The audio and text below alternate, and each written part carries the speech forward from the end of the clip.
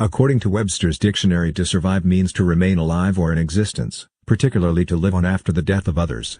The fascinating thing about network marketing is that, in many instances, survival, i.e., staying in existence after others leave the business, is precisely what leads to dramatic wealth. Attrition is a considerable factor in our business. Yet we have rarely met anyone who has worked steadily in network marketing who doesn't eventually achieve success. And those rare individuals who do not succeed are usually their own worst enemies, constantly reinventing the wheel and complicating the simplest path to prosperity in the history of capitalism. Of course, priorities vary as widely as do people. While some choose network marketing as a means to an end, others simply enjoy it for its own merits. These folks join multi-level marketing to build their confidence, widen their circle of friends, and feel more productive. And in spite of the fact that they'll never earn huge incomes, you couldn't pry them away from this business with a crowbar. That kind of money was never really their goal, and you'll read many of their stories in this book. In fact, were we to double the number of stories of success, we still couldn't possibly elaborate on all the remarkable benefits to be derived by those who have chosen to participate in this wondrous industry. In network marketing, you persevere or you perish. Quitting is the one sure way to fail. Surviving the first year establishes a new distributor with a good basis for success. Our analysis shows that an estimated 95% of those who survive 10 years in network marketing become wealthy beyond their wildest expectations. These survivors have achieved either staggering financial rewards and/or total time freedom, that is, having all the free time to do the things that really matter to you with the people you love most. At this particular time in history, when traditional business offers so little security, network distribution is literally the last bastion of free enterprise. It's a system in which common people can invest a small sum and, through sheer tenacity and determination, rise to staggering levels of financial reward and personal freedom. It's a field devoid of the pitfalls of traditional business, payroll, employee benefit costs, advertising, overhead, bookkeeping, and accounts receivable. Network marketing has an entirely different set of entrapments of its own. But once understood, these problems are easily overcome. We believe success is critically dependent on awareness, from the very beginning, of what these hazards are and how to overcome them. Hence this book. The network marketing industry traces its roots to the 1940s when Nutrilite Products Incorporated launched the sale of food supplement products and, 10 years later, Amway introduced the sale of household products. Over the past 50 years, the industry has matured into a legitimate and efficient channel of distribution ideally suited for the next wave about to break in the world of business. All we can say is, thanks to Rich DeVos and Jay Van Andel for having the vision to pioneer this industry. Network marketing annual sales are nearing $20 billion in the United States alone, being moved by an estimated 8 million people. Worldwide, more than $100 billion of a broad spectrum of products and services are being sold by an estimated 30 million independent network marketers.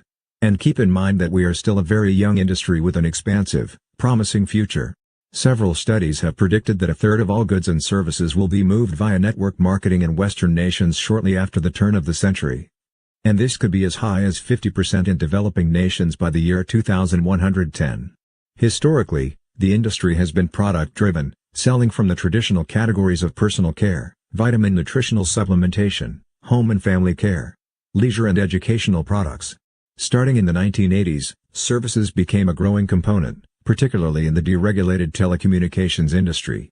Other services have included credit cards, financial services, insurance, prepaid legal services, travel, self-development, and motivational programming. With the forthcoming deregulation of the public utilities industries between 1998 and 2002, network marketing companies are positioning themselves to enter this market as well. The evolving maturity of our industry is clearly demonstrated by the 20 network marketing companies now traded publicly on NASDAQ and the New York Stock Exchange. And many others are preparing to go public.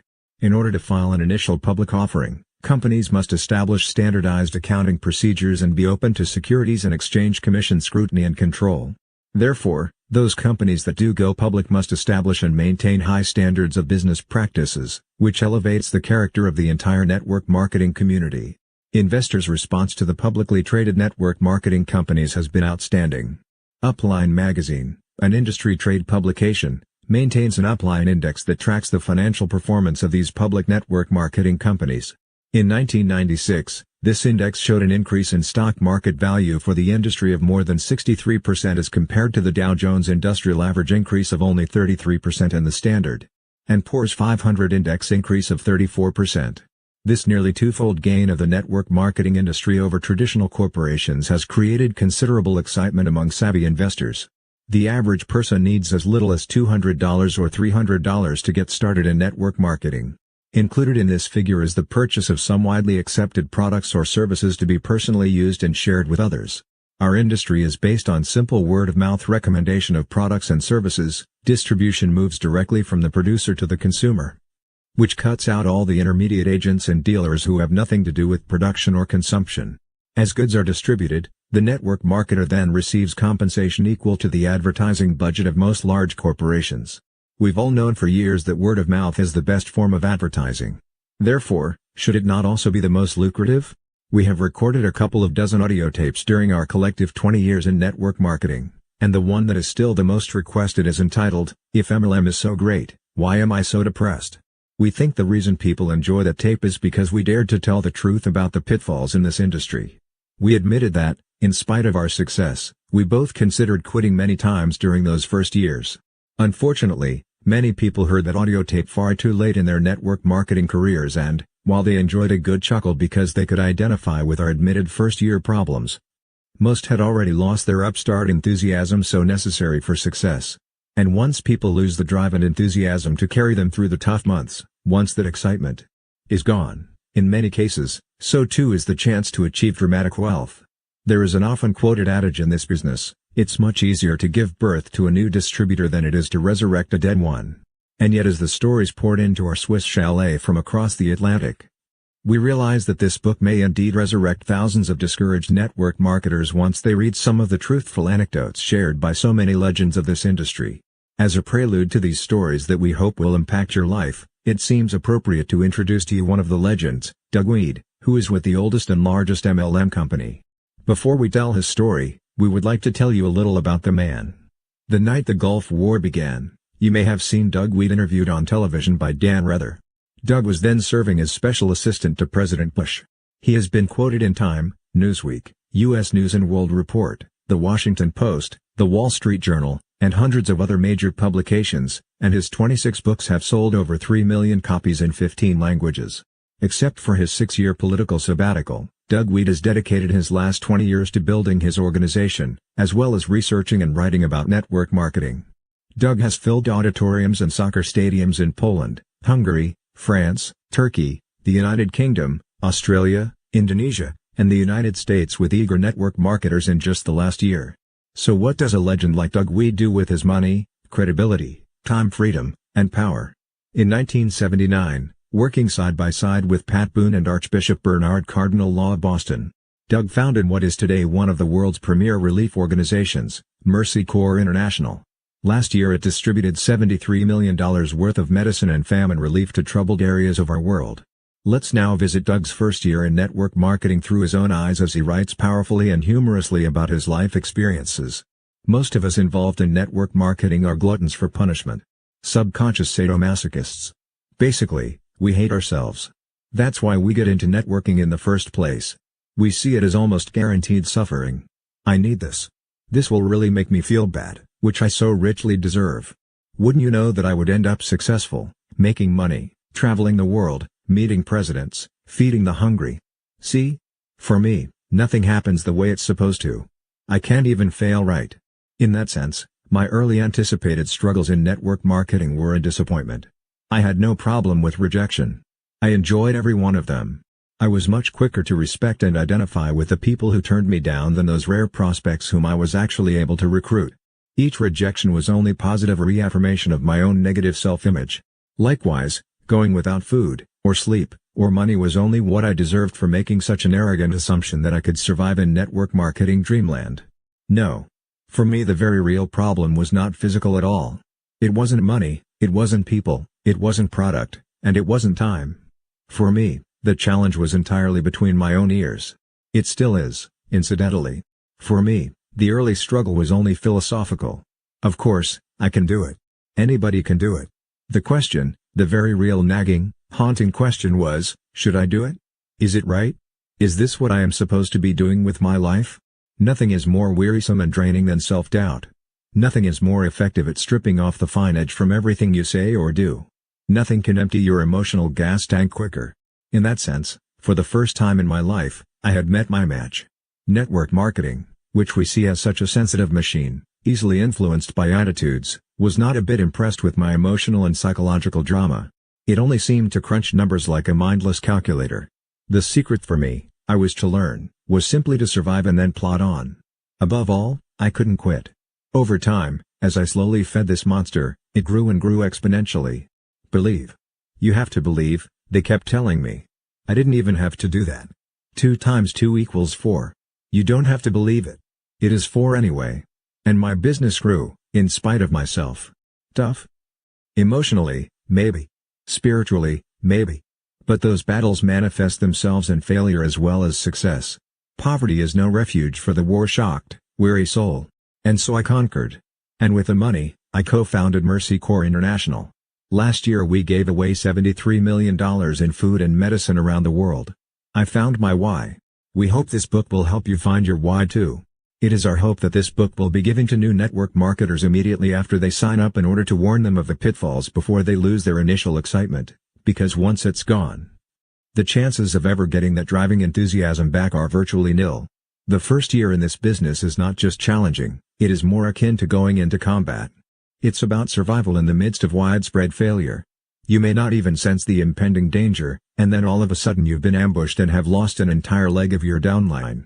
One of our primary objectives in writing this book is to take the stealth out of your battles so that you can see your adversaries well in advance, instead of having them creep up and catch you unaware. But equally important is that once you see the clash coming, you are equipped with the necessary skills and tools to win each confrontation and thus survive your first year in MLM. Believe us, in year 1, survival is the name of the game. We know this both from personal experience and from statistics compiled by several companies that suggest well over 60% of all new network marketers quit in their first year, during the most important phase in the learning curve.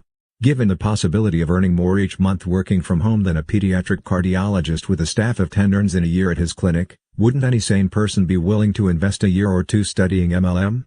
And compared to the 12-year learning curve of doctors, isn't a year more palatable? While our industry's attrition rate is perhaps no higher than other professions involving overrides and straight commissions, it is nevertheless critical that we do our best to help new associates anticipate the inevitable conflicts that will arise and equip them with the weapons they'll need to win those battles. It has been suggested that every great MLMer was a lousy MLMer first, and we concur. Unfortunately, it's a fact of life that when any of us first begin a new endeavor, we are, at least initially, vulnerable novices. Although the educational process in network marketing is relatively brief, it can be devastating to many new associates. The main reason is quite simple to understand. We all hate rejection, and none is worse than when we are mocked by friends, family, and acquaintances. It doesn't take very long for people to become discouraged when every day for the first 4 or 5 months they are subjected to eye-rolling ridicule from everyone they know, love, and respect. However, if you know exactly what to expect and you aren't forced to appear foolish by cajoling, deceiving, or pestering those close to you, network marketing, even in the early stages, is quite fun and relatively painless. Preparation and anticipation are both critical. In this book we will prepare you for most of the inevitable first-year challenges. We will teach you how to survive those conflicts by providing you with tactics that work, no theories, just facts. Most importantly, by preparing you in advance and sharing practical ways to survive each of these first-year challenges, we want to assist you in persevering. And if you do manage to survive the first year without quitting and without losing your sense of humor, the odds are great that you will continue long enough to become quite wealthy and successful. We've had a tremendous resource pool from which to draw our lessons and examples. For the past several years, we have been fortunate to teach America's only college-level certification course in network marketing with Harvard Ph.D. Charles King at the University of Illinois at Chicago. Many of the top networkers from every company, both in America and abroad, as well as many network marketing CEOs, have attended our classes, and we've spent quality personal time with many of them. As course instructors, we learned a great deal from our students. The experiences we share in this book have all happened, if not specifically to us, then to other leaders who have shared them with us. You'll recognize many of their names. So, we feel confident that we have left very few stones unturned in our efforts to teach you the best survival strategies available to first-year distributors. Some of our industry's most successful international leaders survived their first year by utilizing the simple maneuvers laid out for you in this book. Survive your first year and you've got a tremendous opportunity to join those legends. From Mark's father telling him that he is ruining the family name by doing MLM, to a hungry reporter asking the Attorney General of Nevada to investigate our company in hopes of uncovering a scandal or conflict of interest while Rene was serving as chairman of the county commission. The two of us have survived some fairly devastating ambushes. We know what it's like to lose 6 of our 7 best leaders to a new upstart scam, that is, a company that misrepresents its earnings and or product efficacy. And we've endured the humiliation of a close friend stealing an entire downline leg. Both of us fell into the management trap at different points in our respective first years and wound up babysitting people who never would have succeeded no matter what we had done because they weren't willing to do what we did. Both of us suffered the misplaced personal guilt of signing up a close friend who just couldn't make it in this business. We'll teach you how to survive all of those booby traps, in fact. We'll show you how to avoid them altogether on your path toward achieving all the money you aspire to earn and the time to enjoy it. In our first book, Power Multi-Level Marketing, we presented the theory behind MLM achievement. We tried to provide a paint-by-numbers system for both part-time and full-time success. But in this book, we are vitally concerned with practical applications, that is, with giving specific examples of what can and does happen to cause potentially successful distributors to prematurely end their careers. Many psychiatrists subscribe to the theory that 90% of the solution to any problem consists in the awareness of that problem's existence. We agree. Our fervent hopes and prayers are that, by bringing to your attention all the problems that successful network marketers face in their first years, we will enable you to survive yours. We are sharing with you the practical, proven survival tactics used by many of the legends of this industry so that you also can prosper abundantly. We're honored to have Dr. Charles King add a dimension to our book never before available. A quantitative analysis of network marketing from an academic perspective. Much of our most important data has been exhaustively researched and compiled by him. We've learned a great deal about the inner workings and technical marketing strategies of our profession from Dr. King. Many of his overviews are sprinkled throughout this book. His keen insights have been invaluable to us over the years, and his dynamic wife, Sandra, has directed all of our college certification courses. Nearly 1,000 students have graduated from our course to become network marketing professionals. So, many thanks to Charles and Sandra King. Network marketing is indeed the greatest opportunity in the history of capitalism, and we consider ourselves very privileged to be able to participate in the industry. So, naturally, when Prima Publishing contacted us about doing a book, not long after its marvelous success publishing Richard Poe's legendary Wave 3 books, we jumped at the opportunity with tremendous enthusiasm. As industry advocates, we believe that when any network marketing company fails, we all suffer. The future survival of our industry depends now on cooperation, not antagonism. Industry-wide success depends on elevating MLM companies and products rather than destroying the reputations, hopes, and dreams of our MLM competitors. Only then will network marketing become the most lucrative profession in all of free enterprise. Some network marketers mistakenly believe that the systematic ruin of their competitors is their best strategy for success. Little do they know that's exactly why they haven't begun to reach their potential. Unlike pioneers of the Old West who circled their wagons to fight off attacks, whenever one or more companies in our industry is threatened, we circle our wagons and fire inward. The old tactic of divide and conquer has been quite effective in the traditional business world. The traditional corporate pyramids have skillfully utilized the media and government regulators to similarly attack and stifle our growing industry, and all along they have hoped and prayed that we just go away. But we think it's time for them to stop fighting us. We respect all companies, not just those in our own industry, and we think they should do the same. Spanning our collective 20 years in the field of professional network marketing, we have been blessed to speak to hundreds of thousands of marvelous people in every part of the world. And while we've heard our industry denigrated in a variety of ways, not once have we heard it referred to as the rat race. This graphic description has been used on every continent, and translated into every language, to depict traditional business.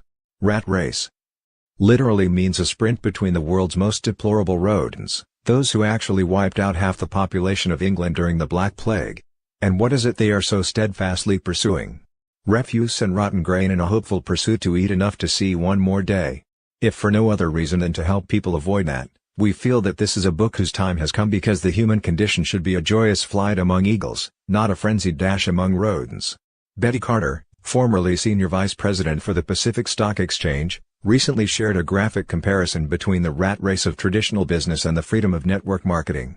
In her own words, when traditional business grows, an entire population can be reduced to rats. I moved to Seattle several years ago because of the quality of life. Today, as two corporations expand, the entire city has been forced into a mindless trek for several hours each day. The average speed on major highways has been reduced to 21 miles per hour. Crime and other societal problems are rising dramatically. No one can yet predict the negative ecological impact of the several thousand-person influx each month, but environmentalists are clearly worried. The point is this: when MLM corporations experience explosive growth, thousands of people go home and soar like eagles.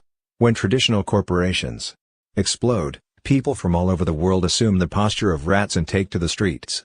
Thank God network marketing has given me the freedom to run errands during the times when others are confined to their little cubicles, but it will just be a matter of time before I have to look elsewhere for tranquility. We feel we have an awesome responsibility to educate as many people as possible to the fact that they need no longer participate in the god-awful stress of traditional linear business.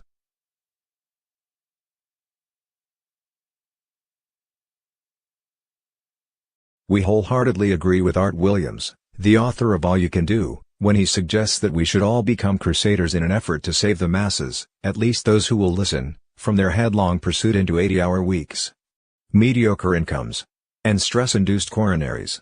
Because the American dream has become a nightmare for so many, and because network distribution is such a viable alternative to more traditional business professions, it is incumbent upon those of us who have reaped so much from this industry to begin to sow seeds for others. The book you are now holding in your hands is the ultimate survivor's manual. Thanks to the hundreds of unselfish leaders from diverse and numerous companies who rose to the occasion by contributing their stories, you will learn how to dramatically alter your life. Knowing full well that they would be educating their competitors, they all dared to tell the unadulterated truth about how to succeed in our industry. That kind of unselfishness alone makes us proud to call ourselves network marketers. If only this book had been written a decade ago, we might not have had to witness the unnecessarily hasty retreat of so many dynamic people from our industry who were simply unprepared for the first year's battles. Because of this book, you won't have to endure the same unnecessary losses we did. And there is one promise we will make to you without reservation: there will be times when your eyes will well up with tears or you'll laugh so hard at some of these legends' anecdotes about their early challenges that, like us, you will have to put the book down until you can wipe the mist from your eyes. These stories are commensurate with ushering in a new industry. We believe the next decade will bring a noticeable decline in these types of challenges as new technology and distribution channels make way for network marketing in our world. We received countless illustrations and anecdotes, all of which were heartwarming and inspiring. We regret that, due to editorial restrictions, we were unable to include each and every narrative. We want to offer a special thanks to those legends of network marketing who, by sharing their stories, did something unprecedented in business. They dared to admit, after becoming legends, their innermost vulnerabilities and bouts with anxiety and depression, so that millions of others, including their own competitors, might be inspired to exit the 40-year plan and share in the American dream. Enjoy. And whatever else you do in the first year, just don't quit. Because surviving is synonymous with thriving in our industry. Mark Yarnell and Renee Reed Yarnell, Gstaad, Switzerland. Your first year in network marketing. Chapter 1: Ignoring the Rejection Rocket. Make rejection your ally instead of your enemy. Network marketing is one of the most fun and rewarding businesses in the world, but eventually all network marketers are faced with certain widespread and universal challenges.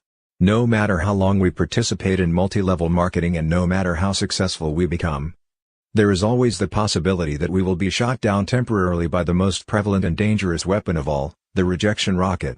It can and will strike any time, rendering us virtually immobile, thus destroying our enthusiasm and excitement, which are the essential qualities for success.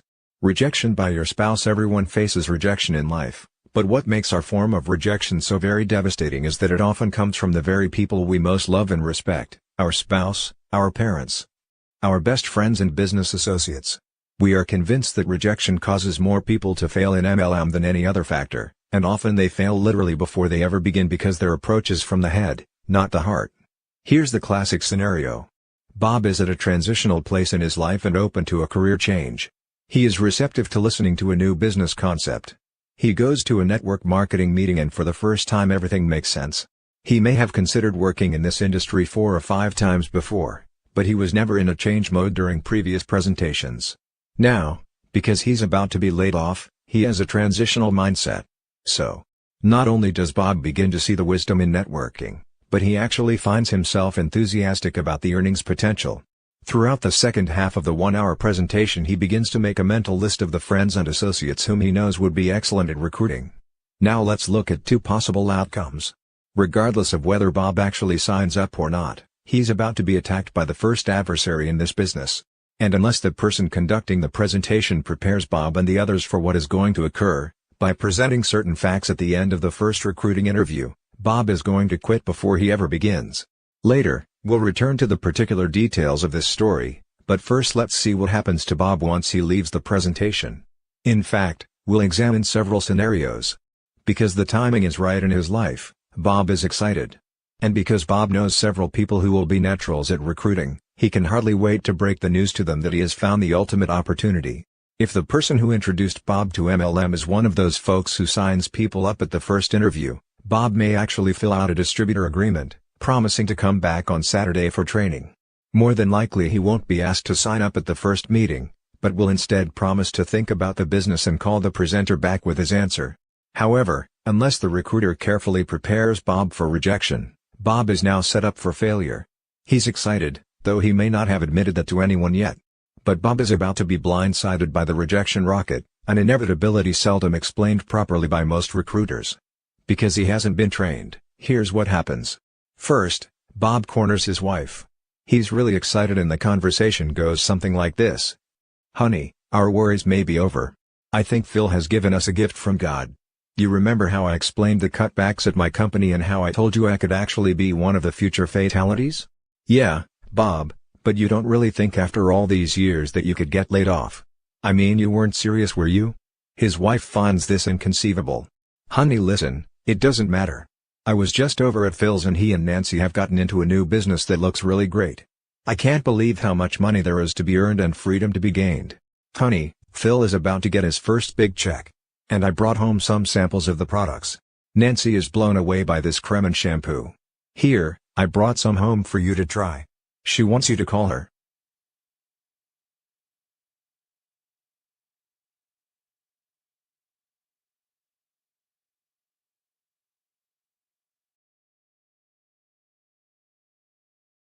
Bob's wife takes the 2 packets of moisturizer and shampoo from him, looks at them, then at him incredulously.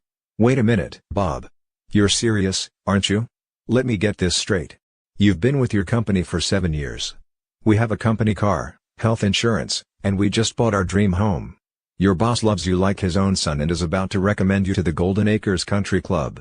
They lay off a few lousy executives and now you're seriously thinking about giving up a legitimate career and all of those years I suffered to put you through your MBA program to do some pyramid scheme. Please, Bob, tell me this is a bad dream. Tell me I'm not hearing you say this." Bob grins and reaches out to touch his wife's arm and she jerks it away, snarling like a cornered wharf rat. He hasn't seen that look on her face since he accidentally backed over the puppy last summer. "No, honey, you aren't listening. We've got a chance here to get in early. We can be earning over $20,000 a month in a year. Do you realize how many hours I've been working? The baby cries when I pick her up because I'm virtually a stranger. They've laid off 35 men and women this quarter and I could be next. Honey, look, I'm telling you, Phil and Nancy are our friends. They aren't."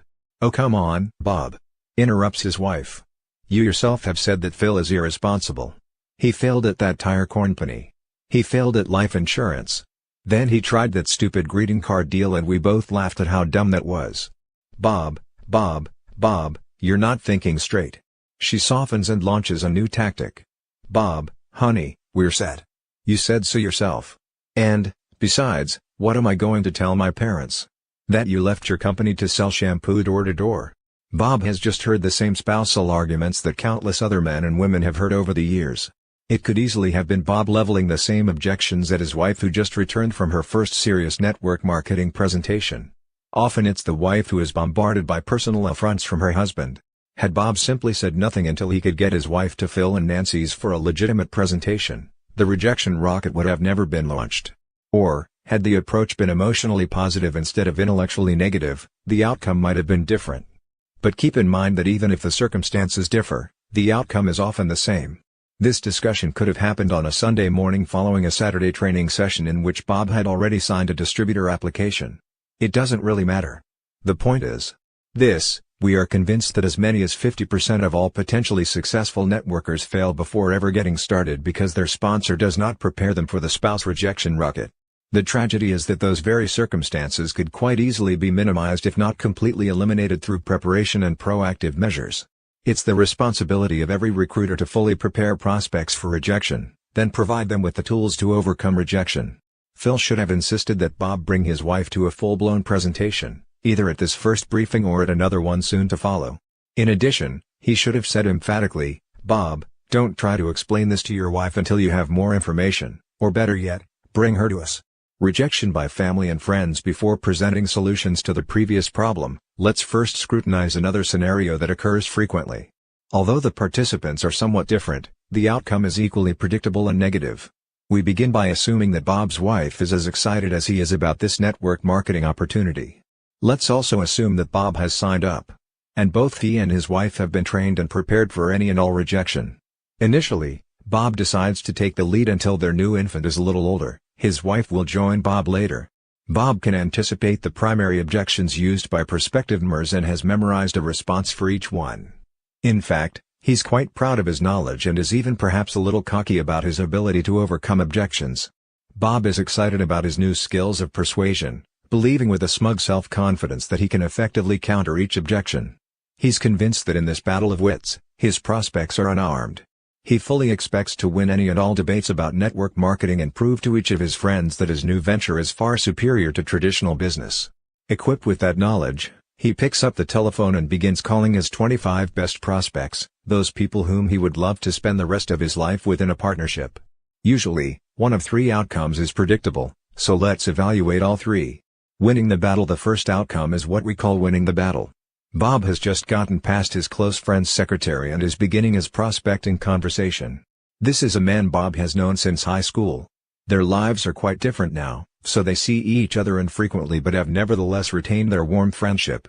The conversation begins with small talk, but let's move ahead to the actual dialogue about the business. Bob begins his approach. "You know, Steve, the other reason I called is to try to set up a convenient time when you and Sally can come over and take a look at a new business my wife and I have." Steve cuts in, "Bob, sounds like one of those pyramid deals to me. Don't tell me you and Christy have been sucked into one of those scams." Of course, Bob has been trained, albeit improperly, to handle objections and he's armed for battle. "Actually, Steve, I can understand your reluctance to look at a deal like this, but all I ask is that you remain open-minded for a 45-minute presentation. Let me ask you, Steve, would Tuesday or Thursday be better for you?" Bob is proud of his canned response, but as we'll see, his pride is very fleeting.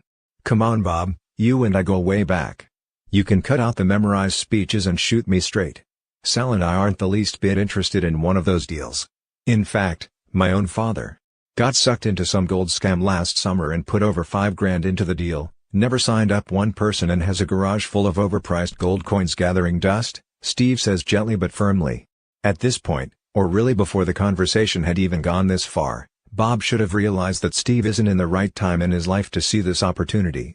He isn't the slightest bit open to the business, and anything said from here on will only further alienate Steve and therefore hurt Bob's chances to approach his friend at a later date when he may be more receptive. In fact, unbeknown to Bob, he may actually do irreparable damage to their friendship by continuing to pursue the matter.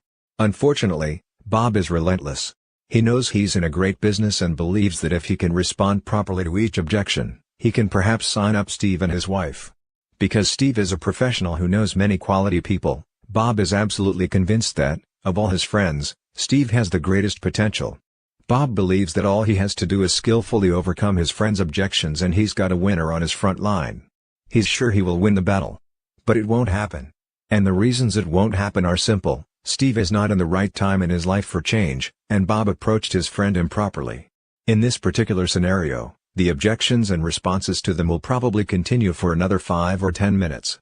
In a last-ditch effort to shut Bob up, Steve may actually agree to go to a presentation. Of course, the chances that he will actually attend are slim to none.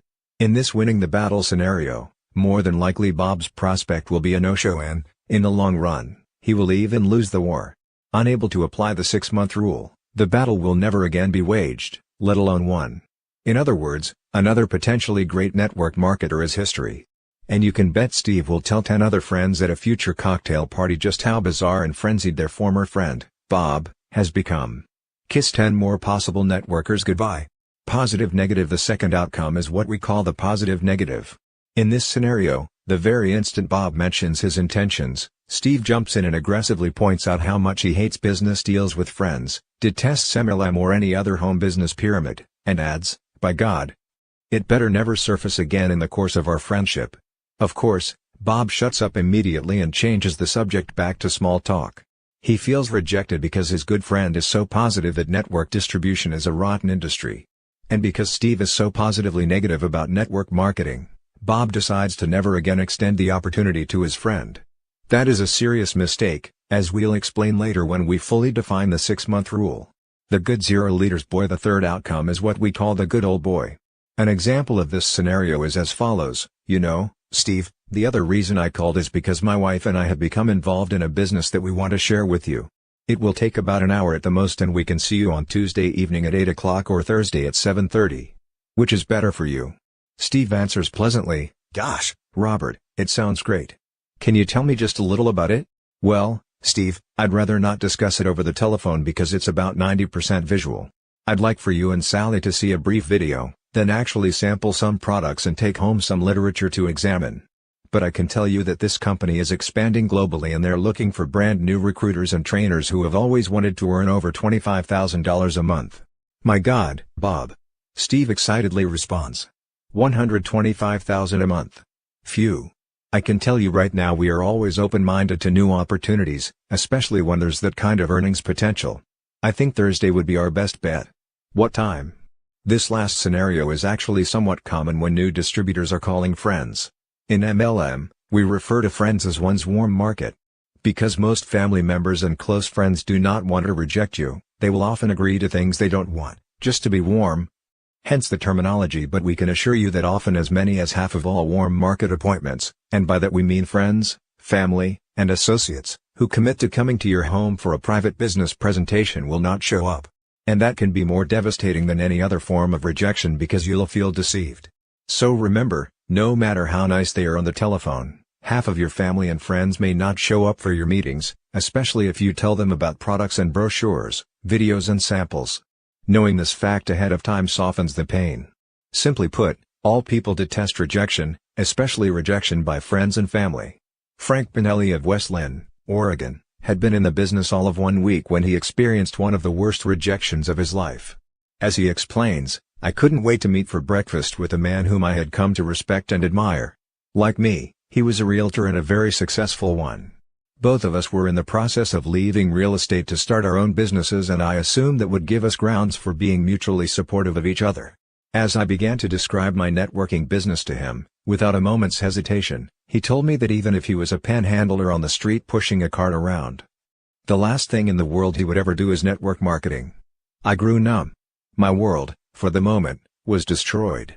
A respected friend had, in so many words, called me worse than a bum living on the streets. 2 years have passed and today I truly owe my ex-friend a debt of gratitude. He so enraged me that I vowed to become hugely successful just to show him how wrong he was. His having treated me like such a jerk is to this day a significant part of what drives me. Today, Frank, together with his wife, Joanne, earns about $5,000 per month. But rather than homeless or even worse, 70-hour-a-week realtors like their ex-friend, they are both stay-at-home parents to 2 young children and, in their words, jobs share the business around them. Friends are often our biggest dream stealers, and once a dream is stolen, it is not easily recovered. But Frank and Joanne turned what could have been a stolen dream into a burning desire to rise to their full potential. Today, they both love what they do and have their sights set on making it all the way to the top. And when they reach the very pinnacle, it will undeniably be because one business associate tried to smash their hopes and dreams. Perhaps once they make it to the very top, their realtor friend will decide to join them in business. Dennis Clifton, who together with his brother David built our strongest global organization, remembers how excited he was about his future when he first signed up back in May of 1986 before any of us knew what we were doing. As I began to go down my list I quickly realized that this wasn't going to be as easy as I had hoped. Almost every person that I called was unwilling to even meet with me. But in spite of this, my positive attitude was holding up. Until one morning, I had a friend who worked as a disc jockey at a local radio station. I called him at work and began to explain what I was doing. His response was something I had never experienced before. He actually began to laugh out loud. Now I don't mean a whimsical smile or a friendly chuckle, I mean a wall-rattling, spirit-crushing, belly laugh. I was devastated as I hung up the phone. I had never been laughed at quite like that before. Then all the voices began to come to me. Why in the world am I doing this? Nothing is worth this kind of humiliation. Since nobody seems to want to do this, maybe they know something I don't. If I quit now, I'll never have to go through that again. I can remember slipping into that black hole that so many new distributors never come out of, when my phone rang. It was my sponsor, Mark Yarnell. He asked, "Hey big boy, what's happening?" I responded, "Mark, you're not going to believe this, but I just got laughed at. Big time." Then I told him everything that happened. And guess what he did?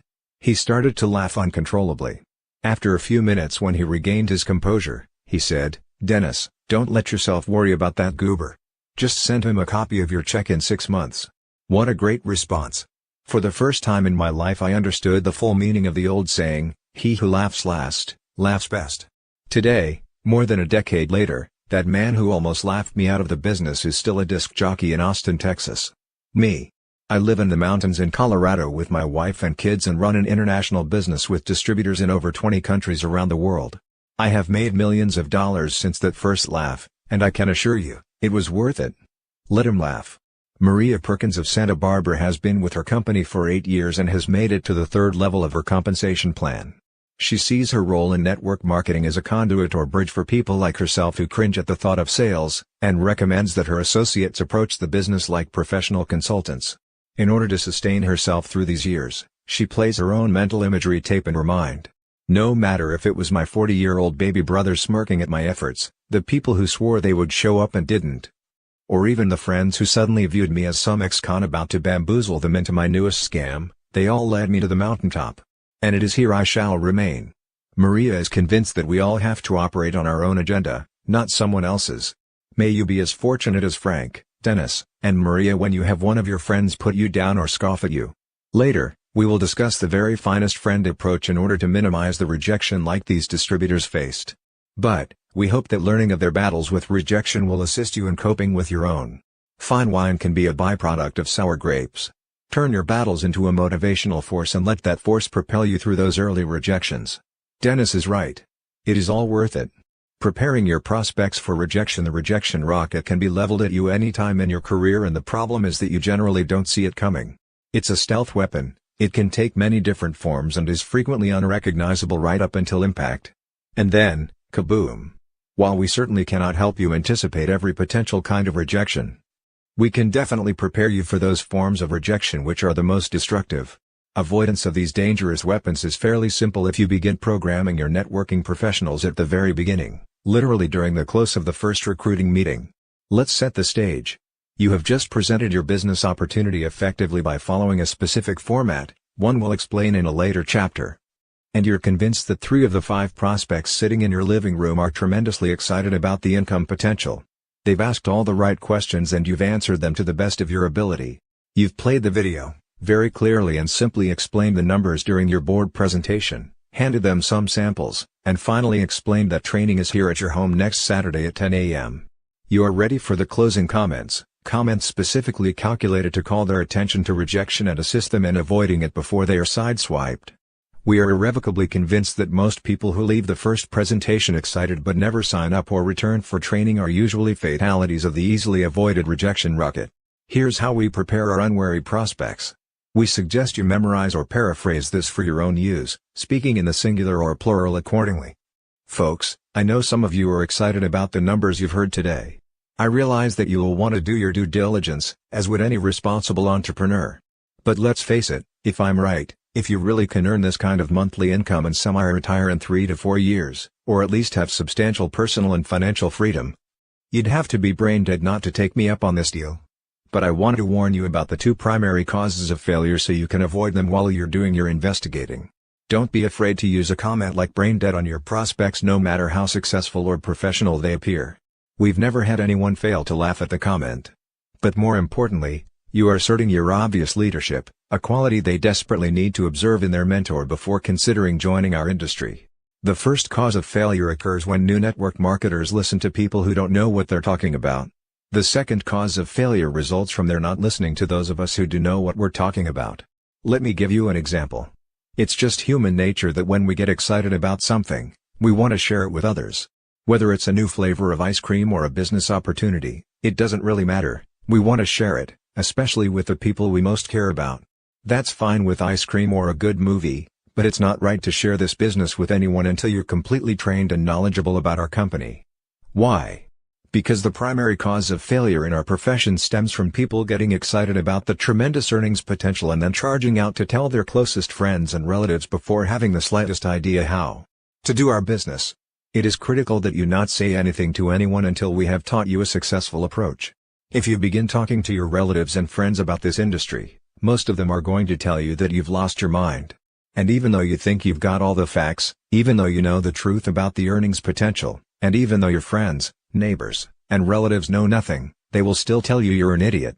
And if you have 10 or 20 people in a row question your sanity, especially people you know and love, you will give up before you begin. So don't even attempt to sell your spouse on the opportunity, simply get him or her back here for a presentation as soon as possible. Now I know you think you're strong enough to avoid being influenced by people whom you know are completely ignorant about our company. Everybody thinks that. And let's say that you are. Let's say that even if 20 friends and relatives reject you and tell you you're an imbecile, you do not collapse under the weight of their negative attitudes. The real problem is this: once they've told you not to get involved, even if you later skillfully prove them wrong and answer every one of their concerns, they will not sign up. Remember, once they've ridiculed you for getting into MLM, they cannot afford to sign up themselves because that's tantamount to admitting their own foolishness. And in this era, many folks are more interested in impression management than in taking responsibility for their own lives and creating financial independence and time freedom. So until you've been signed up, made a commitment, and been trained professionally, do not, and I mean this emphatically, do not approach your friends, relatives, or even your spouse with this business until we have taught you how to share this information with them. Some of your very best warm market recruits will never join you, no matter how successful you become, if you approach them improperly. Years of experience have taught us that the single largest cause of failure results from listening to people who don't know what they are talking about. Here's the problem: new prospects' friends and family don't know anything about your company or the business of networking. And in their ignorance they are certain it must be a scam. Until you are involved financially, they sense you are not really committed.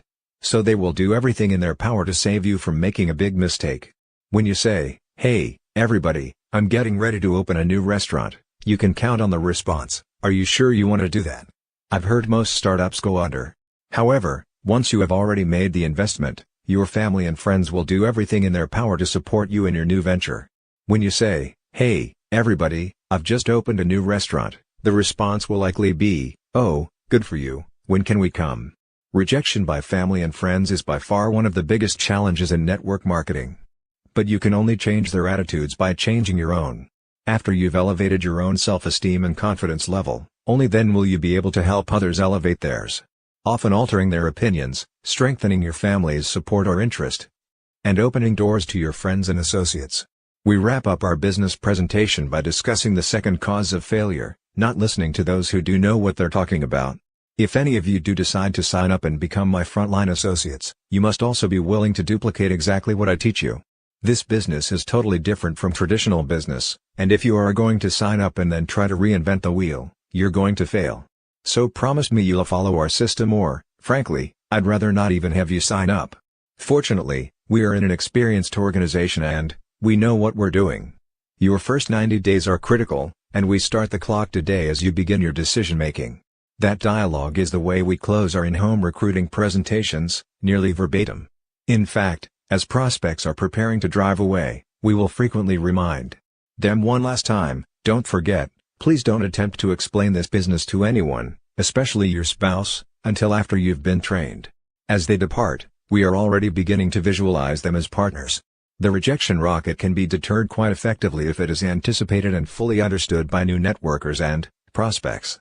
Actually, if you train new frontline people properly based on the systems we will advance throughout this book, rejection will be the least of your worries. In fact, once new distributors finish with their warm market prospects and enter the cold market, Rejection is one of their greatest allies. Why? Because the sooner it can be determined that a prospect is not receptive to a network marketing opportunity, the sooner the distributor can file her away for a 6-month follow-up, and move on to viable prospects without wasting time. Like so many network marketers, Paul Del Vecchio and Jennifer Tallo of Berkeley, California, are still struggling to build their group.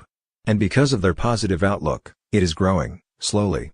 But rejection has been their single biggest hurdle to overcome, especially that first year. In Paul's own words, "I'm sure there are people who breeze into MLM and skate their way to the top, but this was not my case. I'm a college dropout who spent my young adult years pursuing poetry, the classical guitar, and Eastern philosophy. I had no background in business, spent most of my time in seclusion, and drove an old '76 Chevy pickup with a snaggletooth bumper that I couldn't afford to have repaired. Being somewhat introverted by nature, I'd have to describe my first year in MLM like the South American diplomat who, at an elegant embassy function, tried to explain in his halting English why he and his wife had no children. My wife, she is impregnable." But when that clearly didn't evoke the response he had expected, he tried again. "I mean, she is unbearable." Puzzled by their shocked expressions, he tried one more run at it with, "No, no. What I mean to say is, she is inconceivable." I felt just as inadequate as that diplomat in my communication skills as I loaded up my truck and went down to the business district to approach strangers in suits about big money and free time, and let me tell you, they were not at all amused. And so I systematically tried everything under the sun to avoid the pain of rejection, including the art of managing a non-existent downline, but it always comes back to taking action and maintaining a positive open attitude. Napoleon Hill, the author of the classic Think and Grow Rich, helped me understand that my state of mind must be one of absolute belief in what I am communicating to others and in my ability to deliver the message, not just a mere hope or a wish. For me, this business has been the greatest self-development course in the world. As I leave the house to prospect, I have learned that I can create one of two mindsets. I can strive to be well received by those I approach, and that is a one-step process called perseverance. Or I can try to avoid the pain of rejection, and that is a 3-step formula: say nothing, do nothing, be nothing. Persistence, coupled with absolute belief, can never be defeated, and that is precisely why we know that Paul and Jenny will prosper abundantly. Call reluctance. Often the mere fear and anticipation of rejection will keep new networkers at home. Fear of getting started is one of the primary causes of failure in our industry. It is an obvious but unspoken phenomenon. New marketers will hide behind the need to study the products more, or attend a few more meetings, watching how you do it over and over, even though they've already seen it 10 times. They will gladly attend training meeting after training meeting, invest time in their new business by listening to audio tapes on how to prospect and overcome objections, and generally do anything and everything possible to avoid actual prospecting. They will become involved in all manner of unproductive activities just to avoid having to, in the words of the great Nike, just do it. Then after days, weeks, and sometimes even months of such busy work, they will decide that this business just doesn't work. After all, they haven't succeeded in building an organization. The reason is clear to everyone except them. The mere anticipation of rejection leads to call reluctance, which can and often does lead to failure. Often, a week or so before they quit, we hear the essence of their failure in the remark, "If something doesn't happen soon, we're going to have to get a job to make ends meet." In traditional business, things may just happen, but in network marketing, success comes to those who make things happen. And by the way, call reluctance is not an experience limited to non-professionals.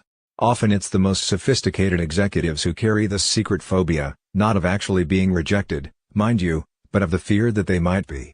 Mark recruited the mayor of a major southern city, and after 6 months of virtually zero activity, he asked the mayor for his warm market list.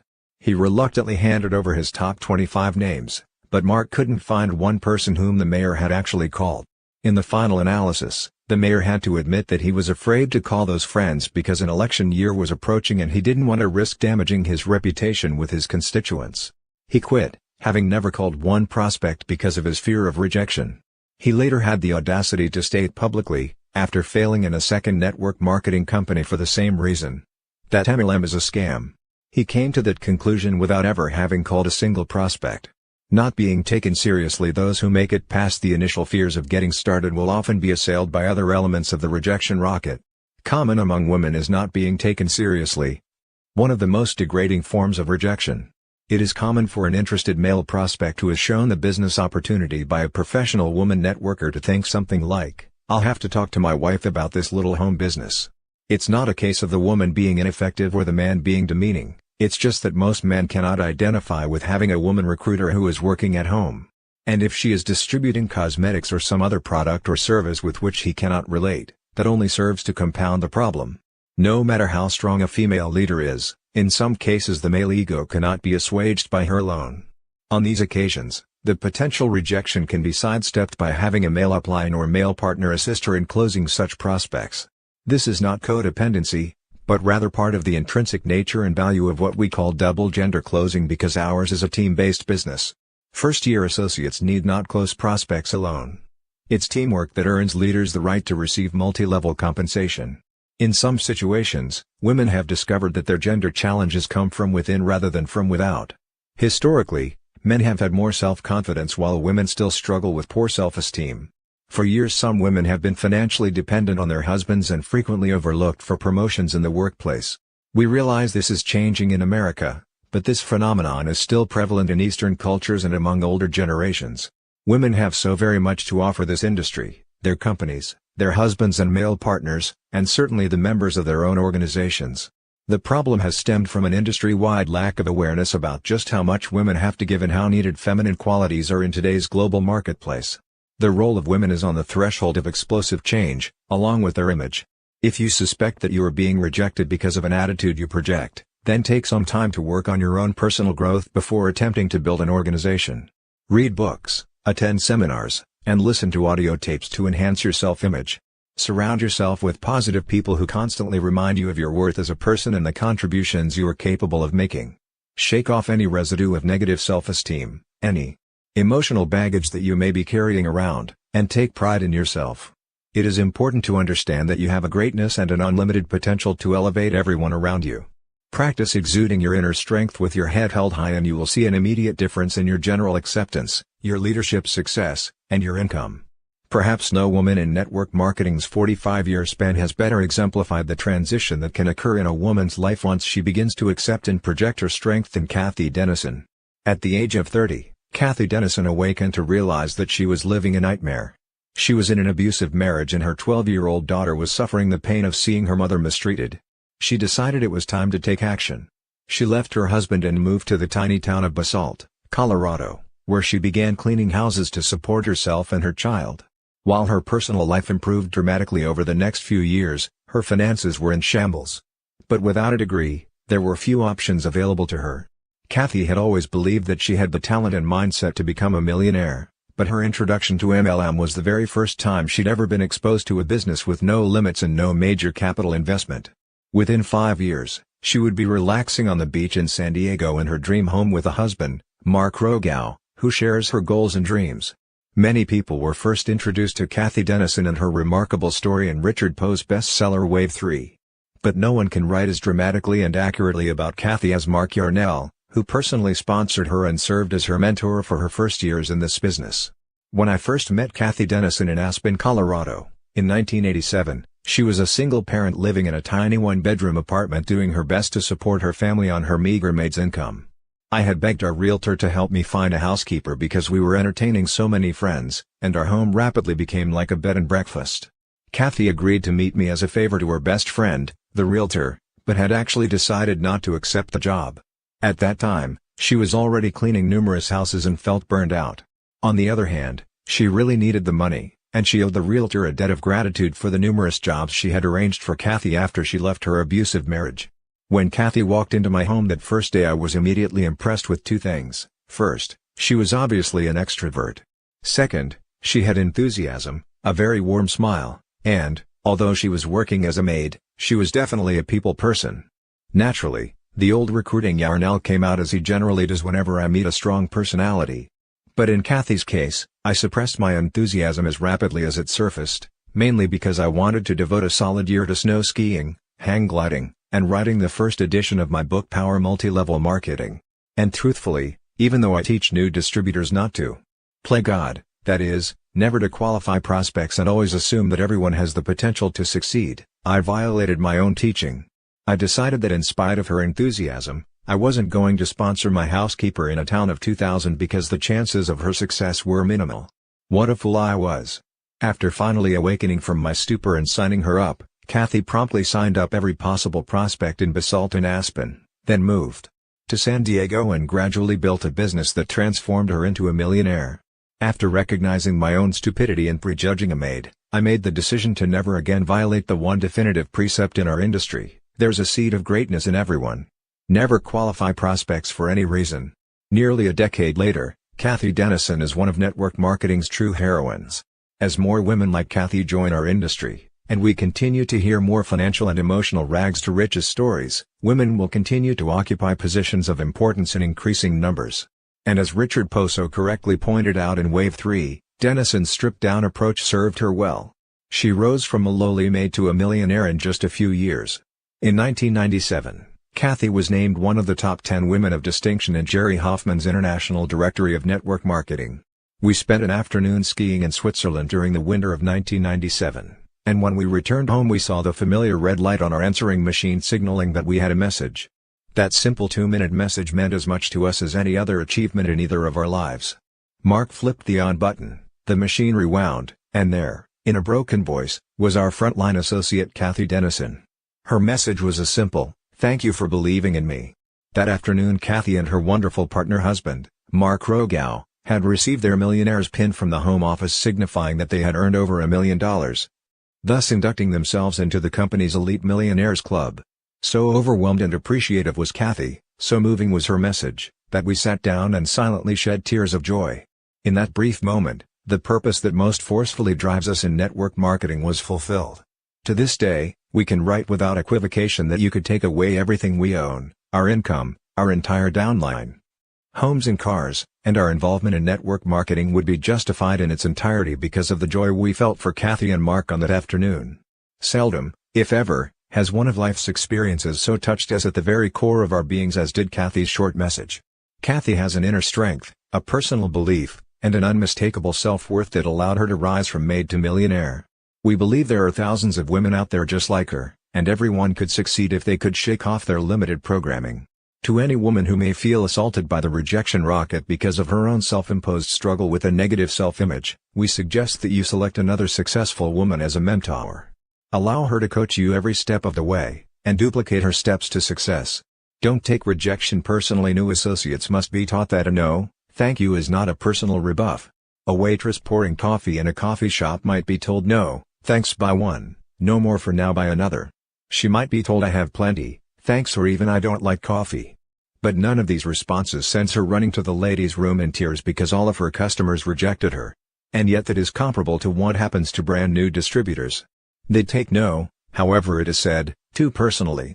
In our industry, a decline to participate in the opportunity most often means the timing isn't right for me now.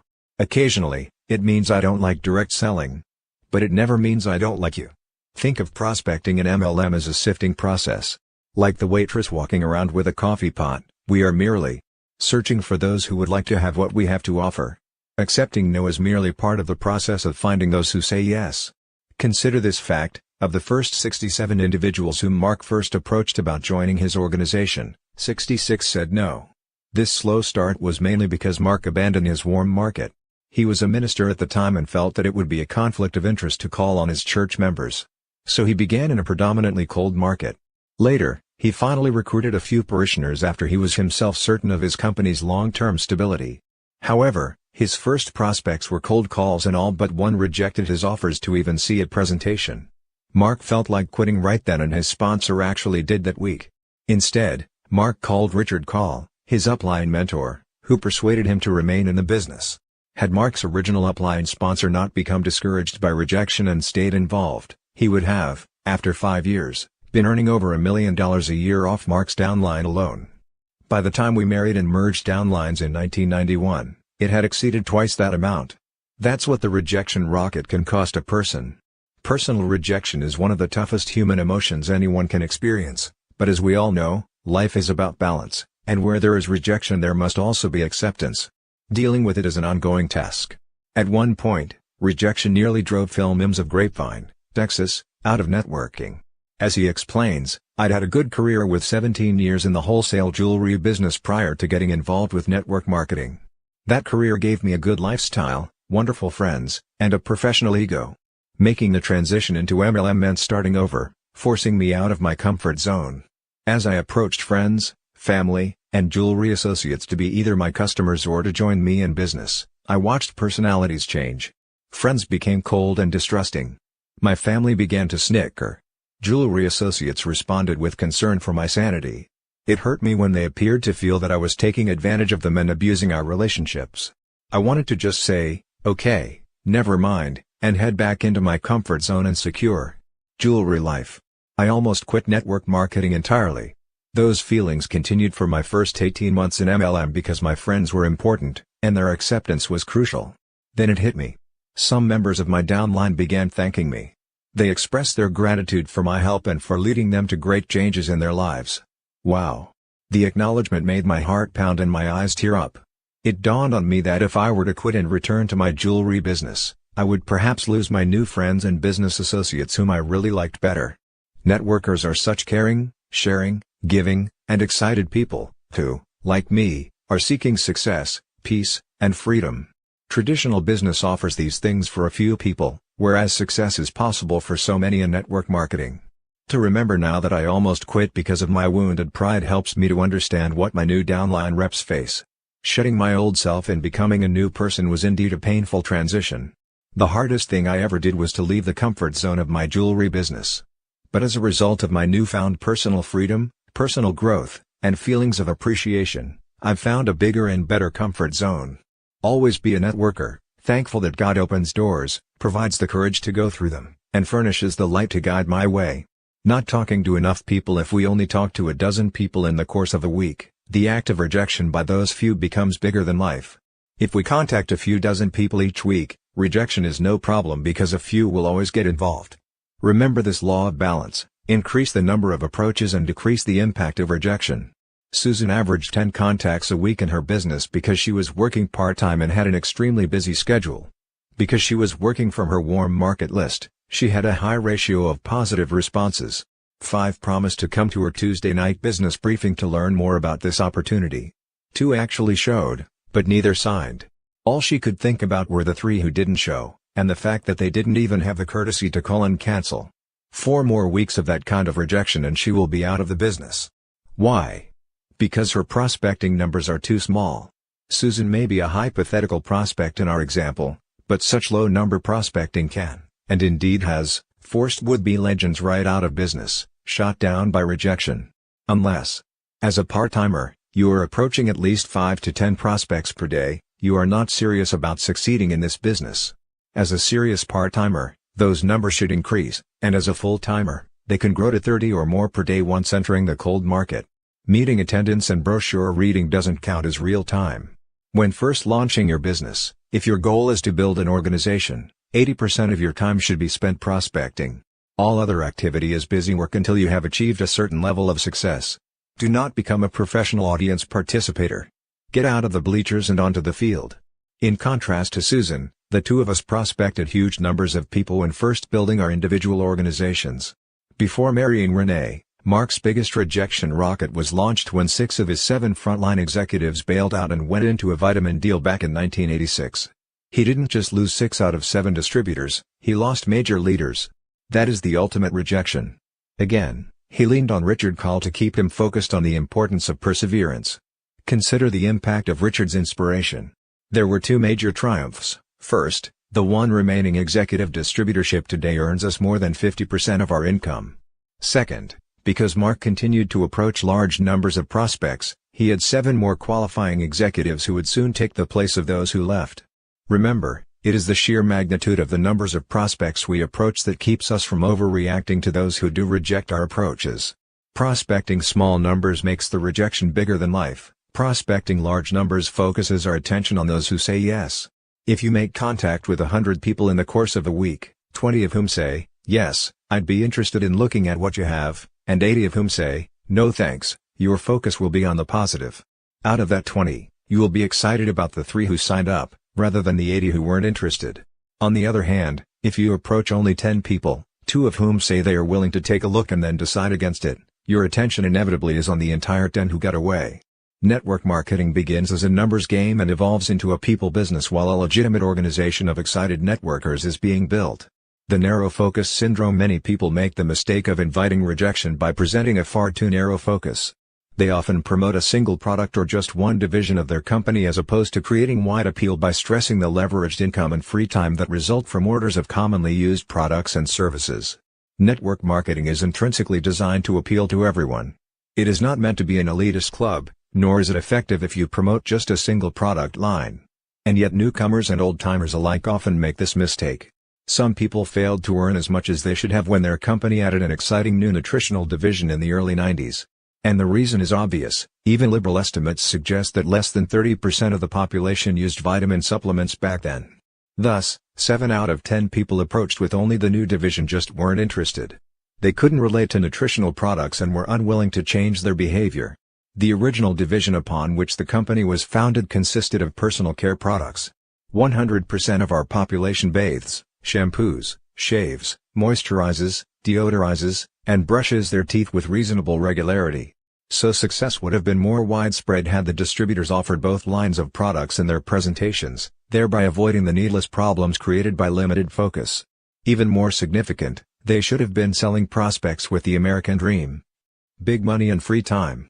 Nearly everyone is interested in ways to achieve wealth.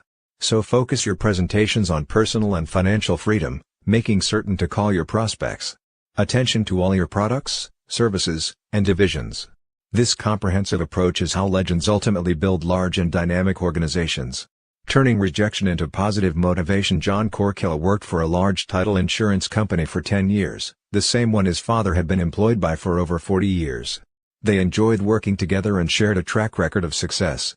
When corporate politics became unbearable, John, with his father's understanding and support, went to work for a competitor and tripled his income during the first year. Over the next 5 years he created a six-figure income. Then, due to a merger, he was laid off.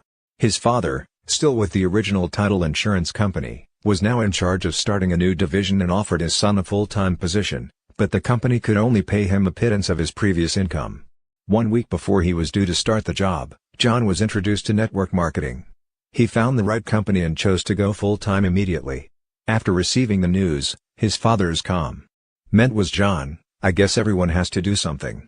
However, if you fail at that one, you can always sell makeup since one of the largest companies is based right here in Dallas. But whatever you do, I just hope you're not going to come over to my house and try to push your products on your own dad. I know all about network marketing. Those people make $200 a month and 9 out of 10 of them fail." John assured his father that his disapproval of the new career path he had chosen was understandable and that he just didn't want to rely on his father for normal family support. When John did not become defensive, something clicked in his father, who seemed to realize that he was treating his son like a carpetbagger. He asked John to sit down and began inquiring about his goals. When his father was convinced that his son was fully committed to becoming the 1 out of 10 who succeeds, as he had done with the company in which they both worked, the father-son relationship was back on track. For John, the story of his father's rejection turned acceptance became a driving force that motivated him to stick with his new network marketing business. Not only is he well on his way, appreciative for his father's rejection and eventual acceptance, but John plans to retire at the same time as his father so that they can enjoy the wealth together. Grateful for his father having started him off on the right foot. Reaction to family rejection can often be redirected, becoming a positive force for building your business. Summary. Failure in network marketing often results from 2 problems. 1. The new distributor's argumentative approach in recruiting frontline people who have already made it obvious that the timing isn't right in their lives. 2. The mistaken belief that the goal is to overcome objections, sign up people at all cost, then drag them across the finish line through motivation and management systems. If warm or cold market prospects are approached properly, they will only reject your offer if the timing is not right, in which case you want to gently back off and reapproach them every 6 months. Rejection is your ally, not your adversary, and if handled properly it will expedite your recruiting activities and actually set you up for a positive outcome. Don't talk about this business with friends or relatives until after you have made a commitment and have been trained. As you begin talking to prospects, you have the choice of creating one of 2 mindsets. 1. You can strive to be well received by those you approach by setting yourself up for a friendly callback. 2.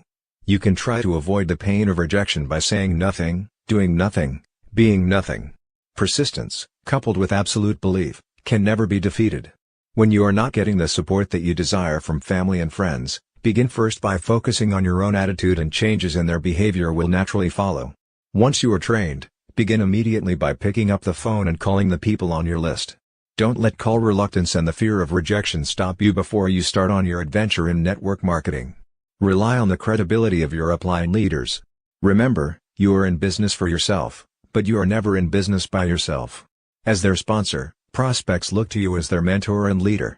If you are feeling low self-esteem, read, study, listen to tapes, attend seminars, and do all that you can to continue working on your personal growth. As you grow personally, so will your networking business, and, as your business grows, so will you. Building too slowly is discouraging, and often results in networkers focusing on those who rejected the opportunity rather than on those who accepted an invitation to look at the business. The growth of your business will be in direct proportion to the numbers of people you are prospecting on a regular, daily basis. Network marketing is a numbers game after the first 90 days of warm marketing. It becomes a people business once distributors begin interacting with their sponsors to build their organizations. Rejection is not to be taken personally, but merely as an indication that the timing isn't right in people's lives. Persevere with every ounce of enthusiasm in order to give yourself the necessary excitement to do this business correctly. Prospecting small numbers makes the act of rejection bigger than life. Prospecting larger numbers focuses your attention on those who said yes. Don't make the mistake of presenting too narrow a focus, that is, by promoting a single product or just one division of your company. Create wide appeal by stressing leveraged income and time freedom based on generating orders of commonly used products and services. When retailing, 1. Offer your customers the opportunity to redirect their spending on commonly used products they are already using. 2. Educate your customers about all your new products or services, thereby undertaking to change their behavior. Rejection can be redirected to become a force for good in building your business. Chapter 2: Avoiding the Management Trap. Reinforce self-sufficiency rather than dependency. Network marketing is based on a team-building philosophy rather than a supervisory one. Perhaps the single most frequent cause of failure in network marketing is the mistaken belief that we must manage our downline distributors. Typically, after new associates spend their first month or two recruiting 10 or 15 friends, they end up devoting the rest of their time attempting to make those few people successful. That's what we call the management trap. Let us quickly point out that there is a significant difference between managing and supporting a downline organization. Playing caretaker to their organization causes new networkers to spend a disproportionate amount of time on a particular leg or legs of their downline to the exclusion of everyone and everything else. It creates a false codependency, doing for others instead of teaching and encouraging them to do for themselves. The management trap creates two serious problems for a business builder. First, it produces weak and lethargic distributors because someone else is doing their work for them. Second, while managing others, that networker loses valuable time that could be more wisely invested in prospecting and recruiting new frontline distributors. And remember, new blood is the lifeblood of any organization. Continually sponsoring new associates adds vitality to an entire business. If you stop recruiting before you are earning enough to live comfortably, then you lose valuable ground. And worse, since ours is a business of leading by example, your leaders will emulate you, so that everyone ends up managing and no one is prospecting or recruiting. Supporting an organization, on the other hand, is part of the team approach inherent in network marketing. It involves responding to legitimate requests on the part of any and all of your associates to help close a serious prospect or give them encouragement when they are feeling down. In this chapter, we intend to describe the difference between creating dependency in your organization and reinforcing self-sufficiency. It is critical that novice network marketers recognize the difference between productive activity and ineffectual, time-wasting practices. Sponsoring family members and building for the Mark discovered the pitfalls of supervising his family's line the hard way when he recruited his own father. As he tells the story, "It really hurt when my father said, 'Son, you're embarrassing me and ridiculing the family name in Missouri by selling snake oil in one of those damn pyramid scams.' It hurt because I had always loved and respected my father. He never made much money while we were growing up, but he did start his own advertising and public relations firm. He also wrote 2 novels, one of which, Mantrap, became a bestseller in 1948. Dad was a proud man who always told me that integrity is more important than wealth and to never do business with a man whom you can't trust with a handshake." By the time I was a 16-year-old sophomore at Glendale High School in Springfield, Missouri, Dad left the field of writing novels and magazine articles to launch an advertising agency. I was so proud when he trusted me to go out and solicit clients. He said that if I could get a client to use our agency, he would let me have a shot at writing the copy. I was so enthusiastic that I went charging out and actually obtained a client the first week. The guy's name was Jerry Vaughn, and he was preparing to launch a new pet store in a little shopping center near our home. Somehow, probably on sheer guts and enthusiasm, I convinced him to give me a chance. I went back to Dad's office scarcely able to contain myself, and broke the good news to him. I don't remember Dad ever really getting too excited about any of my accomplishments, but I could tell he was pleased. For the next several years, I wrote copy and created ads for clients whom I picked up along the way. Some of my ad campaigns were quite well received, while others were not so successful. But through all the years, Dad supported and encouraged me. That is, until 6 months before my graduation. I didn't realize it at the time, but Dad really wanted out of the stress. Apparently, in my ignorance, I failed to see his hope that following college graduation, an event, by the way, that never occurred, I would be interested in becoming his partner. Perhaps even one day taking over the entire ad agency. I had other plans. In hindsight, I suppose my pronouncement at our 1971 family reunion that I intended to enter seminary and ultimately become a minister really caused him pain. I later found out from Mom that he saw it as a real slap in the face after all the years of working together. But, that's life. I was to become a minister several years later after a series of sales jobs. Just about the time my father was accepting my ministry and actually beginning to tell our friends with pride how his son's church was growing, I told him something that would result in our not speaking for nearly a year. I told him on the telephone that I had become a distributor in a new company in the field of network marketing. I'll never forget the uncomfortable 2-minute silence that occurred when I asked, "Dad, can I send you some shampoo and conditioner? I know you're going to love them." Silence. After a couple of minutes that felt like an hour each, I broke the uncomfortable stillness by asking him to which address he wished me to mail the shampoo. That's when it hit the proverbial fan. "What the hell, son? You go to seminary, become a minister, now you're quitting that too. You're a quitter. And how could you disgrace the family name by getting into a pyramid?" He abruptly hung up. Naturally, I was miserable with rejection. That all changed, however, when I received an apology call a year later. Dad had heard from my sister that I'd built a sizable downline and was earning more each month than he was earning in a year. He called and congratulated me for my success. Then he came clean about his health. The stress was causing him heart problems, and in addition to apologizing for judging me so harshly, he also intimated that maybe I could help him get out of the rat race of public relations. That was all I needed. The next week I was on a plane to Missouri to sign up my father and get him out of traditional business. I was very excited about the prospect of helping my dad change his life. And the reason I explained our backgrounds here in such detail is to help you understand my reason for wanting so desperately to help him. You see, this was my first experience with the formidable management trap, that is, the supervision of one's downline. Before pointing out my mistakes, I want the reader to fully understand the situation. And I want to do everything possible to help you avoid this devastating trap because it is very counterproductive and most often leads to failure. Our parents, siblings, and closest friends are usually the ones who lure us into the management trap. I spent 4 months in Springfield, Missouri, helping my father build his organization. The problem was that all Dad's people looked to me for leadership because I was doing everything for him. Not only that, but the rest of my entire group was suffering because I wasn't available to respond to their questions. Those 4 months that I dedicated to managing my father and his entire group were the most counterproductive of my entire career in networking. The only real value to come out of it was that I learned about the devastation of playing nursemaid to one leg of my downline and began immediately to incorporate it into our training sessions in order to keep others from making the same mistake. When I left Springfield, everything I had built began to crumble immediately. The new people on my father's front line regarded me as their mentor, and when I no longer had time to support them as effectively as I had while living in Springfield, several became despondent and quit in the first month. Dad was frustrated because he had no idea how to lead his people and they didn't look to him for leadership anyway. I created a cripple of my own father because, for all practical purposes, I became the director of an adult daycare center. But here's the real tragedy: Dad had the ability to succeed dramatically in network marketing. He had great communication skills, loved working with people, and had the overall competence in business that would have allowed him to build and run a quite successful organization worldwide. But I ruined it for him. You see, I loved him so much and was so committed to his success that I inadvertently created a weak person out of a strong one. My father's gone now, he passed away last year. And sometimes, while sitting in the solitude of my study thinking of Dad, I secretly wish an angel would appear and wave a magic wand, leaving behind a tiny golden plaque above his ashes which reads, "Here lies a great man." Dwayne Yarnell, who could have been greater had his son not loved him too much. But, because I didn't know then what I know now, I feel no real guilt. Dad and I had a great friendship to the very end.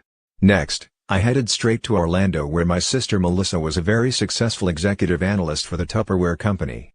With my sister I had a legitimate reason to enter the management trap, or so I then mistakenly thought, because I felt that she had a personal conflict of interest.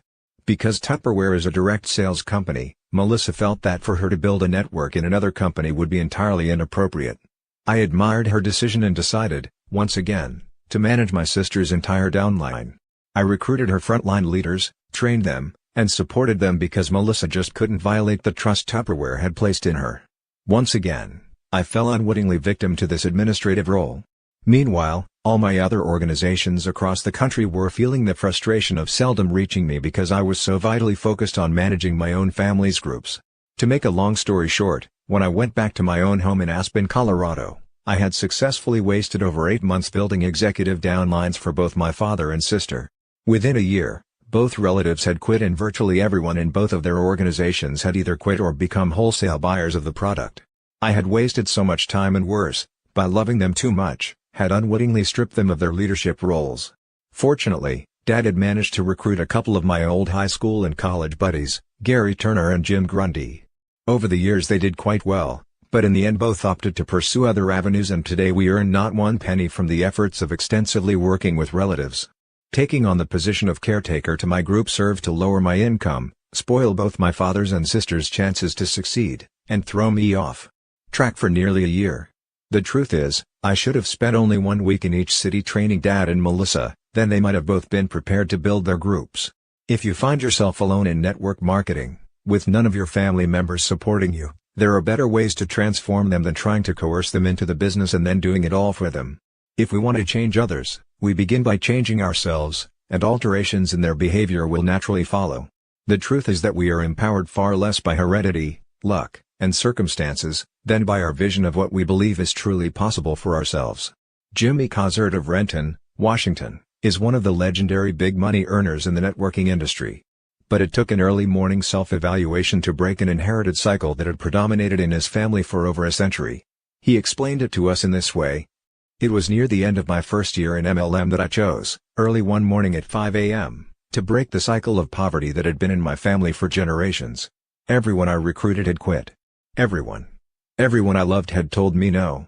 I had no money coming in, no chance to return to a downward spiraling real estate market with any hope of financial recovery, no experience in other fields, no college education, and no will to persevere. My great-grandfather had been poor and uneducated as had my grandfather, my father, and now me. Poverty, I thought, just ran in the family. My wife and children slept silently, and as I sat contemplating these people I so loved and our uncertain future, a blinding flash hit me. Everyone in my past, perhaps at one time or another, had probably lamented the rotten hand they'd been dealt, but unlike them I had one ace in the hole. Unlike my ancestors, I was now privileged to be in a great company where people were actually earning unlimited income. None of my forefathers had ever been given that option. I, Jimmy Cozert, had been chosen to lead the charge out of generations of servitude and mediocrity for an entire ancestry who, before me, were never so privileged as to be able to restore dignity to our family tree. As I tiptoed to the bedsides of my 1- and 3-year-olds, I silently affirmed, I will do for you what my great-grandfather would have done given the same opportunity. I will finish this race and I will win. From that moment on, I set out to break the cycle of poverty. I know my predecessors might have done so themselves, had they been blessed with an unlimited income opportunity. My wealth now stands as a testament to a great-grandfather who persevered in everything he did in a generation which offered no possibility for wealth and time freedom for poor, uneducated people. None of my kids will ever have to sit in the dark at 5 a.m. and feel depressed because they're impoverished. Thanks to network marketing, the cycle is now broken. The Messiah complex. With both of us coming from theological backgrounds, we know what it's like to be victims of the Messiah complex, which is very similar to the management trap, but with more emphasis on saving people. Given our backgrounds, at one time or another we wanted to save the entire world and every single person we sponsored. Each time we found a good person, especially one who appeared to need saving, we would end up dedicating much of our time managing that individual and his or her entire organization. But it doesn't work, as Renee and I both learned over and over. Here's the irony. Those frontline recruits who demand the least attention are usually the ones who become the most successful. For example, let's consider Dennis and David Clifton, brothers from Texas. At the time, Dennis was a student in the doctoral program at the University of Texas and David was a detective with the Houston Police Department. After only about a month in the business, Mark recruited Dennis and taught him everything he knew, and Dennis then taught David what Mark had shared with him. Mark initially thought he had offended them somehow when their phone calls ceased to come daily. But he discovered that they didn't need him like they did in the very beginning. They had their serious prospects call him to confirm the authenticity of this business and to be closed, but, otherwise, they understood the simplicity of recruiting and training others, and they just did it. If there's one primary lesson we learned during our first few years in networking, it's that those recruits who need us the most usually succeed the least. And those who prosper self-sufficiently deserve all the credit. Mark recalls, "I remember it feeling like a real slap to my ego the first time Dennis Clifton went an entire month without calling for help. Yet, when I awakened from my need to Benedict stupor, I was astounded to discover that the Clifton boys had passed me by. Only in MLM is it rewarding to have our downline members reach the very top level of our compensation plan before us." Kathy Dennison and Terry Hill needed no messiah either. In spite of the fact that neither had ever participated in MLM before, even as frontline distributors, they simply didn't need Mark to save them. Except for a few telephone calls their first month or two, and some help closing prospects in their first years, they became totally self-sufficient immediately. The new people who whined and moaned and complained were all out of the business in a few months. Those who have become millionaires did it primarily on their own. Mark gave them the support and the duplicable system Richard Kyle taught him and they proceeded to successfully accomplish great things. They are all winners. The last thing a winner needs is a manager or a savior. Remember, if new recruits finish their training and go to work without calling you every day and asking you to do everything for them, don't be offended. Be joyous. In this business everyone has the ability to do great things, but those who lean on their uplines for everything are usually the ones who fail the most rapidly. What makes our industry so much grander than traditional employment opportunities is the fact that we are compensated for our productivity. We aren't like some traditional corporations, such as TWA, who, at the time of this printing, haven't given their hardest working employees a raise in 10 years, while their CEO allegedly continues to earn $3,000 a day. If new associates want to earn more than a particular leader above them, they just need to be more productive, i.e., find more frontline distributors and customers who will use and share the products. That's what we love most about our business. While we can never actually lose our downlines, unless we stop ordering products, our downline leaders can certainly pass us in earnings. And some of ours have, especially since 1992 when we chose to dedicate ourselves to enhancing this industry's image through positive articles and media reports, lectures to universities, clubs and organizations, and books such as this. We haven't actively pursued frontline recruiting nearly to the extent we did our first few years because we've elected to use the freedom earned for other causes. Additionally, we are upline leaders to some very sizable international organizations, all of which expect us to be present in their cities at least once a year. We travel extensively in some 20 countries. From Tokyo to Dallas, and Sydney to London, we love to spend time with our friends and associates throughout the world. And even now, while we conscientiously avoid sinking into the director's seat, we do nevertheless feel a definite desire to spend quality time in each leader city. Due to our travel agenda, several key players in our downline, some who have been in the business half as long as us, have become more prosperous. Why? Because they kept on frontline recruiting. That's the primary way to increase income. Yet, we still have a significant number of people who deserve to earn more but don't because they are bogged down in the management trap or caught up in the messiah complex. To be frank, there have been times when people earning $1 million a month, far more than us, question our sanity for choosing to try to elevate the entire industry instead of becoming gazillionaires by continuing to frontline recruit globally. Our response to them is simple: read Living with Passion by Peter Hirsch. We've found our passion. We are irrevocably convinced that network marketing is the very best, high-integrity economic system for global solutions to some very pressing problems in such places as third-world countries. And lest you not understand what we mean by pressing problems, we'll give you just one example. It has now been estimated that by the year 2000 some 40 million people worldwide will have died of AIDS, leaving behind some 5 million orphans, 90% of whom live in Africa and other third-world countries.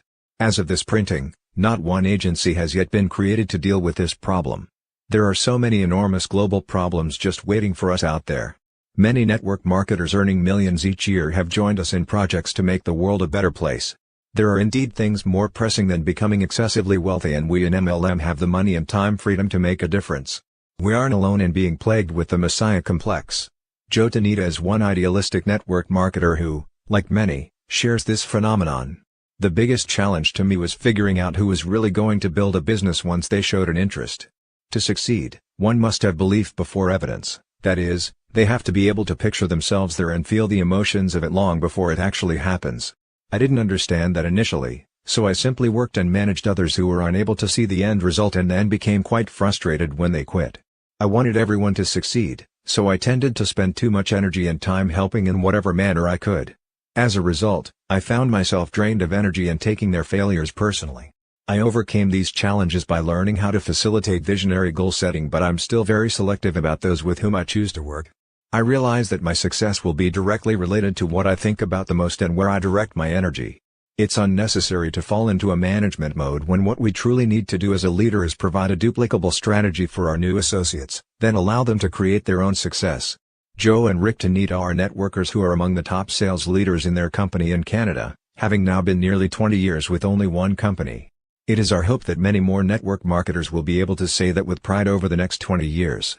When you find yourself frustrated because your associates are not successful, teach them how to visualize the end result. And direct most of your energy toward those who do. Just recruit a few and drive their lines deep.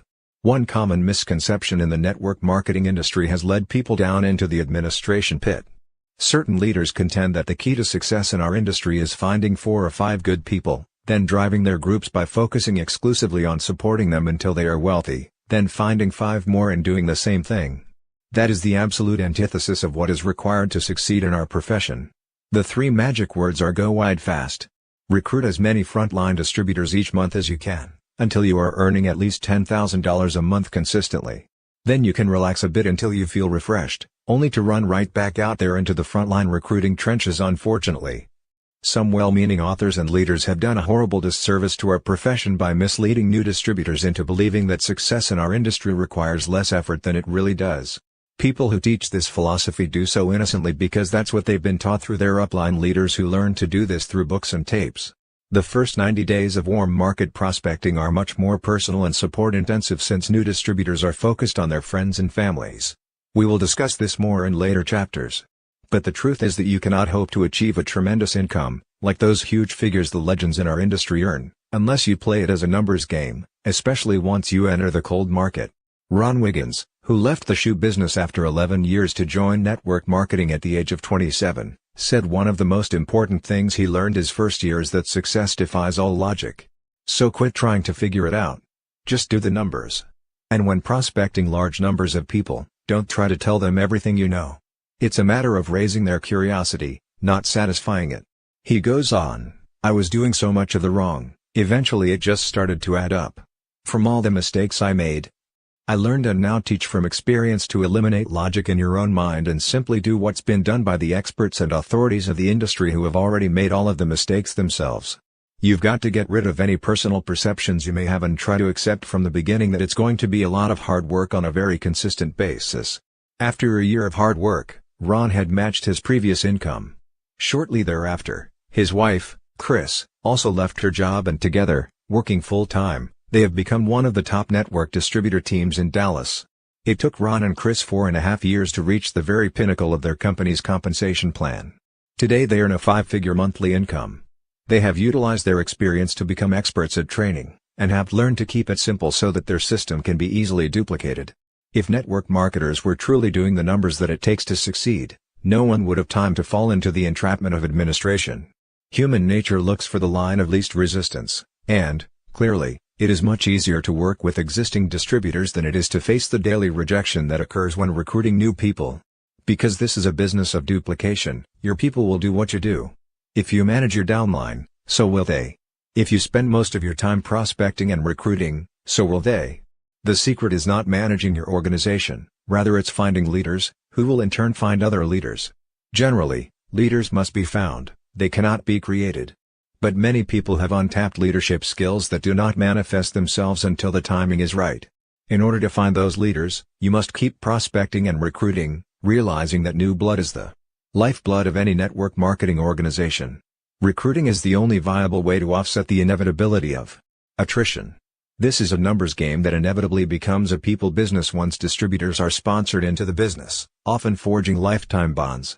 It would indeed be wonderful if we could all skip to the bank each month with checks for $100,000 after merely working with a handful of frontline leaders. It is human nature to want to believe that there is an easy way to achieve this goal. We warn you against leaders and authors who grossly and unfairly mislead people by projecting concepts that feel easy and effortless to everybody, yet don't work. Don't be taken in by those who teach management as a philosophy of success, because it is indeed the very cause of as much as 50% of the failures in our industry. Here's the scenario: a new associate is exposed unwittingly to this system, spends a few weeks talking 5 friends into signing up. Then the rest of her short career consists of attempting to drag those 5 people over the finish line. Then the next thing you know, our network marketer is having weekly babysitting sessions in the living room of someone's home. Fortunately for Amway, 2 of their biggest leaders saw the folly of this philosophy early on. Because, as leaders, they command so much respect and loyalty from their downlines, they were able to immediately replace this concept with more realistic guidelines by removing one best-selling book from their sales tool repertoire. We truly believe that one of the several reasons that Amway has continued to grow and become a multi-billion-dollar empire, while none of their competitors have done half as well, is the absence of widespread dissemination of this management philosophy. Their distributors don't try to manage everyone, they continue to place their emphasis on showing the plan, thereby adding new frontline distributors. It is the same with our own downline. Over the years, we have promoted Power Multi-Level Marketing and All You Can Do by A.L. Williams. Consequently, our most successful leaders continue to recruit large numbers of frontline distributors and teach their people to do the same. Babysitting the downline. Before we met, one of Renee's most promising groups was in Rochester, New York. It was a dynamic growing leg of her organization led by a couple, Gary and Lori, who were self-sufficient with all of the vision, the integrity, and the enthusiasm to succeed at network marketing. They sponsored a friend named Mike, who was their strongest catalyst. For nearly 2 years, everything went well. Renee traveled there twice a year to work with them, and the rest of the time she supported them with teleconference and speakerphone meetings. There were generally 200 to 300 people in attendance, and the number of emerging leaders was growing with each visit. It was the epitome of how a long-distance networking organization can succeed. Then, almost in a single week, it all changed. Mike, once the best recruiter in the whole group, had secretly slipped into a management mode. His group was sizable and he felt it was time to devote his energy to overseeing their recruitment activities. Because of his strong personality, no one felt they could do anything as well as he did it. With Mike so readily available, his organization leaned on him for everything: presentations, hand-holding sessions, closings, sizzle sessions, product clinics, and pep talks on the phone. Depressed and discouraged, Mike phoned Gary, who suggested that he talk to Renee. The phone call went something like this. "Mike, you sound down. What's the problem?" Renee was concerned. "I don't know. It just isn't working anymore. I'm absolutely fed up with babysitting my group. Isn't there anyone out there who can just do it on their own?" "Mike, you're the best recruiter in the business. How many people have you sponsored this month?" There was a hesitation before he answered. "I'm too busy babysitting. And no matter how hard I work, my group isn't growing anymore. I don't get it. You know the saying, new blood is the lifeblood of this business. Stop recruiting and your organization dies a slow death. You want it to come alive? Go back to what works and what you do best, recruit. I just can't see the light at the end of the tunnel. It looks like I'll be babysitting the rest of my life. Ask my wife, I'm not even good at babysitting my own kids. If I could just find a way to do this without babysitting." 1 month later, Mike found a new company, a wholesale buyers club. It was exactly what Mike was looking for, a deal with no inventory, no product information to learn, no training required and no babysitting a downline. Just sponsor people and when they order anything, the upline gets a cut, or so he thought. He told everyone in Rochester about this great new company. Gary and Lori were horrified, but fearing that they would lose out, they also signed up in the new company, just in case. Nearly all the leaders followed Mike into this new deal, but only as a backup to our company, of course. Yet because of this distraction, many of Gary and Lori's downline lost focus. The last time Renee went to Rochester, Gary and Lori were out of the business, and the number of serious players had dwindled from a few hundred down to about 25. 6 months later, the Wholesale Buyers Club was out of business. When we stopped to analyze what happened, we realized it all started when Mike stopped recruiting and became discouraged with babysitting his group. This was the time to give extensive support to the Rochester group, a time for new leaders to emerge. Had Gary and Lori been able to stay focused themselves and not let Mike divert them in their entire organization, this group could have become one of our largest legs. If the clock of time could be rewound, Renee would love to have them all back. I had built a close relationship, both upline and downline, to Gary and Lori, and I miss these friendships that were once a regular part of my life.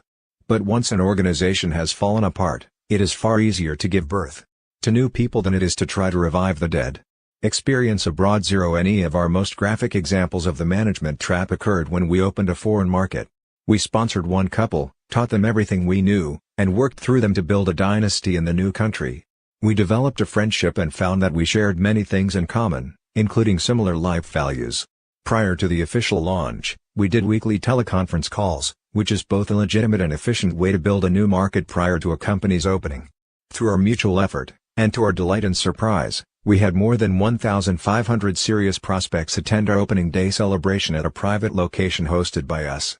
For us personally, it was the single largest launch of a foreign market in which we had ever participated.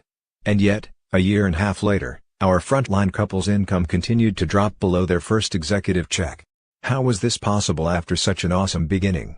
Prior to the official launch, everything was kept to a simple system: no hotel meetings, just friends telling friends, no literature, not even products because they weren't allowed to be sold yet.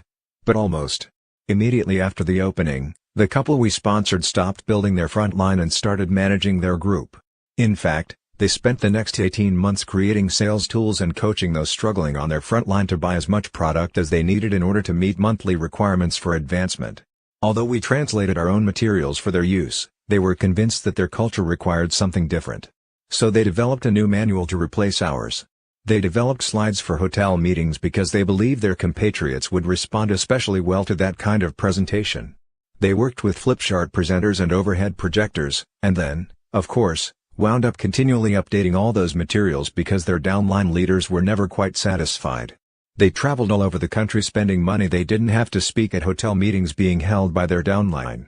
While serving as administrators to their organization, they had no time left for such mundane activities as frontline recruiting.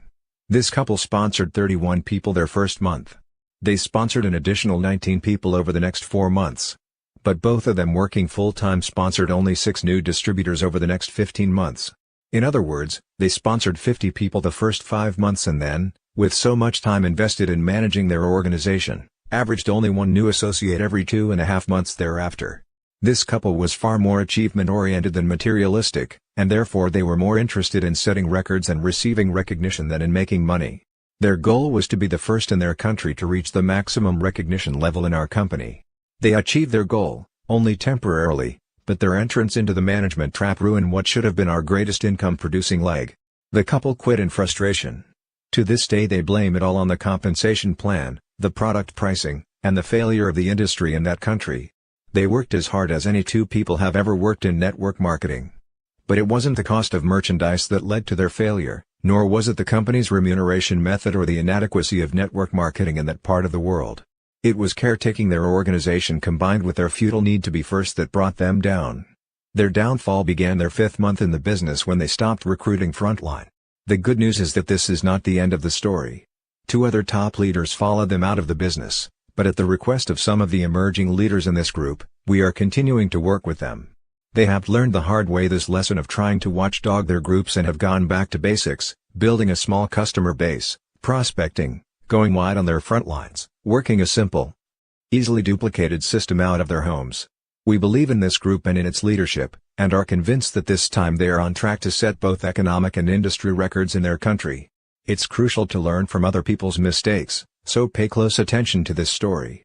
If you stop building your frontline before you have a solid income, you will fail in this business. No one can succeed by sponsoring only 1 new distributor every 2.5 months. And even worse, by your example you will teach your people to do the same. Full-time network marketers recruit for a minimum of 2 to 3 years before they can slow down.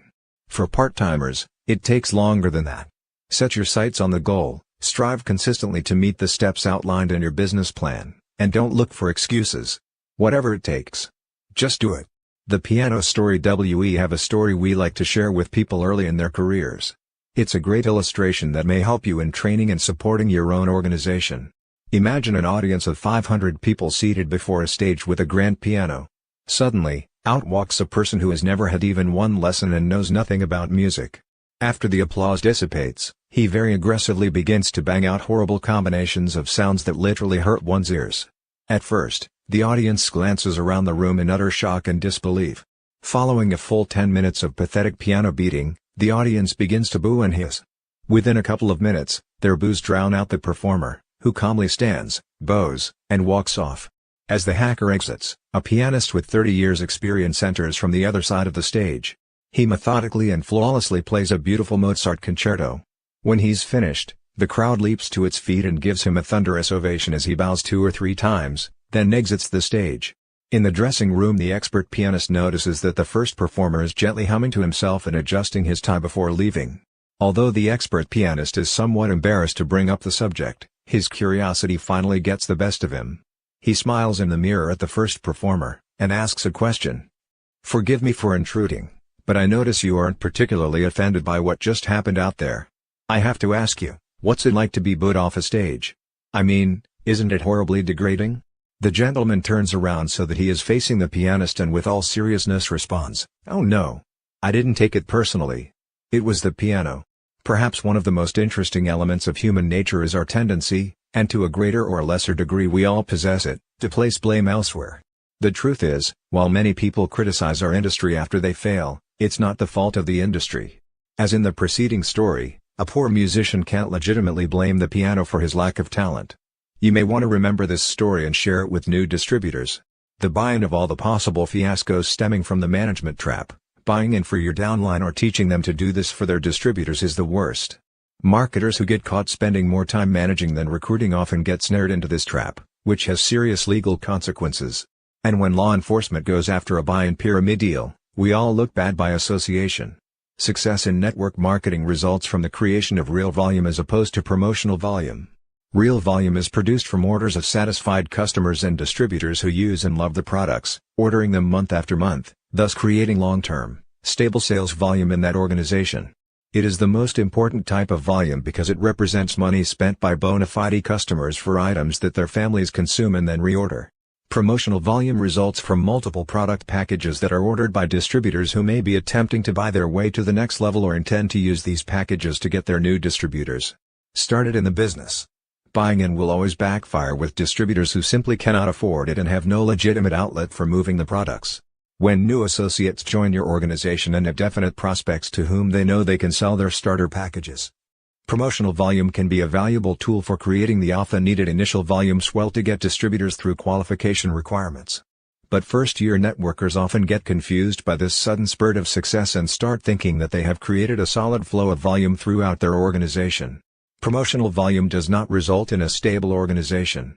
Both types of volume serve their purpose in network marketing, but the majority of new distributors will benefit from being introduced to a low-cost product starter package, consisting of products, training, or services they will personally use, which is the essence of starting people in our business. Some people caught up in supervising their groups who are simultaneously working toward promotions and higher rankings within their companies will often purchase unneeded products and then teach their personally sponsored frontline distributors to do the same thing in order to meet requirements for advancement. However, if distributors are doing this business right, they will be recruiting enough new people each month in order to advance through the ranks properly. But if they start attempting to manage a small group of marketers, they may find at the end of the month that their sales volume requirements are not adequate. So, they simply call in an order for products they don't really need or intend to sell in order to meet promotion requirements, hence the name promotional volume. Front-end loading is forbidden by state and federal regulators who believe that such activities are pyramid-like in nature. We agree. In fact, we have a term for this kind of activity, garage qualifying. We sometimes wonder how many American garages are crammed to overflowing with non-run pantyhose, 3D cameras, home insulation, videos, and other non-consumable products. If all of America's garage products were put together for one big flea market, we're sure it would stretch from Missouri to Maine. Don't ever allow yourself to be duped into believing that you can buy your way to the top of a company. You can. And if for any reason your company's compensation plan is set up to reward those who buy in, it's just a matter of time before some Attorney General or Federal Trade Commission representative slams the regulatory cease and desist order on the company. The process of buying in never leads to long-term success. It only serves to bridge the gap between levels in a compensation plan. We do not know any distributors earning big money who bought their way to the top. But we know many who have garages full of products. Of course, if the leader is seen buying in, the troops will all do the same. In a short time you've got a bunch of people with garages full of dust-gathering products, and then it's just a matter of time until they become disgusted and quit. And when they do, rest assured they'll tell everyone who will listen what a horrible scam this industry is. Many of the better companies have implemented product return policies of up to 90%, which precludes people from being burdened with so many products.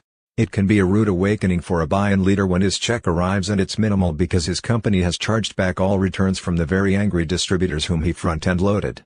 Some network marketers, in their eagerness to get off to a fast start, simply don't understand this philosophy and will make the mistake of skipping over the critical step of creating real volume in their organizations. It is vital that all new distributors begin with a solid commitment to use as much product as possible, share the product personally, especially among close family and friends, and teach everyone in their organization to do the same. As simplistic as this may seem, it must be done before beginning the more dramatic and gratifying process of creating large recruiting volume through your power players and teaching them to duplicate the process. It is the balance of both types of volume, promotional, to propel you into success in the early days, and real, to stabilize your volume and provide ongoing, residual income, that results in the long-term success we all desire. Promotional volume is extremely valuable, but your business can survive without it. However, failure to create real volume can lead to the eventual stagnation and collapse of your organization. Just give me your list and I'll do all the work. In early 1990, Mark recruited a man whose father-in-law owned the largest citrus company in the South and had access to the most prestigious office address in Florida. Their boardroom, on the 55th floor, overlooked the ocean and had seating for 300. We'll call these distributors by the names of Jeff and Mary. Jeff and Mary had a Rolodex of over 5,000 people, many of whom were small business owners and most of whom were entrepreneurs. Although Jeff and Mary had thousands of people to prospect, they fell victim to running an adult daycare center to which anyone in their organization could send prospects. Mark didn't fully understand the whole problem until it was too late. All he saw were the numbers and their volumes looked great. Unfortunately, Jeff and Mary began managing their organization prematurely and the group decreased in size from 3,000 to 500 people. Here's what went wrong. Never tell people that all they've got to do is sign up, give you a list of potential distributors, and then you'll do the rest. It doesn't work. Jeff signed up 10 people on his front line. Then immediately told those men and women, some of Miami's real movers and shakers, to start sending prospects to his weekly meetings conducted exclusively on the top floor of their corporate building. He explained that he and Mary had the time to do the meetings and train the distributors and that his people would merely need a wheelbarrow to take to their mailbox each day in order to carry all the money. For 2 months, everything went fine. Every one of the noon meetings on Tuesdays, Wednesdays, and Fridays were filled with curious prospects sent by bosses or close, wealthy friends to investigate this business opportunity. By the middle of the second month Mary also had to launch Monday and Thursday meetings, and by the end of the next month, those two were filled. Many prospects were signing up and their weekly volumes, in starter kits alone, were going through the ceiling. But everything changed the Monday that they announced that people were going to have to start doing their own presentations at their own homes in order to take care of the spillover. Just imagine the chaos. To begin with, Jeff had trained no one to do anything except send him leads, and none of the frontline people who had signed up under his 10 personally sponsored folks had been trained to do anything but send in their prospects. Simply put, in month 3, Jeff and Mary were so caught up in the muck and mire of the management trap that they couldn't move in any direction. Some new distributors were saying they'd been misled and demanded their money back. Some were angry that they hadn't yet met qualification requirements. After all, they'd been sending Jeff and Mary leads for 80 days. Where was this $15,000 a month they'd heard about? One small group revolted and went to another office complex to begin their own meetings. But no one wanted to go there or send their people because the leader wasn't as good a speaker as Jeff and they complained that the office wasn't as attractive. 2 couples got together and hired an attorney on a contingency basis and filed a misrepresentation fraud case against Jeff, who then had to spend countless hours preparing for depositions. Mary and Jeff, Without Mark's presence in Florida to supervise what they were doing wrong, purposefully hid from him the system they were using. They knew he deplored big recruiting meetings, that he spoke against offices, that he taught everyone to avoid babysitting distributors at all costs. They fully understood his go wide fast advice, putting as many people on one's front line as possible until wealth had been achieved. Yet they fell victim to the management trap. Had Mark been in Florida instead of Austin, Texas, he might have been able to steer them right. Or had they been honest about their methods, he could have salvaged the situation. All he heard about were the many great people they were recruiting and all the great volumes being achieved. By the time he discovered the truth, it was too late, for they had both mentally and emotionally burned out. Within 5 months of the day that Mark sponsored Jeff and Mary, they were selling everything but their clothes and leaving town humiliated. Mary's father had virtually disowned the two of them for embarrassing an old money family in the Deep South where image is everything. And we can tell you unequivocally that with their talent, and with all the names in their Rolodex of reputable entrepreneurs whom they knew on a first-name basis, all they had to do to succeed was teach the big hitters to begin with their 25 prime contacts, do in homes and go wide fast. Those 3 magic words are synonymous with building your front line, not your depth, as quickly as you can. The depth takes care of itself with sufficient numbers in width. Jeff and Mary needed to do only 2 simple things in order to avoid their problems and ultimately become successful. First, look for close friends who are entrepreneurial types, ready for change and fed up with stress, and then show them, by example, the wonderful simplicity of in-home recruiting meetings. Second, do the first couple of meetings for each new distributor, then cut the cord, thus enabling their distributors to become leaders themselves. Ours is a business of leaders building their front lines and teaching their people to do the same. Those with leadership ability will seek out other top leaders to mentor them and give them help in closing serious prospects. It is in this way that genuine support is given. Rather than working your new associates list, teach your distributors how to work their own. They can come to you for support, that is, assistance in closing, after their prospects have been shown the presentation. How do you support a large group, you may ask? By teaching them 3 words, you call me. And when those calls come, be there for them. Be there to render moral support, coaching assistance, help in closing prospects, but don't do for them what they must do for themselves. They must prospect, recruit, and train their own frontline associates. Quit or take it to the moon. The truth is that success in our industry does not result from extensive management. Success comes from a person with leadership skills having the vision, enthusiasm, and willingness to recruit other frontline leaders who, in turn, use and share the products or services. Then, simply teach them to duplicate the process. Larry Pepe was a new networker who experienced a series of nightmares starting up his business. His sponsor quit almost immediately. His upline executive tried to talk him out of going forward on the accelerated program. Of his first 23 distributors, 22 quit, and of his first 3 in qualification, all failed. One of his gold stars was arrested 1 month before becoming his first executive, another turned out to be a con man who was being sued for fraud. And a heavy hitter from Australia was diagnosed with terminal cancer. All of this in the first 3 months of Larry's new network marketing business. Then came the crowning blow. The upline leader who had supported him called to say she would not be available for a while because of personal problems that she needed to resolve. Larry remembers sitting on the edge of his bed after hanging up the phone, staring blankly into space, thinking, God is testing me. This is it. I either quit or become a leader right now and take this thing to the moon. A few minutes later, his mother called and said, for the life of her, she couldn't understand why a talented young attorney with a master's degree in clinical psychology who owned a successful business would give all of that up to be a vitamin salesman. Larry is convinced that all of those experiences, especially being left on his own, which forced him to become a leader to his organization, were the best things that ever happened to him in business. He went to work frontline recruiting and refused to slow down until he achieved his first goal. Today, he and his upline leader work closely together, and she fondly refers to him as Hercules. And the best part, says Larry, is my mom doesn't think of me as a vitamin salesman anymore. Thank God for small miracles. This story teaches us that we need not be managers, and demonstrates that people who have the will to succeed, will succeed, regardless of the circumstances. Summary. Managing an organization is a time-wasting practice that does for others what they should be doing for themselves, thereby creating codependency. Supporting the members of your group means being there for them when they call to ask for guidance, moral support, or request that you talk to one of their serious prospects. Managing organizations for our families and friends often causes the very people we love most to fail. Practicing a management mode is counterproductive for both those being managed and those doing the managing. We are empowered far less by heredity, luck, and circumstances, than by our vision of what we believe is truly possible for ourselves. Don't be offended, be joyous, when new recruits finish their training and go to work without calling you every day and asking you to do everything for them. In this business, everyone has the ability to do great things, but those who lean on their uplines for every single thing are usually the ones who fail. What makes our industry so much grander than traditional employment opportunities is the fact that we are compensated ethically and generously for our productivity. If new associates want to earn more than a leader above them, they just need to be more productive, i.e., recruit more active frontline distributors and customers than do their uplines. If you become frustrated because your associates are not successful, teach them to visualize the end result and direct most of your energy toward those who do.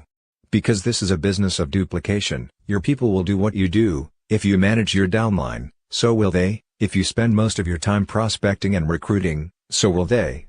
Babysitting a downline is not an effective way to build a business. The key to successfully building a large, dynamic organization is to steadily continue to prospect and recruit, creating a wide front line.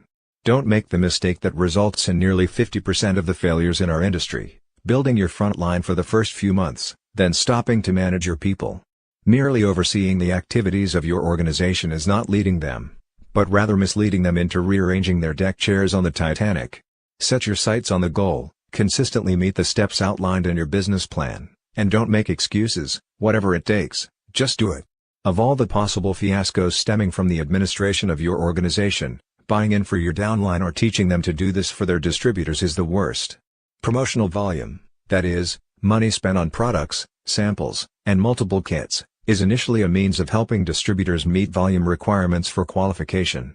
Real volume, that is, products or services ordered for regular monthly usage by satisfied customers and distributors, is what ultimately creates passive residual income and is the essence of what makes network marketing a viable, ongoing business. Your business can survive without promotional volume, but failure to create real volume, by not acquiring legitimate customers or not using all your own products, can lead to the collapse of your entire organization.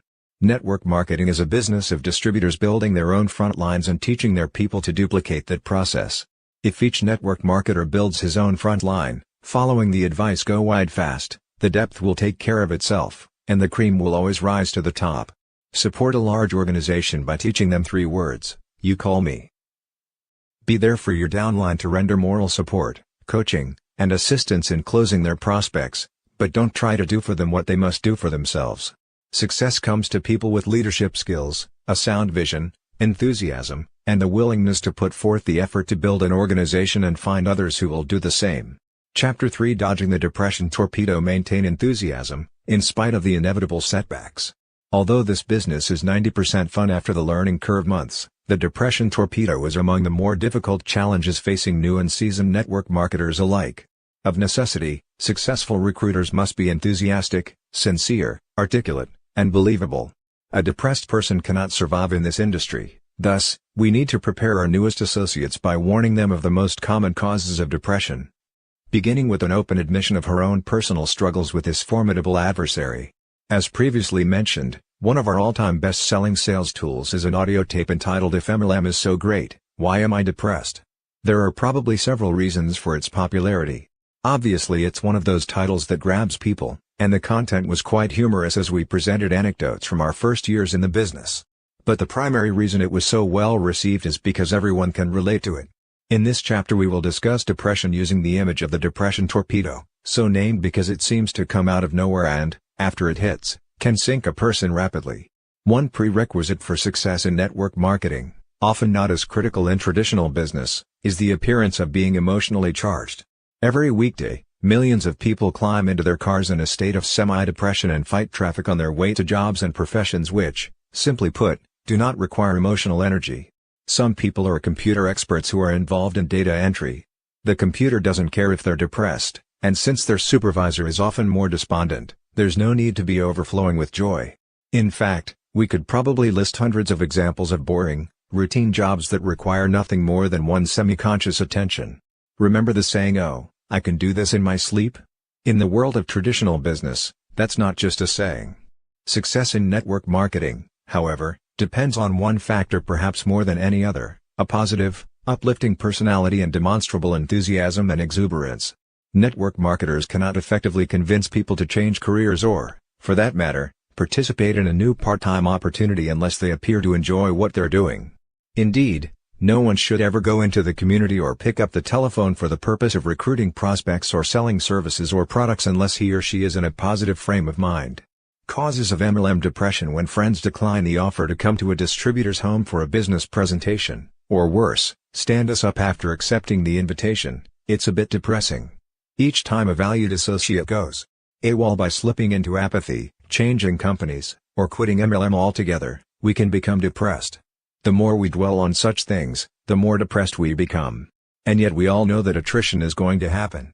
Over time, attrition can account for as much as a 75% dropout rate as we move through the ups and downs of building our business. It is a fundamental reality in MLM and one from which we will never be exempt. After years of experience and success in network marketing, Ron Wiggins has developed a philosophical attitude about attrition: the sooner someone quits who isn't serious about the business, the sooner he knows with whom he need not waste a lot of time. Unless people are blatantly doing everything wrong, Ron's advice is to let people do what they want to do with their business and not what you want them to do. There's a place for any and all levels of participation in this business. He's right. Since we know that attrition is the wrong thing on which to concentrate, we need to focus on the positive numbers instead. The more people we have active in our business, the more successful we will be. A well-balanced organization will be made up of a large body of wholesale buyers, many retailing distributors, some part-time business builders and a few full-time, gung-ho, recruiting maniacs. So Ron concludes, work with the leaders. And do whatever it takes to protect your mindset. You must stay focused for this business to work. Whether you are prospecting and receiving a series of rejections, whether you are setting up appointments and getting no-shows, or whether you are recruiting and watching people drop like flies before they have even scheduled a personal training session, remember, that's all inevitable. Nothing is wrong with you or your business. You are no different than the waitress offering people coffee in a coffee shop. Some people just don't care for any. You are merely sifting for those for whom the time is right. Depression results not from attrition or even rejection. Depression ensues from dwelling on those factors and taking them personally. Learn to be as philosophical as Ron Wiggins about the disappointments. All right. I just got 9 no's today. I'm that much closer to a yes. Or thank God John quit before I invested any more time in him. Attrition happens.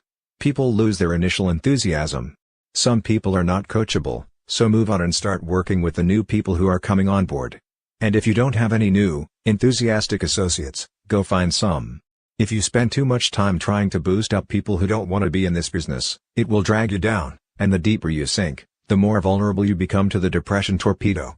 It is much more energizing to look for new people who are excited, interested, and willing to learn.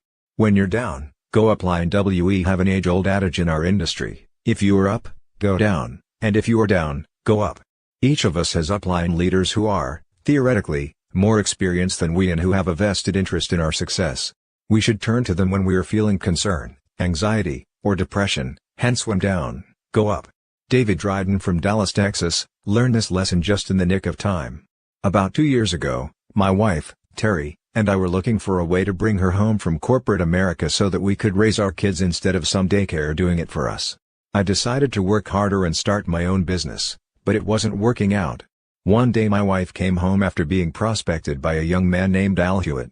After sitting in a meeting with my arms crossed and my mind closed, I gave her the okay to do the business, as if she needed my permission. Before I knew what was going on, we had products all over our home and a house full of people curious to see what we were doing. Without realizing it, I was hooked on the business, that is, until I met my first and biggest adversary, no-shows of people whom we considered good friends, folks who had promised to come to our meeting. I was so discouraged I was ready to quit. But I had thankfully heard the adage when we are down, go up, so I decided to call and introduce myself to my upline. I left messages for almost all of them, not fully convinced I'd receive any calls back. Then one day, something happened to change my life. I had finally had it, too many no-shows, too many no's, too many late nights without success happening as fast as I thought it should. I was going to take my wife to lunch, she was still working at that time, and tell her that this was her business, her idea, and that I would support her, but she was going to have to do it without my direct involvement. I was walking out the door when the telephone rang and I almost let it go for the answering machine to pick up. Something told me to answer, On the line was a strangely familiar voice with this outrageous Texas twang asking if David Dryden was in. The call was from Mark Yarnell, who was actually returning my call. We very casually discussed the business and the successes possible. But I never mentioned my immediate plans to quit. His last comments were focused on perseverance and how many people similar to me had hung in there and how successful they were now just because they didn't quit. Well, this obviously changed my plans for our lunch conversation, and it goes without saying that Terry and I are still working our way toward our goals. Thanks to upline support from Al Hewitt all the way up to Mark Yarnell, we now know that we will achieve our dreams. David added as a postscript that it took him nearly 2 years to figure out why he didn't quit back then. It was only while writing out this story from his heart late one night that he completely understood why he is still in this business. And how it changed from his wife's way out of the corporate world to their shared dream. We must always remember to return calls to our downline. A simple 5-minute conversation can often be the only thing necessary to protect them from vulnerability to the depression torpedo. Upline support can make or break a new networker's early months in this business. Vera Holub of San Diego, California, has relied heavily on her upline and, in turn, tried to emulate them in working with her downline. As she explains, I grew up in the cotton fields of South Texas in a tin-roofed shack with no running water or electricity. I lost my only brother to suicide at age 33. I worked my way through junior college in a kitchen cabinet factory and finished my BS degree in dental hygiene. I achieved the American dream nightmare by busting my chops, working with a bunch of neurotic dentists for $50,000 a year. Finally, I realized there had to be a better way. That day in 1988 when I saw Mark Yarnell's video explaining network marketing, I knew my prayers had been answered, and that I would do this business for the rest of my life. Quitting was never an option. Today I have a life about which many people only dream, and I am able to take care of my aging mother who was responsible for giving me the dream to rise above our early situation. I've taken some time to enjoy life and touch other people's lives, while building my business. I am so grateful for Mark Yarnell and Kathy Dennison as my upline coaches, and for their having turned me onto this marvelous industry. Never convey a down attitude to your downline. The last thing we want to do is negatively impact our downline organization by taking our negativity down. Thus when you are up emotionally, that's the best time to talk with your downline. This industry is so much fun that you may find yourself seldom negative. But don't ever share your negativity with anyone in your downline or you could poison a huge percentage of your entire group. You see, it's quite devastating, especially to a new distributor, to discover that their leaders are down emotionally. If you have ever played the game of gossip as a child, you remember how, once in a circle with your friends, one individual would whisper a quick story to the person sitting next to her. Then, after being repeated by each person, it would reach the original storyteller, often distorted completely beyond recognition. If you've never played the game, let me assure you, by the time a simple story has gone through a mere 5 or 6 individuals, that story can become dramatically distorted. And that's just 5 retellings. In networking, a simple story can be told, on the telephone or in person, as many as 5 or 6,000 times over a period of a week or less. Can you even begin to imagine the distortions that inevitably occur? If not, here's a graphic example. Mark describes a situation that happened to him in his first 6 months. Even though my group was naturally smaller in this early stage, I discovered the dramatic impact that can occur by a leader talking to downline members when he is down himself. I was angry when a pro football player on my 3rd level decided to quit in his 2nd month of our business. It troubled me for 2 reasons. First, I had invested numerous hours in personally training him. After all, how often does a simple country boy from the Boston Mountains of northern Arkansas get a chance to coach an NFL star?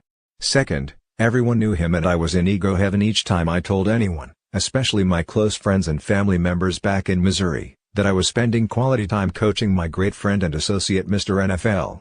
So when he quit and took 5 of his best friends with him into the old USA Vitamin deal, I was depressed and angry. I made the mistake of mentioning to a new frontline leader what he'd done and why I was so angered by his actions. 2 weeks later, by the time I'd all but forgotten Mr. NFL, I received a disturbing message on my answering machine from a tearful downline member of another completely separate organization. This lady was not even in my own downline. I didn't know her, had not talked to her before, and have not spoken to her since this incident. She didn't tell me what was disturbing her but merely suggested that I call her immediately so I could help her make an important decision. As best as I can recall, and it's going to be reasonably accurate because it was such an emotionally charged 30-minute conversation, here's how the dialogue played out. Following the 2 minutes of ice-breaking small talk, she began her story in a depressed, and at one point, Sobbing manner. Mr. Yarnell, I can't blame you for leaving the company and bettering your finances, if that was your problem. Your family deserves prosperity, especially considering the amount of effort you've put into network marketing. But what upsets me is that, from what your upline has told us, you are making a ton of money. It shakes my confidence that you would believe that, at your age, playing professional football in the NFL could be as lucrative and long-term as the passive residual income from this business. My husband thinks you are gutsy to go for it, but I can't for the life of me. I cut her off. I was shocked, literally shocked beyond comprehension. What did you just say, Sally? I said, my husband thinks you're gutsy. No, I interjected before that. Something about joining the NFL? Are you kidding? I mean, I'm 36 years old and never even played college ball. There was dead silence, though I could hear her clear her throat. Then she softly asked, you mean, you didn't try out for the 49ers last month? You didn't really trade an MLM for NFL? I must confess, it was the most comical distortion of facts I had ever heard. When I assured her of this impossibility, I could hear her let out an audible sigh. She was so relieved to find out that I was not getting out of the business. I'll run off any mountain or glacier in the world with a paraglider, the open parachute form of hang gliding, but that's a sissy sport compared to pro ball of any kind. If I were hit just once by a mediocre NFL tackle, I truly believe I'd be lucky to live through it. I tremble at the thought of being hit by a guy like Steve Bach, a former NFLer from Portland. So I decided that this misconstrued rumor was so absurd that I needed to track it back to see if I could find its source. I never could, but it does remain the most preposterous scuttlebutt about me I've ever heard.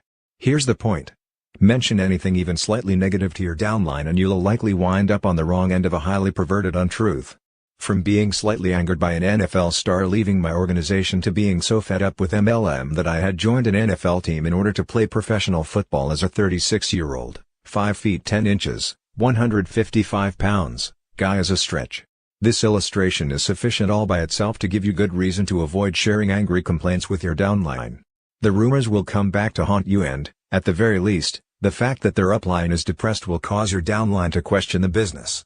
A case for optimism. The underlying embarrassment some professionals feel after joining network marketing and the negative reactions of their peers are two causes of depression, though they aren't easily admitted. We need to especially prepare former physicians, lawyers, accountants, and other professionals for the internal conflict they nearly always experience during their transition to MLM. In their previous life, no matter how underpaid or overworked, they were seen as somebody important with a title and an office. Now they are starting over at the bottom rung of the ladder as lowly network marketers. To even consider taking on this challenge, such professionals often suffer the anguish of feeling that, in order to go forward with this new business undertaking, they must sacrifice their very identity. In order for professionals to be successful in network marketing, they must be willing to use their reputations and credibility toward building their business.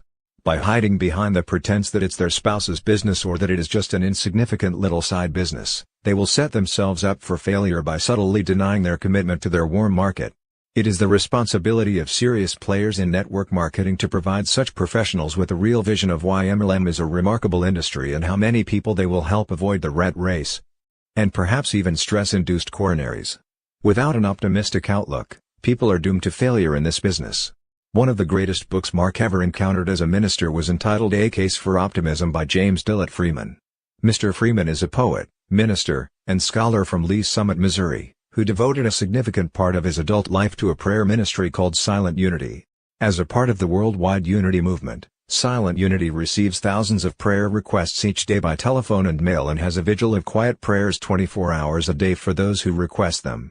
Who better than a man devoted to prayer and meditation to write a book on optimism about our often pessimistic species? Read any chapter and you will feel just a little bit better about yourself, your life, and your world. We've come to realize that in network marketing, we have literally the greatest case for optimism in the history of free enterprise. We want to share a few of the reasons for stating this and encourage you to mark this place in the book. When one of our reasons for optimism is particularly relevant to you, underline it, then come back to it when it's necessary to lift your spirits. First, we have the only entrepreneurial home business with literally no downside risk. You see, most businesses require significant capital before you can even hang up a sign. Not networking marketing.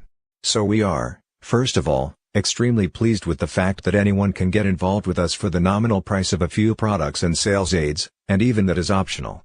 Thus, in the competitive world of home businesses and franchises, We have no equals. Second, there is literally no ceiling, no limits on earnings. A lawyer can only bill so many hours in a day and a doctor can only perform a handful of surgeries a day. Some great people working in traditional business haven't had a raise in 10 years. But, in our case, we can create a raise for our family every day if we choose. Since we can recruit an unlimited number of people who each can do the same. We are ultimately paid on the efforts of hundreds of thousands of individuals. We can't speak for you or any other, but we can tell you this: we absolutely love the fact that it's possible to earn $1 million a month. There's just something appealing about life when you first catch the vision that if you apply yourself, your grandchildren will be considered old money in your town. Third, and most exhilarating of all, in network marketing, time freedom is directly commensurate with wealth and prosperity.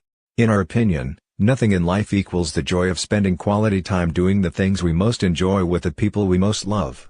In traditional professions, small businesses, sales or corporate management, everyone is struggling through 80-hour weeks doing mundane, boring work in order to have, maybe, a Sunday afternoon with their family. Nothing is more precious than free time, and those of us who have achieved it are optimistic about an industry that offers this precious commodity to others, thereby improving the possibility of family values throughout the world. Fourth, there need not be any stress at all in MLM. According to a late 80s cover story in Georgia Trends magazine, the #1 trend in America is stress-induced coronary. And as the article suggests, it's no longer just a risk for men. Death from coronary disease has increased 100% among women since 1980. In network marketing, if you aren't having fun, you aren't doing it right.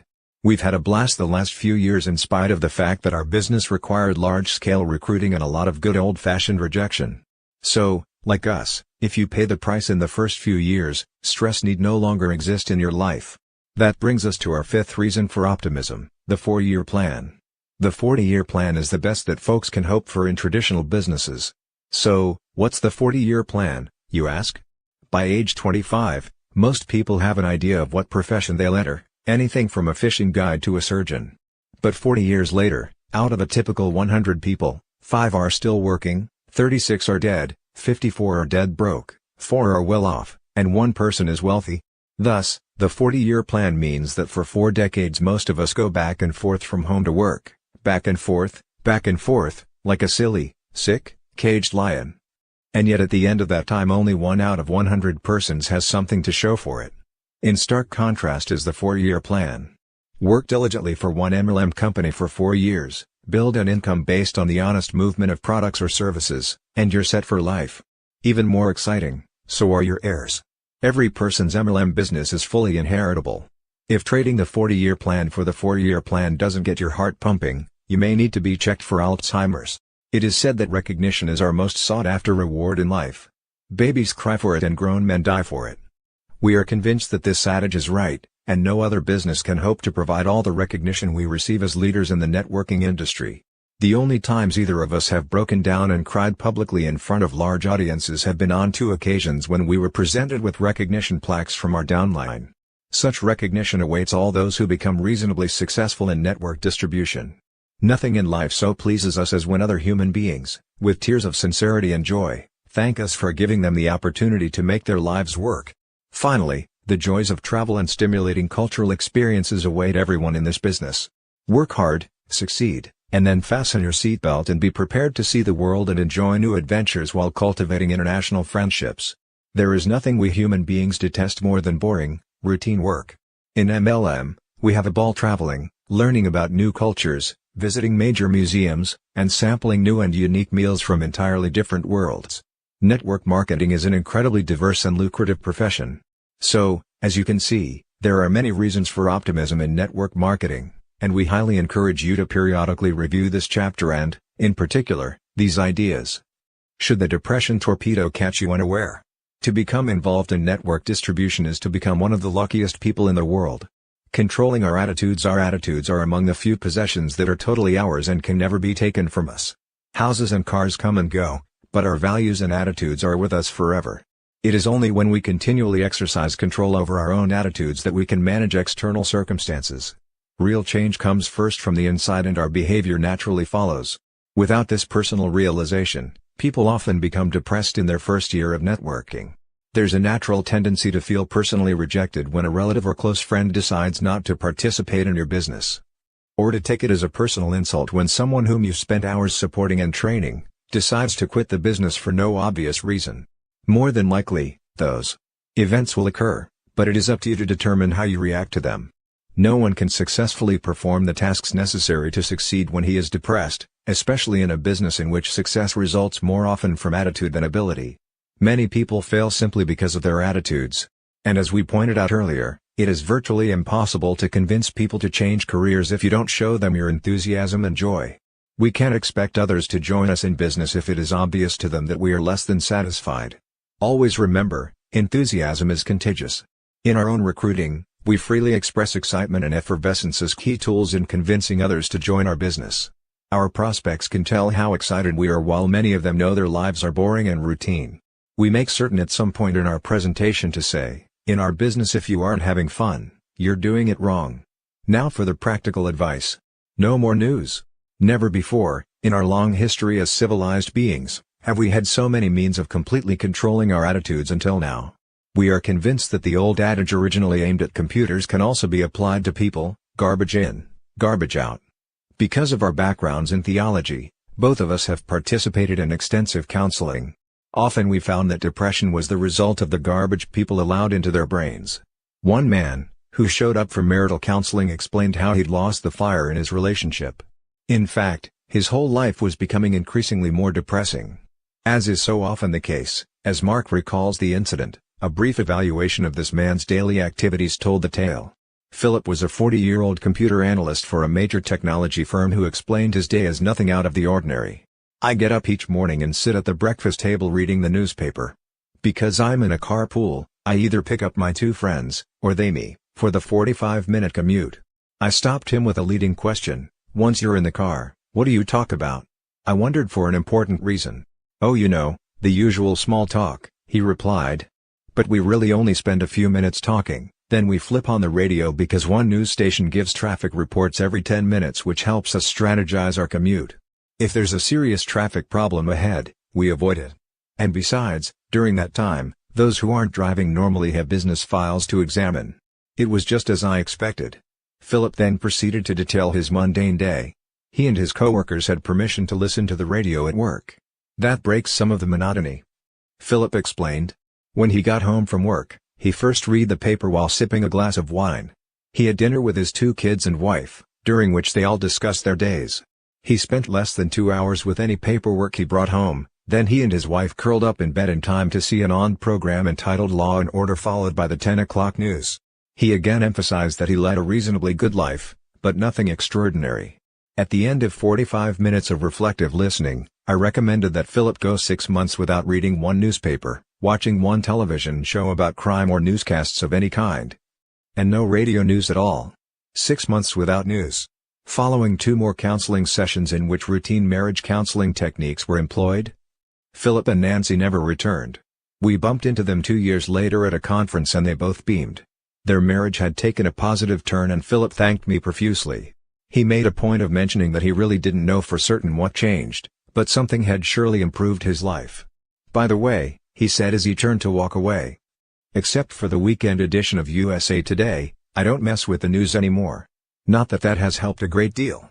Wrong, Phil. The entire marriage turnaround could probably be traced right back to the elimination of those meaningless newscasts. If you are troubled by depression, read this next sentence 3 times, no more news. If Martians land anywhere in the world, you'll hear about it within 15 minutes from someone in your circle of friends. If a princess dies, you'll hear about it even if you're on a boat in the Caribbean.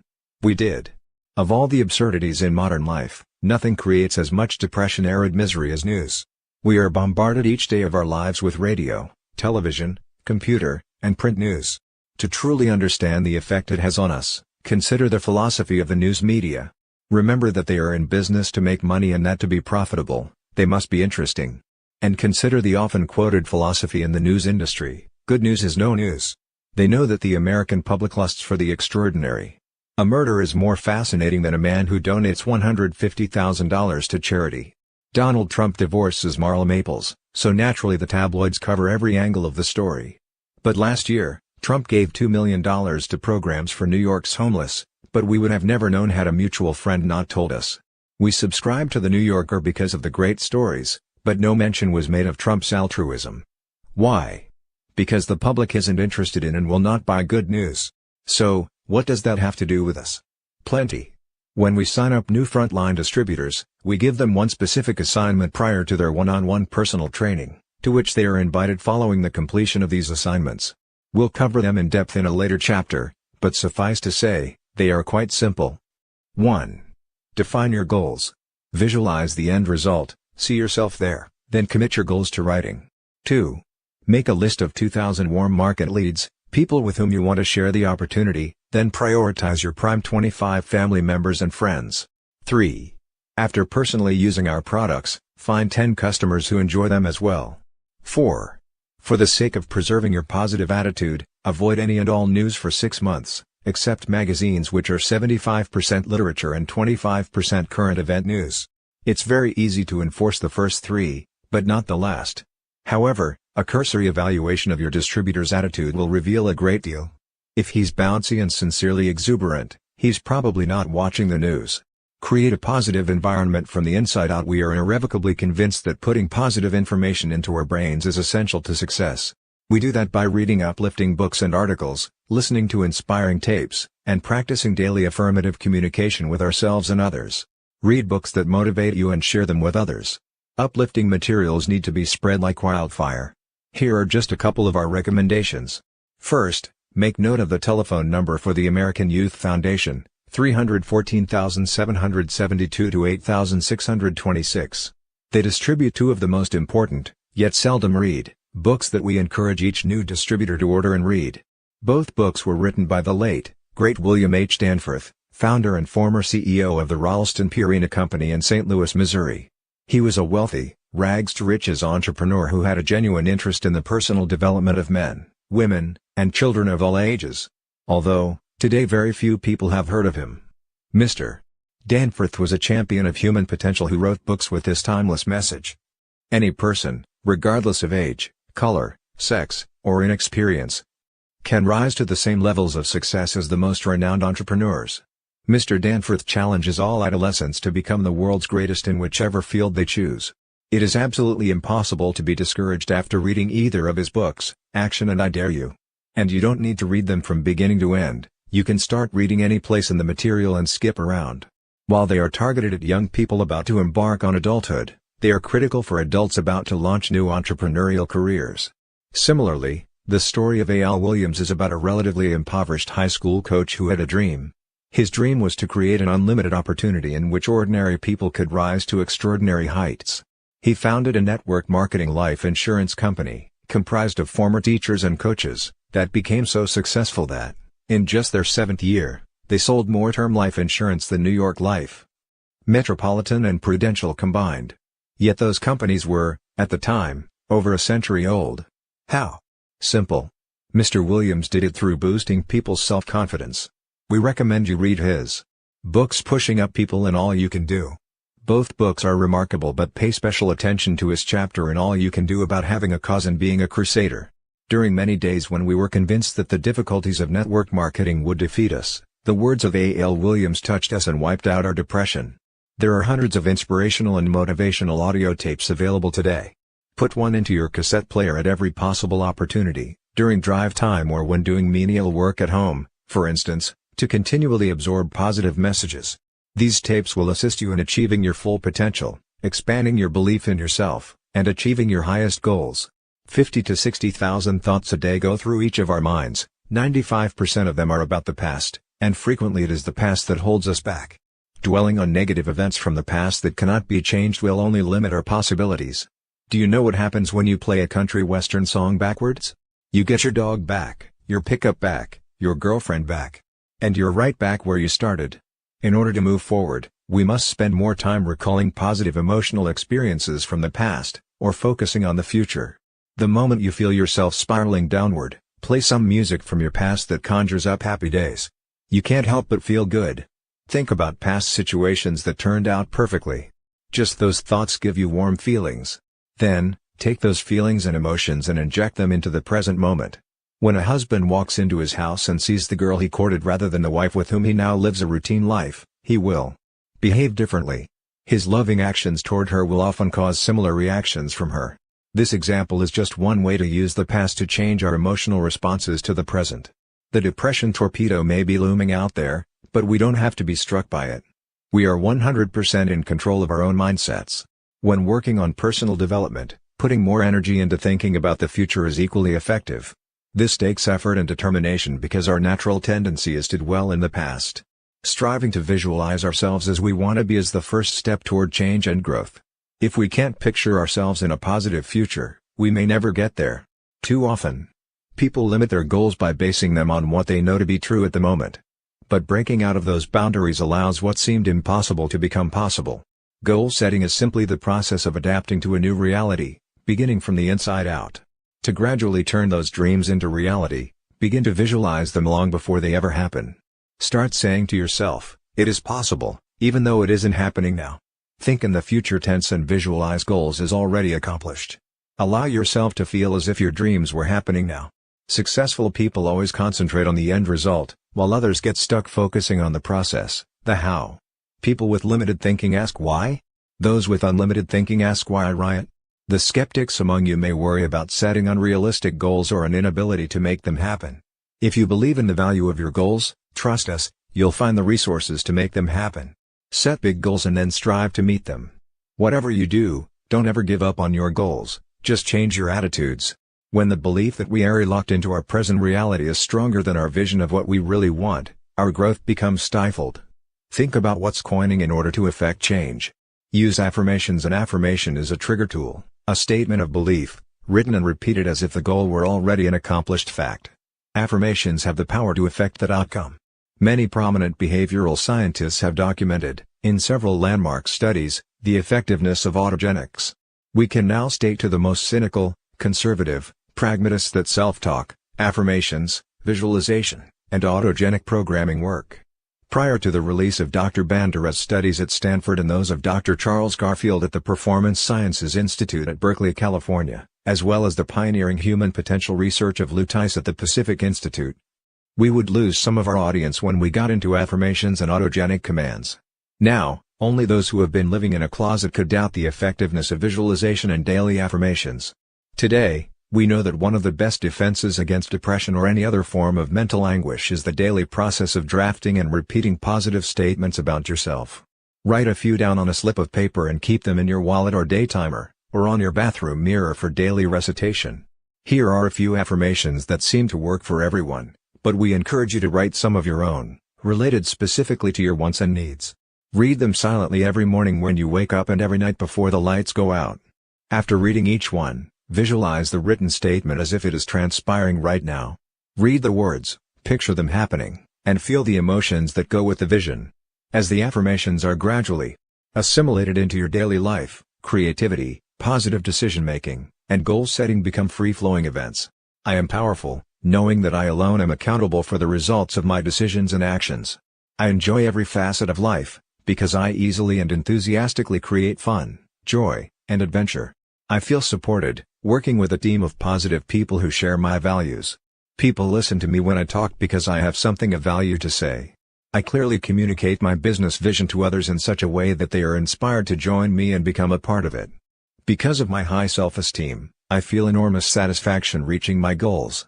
I value myself as a person, and know that I am worth at least $50,000 a month and more. I am proud to be building an MLM dynasty as I recruit dozens of excited people who rapidly duplicate my success. What you'll notice about this exercise is this: as you visualize the new, you gradually begin to shed the old, believing with every fiber of your being that what you visualize is happening to you at that very moment. That is when change begins to occur. Change is often 2 steps forward and 1 step back. When you do well, say to yourself, "That's like me." When you make a mistake, say, "That's not like me. I'll do better next time." We have used each of these affirmations repeatedly and have shared them with many other people who have seen dramatic results by repeating them regularly. Dr. Bob Sharp, a dentist from Big Rapids, Michigan, fell on tough times back in 1989. Divorce, dissolution of my professional corporation, the premature death of my partner in my new dental practice, an office building project gone sour, and finally, my wife's 6-month battle with cancer had left me over $1 million in debt. By January of 1996, The IRS was threatening to seize what assets I had until $90,000 in back taxes were paid in full. The moment the IRS actually withheld payment from my major insurance vendor, the situation finally looked hopelessly bleak to me. I had recently attended a vision workshop with the president of my network marketing company and came away reading and repeating the following affirmations every morning and every night. I am sitting on my deck overlooking my pond stocked with bass, pike and bluegill. My wife, Susan, and I are free to travel wherever and whenever we wish. People seek my advice because of my talent and religious conviction. I have the time and money to help my children as they begin their careers, etc. Almost immediately things started to change. My builder loaned me $200,000 to pay all my past due debts, including the one to the IRS. My dental practice began to prosper. My network marketing business, which had been stagnant, began to grow. I regained my personal confidence and self-esteem. Within 5 months, all short-term debt was current and all long-term debt was being paid on schedule. Most exciting of all, in October, Susan and I bought and moved into our dream home. It is a 51-acre farm complete with a fishing pond and a swimming pond, a lighted tennis court, a barn for our horses, a 10-acre hay field driving range and a guest house that we rent out. We have deer, geese, ducks, turkeys, and thousands of birds as our guests. My relationship with my company and the industry is much more than just making some extra money part-time. It is about personal development and the freedom to lead a life of choice. It is about being content with what you do every day and helping other people lead the lives of their dreams. More and more scientists, including respected quantum physicists, have come to the realization that we cannot produce magic results by thinking away the laws of physics. However, we can dramatically impact our subconscious, which directly influences our daily productivity. Perhaps you'll recall that in 1969, the Federal Communications Commission became very concerned that consumers could be unconsciously manipulated by subliminal advertising. It was eventually made illegal because it is so very effective. That same kind of manipulation can also be utilized for positive productivity. Try using affirmations for a month and you'll use them for the rest of your life. When you use affirmations, you will be defending yourself against the depression torpedo, and no bad news or disappointments will be able to penetrate your shield. Create a positive environment from the outside, and our final piece of advice to avoid depression, and this need not be a tough one, is that new distributors should avoid dream stealers and negative people at least through their first year in network marketing. Often the negative people are family members or even close friends. Because success in MLM results more often from attitude than ability, it is important that we spend time associating with people who support us in our desire for success. Set clearer rules for those who are constantly talking negatively about our business or criticizing our dreams. Sit down with those negative people one at a time and have a serious, authentic discussion. Let them know that regardless of their opinion of this industry, you needn't expect positive, uplifting comments or no comments at all. Tell them the truth. If they persist in involving you in counterproductive, negative discussions, you've got a decision to make. Either you deserve a life of financial security and time freedom with your family, or you deserve to live a mediocre life amidst negative people. It's up to you. But, in most cases, if you ask people nicely to support you, they will do so if they truly love you. Dr. Robert Neff of Dallas, Texas had received a lot of negativity from those for whom he held tremendous respect in the first year of building his networking business. Their greatest argument was that the industry was fundamentally flawed, taking advantage of others for your own personal gain.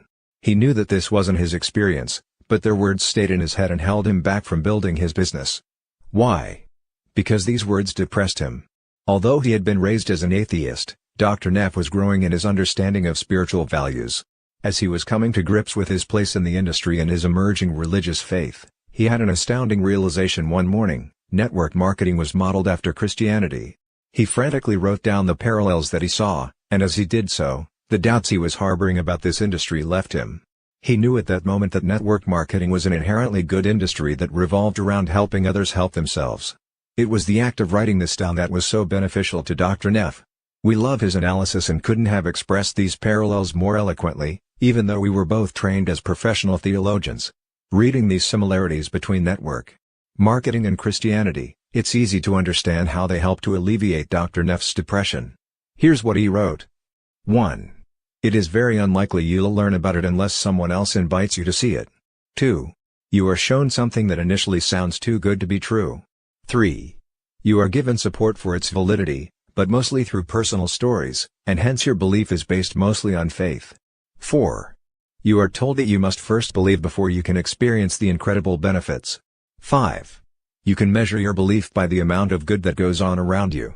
6. You are given a manual to guide you. 7.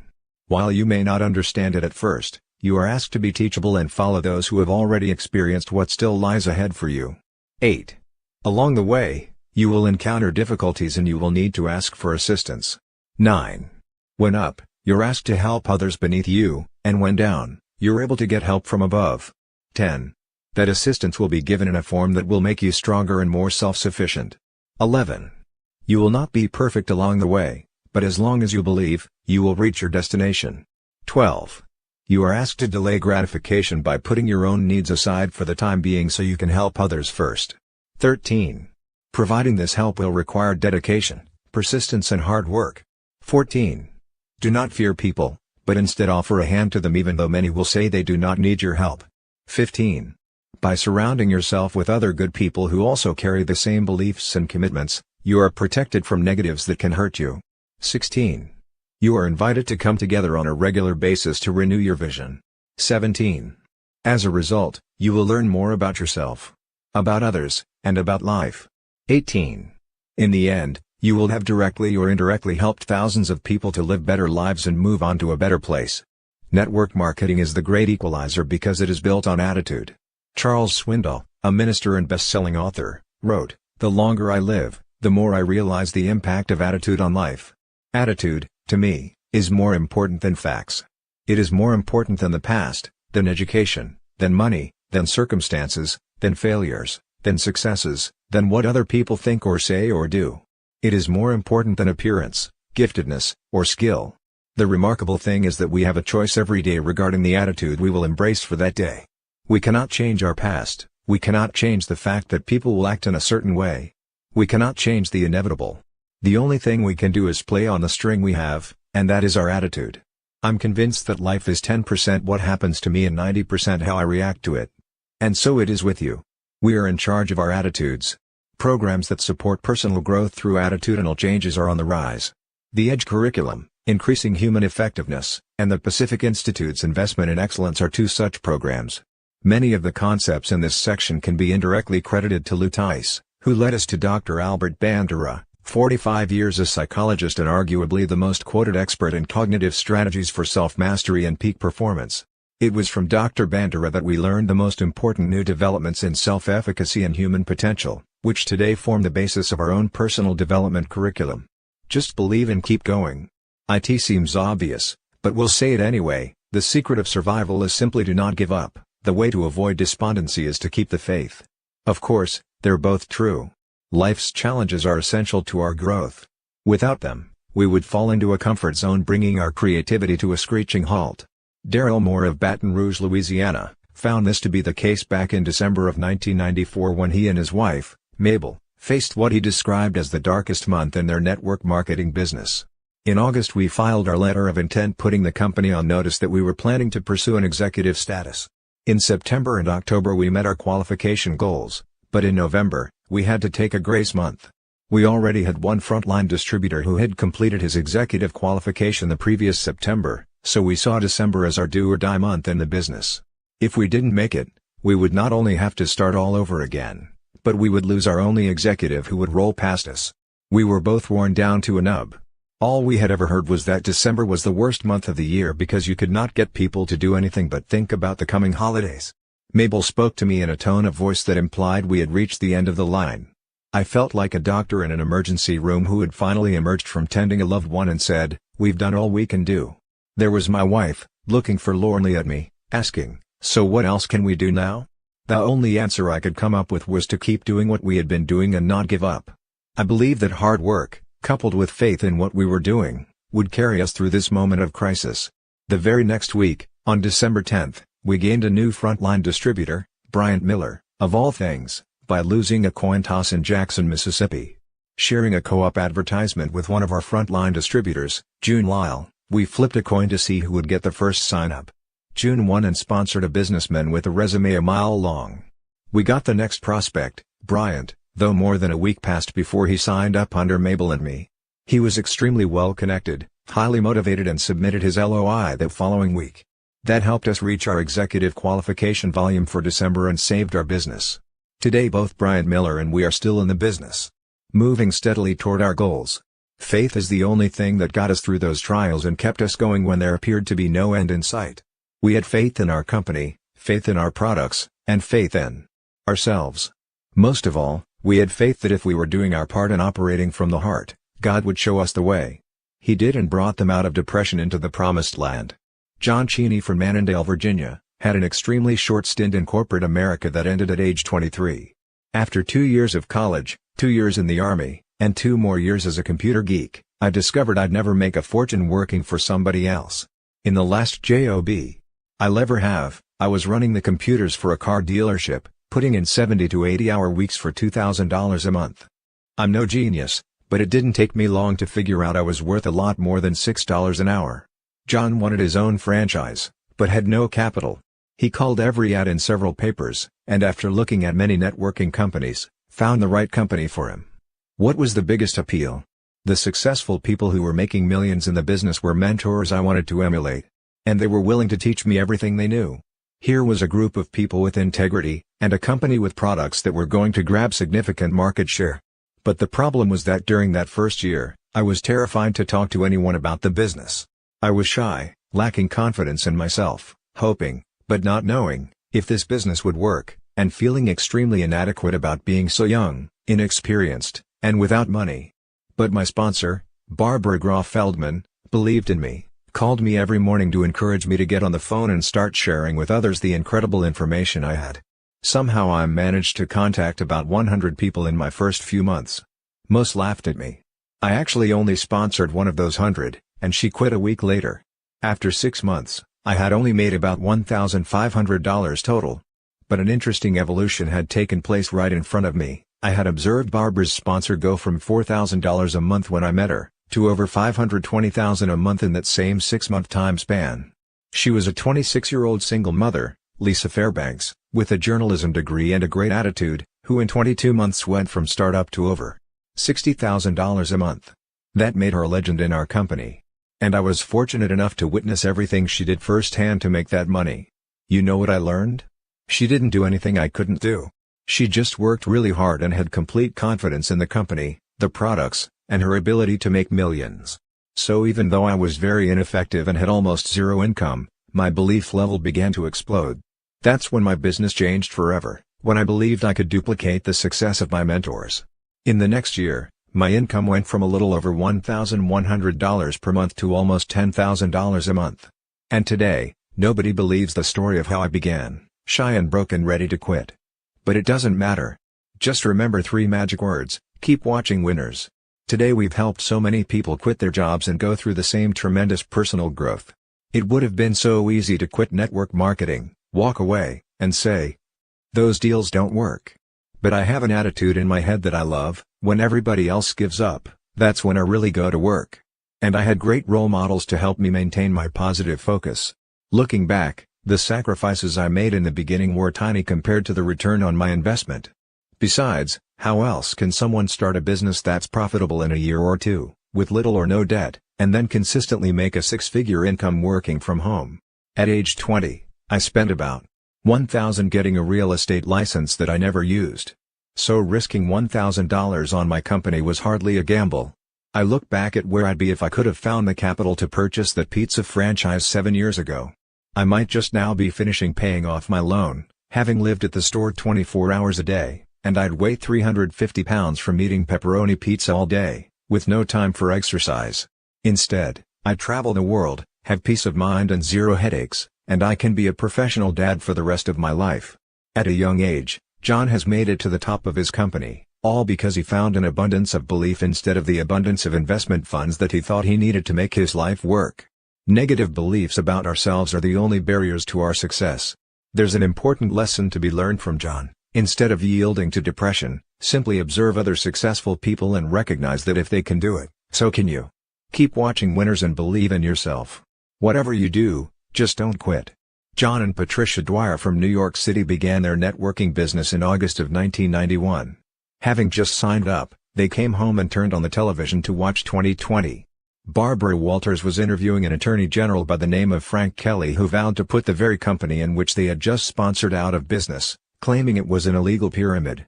Absurd as it may sound, what kept them going was the fact that many friends called to make sure they knew about the program airing. What they experienced was similar to the classic joke about the assassination of Abraham Lincoln, but other than that, how was the play, Mrs. Lincoln?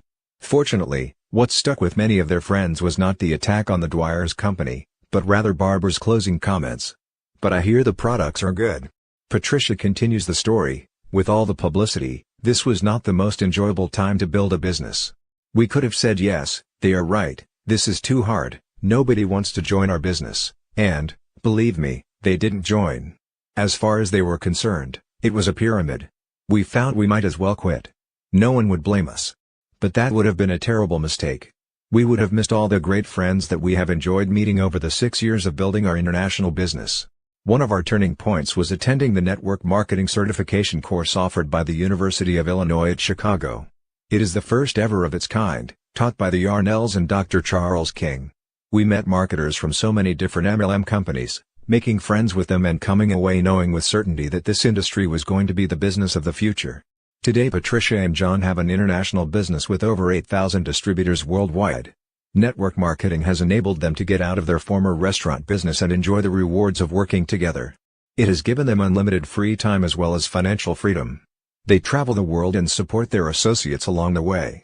They are especially grateful that, like so many others who bailed out at that time, they didn't listen to the media expose attacking their company. Rather, they used their own good judgment, and, in spite of very rough beginnings, just refused to give up. Remember, depression can't win if you are constantly learning, bettering yourself, and associating with other positive people. Steve and Cynthia Rose of Colorado Springs, Colorado, had a similar experience. They first heard about this industry in 1987 when they were living in Austin, Texas. They were invited to meet Mark Yarnell, who they heard was very successful with an upstart MLM company. Because of busy schedules, they passed on the opportunity. After a series of failed businesses, 4 years later in 1991, a young attorney and his wife from Albuquerque, New Mexico, again offered them the same opportunity. Hearing that Yarnell was still involved in the industry, and with their backs against the wall, they took a second look. Selling a sofa to gather the cash to buy their starter kit, they took off like a whirlwind only to be thwarted by the same media attacks and regulatory scrutiny with which the Dwyers had to contend. Describing the catastrophe, Steve and Cynthia remembered, "We saw our downline of chiropractors, bankers, and business people flee like rats from a sinking ship. While we remained at the helm, our belief in the company and its products grew stronger as we watched the company open international markets, build a 10-story headquarters and warehouse, and introduce a new division through all of the turmoil. All this in the first year of our network marketing experience. After the unfair coverage by the national media, we could not speak the name of our company for several months without defending our company's position and ourselves. What we learned from our experience was invaluable. To be successful in MLM requires a willingness to make internal changes because this is truly a business of transformations, inside and out. Above all else, we must never yield to depressing, outer appearances once we know deep down that our key leaders have integrity and our products or services are beneficial to all." Jordan Adler of Tempe, Arizona, joined his company in September of 1992 with $36,000 in credit card and IRS debt, a downward spiraling job, and one broken-down Jeep. Chose to work through whatever challenges presented themselves. "I knew that long-term residual income never came to quitters. Although I knew this, I had this habit of quitting. In fact, I had quit 6 of the 11 other MLM companies in which I had been involved. The other 5 went belly up before I had a chance to quit them. I now know that it's not how many times you get knocked down that matters. It's how many times you're willing to get back up that separates the winners from the losers in this business." Some people saw overnight success in me after I joined our company. What they didn't see was the 10 previous years of never sponsoring a single rep and failing over and over again. In early 1993, I sponsored a friend in Peabody, Massachusetts. After 2 $1,000 trips to Boston on borrowed money to work with his organization, we built up a group of about 30 representatives. My friend and his buddy had been promoted twice. We were excited. A few months later, I put another airline ticket and rental car on my credit card to do a meeting for them back east. I flew over 1,000 miles and drove through a nasty snowstorm to get to the meeting. I couldn't believe it. All the guests no-showed or canceled and my friend and his buddy quit that night and were never seen again. All 30 of their downline quit as a reaction to them. I couldn't revive a single one. Half my group vaporized that cold winter, but the fire still burned in me and I went back to Phoenix and continued to build. Today, my organization has tens of thousands of representatives and continues to grow each month. Failure can't handle persistence, but clearly, persistence always wins in the end. Jordan, a living example of persistence paying off, is now a senior director and top 100 money earner with his company. All of these stories share one thing in common: when people just like you met their darkest moments, all of which were in their earliest stages of this business, they didn't let the depression torpedo sink them. When they were hit by circumstances outside their control, they just didn't give up. Throughout the industry it has been observed that, statistically speaking, an enormous percentage of people quit the business in their first year. Of more interest to us, however, is this revealing fact: as many as 95% of those people who remain in this industry for 10 years or longer reach the highest pay levels in their respective companies. Whatever you do, just don't quit. Summary: network marketing requires an upbeat, enthusiastic person who will in turn attract others seeking their own well-being. Attrition is a basic fact in the network marketing industry. The disappointment about those who fail to show up at meetings or, worse, those who quit, can be alleviated by putting your energy into approaching a greater number of new prospects. Don't waste your energy supporting those who resist you, just think next. And move on. Work with the people who show an interest and will keep your spirits up. If you feel like quitting, call upline for support and encouragement. Share your enthusiasm, never your negativity, with your downline. In order for professionals to be successful in network marketing, they must be willing to use their reputations and credibility toward building their business. Denying their commitment to their warm markets will only set themselves up for failure. These are the reasons to be proud and optimistic about sharing our business with others. 1. We have the only entrepreneurial home business with no upside limits and no serious downside risks. 2. Total time freedom goes hand in hand with the wealth and prosperity we achieve. 3. By working diligently in the beginning, we can ultimately have a stress-free life. Better to trade in the traditional 40-year plan for a new 4-year plan. 4. Recognition and travel await all those who are successful in building a network organization. 5. In our industry, recognition is derived from things in life that truly matter, such as helping people make their lives work. 6. Global travel often involves bonding with new friends and sharing exciting cultural experiences with them, adventures beyond the grasp of those caught in the 40-year plan. If you attempt to recruit others while in a state of depression, your efforts will be futile. You alone have control over your attitude. If you exercise that control, adjusting your attitude from the inside, then your outward behavior will naturally follow. To change your attitude and eliminate depression, we encourage you to 1. Avoid watching or reading the news. 2. Read uplifting books. 3. Listen to inspiring tapes. 4. Only speak and think to yourself in a positive, uplifting manner. 5. Recall positive emotional experiences from the past. 6. Focus on the future, not on past disappointments that limit your possibilities. 7. Set goals and use affirmations to reach those goals on a regular basis. Striving to visualize ourselves as we want to be is the first step toward change and growth. 8. Avoid negative people or at least negotiate with them to avoid acting negatively around you. Don't ever give up on your goals. An affirmation is a trigger tool, a positive statement of belief, written and repeated as if the goal were already an accomplished fact. As you visualize the new, believing ardently that what you visualize is happening to you at that very moment, you gradually begin to shed the old. It is then that change begins to occur. As many as 95% of those who remain in this industry for 10 years or longer, working steadily at building their groups, reach the highest pay level in their respective companies, so just don't quit. Chapter 4: Blocking the False Expectation Tank. Win through integrity rather than exaggeration. Ours is an industry that has acquired a reputation for producing millionaires. As a result, people feel they've somehow failed if they aren't earning $100,000 a month during their first year. Even worse than this false expectation of premature wealth is the notion promulgated by a number of misguided distributors that success in MLM requires no significant effort and no major time investment. The truth is, this is a work industry. Those of us who have achieved high incomes have applied ourselves diligently to succeed, and we have stayed with it for a number of years. Equally wrong is the idea that you need not do anything except send people to a weekly hotel meeting and the leaders will do all the rest. In those meetings, some leaders have been known to indeed do it all, including signing up your prospects for themselves. This is a home-based industry where rewards are commensurate with effort.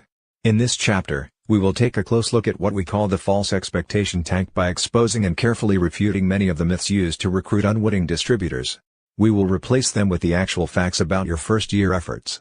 An analogy: imagine the following scenario. Basketball superstar Michael Jordan just happens to be sitting in a coffee shop in Chicago where you and a friend have chosen to eat breakfast. You recognize him immediately, of course, but the last thing you want to do is pester him on a Sunday morning. The table next to his is vacant, so you sit at that one to be near him. As you are sitting down, you notice that Michael's two companions are both in wheelchairs. One of them is a paraplegic and the other has a metal brace on his leg, probably indicative of multiple sclerosis or some other muscle disease. They are both in their late teens. You sit down with your back to Michael, but you're so close you can hear his dialogue. You don't mean to eavesdrop, but you can't help but overhear the conversation. "Jim, Danny, I know you both may not believe me, but many of us in the NBA earn over $30 million a year because we were willing to pay the price of hard work and countless hours of effort. I started practicing when I was your age, and I never stopped believing that one day I'd make the team. You owe it to yourselves to look at this." Michael, you notice out of the corner of your eye, hands one of the boys a piece of paper. The adolescent looks at it closely and exclaims, "My God, Mr. Jordan, that's more than my dad made over the past 10 years and he's a doctor." "I know," responds Michael, "and that's just 1 month's income." "Jimmy, look at this," Danny says as he stretches just as far as he can across the table to hand him the check. Jimmy takes one look at the $2.8 million check and shakes his head in utter disbelief. He's never seen this kind of money and can hardly imagine it's possible to earn so much in 1 month. As they both continue to stare at the check, Michael then interjects, "And you know what, guys? You can do it too. Why get involved with some menial job when you can get into something with unlimited potential like playing for a pro basketball team?" You shake your head and glance back quickly to make sure your eyes have not played tricks on you. Nope, they are both in wheelchairs. He continues, "I'm not saying you won't have it tough, we all did. I was actually cut from my high school team so I understand the pain of failure. But I didn't give up. I practiced and practiced until I could shoot from anywhere on the court and even rip the nets half the time. I've seen you do some remarkable things, Mr. Jordan." "Yes, Danny, and you can too. I'm not discounting for a minute the difficulties and challenges you'll both face. But I want you to know that you can do anything that you set your mind to do. You really do have unlimited potential, and don't let the fact that you're both confined to wheelchairs keep you from trying. Make me proud. Work hard, give it everything, and one day you too can live the life you want to live, and I know you'll deserve whatever you earn." Of course, such a scenario could never occur because Michael Jordan knows good and well that those wheelchair-bound adolescents cannot reach the NBA. Impairments of some kind keep millions of people from having the opportunity to rise to the top of virtually every field of endeavor. Physical, educational, intellectual, and experiential handicaps keep most people at the bottom of the traditional corporate pyramids, such as IBM or Coca-Cola. These are the real pyramids in our society, where workers at the bottom are the lowest paid and the first to be let go in times of crisis. While some few move up through the system, no one has a prayer of earning what the man at the top earns, much less of replacing or surpassing him. Yet, it is conceivable for virtually anyone to reach the top in MLM because there is no challenge that can't be overcome. And every word spoken by Michael Jordan in this hypothetical scene could genuinely be addressed to these two physically handicapped young men regarding the network distribution industry. In MLM, even those who are timid, uneducated, or have no track record of success are often encouraged to believe that they can earn $1 million a year just like so many leaders in this industry. In network marketing, everyone is given the benefit of the doubt, and has the possibility of transcending the highest earner in the company. There is nothing to hold you back but the limits imposed by your own mindset. Having said that, we now want to distinguish between the potential of this business and the reality of what it takes to achieve success. While it's true that everybody, regardless of their handicaps, can achieve upside earnings potential in network marketing, we are concerned about leaders who imply that great success in this business is easy. Sometimes after years of hard effort, all resulting in failure, some people who truly are not cut out for this business continue to be misled that they can still reach the top. There is a place in our industry for everyone, but each will experience success in his or her own way and time, and the level of success can vary immensely. And success need not only be measured in dollars, some will develop solid, lifelong friendships, and that alone makes it worthwhile. Some introverts will come out of their shells and feel they have gained immeasurably by what this industry has done for them. Others will earn a few $100s a month and be thankful that they have something of value to do, and a little spending money besides. Some impoverished ministers will earn $15,000 as early as their fourth month. Most everyone will experience personal growth through this industry and, unquestionably, that is priceless. What better way to achieve such positive outcomes, all from home at such a low cost? The two of us met each other through this business, and later fell in love and married. If you take everything else away from us, that alone would have made our time in network marketing invaluable. There is nothing of greater significance than finding your soulmate. So, by all means, show prospects the inherent potential of this business, but allow all distributors the right to discover their own levels of success. And by success, we mean having worthwhile goals and taking the necessary steps to achieve them. As long as you are taking a step forward, you are successful. Balance upside potential with the realistic picture. Incomes in MLM can become quite dramatic. We believe that anyone who has reasonable self-confidence, enjoys communicating with small groups of people while sitting at home, is coachable, and has a sincere desire to make a difference in people's lives can potentially earn $100,000 a month. However, it is important to paint a realistic picture of just how much hard work is involved in achieving financial security and time freedom. Too many distributors fail to tell the truth about the necessary effort. A recent advertisement in USA Today offered the following description of an MLM opportunity. No sales, no inventory, no monthly quotas, no personal or group sales volume requirements. No meetings. Just call phone number to get started. This ad was intentionally misleading. We called the number to check it out and discovered that while no purchases were mandatory, in order to receive full compensation on several levels, substantial sales volumes were required. Here's the question: if a leader is going to advertise in the business section to find other entrepreneurial leaders interested in big money, why imply that no inventory or monthly sales are necessary? That's not only misleading, it's fraud. And we believe the Federal Trade Commission and other regulatory agencies are correct to go after such marketers and companies. They deceive innocent people into believing that MLM, like the lottery, is getting something for nothing. And in case you think most people are smart enough to avoid such preposterous claims, take a close look at how many men and women bet family food money on a 1 in 10 million chance lottery. Let's examine what is required to earn big incomes. Network marketing income is a direct result of the amount of wholesale products and/or services purchased by those individuals in your organization. Since most families only purchase as much as they need and use, a sizable organization is necessary to provide a large income, lots of people ordering and using a little bit. Huge organizations are developed by individuals who personally recruit large numbers of frontline distributors and, as capable educators, teach them to duplicate their process. Our industry's leading company built a multi-billion-dollar, global empire one person at a time over a 4-decade period. In essence, MLM is much more a teaching profession than a sales profession. Those who make it to the pinnacle of any company are usually good communicators in a one-on-one sense. Being able to deliver a speech to a large crowd is absolutely unnecessary. Duplication is what is critical. It doesn't matter how tremendous we are as individuals, but rather how great we are at teaching others to duplicate our system, as you've already read in many of our stories. But we don't want to create false expectations by waving the oversized checks in front of people without also discussing what it honestly takes to earn them. Understating the hard work and perseverance to achieve great success is the most often utilized strategy by those who create false expectations. Most people will quickly see through the false promises in a very short time and then quit. We are irrevocably convinced that the extremely high attrition rate among first-year distributors stems directly from being bashed by the false expectation tank. In this chapter, we'll take time to address many aspects of this problem, including the one that catches so many newcomers to our industry completely unaware. An unrealistic assessment of how much work is required to earn the huge incomes. Misguided belief that this business requires no effort. Consider a hypothetical situation. Steve goes to his first network marketing presentation and is immediately struck by the exponential growth potential. For the very first time in his life, he realizes the possibility of unlimited income. But here is his problem: even though Steve knows literally hundreds of excellent prospects, he is currently earning $100,000 a year in a management position with a software firm, and is spending as much as he makes. So, the thought of quitting before he has replaced his income is simply irrational. During the question and answer period of the presentation, Steve asks if he can stay behind and visit with the presenters, Bill and Angela. Of course they agree to speak with him privately. After everyone is gone, Steve explains his money situation to the successful couple.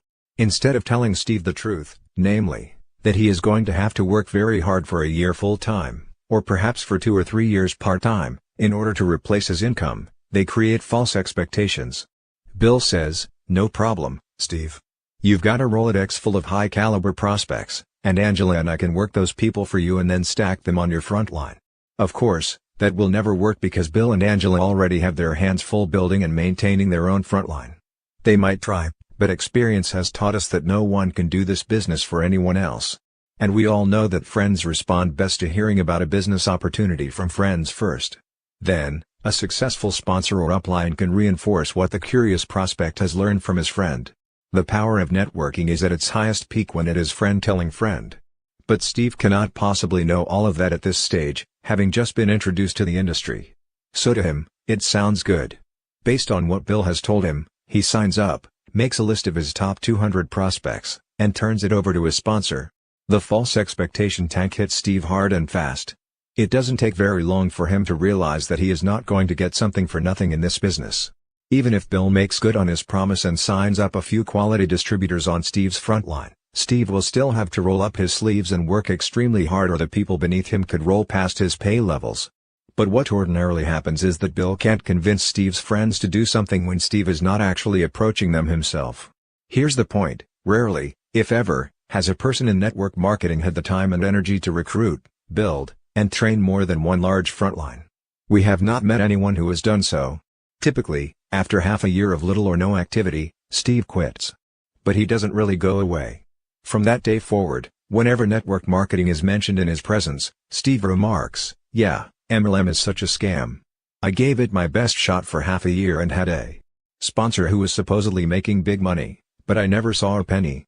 There are thousands of Steves out there bad-mouthing our industry because of unrealistic claims that lead to overblown expectations. And, unfortunately, there are numerous Bills and Angelas who have been taught to be sifters instead of relationship builders. Their underlying motivation is to simply blast through Steve's Rolodex hoping to find one winner, instead of helping Steve build a business based on his close relationships with friends. So, what should have been done? Well, Bill and Angela should have been honest about Steve's chances. Not only would Steve have respected them more, but he would have fully understood how much effort it would take to make the business work for him. Here's how it should have been handled. Bill sits down with Steve and looks him squarely in the eye. "You know, Steve, I can appreciate your dilemma. I know you still need an income while you grow your business. But if your corporation was to decide to enhance their profit structure by downsizing and you were targeted, they wouldn't even consider keeping you on salary until you found a replacement income. You'd be gone overnight with some severance package designed to placate you but not meet long-term needs.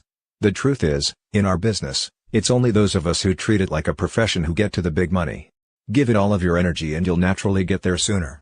Undertake it part-time, and stay with it steadily, and you'll get there eventually. But there is no way for you to earn big money by exerting only minimal effort, that is, by simply turning all your prospects over to your sponsor." Steve listens but still doesn't fully understand. He responds, "Well, how do guys like me do this business? How does anyone ever get to the kind of money I've been hearing about?" "Steve, it's true that many leaders in our industry earn over $50,000 a month and most could afford to retire on that income in half a decade. Compared to retirement on a little pension after 40 years in your profession, our offer is very attractive. But I'd be doing you a disservice if I didn't tell you the truth. And the truth is, to hit those numbers, you would have to tighten your belt and do this business full-time. The other option is to work very aggressively part-time until you've replaced your income and then go full-time. If you decide to do it either way, great. Angela and I will work with you side by side until you reach your goals. Otherwise, let's just sign you up so your family can use our products and services at wholesale prices, and I'll touch base with you again in 6 months to see if your circumstances have changed." Can you guess what Steve will do? He's going to go home and give this business serious consideration. He has no illusions about how hard he's going to have to work and, frankly, he respects Bill immensely for his honesty. Bill shot him straight, thereby preventing Steve from being a target of the false expectation tank altogether. He's going to carefully think it through. Either his future is brighter in network marketing and he is willing to make the gutsy move to live off his savings for 6 months and give this business his full-time effort. He'll choose to take the precautionary approach and replace his income first by remaining on his job and working the business part-time, which will take substantially longer. Or he'll order some products or services at wholesale and become a good customer. If he chooses against all of these options, at least Bill ends up with a great prospect he can call every 6 months until the time is right, instead of creating an angry distributor who, because of misinformation, now bad-mouths the entire industry whenever possible. Remember, in the network distribution industry, honesty is everything.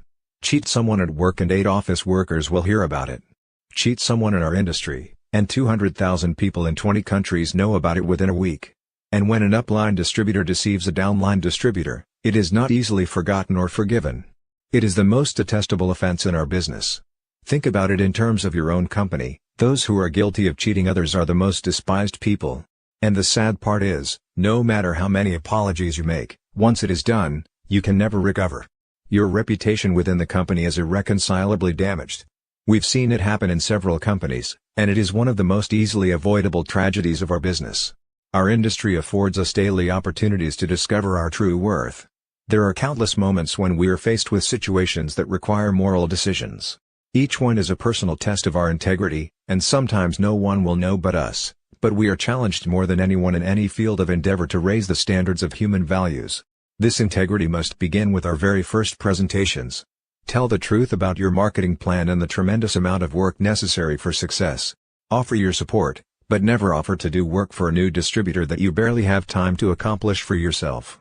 The more honest we are about the hard work in our business, the less attrition we will experience and the more respect we will build for our industry. Unrealistic assumption about the numbers needed to succeed. Beware of the unrealistic assumption about the number of individuals that you need to personally recruit.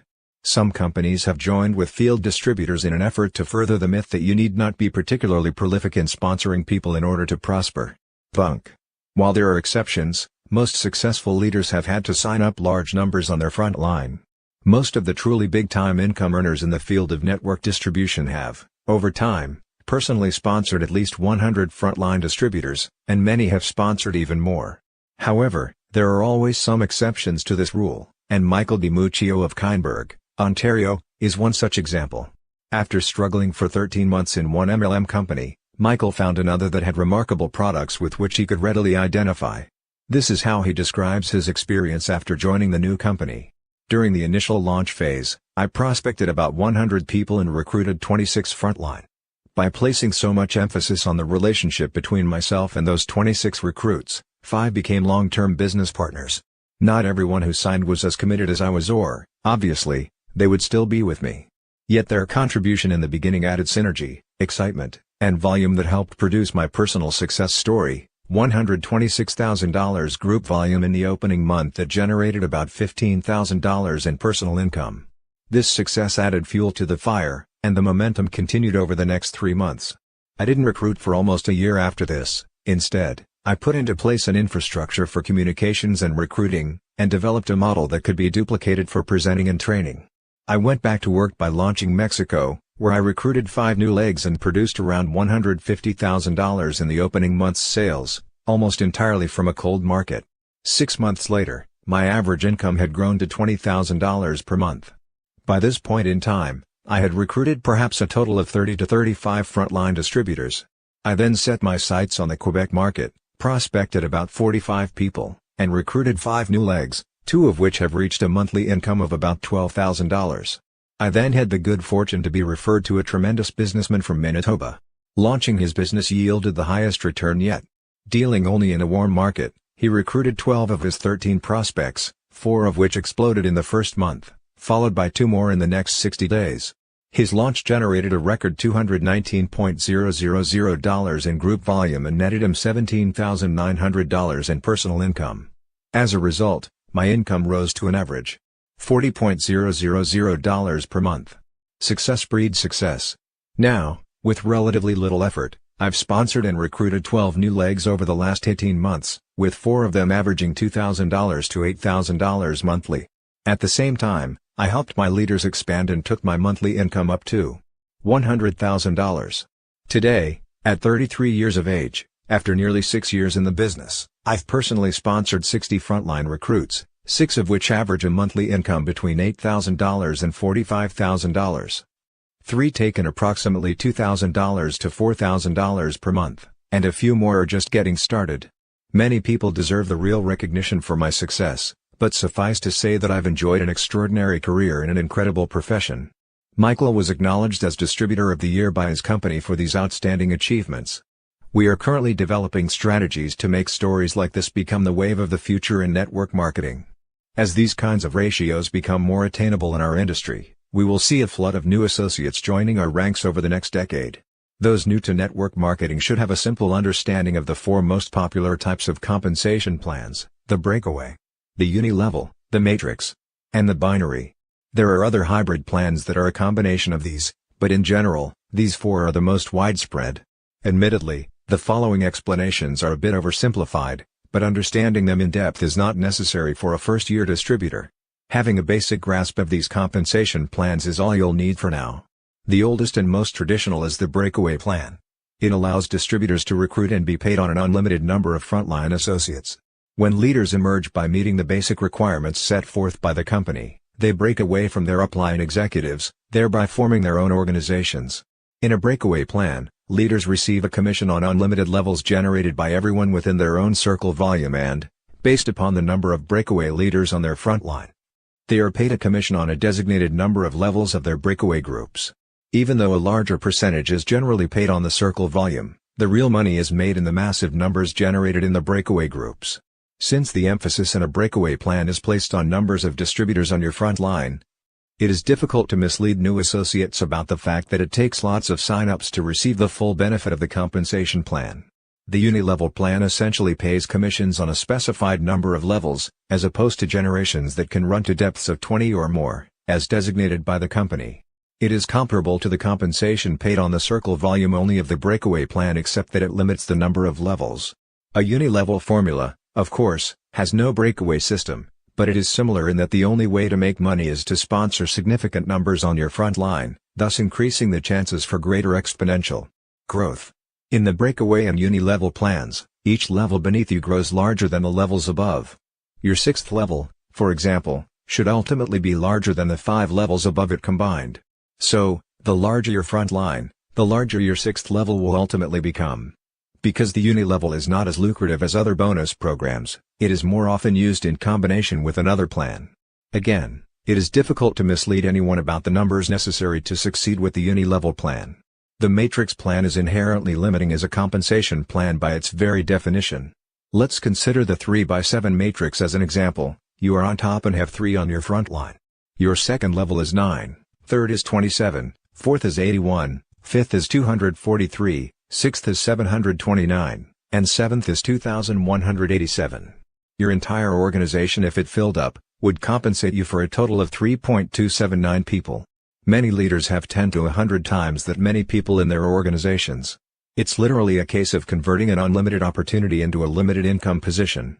What's worse, it's very difficult for those below you to succeed in this system. Let's pretend that everyone on your 7th level has a sincere desire to succeed in filling up each of their matrix organizations. That would require a company of over 2 million distributors.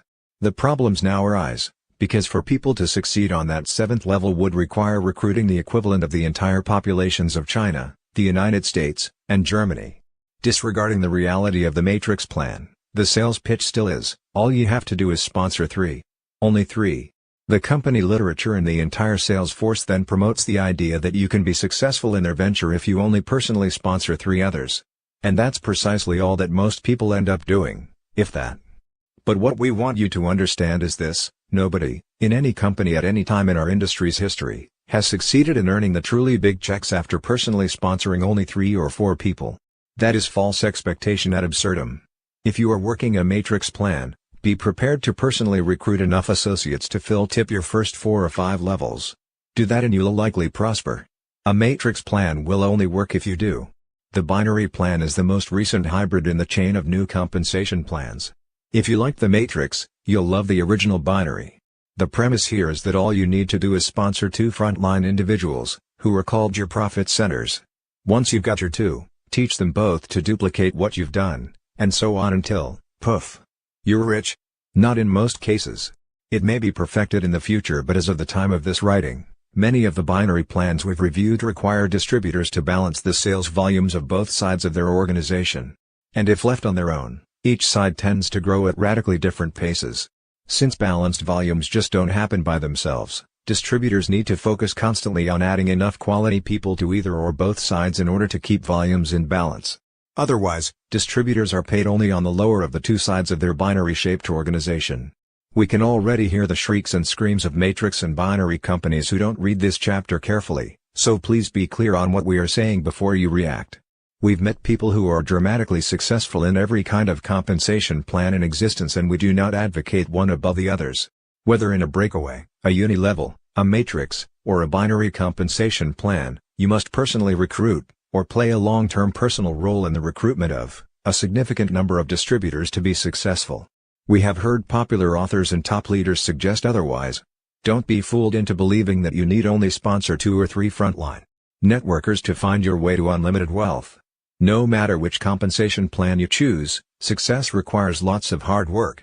We do not mean to pass judgment on compensation plans, but rather to caution leaders in a matrix or binary plan against creating false expectations as they present their plan to new prospects. Unrealistic assumptions tend to emerge most often from those plans that limit the number of frontline distributors. Carol Fitzgerald of Dundee, New York, found herself a victim of false expectations with a brand new startup company. She felt doubly deceived because she had networking experience, and in hindsight, felt she should have seen it coming. I had been working part-time with a large network marketing company for about 3 years while homeschooling 2 children. I was a distributor with a large, solid nutritional and household product company. I wasn't shattering any records, but for the time I invested each week, I had a nice income and it had a steady increase each month. My organization was comprised mainly of women who had careers in corporate America but wanted to be able to stay home with their children while still maintaining an income. All was progressing well until a friend of mine phoned to tell me about some incredible environmental product that I just had to try. I asked if it was a network marketing company, and explained to her that I was really committed to my present organization and I wasn't interested in working with more than one company. She's very creative and wasn't easily discouraged, as she knew of my current success. My birthday was 4 days later and a large box arrived, containing a complete sampling of products and a brief explanation of an unbelievable compensation plan. Now I knew why my friend was so excited.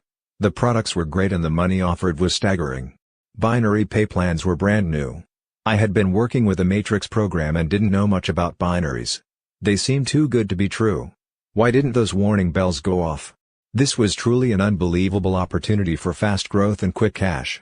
It paid weekly. For every $1,000 worth of products sold, $250 was paid out in commissions. Sponsorship didn't matter, there was no limit on depth, and, best of all, volume was never lost, but carried over until a balance was achieved. Typically for this type of plan, distributors were qualified to receive commissions once they had purchased $100 in product and sponsored just 2 other people who did the same.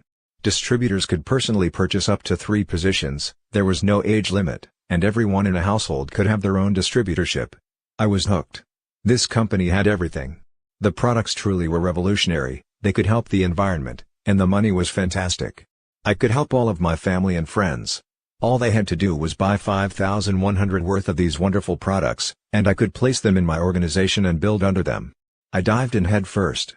I started with 3 positions, placing my children below me, followed by my husband, parents, in-laws, grandparents, siblings, and everyone I knew. It didn't matter if they had network marketing experience or not, anyone could understand this pay plan and, besides, they were helping the environment. Of course, everyone in my group did just what I did. Nearly all of them came in with 3 positions and encouraged friends and family to do the same. We signed up churches, schools, and other not-for-profit organizations, who in turn rallied all of their supporters. My organization exploded. This was truly what networking was supposed to be. My products arrived the second week. We didn't have distributor kits or training manuals yet, so I wrote materials for my group to use. The company liked my tools so they used them corporately. I organized conference calls, and conducted training sessions. The money was rolling in and everyone was thrilled. Then it happened. Delivery of products started being delayed, and checks had mistakes. The principals of the company told me that it was the tremendous growth my group had caused and that it was a good problem to have. I was assured that they were hiring extra staff to clear up the problems. We continued to fax in hundreds and hundreds of applications. But I was concerned enough to start tracking my own organization. I had all of my group fax their applications to me so that I could monitor the growth. I discovered a major discrepancy in what was owed to my people, and immediately jumped on a plane armed with my charts. When I arrived, the corporate heads looked at my documentation and were aghast. They had no idea the problem was this severe. They brought their programmers in and decided that they had a programming error and would have to re-enter all of the thousands of applications in order to fix it. Of course, we shouldn't lose momentum, so I was urged to remain positive and keep recruiting. They claimed to have fired the person who was responsible for fouling up product orders, and I was guaranteed that everything would be back on track within 2 weeks. We kept on recruiting. Even though checks and product orders were sporadic, they seemed to be trying. Then came Black Monday. It started when my mail arrived and I found out that my last 2 checks had been returned for insufficient funds. The phone started to ring and people were no longer thrilled. Hundreds of people had all received the same mail and they all had my phone number.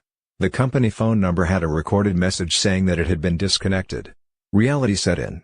When I finally reached the president of the company, he explained that this situation was all my fault. It seems that they had never planned on someone completely balancing her organization, and worse yet, teaching everyone to do the same. My balanced group had maxed out the pay plan after only 8 levels, and my organization reached more than 30 levels totaling several thousand distributors. The company closed its doors, teaching me a lesson and giving me a birthday present I'll never forget. Unfortunately, it also left my family and many of my friends with very negative feelings about network marketing that have taken me years to overcome. I still have a copy of my largest uncashable check in my daytimer to remind me that, in network marketing as in any other business, there is no get-rich-quick program unless someone gets hurt. Slow and steady definitely wins the race. Fortunately, Carol was able to pick up the pieces and is now working with an experienced team toward the launch of a network marketing company that she hopes will be a reflection of what our industry is meant to be. Carol adds, for any of my friends who may be reading this, flowers, chocolate, or just a simple card make much nicer birthday presents. The lesson for people just starting out in network marketing is this: binary plans, by themselves, tend to reflect a short-term cash return as opposed to a long-term, steady, residual income. If you are considering joining a company that is so new it has no track record, at the very least, make certain the principals in the company do have a good one. It is very, very risky to join a company that has not been in existence at least a couple of years. If you feel compelled to join, and don't have first-hand knowledge of the integrity of those starting up the company, do your due diligence, check them out, call their references, and if their compensation plan is untested and sounds too good to be true, it probably is. At the very least, call the Direct Selling Association in Washington, D.C., and find out if the company under consideration is a member. If not, watch out.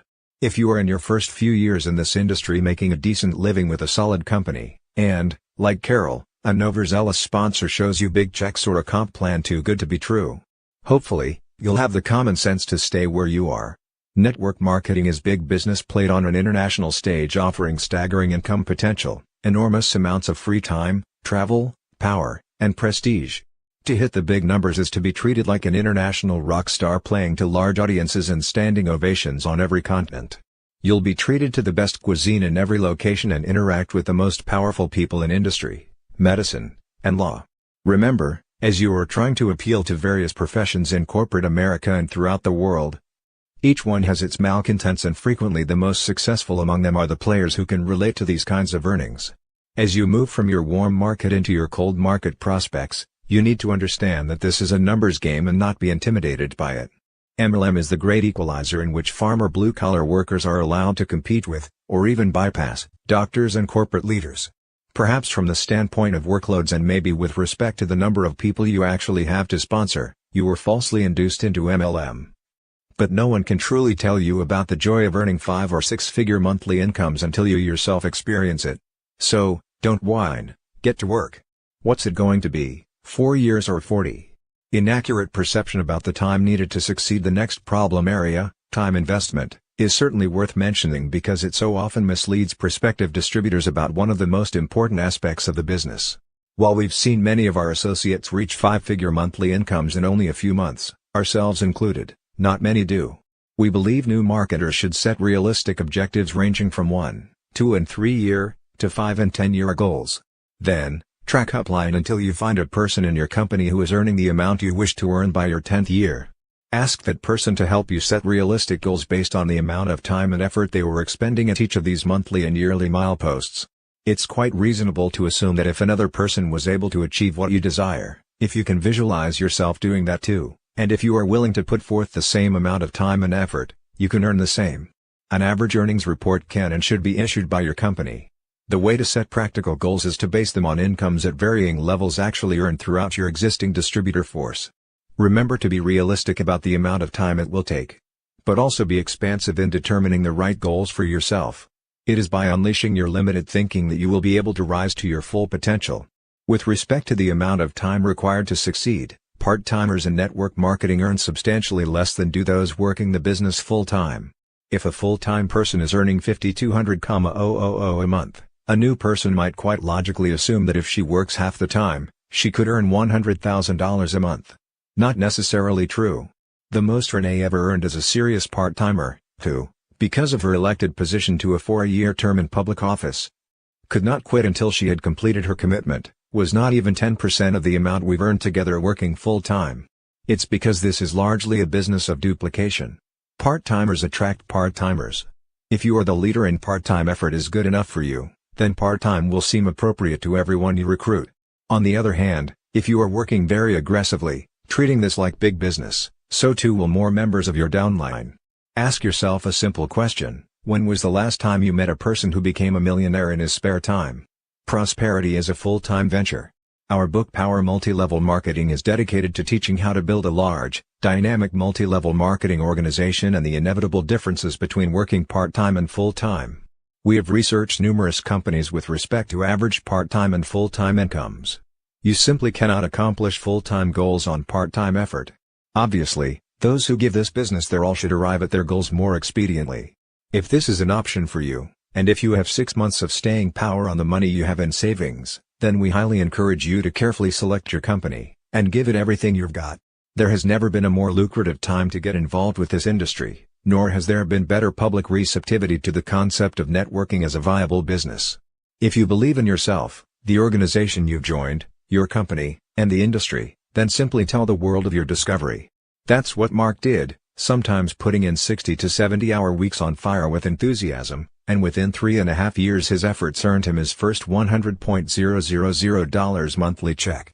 If responsibilities, financial constraints, doubts, or just good, common sense hold you back from beginning this business on a full-time basis, then Renee may be someone for you to emulate.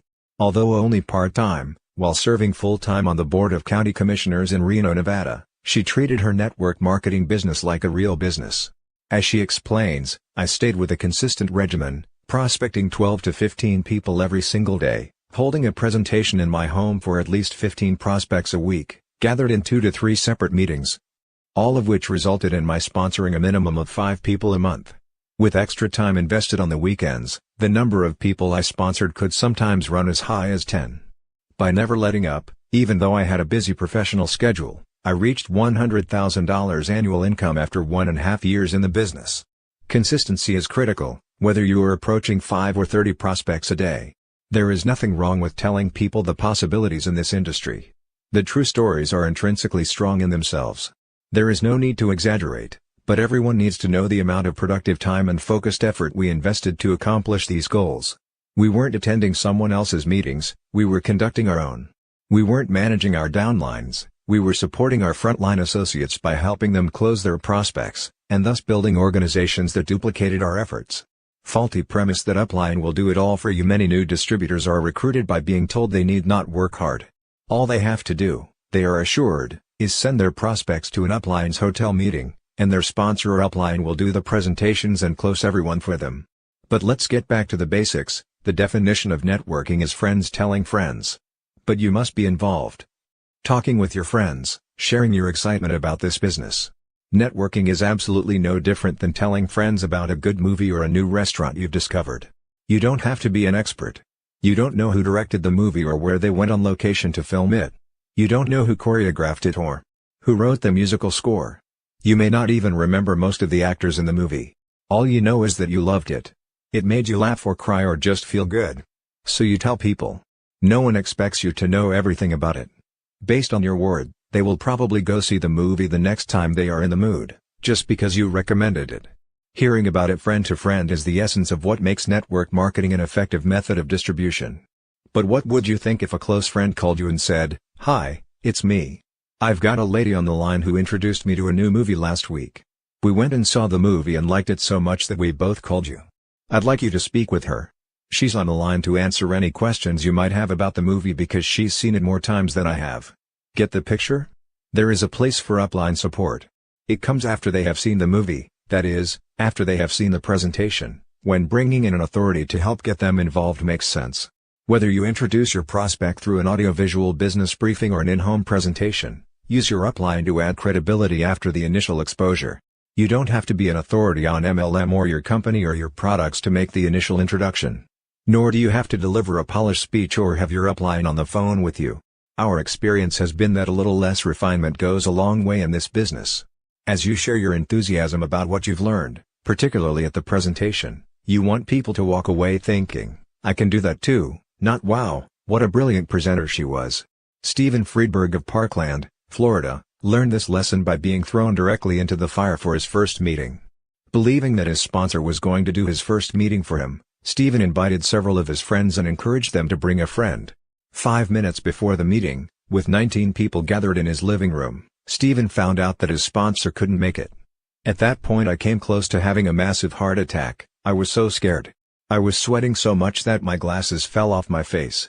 I was shaking so hard that, for the life of me, I couldn't draw a straight line on the board. The meeting that was supposed to last an hour took only 19 minutes because I had told them everything I knew."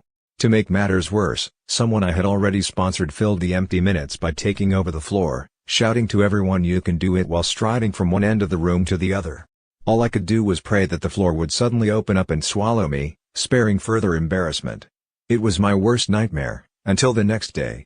3 people signed up and my business was off and running. Although we do teach sponsors to do the first couple of meetings for their new associates. This story shows what can happen when people are left with no options but to go out and, in the words of the great Nike, just do it. This is a business of teamwork. Don't be misled by the false expectation that somehow your upline is supposed to take you by the hand and do everything for you. But at the same time, the reason we are compensated multi-levels is because, as we plant the seeds with our prospects, our upline mentors are there to water those seeds for us. Then, as your people bring in interested prospects, you are there to help close their people for them. It is not a matter of upline doing it all. It's about all of us doing our parts, making the whole organization function as one healthy body. Remember, you don't need colossal support nearly as much as you need to be a major support for others. When that sinks in, you'll truly begin your march toward wealth. But you will argue, "I'm not making the big money yet." It doesn't matter. Most people only need to hear the same thing reinforced, the old 1-2 punch. If the subject comes up, "How much are you making?" let them know that you are still in the early building stages, but give them the private number of a specific person in your upline who is making big money. Our experience is that only a small number of them will follow through and call. What they really need is to hear that what they've been told is being accomplished by someone beyond their friend, someone to whom they will also have access. But when they do follow through, the big earner needs to be accessible.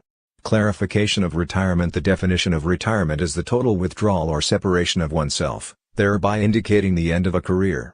Have you noticed that the topic of retirement comes up at virtually every opportunity meeting conducted by a leader? This is a false expectation often promised and seldom realized in network distribution. This business is just too much fun and can even be conducted by telephone from an easy chair. Many of us use the word retirement loosely in our first approach with prospects, but what we mean is that after a certain period of time invested in the business, we can ease up dramatically. At a certain point, we no longer have to spend our lives prospecting people to achieve wealth and independence. But we must find an appropriate means of sustaining our support and accessibility to those who count on us. When any network marketing company allows vesting, retirement without any further production requirements, few distributors choose to actually retire completely. A real leader makes plenty of time for his family, most often creating a lifestyle that blends quality free time with quality work time. But that leader usually continues to be accessible by telephone and never allows the rumor to circulate in his downline that he is fully retired. That could be a mistake, and should be avoided. But don't allow this retirement issue to disturb you. Here's why. First, there is no other business in existence that has such universal application but also offers the rewards of network marketing. Not everybody can be an athlete or an actress. Not everyone has the funds to purchase their own franchise. But almost anyone can do network distribution on some meaningful scale. And once it's in your blood, it is nearly impossible to do anything else. Twice we've tried to retire and both times we've convinced ourselves that no other productive endeavor is nearly as fun. According to the eminent psychiatrist William Glasser, All of us have two fundamental needs in life: the need to give and receive love, and the need to feel worthwhile to ourselves and others. The two times we cut back considerably, we quickly discovered that we missed the interactions with friends and acquaintances we've made through our business. We soon discovered that recruiting and training new distributors is more fun, challenging, and rewarding than most other productive endeavors. Whatever we tried, we always ended up coming back to network marketing. Perhaps we're hooked because this industry involves such a variety of experiences. When we write, speak to groups, or work one-on-one with people on the telephone, we are involved in personal growth, marriage counseling, family values, company politics, integrity issues, small businesses, global businesses, and a variety of different cultures from all over the world. The personal goals and entrepreneurial dreams of every single person with whom we interact are of paramount importance to us. Given both of our backgrounds, it has proven impossible to find another profession with such a dramatic impact on so many people. We don't care how often you've heard about network marketing retirement, the truth is, our downline will always strive to duplicate us, and the last thing we want is a downline of retired leaders. Craig Bryson, a major international player in networking, has always warned leaders in this industry about the trickle-down effect. Any company that allows vesting or retirement without any monthly production requirements could eventually destroy itself from the top down. We concur.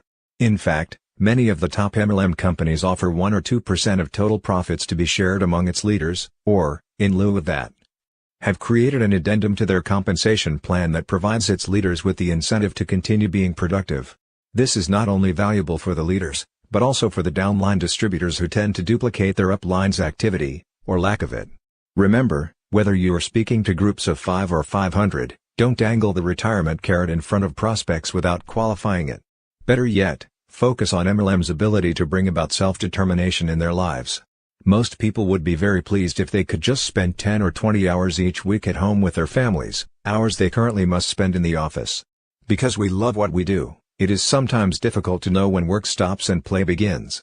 Instead of 12-hour days, we now spend a few hours in productive work and the rest of the day in activities with our family, playing tennis, snow skiing, paragliding, and reading or writing books. Because of the freedom allotted us in this business, we are able to take time out to write or teach classes, like the certification course we teach in America and Asia with Dr. Charles King. But our outside work is not limited to network marketing. Mark is currently writing a love story, and Renee is writing a self-help book based on her own life experiences. Mark is spending time developing a prison program, and Renee is the board chair of a homeless project. In other words, prospects should be told that they may look forward to unlimited freedom in a very few years, the freedom to do what they want when they want to do it while continuing to act as role models and support to their downline. Think of network marketing not as a career but as a vehicle to help you do the things in life that really matter to you. This explanation is much more in line with what actually occurs in the lives of successful networkers. Erroneous view that no product or service need be sold. Network marketing is the orderly word-of-mouth distribution of products and services directly from the producer to the consumer. As products or services are purchased, the distributors responsible for those orders are compensated through multi-levels in their organization. This is the definition of network marketing and why it is often referred to as multi-level marketing. With this as the very basis of our industry, we find it difficult to understand how anyone can stand before audiences and say, "In our business, you sell 0 products. All you need to do is present the compensation plan and sign people up." Of all the false expectations created, this one is the most inaccurate because it denies the very essence of our business and makes government regulators suspicious of the industry. We understand why some well-intentioned leaders say this, but it doesn't make it any less hurtful to our industry. Network marketing is often avoided by great prospects who fear that they will have to peddle products, lots of them, perhaps even door to door. Some men and women worry that they will actually become door-to-door cosmetic salespeople. To offset that erroneous notion, many aggressive leaders will suggest that new prospects need not sell anything. The truth is this: network marketing is about a lot of people using and sharing a little bit of product. For the system to work, each of us must do our part. Our homes should be filled with our products and services. To novices we teach a battle cry: just get 10. After personally using the products or services, we insist that our new frontline distributors begin by finding 10 customers among their immediate family and close circle of friends. That's all, just 10. Everyone should be responsible for finding 10 legitimate retail customers before building a sizable network organization. It doesn't take months to do this. It can be dealt with in a matter of days, but it must be done before they are ready to begin the more dramatic and lucrative part of the business, recruiting others who will do the same. Simple math makes it easy to understand the importance of each person creating product movement. If you sign up without ordering or sharing the products with others, you have created zero volume. Duplicate your process and sponsor 100 people who in turn each sponsor 100 people, and you can brag to everyone that you have 10,000 people in your organization. The downside is that if they all duplicated your effort, 10,000 times 0 is still 0. There are two kinds of product movement that are up to each of us: personal use and customer orders. Based on your company's compensation plan, we encourage you to set specific goals and duplicate those throughout your organization. For example, we encourage our distributors to strive for $500 a month of personal sales volume. That includes the personal use of the distributor's immediate family and customer orders from the rest of their family and friends. For those men and women who are completely business-oriented and simply can't envision conducting product demonstrations in clinics, here is what we suggest. Once you have begun using the products and/or services yourself and have found your 10 customers, put all of your energy into prospecting for business builders. As you sit down with small groups of prospects to show them the business presentation, you will inevitably have people who don't sign up to become business builders. However, they may be interested in the products or services your company offers. Without having gone out of your way, or exerted extra energy, you simply service those people as retail consumers. Others will sign up, interested only in getting the products at wholesale. Instead of joining Sam's Club or Costco and paying an annual membership fee, busy consumers are learning that, through our industry, their products and services can be delivered to them directly. Teach your people who are resistant to product sales how easy it is to create customers out of those prospects who come to the recruiting meetings but decide not to participate in the business. This method appeals to executives and other business people who are intimidated by the fear that they will lose their identity as professionals and be looked upon by their peers as product peddlers or door-to-door salespeople. That's the honest way to address this problem, instead of creating the false expectation that no products or services need be purchased in our business. Mistaken belief that success can be achieved exclusively through retail sales. Steve and Jeanette Bach from Portland, Oregon, joined the world of network marketing with no prior business experience. Both were scholar athletes. Steve played professional football with the Detroit Lions for 5 years, and Jeanette still teaches peak performance aerobics. As they explain, the attraction for us was big money and free time. We embraced the product line wholeheartedly, but made the fatal mistake in the beginning of not seeking out upline mentors who had previous success in the business. We built a retail base of more than 100 customers and looked at our check after 1 year in the business and said, "There's got to be a better way." There was. Our new focus was on duplication, keeping it simple, and constantly adding new recruits to the pipeline. Once we instilled these principles into our personal business, it was easy to teach others. When you stay busy looking for people who are at the right place and time in their lives, you don't worry about the ones who say no. Today, our life works. We've replaced our NFL income and, more importantly, our time is our own.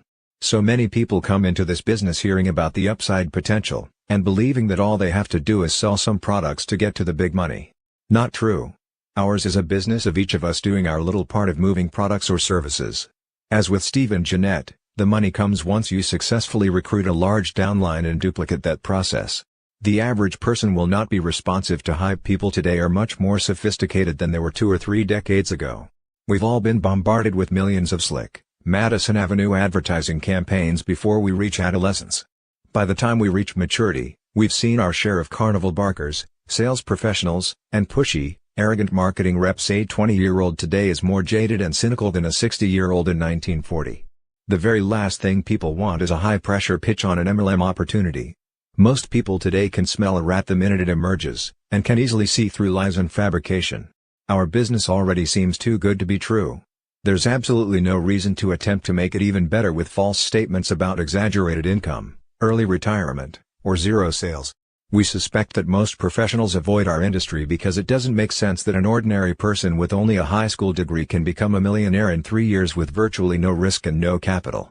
When a thinking person is exposed for the very first time to network marketing by a competent leader who simply articulates the facts honestly, one of two things will occur. Either that prospect will walk away shaking her head in total disbelief, or she'll lose sleep for a week from the excitement of our potential earnings and lifestyle. No one need ever exaggerate nor falsely explain our industry again. The facts are sufficient in and of themselves. Think for just a moment about how preposterous these facts must seem to a prospect who knows very little, if anything, about our industry. Although we all say it in a multitude of diverse ways, Here's essentially what we are presenting to people. We are asking them, first of all, to believe that network marketing is much more lucrative than most franchises, yet to begin it costs less than $100 or $200. If the owner of a great franchise like McDonald's earns more than $200,000 a year after having invested $1 million in the franchise, how on earth does an MLM distributor earn $200 a month on an investment of a couple $100? It doesn't compute. The franchise owner has to acquire property and build a large structure, but the network distributor works at home. The franchise owner pays out $10,000 a week to employees. The network marketer needs no employees. For the first 6 years the franchise owner is nothing more than a shift change supervisor for a bunch of pimply-faced teenagers before he breaks even. In half that time, the multi-level marketer is working 25-hour weeks and thoroughly enjoying her life. We could go on and on ad infinitum because the life of a successful network marketer seems preferable to the life of anyone in traditional business. You get the point. MLM seems too good to be true already. There is simply no need for hyperbole. We urge you to present this business opportunity honestly and professionally. False expectations can literally ruin would-be great distributors. If people are led to believe falsehoods, once they figure out the truth, they quit. We've actually seen people quit while earning over $10,000 a month because someone had filled them with the false notion that they should be earning 3 times that amount. It sounds ridiculous, but it's absolutely true. This is the only business in the world in which former blue-collar workers can earn more each month than some pediatric cardiologists do in a year. So why tell folks they can do that in 4 months? 4 years would satisfy most people. Nothing works better to convince a person to join our industry than the following honest dialogue following your presentation. You know, I think you and your wife would make remarkable partners in this home-based business, and I don't want you to go out of here today with false expectations, so please remember my closing comments. This is the most lucrative and fun profession in the world, but it's also the hardest work you'll ever do. This isn't like a lottery, and it's certainly no get-rich-quick scheme. But if you are willing to put in long hours and long days for just a few years, you could end up earning over $100,000 a month and enjoying all the free time you've ever imagined. I say it's tough because you may have to prospect a lot of people to find just one who's willing to work. But remember, one good frontline distributor can easily earn you $50,000 a month or more. Your prospects will appreciate your honesty, and you'll never be accused of creating false expectations. Yale-educated lawyer Ray Faltinsky, our good friend and co-founder of a major network marketing company, once told us that, by far, the majority of lawsuits and regulatory handslapping that has occurred throughout our industry's history has most often resulted from exaggerated claims about income and products. For our children's sake, let's join together and stop these exaggerations, which could pose a significant threat to our industry's longevity. Besides, if we just tell the truth, it already sounds too good to be true. Summary: don't be misled by false expectations. Success in network marketing takes hard work and persistence. There is no one to whom we could not present the MLM opportunity as a chance for success, but be cautious to distinguish between the fact that, while everyone can, not everyone will. Along with references to the oversized checks, distributors will also want to discuss the amount of effort required in MLM. The more honest we are about the hard work required to succeed, the less attrition we will have and the more respect we will build for the industry. Whether in a breakaway, a uni-level, a matrix, or a binary plan, the greater the number of personally sponsored distributors, the larger the income. Network marketing is the great equalizer in which former blue-collar workers are allowed to compete financially with doctors and corporate CEOs. With respect to the time it takes to do this business, set realistic goals based on real achievements of upline distributors or average earnings published by your company. Part-time effort will virtually never produce full-time results. There is nothing wrong with telling people the uppermost possibilities in this business, but there is no need to exaggerate because the truth is plenty remarkable in itself. As you bring others into this business, support them without promising that you will do it all for them. Networking is friends telling friends, and it simply won't work unless you are willing to share your enthusiasm with your friends personally. There is no better way to get started in the business than to just do it, set up your first home meeting and begin. In network marketing, retirement means that we can ease up dramatically, no longer needing to spend our lives prospecting in order to achieve wealth and independence, while still finding an appropriate means of sustaining our support to those who depend on our accessibility. Think of networking not as a career but as a vehicle to help you do the things in life that really matter. Simply defined, Network marketing is the word-of-mouth distribution of products and services for which distributors who are responsible for those orders are compensated throughout multi-levels in their organization. Even the most serious business builders are responsible for creating a small customer base, but you will not earn the big money by merely retailing products. Network marketing is about a lot of people using and sharing a little bit of product. Once you have built a customer base, the rest of your focus can be dedicated to building your organization by duplicating your upline mentors system and teaching others to do the same. Additional customers and wholesale buyers will inevitably come to you as a byproduct of your business presentations. Network marketing is much more lucrative than most franchises, yet is only a fraction of the investment with no building, no employees, and no time spent away from home. False expectations can literally ruin would-be great distributors and destroy the credibility of the entire network marketing industry. Be honest and professional when you present network marketing as a business opportunity, and help put an end to the exaggerations that could pose a significant threat to the health and longevity of our industry. Chapter 5: Attacking the Warm List Warhead. Overcome the reluctance to offer a quality lifestyle to family and friends. The first 6 months in the career of a new distributor are critical. Much like the first 6 years in the life of a child, the first months in network marketing are formative times. And it is during these impressionable months that patterns of success must be firmly established in each new distributor's mind. Very few people will survive the first year if their first few weeks are misspent, and we believe our industry's high attrition rate can be traced back to seeds of failure sown in these very early stages. Apply what we teach you in this chapter, and you are far more likely to find yourself among the first-year survivors and thrivers rather than a part of that attrition statistic. Fundamental to the establishment of a network marketing business is the creation of what we call the warm list. In fact, it's so critical to success that we've allocated this entire chapter to define, explain, and teach you step by step how to utilize your most powerful resource. A warm list is a group of individuals from your past and present whom you know well enough that were you to pick up the telephone and call them, they would recognize you once they heard your name. The value of a warm list is that for the first few months, new distributors are able to speak with people they know, and more importantly, those with whom they would love to forge a lifetime business relationship. Indeed, one motive for our recent partnership with other experts in the think tank consulting firm 21st Century Global Trust is to educate network marketers how to prosper in the coming century by focusing on relationship marketing, rather than merely sifting through huge numbers of prospects. We are currently working on a simple, easily duplicated system which will allow many more distributors to capitalize on their own warm market relationships, as opposed to the past process of just throwing mud on the wall and hoping some sticks. Furthermore, it matters little to this group of family and friends that distributors are new or that their presentations are mediocre. By beginning with this inner circle, what we call warm contacts, new distributors will be prepared to enter the more judgmental world of cold marketing, attempting to recruit professionals whom they've never met. Should they have to do so? That's when approaching large numbers of prospects becomes crucial. Your warm list is what sets you apart from everyone else in the business. It is your edge for success. Without it, your approach to this business is not terribly different from standing on a street corner selling newspapers. Creating a large warm list: the larger your warm list, the more solidly you will establish your business. By age 30, social psychologists have noted, the average person literally knows 2,000 people on a first-name basis.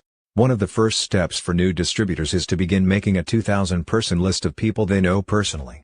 We can hear the gasps and sighs already. Why do we recommend such a large warm list?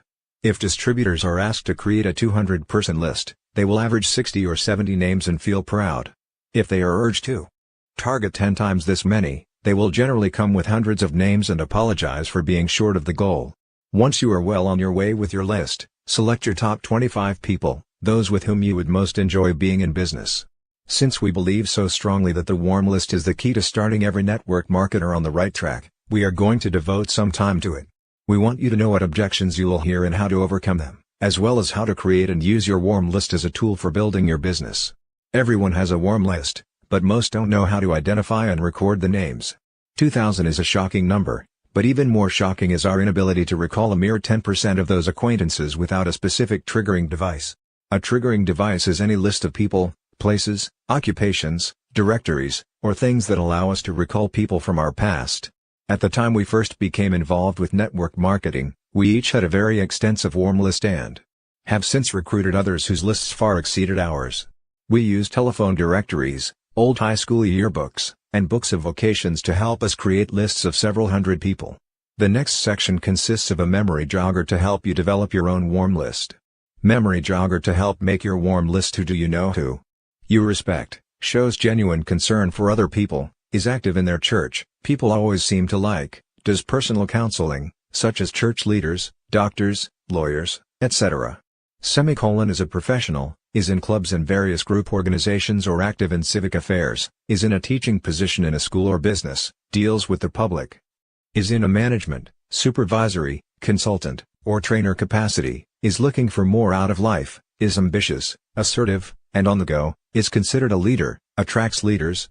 Has children just starting junior high, high school, or college, has children with special talents that should be developed, wants to set a good example for their children to follow, owns a business. Holds a very responsible position that is causing stress and pressure, wants to have freedom, is considering a new profession, changing jobs, or has recently changed jobs, is unable to advance in her job, has talents but is held back. Just started selling or is an experienced direct salesperson, relies on ideas for his livelihood, has never been able to get started or failed in business but still has strong desires. Is going to college, business school, trade school, etc. Or just graduated, was recently married and is just starting out, knows everyone in town, has international connections, exudes credibility, is elected to office, works with you now, you see at the gym, is looking for a job. You play tennis with, you know from the old neighborhood, appraised your home, already has a great job, takes care of your car, is on your Christmas card list, you take your cleaning to, is your accountant, you do civic work with. Does your hair, runs the spa, you see at the copy shop, delivers your mail, seems to change jobs often, did your home repairs, is concerned about her skin and hair, is concerned about his weight, is into sports fitness. Wants more time with the family. Who are our relatives? Parents, grandparents, sisters, brothers, aunts, uncles, cousins, children, step relations. Who is our mail carrier, newspaper deliverer, dentist, physician, minister, florist, lawyer, insurance agent, accountant, congressional representative, pharmacist, veterinarian, optometrist. Who sold us our house, car tires, television stereo, fishing license, hunting license, suit, tie, shoes, business cards, wedding rings, eyeglasses, contacts, vacuum cleaner, boat, camper, motorcycle, bicycle, living room furniture, air conditioner, kitchen appliances, lawnmower, luggage, Avon products, Tupperware, carpet. Do you know someone who lives next door across the street, is my spouse's barber hairdresser, teaches our children at school, was best man usher maid of honor bridesmaid, was the photographer who took our wedding pictures, is the purchasing agent where I work, is the finance director at school, goes hunting or fishing with me, was my Army-Navy buddy, is the architect who drew up house plans, goes bowling with me us. Is president of the PTA, was my spouse's college fraternity brother-sister, we met camping, is the credit manager of the store where I shop, is my spouse's old high school teacher principal, repaired my television, upholstered my couch. We knew on our old jobs, went with us to the races, is in my carpool, installed our telephone, has a laundromat, teaches ceramics, owns a taxi service, cuts the grass, painted the house. Owns the pet shop where I bought our dog, installed our refrigerator, renewed my driver's license, owns an apartment, is in Rotary Lions Kiwanis with me, is JC president, plays bridge with me us, is in garden club, is in book club. Is my child's kindergarten teacher, is a deacon in my church, owns a slipcover and drapery business, manages an athletic club, gave me a speeding parking ticket, does our income tax, cleans our clothes, hung our wallpaper. Taught our children driver's education this summer, works with the rescue squad, owns Beach Mountain Cottage where we vacationed, sells us gasoline and services our car, sold my wife her wig, owns a nursery, delivers parcels. Works with an exterminator pest company, stores my wife's winter coat, sells ice cream in the neighborhood, owns and manages the jewelry store downtown, sells aluminum awnings, works for the travel agency. Who do you know who is a professional? Nurse, golf pro, student, fashion model, security guard, sheriff, fire chief, secretary, welder, crane operator, candy salesperson, police detective, music teacher, art instructor, typesetter, forester, seamstress, carpenter, pilot steward, mobile home salesperson, bank cashier teller, tailor, garage mechanic, editor, lab technician, restaurateur, PBX operator, social worker, lifeguard, race car driver, paper mill worker, brick mason, draftsperson, printer, officer manager, bakery owner, plant supervisor, dietitian, mechanic, anesthetist, surgeon, librarian, mortician, missionary, real estate agent, railroad ticket agent, newspaper press operator, bulldozer operator, bus driver, airline ticket agent, computer programmer, motorhome dealer, business machine salesperson, soft drink distributor, air traffic controller,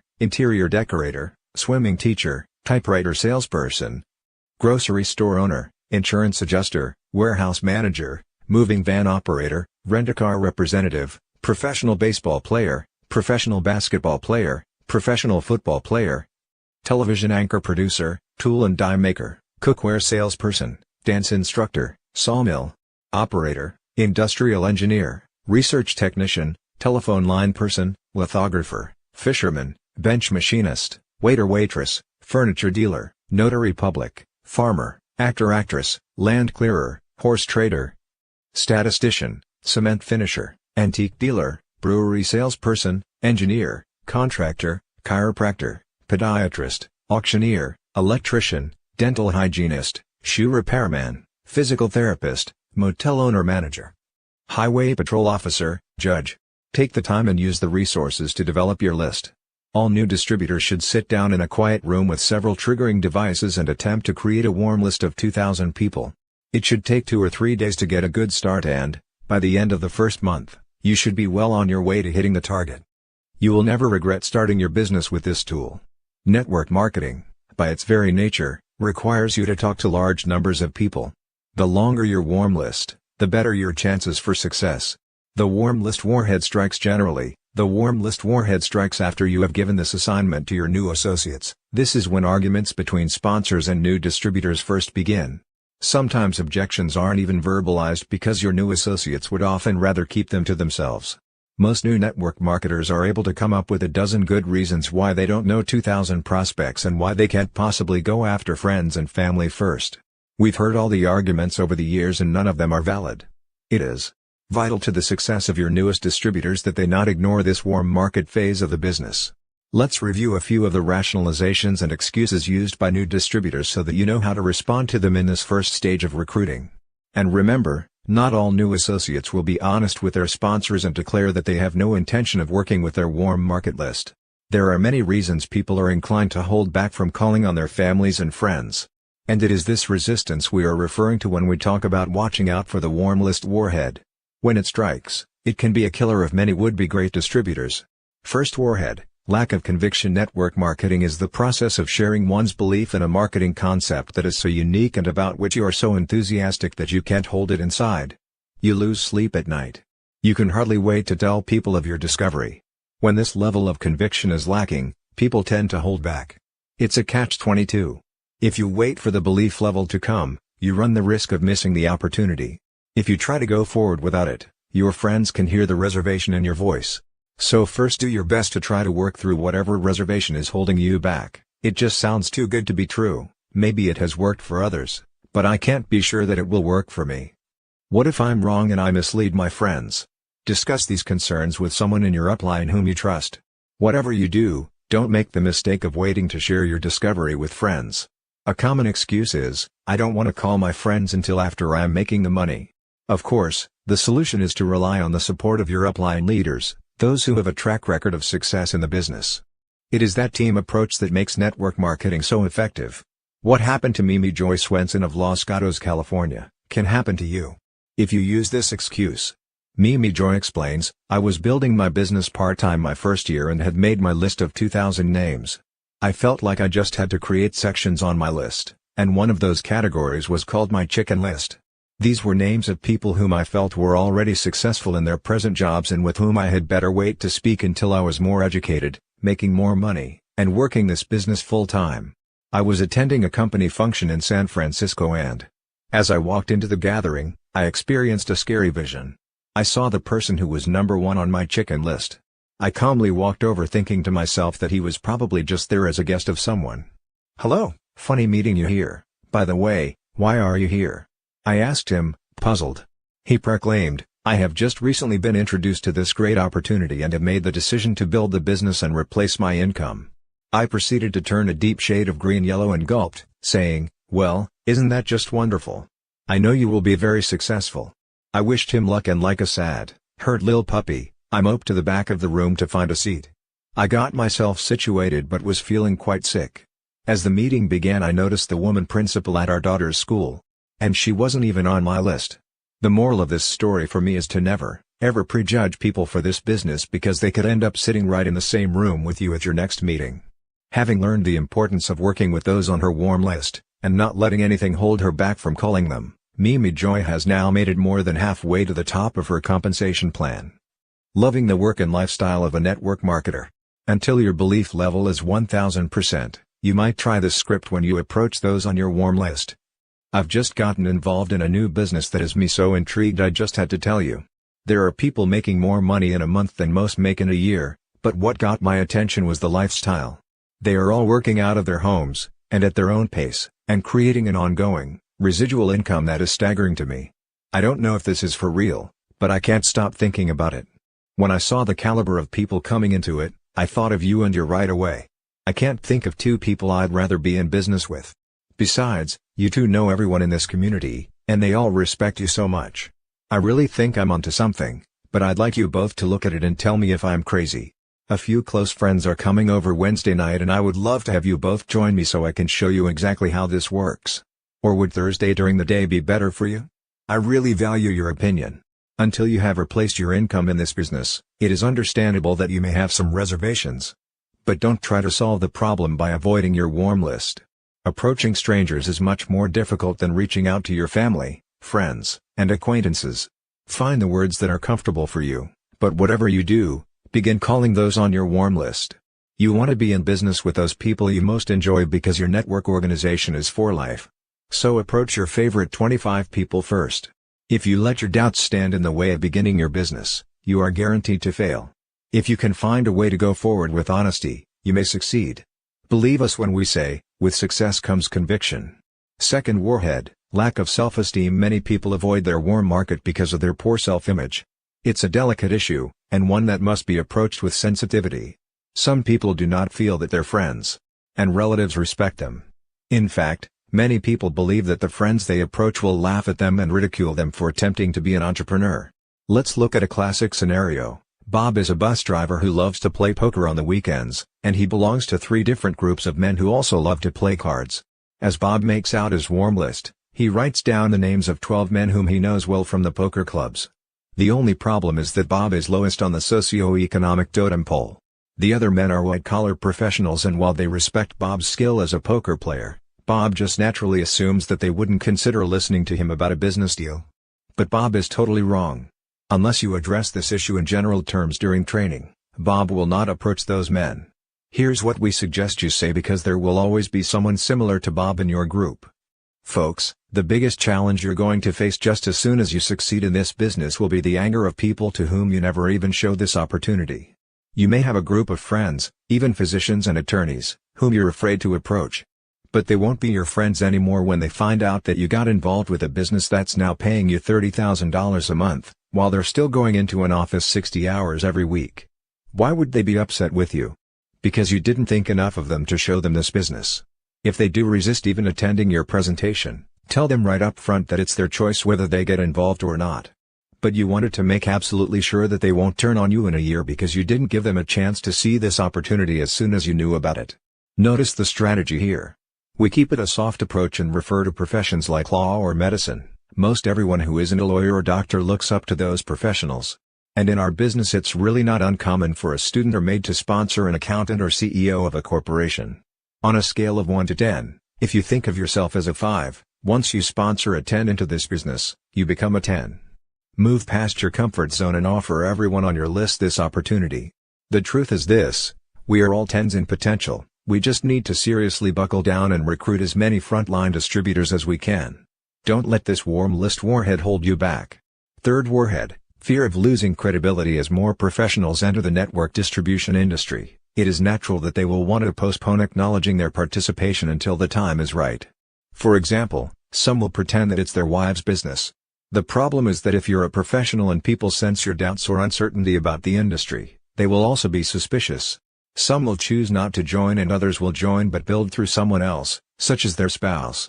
But the reality is that once someone of stature has joined our industry, the floodgates start opening for everyone, and more often than not, it's the ordinary, everyday people who make it to the pinnacle.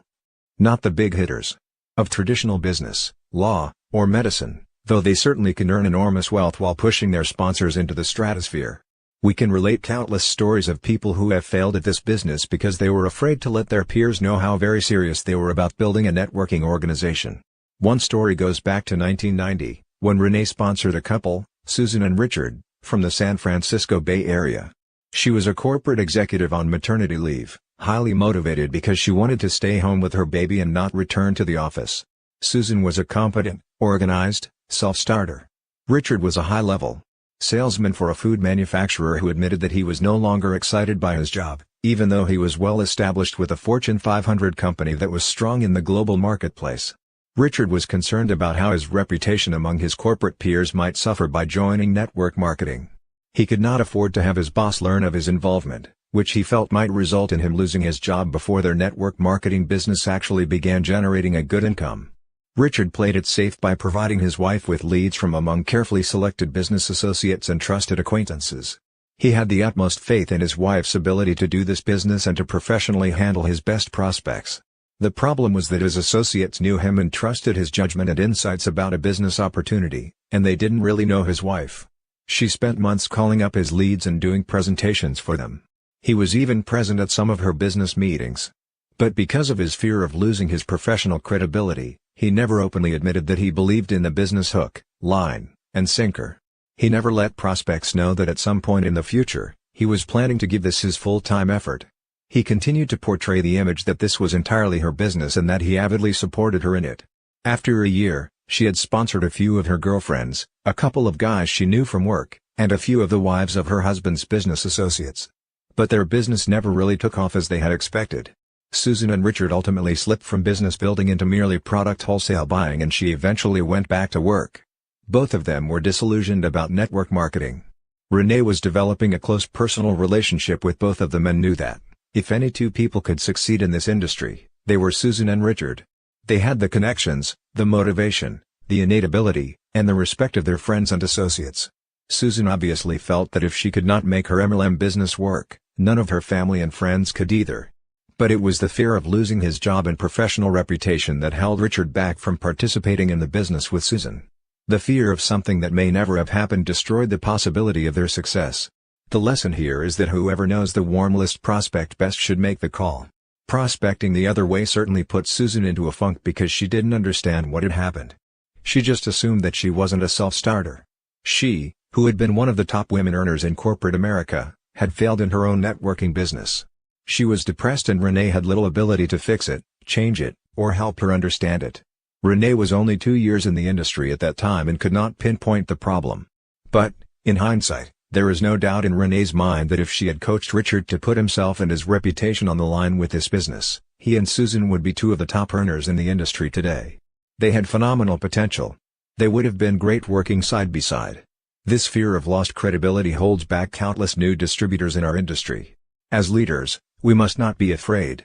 Once we are absolutely convinced of their potential, we need to encourage men and women to take a stand and go for it all the way. We don't mean to undermine the very real fear that exists in starting a new venture. It is a legitimate one. Why burn the bridge that currently supports you before you know whether the new bridge you are building will hold up through storms and outer pressures? The solution is in what we call balanced risk-taking. If you don't let prospects know how completely and totally convinced you are about this industry and your company, you will fail. That is for sure. On the other hand, if you flaunt your new business around the office, you could lose your job and your source of income before you have replaced it. Somewhere in between is the answer. Unless you have sizable savings, you may have to postpone sponsoring your boss if he is someone who would be truly threatened by your outside business involvement. You may even have to put off sponsoring everyone in your immediate environment. But there are plenty of other current clients, former clients, and sideline associates who would be interested and or know other people who might be interested to hear about a business opportunity that creates personal freedom and financial security. With these people, don't hold back. Prospects need to know that you are a believer. Let them know, In no uncertain terms, the depth and breadth of your conviction about the power of this type of business to transform your life and theirs. Encourage husbands like Richard to state at each meeting their ultimate intention to do this business full-time, and soon. Steve Sledge of Dallas, Texas, is someone who took the risk of losing his professional credibility. He and his wife, Caroline, joined this business about the same time as Susan and Richard, but they worked it as a couple, putting everything on the line. In Steve's own words, "I showed one of my former real estate colleagues the power of network marketing, the huge expanding markets in which we were positioned, the honesty of my company and the potential of the compensation plan. And he wasn't interested. He asked how I could bring myself to do something so unprofessional. I was 1000% convinced that I had hold of the financial opportunity of the century and answered him this way, 'Bill,' I said, 'if I'm wrong, fail and you can tell everyone that Steve failed in that silly pyramid deal. On the other hand, if I'm right, I'm rich. What story will you tell them then?' The operative words were 1000% convinced. Steve was and Richard wasn't. But even if Richard had been convinced, he was unwilling to share that fact with his associates, and therein lies the difference. Today, Steve and Caroline enjoy being at the top of their compensation plan with many successful leaders in their organization. It's now a global organization spanning a dozen countries, but it began as a simple conviction in their hearts that was unchangeable, and succeeded because both were willing to say so. They made it to the top by their shared willingness to do whatever it took to make their business work. During the early days, even though they were long on commitment, they were short on finances. To make ends meet, Steve actually threw a newspaper route in an exclusive subdivision near their home early each morning to earn extra money. He claimed he was so excited about his business that he couldn't sleep anyway. As Steve recalls the story, "I laugh when I remember the look on people's faces when, because sometimes I was a little late. They were waiting in their front yards as I flew by in my gold Mercedes and they suddenly saw a newspaper come flying out through the sunroof. Little did they know that their paperboy would, within only a few years, build a worldwide business from his home that would earn him in excess of $1 million. Fourth warhead, embarrassment from prior failure in MLM. Another more common reason people will use to justify not approaching warm market leads is embarrassment. They are mortified because they've already been in 3 MLM deals and they can't stand the thought of approaching their family and close friends a 4th time. It's actually a legitimate concern. It's human nature, but it's not sufficient justification. Because some people have been involved in several companies, they now have one of the best approaches possible. Here's the basic dialogue we teach our new distributors who are concerned about this problem. After a bit of small talk, they then share this information with warm market prospects. "You and your wife know that I've been researching the field of MLM quite carefully. In fact, in an effort to become extremely knowledgeable, over the last few years I have enrolled in several different companies in order to learn from the different experts. Well, I'm happy to tell you that all the analysis finally paid off. I've been able to master enough about the industry to pick the global organization that allows people to earn $530,000 to $50,000 a month in the shortest amount of time. I've spent a lot of time, money, and energy doing my homework and now I'm so excited I seem to be losing sleep every night. I need to see you as soon as possible to find out if you would be interested in earning this kind of money. Instead of portraying your past involvement or your new distributor's past involvement as a liability, turn it into an asset. Wouldn't you much rather purchase life insurance, or an automobile, or actually anything from someone who has had the broad experience of representing more than one company? If this is your situation, then be sure to use this strategy to approach the people in your warm market. 5th warhead, qualifying the leads. There is a critical difference between traditional business and MLM. Traditional sales and marketing reps are taught to always qualify their prospects. For example, a Xerox rep wouldn't attempt to sell a $3.5 million laser printer to a company that didn't need it or couldn't afford it. To qualify a prospect is to determine, before an attempted sale, if indeed that prospect both needs and can afford your product or service. But we call MLM the great equalizer because anyone can achieve staggering levels of success. To decide in advance that one person is too important to be approached about your business, or another is too inadequate to succeed, can literally be economic suicide. Do not, under any circumstance, attempt to determine in advance who is qualified and who is not, who may be interested and who will not be, who is approachable and who is not. Consider one of the most successful distributor teams, Tom and Terry Hill. Terry left the corporate world as the #1 Xerox salesperson in all of North America. She was an expert at qualifying her leads. Tom was a stockbroker for Merrill Lynch. During their first year in network marketing, they had to break a lot of old habits by not qualifying their leads. What finally drove it home for them was when, early in their networking career, They held an opportunity meeting in their home. During the showing of the video, both Tom and Terry left the room. When the video was over, one gentleman came down to their office and said, "Thank you, but the business is not for me. I appreciate your time." As he turned to leave, he put his head back in the office and whispered, "By the way, the other guy is asleep." Tom went in and turned the video off and the man woke up. As Tom thanked him for coming and started to hand him some information, the prospect stood up and said with the utmost enthusiasm, "This sounds incredible. I'm in." When the timing is right in someone's life, it is right, no matter how wrong everything seems. Even an unconscious man can evidently become excited. Today, this distributor has hundreds of distributors under him in both the United States and Australia. He is one of the strong legs in the organization built by Tom and Terry, who have now sold their MLM business and moved their family to a small town in Tennessee. After all those years in the corporate world, they both feel extremely fortunate to have left the stress behind. Now they both have the time and money to live the laid-back life they have always wanted. Another one of our frontline distributors was a college student earning $800 a month as a student teacher. His brother David was a detective investigating hit-and-run accidents in Houston, Texas. We are, of course, referring to Dennis and David Clifton, two of the real legends in the network marketing industry. They joined the business along with Dennis's father-in-law, scholar and theologian Dr. Roy Blizzard Jr. All three men and their wives have become multimillionaires and respected industry leaders. The brothers often tell the story that when they came into the business, no one rolled out the red carpet. The company president didn't call and welcome them into the company anticipating that they were a couple of big hitters. They were just a graduate student and a cop. They were scared, and their wives were petrified. David's wife, Jackie, was fully aware that her husband only had to put in 13 more years in order to a full vesting in a $17,000 a year pension program. What intelligent wife like Jackie wants to walk away from that kind of security?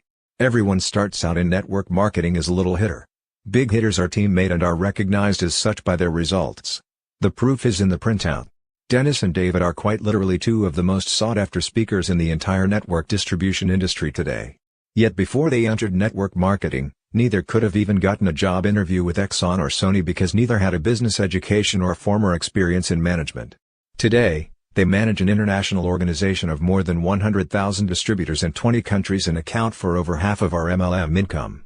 We could go on listing other distributors who had no previous success prior to MLM, but these stories should make our point. Don't play God. Even if a man or woman has a menial job, don't assume that they are incapable of building a large dynamic organization. On the other hand, don't assume that because one of your friends is a doctor, MLM would be beneath him or her. Many doctors may be in a state of mind where they detest the practice of medicine and are looking for an alternate way to make the same amount of money. Whatever you do, don't succumb to this warm list warhead. Don't make the mistake of qualifying your leads. Sixth warhead, conflict of interest. Some professionals hold back in building their network marketing business because they are concerned about conflicts of interest. As a minister, Mark was afraid it would be a conflict for him to approach individuals in his congregation. Renee was a county commissioner and afraid to approach her constituents. Since this was a large part of our world, it put a serious restriction on prospecting our warm markets. So we understand that this is a legitimate concern. It can even be a question of ethics. Whatever you do not want to jeopardize your present career. You want to decide when you are leaving your profession. You don't want it decided for you. We have two suggestions that may help. First, when you are on the job, never mention the name of your particular network marketing company, but prospect through five-styling. That is, approach people through the normal course of your life, clients, customers, store clerks, people at the health club, the bank, the grocery store, complimenting them about the personality trait that drew you to them. Let them know that, with that quality, they could be outstanding in your business and are exactly the kind of people with whom you are looking to partner. Tell them up front that you cannot discuss the matter there, but that you would like to find a time that would be good for both of you. Then ask permission to call them. Exchange business cards, and write on the back of theirs the best time to reach them. This is the method Renee used extensively. And it was very effective for her. By handling the situation straightforwardly, few constituents ever complained about her having a conflict. If that method doesn't work for you, you might consider Mark's approach. He never did approach his congregation. But he recruited one couple from the church who did. And they used his name for credibility. Target marketing. You may want to consider prioritizing your warm list by using target marketing. which involves focusing your prospecting efforts on selected groups of people within your inner circle of influence who have a potential interest either in the business opportunity, part-time replacement income, and/or tax deductions, or your product and its specific benefits to them. The research of Dr. Charles King offers us an example of target marketing. An aerobics instructor at a health center introduced her line of vitamin supplements to members of her aerobics class, all upper middle income, 30 to 50-year-olds. Based on the shared demographics and interests in healthfulness, physical fitness, and exercise, several of the class adopted the products. Within 6 months, the instructor had a customer base of over 60 regular retail buyers. Some of the customers later became distributors in order to buy products at wholesale or develop their own businesses. Based on her formula for target marketing in health clubs, the instructor continued meeting with aerobics instructors from other area health centers. She introduced the concept, sponsored the individuals into her downline group, and trained them to develop their organizations by duplicating this process. Of course, if your goal is to build a huge international business, the key to success in target marketing is to focus on several groups with whom you have rapport, and not put all of your energy into just one. When to use three-way calling? Let's assume that you are convinced of the importance of calling the people on your warm list. So what happens next? How does this team approach work? Three-way calling can be a valuable tool, as long as it is used at the appropriate time. Most prospects will hate the idea of three-way calls prior to a personal presentation. If they know they're going to have to suffer the indignity of making their first call to their family and closest friends with their sponsor, they literally refuse to go any further than purchasing their starter kits. That's why in our collective 20 years, we have always avoided three-way calling as a first contact with a prospect. The new distributor is actually right to want to avoid this strategy. Think about it intelligently. Does a professional or corporate executive really need to gang up on his friends? That's precisely how it appears to the prospect. If a distributor can even pick up his own telephone and get his family and friends to a meeting, or review an audiovisual presentation in the privacy of their own homes, that person probably does not have what it takes to succeed in network marketing. Period. End of story. Once trained, your new distributor should always be allowed the courtesy of talking to their closest friends and family without the presence of some hyped-up sponsor trying to overcome objections and prove how brilliant she is. To her new distributor, three-way calling, at this stage, is a very unnatural way of networking. Besides, when the business is presented properly in the initial approach, there should be no serious objections to overcome. If there are a lot, that person is not a prospect anyway. Call him or her again in 6 months. Don't badger them with your upline on the other extension. The only way this could be helpful is if your sponsor is listening silently on the line during your first few calls in order to offer some constructive criticism afterward. The best time for three-way calls is after a prospect has seen the presentation. It is most effective after someone has been exposed to the concepts of network marketing, likes what he or she has heard but still has some reservations. This is the best time to bring an upline associate into the mix. Here's a sample script of what you might say to a serious prospect. You are asking some really good questions, and as I told you, I'm new to all this. But my business associate has been at this longer than I. Let me see if I can get him on the phone with us right now. You simply press your conference button on your telephone, dial your sponsor or upline, and press the button again, and bingo, you have an instant three-way call. Or if you prefer, give out the private number of your upline to your prospect, and let him or her call when it is convenient. Serious prospects will make that call. There are advantages to each of these strategies. The three-way conference call allows your new associate to learn by hearing how a prospect is closed. It also reinforces your new associate's belief in the business. This is sometimes quite helpful to a new network marketer. The two-way direct call from prospect to upline offers more flexible scheduling, and sorts out a serious prospect from a lukewarm one. Just taking the initiative to call shows a certain eagerness for the business. Mark prefers the direct call. Renee is more comfortable with the three-way call. Just be sure to use them appropriately, that is, never until after a full presentation has been made to the prospect or your audiovisual business briefing has been reviewed. Using a follow-up card file now, we'll share the most important tools for building and maintaining a warm list. Pay attention to this advice, follow it without deviation, and you'll likely wind up among the big money earners. In a very short time, this method will enable you to have more prospects than you have time to call. Purchase a 12-inch long card file cabinet. In addition, purchase 12 dividers, one for each month and 31 numbered dividers for each day of every month. Index card dividers can be purchased already labeled and numbered. Then purchase several hundred index cards and write the name of one warm market prospect at the top of each card. Next to each name, write his or her telephone number. Beneath the name on the left-hand side of the card, write the heading words date last contacted. On the right-hand side, write actions and results. Every time you obtain any person's name and telephone number, especially new people you've just met or prospected, create a new card. Of course, for computer buffs, there are software programs for organizing and following up on leads. What matters is that you have a system for keeping track of your prospects. Now for the critical system. From that point forward, you are going to call every single person on your prospect cards every 6 months until they either sign up or die. Never, ever are you to throw away leads until they become distributors or you attend their funerals. As you speak with your prospects and they tell you all the reasons why this isn't a good time to get together, politely ask them if you can contact them at a later date. They'll almost always say yes. Move the index card to that month in your follow-up file. The day-by-day dividers are, of course, used in the current month. Some people will need a follow-up in 2 days. Or if you fail to reach some people, you should put their cards in the next day's file. The average full-time worker in any field in America, Europe, and Asia will change jobs every 3.7 years. Try to contact prospects every 6 months. No matter how adamantly they rejected you previously, eventually you are going to catch them during a period of job transition. If presented properly to people during those inevitable transitions, network marketing will be next to impossible to turn down. Remember what we've stressed before, network marketing is all about timing. If prospects are in the right time in their lives for change, it doesn't matter how poorly MLM is explained, they'll probably decide to give it a shot. Conversely, prospects who are not in the proper time of life probably won't be receptive no matter how articulately or professionally the business is presented. Steve Sledge says he had fun using the follow-up system. Sometimes after I explained the power of network marketing to some of my former business associates and showed them the 5x5x5 illustration of logarithmic growth, they smiled. Some even laughed and said, "Hey, Steve, give us a call when you get rich." So I did, every last one of them. Starting with warm market prospecting, so now you know some of the excuses people will throw at you in an effort to put off prospecting their warm lists. But why is it so important that sponsors encourage them to do it? Warm market prospecting is much easier than the cold, cruel world of trying to persuade people you've never met to quit their jobs and join you in MLM.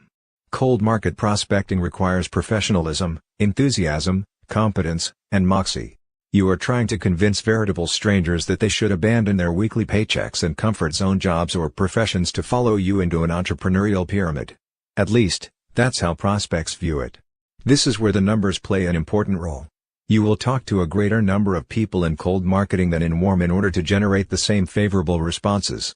In those circumstances you better be confident, self-assured, and proficient at responding to the primary objections brought up at recruiting meetings. Cold market prospecting is aptly named, it's cold. Because your warm market is comprised of folks you know, it is much more understanding and forgiving than our total strangers. There's an old saying in our industry, every great multi-level marketer was a lousy multi-level marketer first. No one starts out poised and self-assured. So it just makes good sense to approach your strongest relationships, those with your family and friends, first. And you're not alone. Your sponsor should do your first 2 or 3 presentations for you in your home with your friends or support you by phone if long distance. But now let's examine the proper way to approach warm market leads. Success results more from attitude than ability because attitude rather than ability leads to real success in network marketing. Your biggest asset is enthusiasm. We are not talking about some fake excitement that is learned behavior, or following some script written by your upline associate. We're talking about natural enthusiasm, that is, your excitement after realizing you could be only months away from earning $520,000 a month. Again, we remind you that if you aren't truly excited about this business opportunity, read or listen to anything that will build up your enthusiasm. It is essential to effective prospecting. Whatever strategy works to motivate you and get you in a positive frame of mind prior to calling warm market prospects, employ it. The deeper your belief level, the greater your chance of success. It also helps to realize that you are first and foremost an educator. You are not a salesperson, nor are you a professional recruiter. Your job is to teach as many people as possible that there's a better way to live and to earn residual income.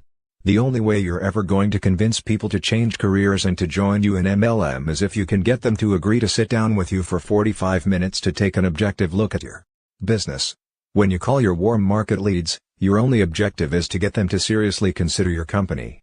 Probably nobody in the history of the network distribution industry has been so persuasive as to be able to convince prospects over the telephone in their very first call to change jobs and join their company. Nor do we know distributors who can consistently sell products or services over the telephone. So don't try. Network marketing is a business of education. You may want to begin by having your prospects review an audio-visual package, but eventually you need to interact face-to-face. It is about teaching people how to teach others to build an organization of people who use and share products and/or services. And keep in mind, the more information you give to prospects over the telephone, the less likely they will be willing to listen to an audio or attend a business presentation. Try to raise their curiosity over the phone rather than satisfy it. Do not give information out during your first call or answer a lot of questions. Share your enthusiasm and set a time and place for the meeting to which you are inviting them. Make sure you are talking from your heart, inviting those with whom you truly wish to associate. MLM is an ingenious industry in that its leaders and founders learned long ago that people usually make decisions based on certain emotions. A desire for more money is one of the reasons you can count on to motivate prospects to attend meetings. Later in this book we will also show you how fear of loss is what motivates many folks into creating wealth. No product or service, except perhaps a lure to a better career, is exciting enough to cause people to want to change professions. But the possibility of having total control of their time and a monthly income of $20,000 to $30,000, maybe even $50,000, gets the attention of most people, even the most cynical. So here's another approach to friends and family. Begin with small talk, but purposefully cut that off as soon as possible and in an extremely enthusiastic manner, nearly out of breath with excitement, say something like the following. I've got to tell you the real motive for my call. In fact, I can't hold it back any longer. My wife and I are so excited about what we've blundered into, and we want to share it with you because, frankly, we can't think of anyone else we'd rather spend the rest of our lives in partnership with than the two of you. Listen, I'm going to ask the same question of you that was asked of me a couple of weeks ago. If you were absolutely convinced, after a full due diligence, that it was possible for you to earn, legally and ethically, up to $20,000, $30,000, even $50,000 a month, and kick back and relax in a few years, still earning that much without a major investment, would that be a business that would interest you? If you take some time to study this approach, you'll notice that there is absolutely no reason for objections to surface. You have asked the prospect a question in which all the possible objections have been skillfully addressed. First, you encourage him to research the opportunity. It's moral, it's ethical, and there is minimal startup cost. The potential earnings are substantial, they are residual. And even more important to people in this global economy, success will allow him considerable free time. If, after hearing this question, your friend argues at all, regardless of the objection, you'll know that he or she is not a prospect today. Don't badger your reluctant prospects.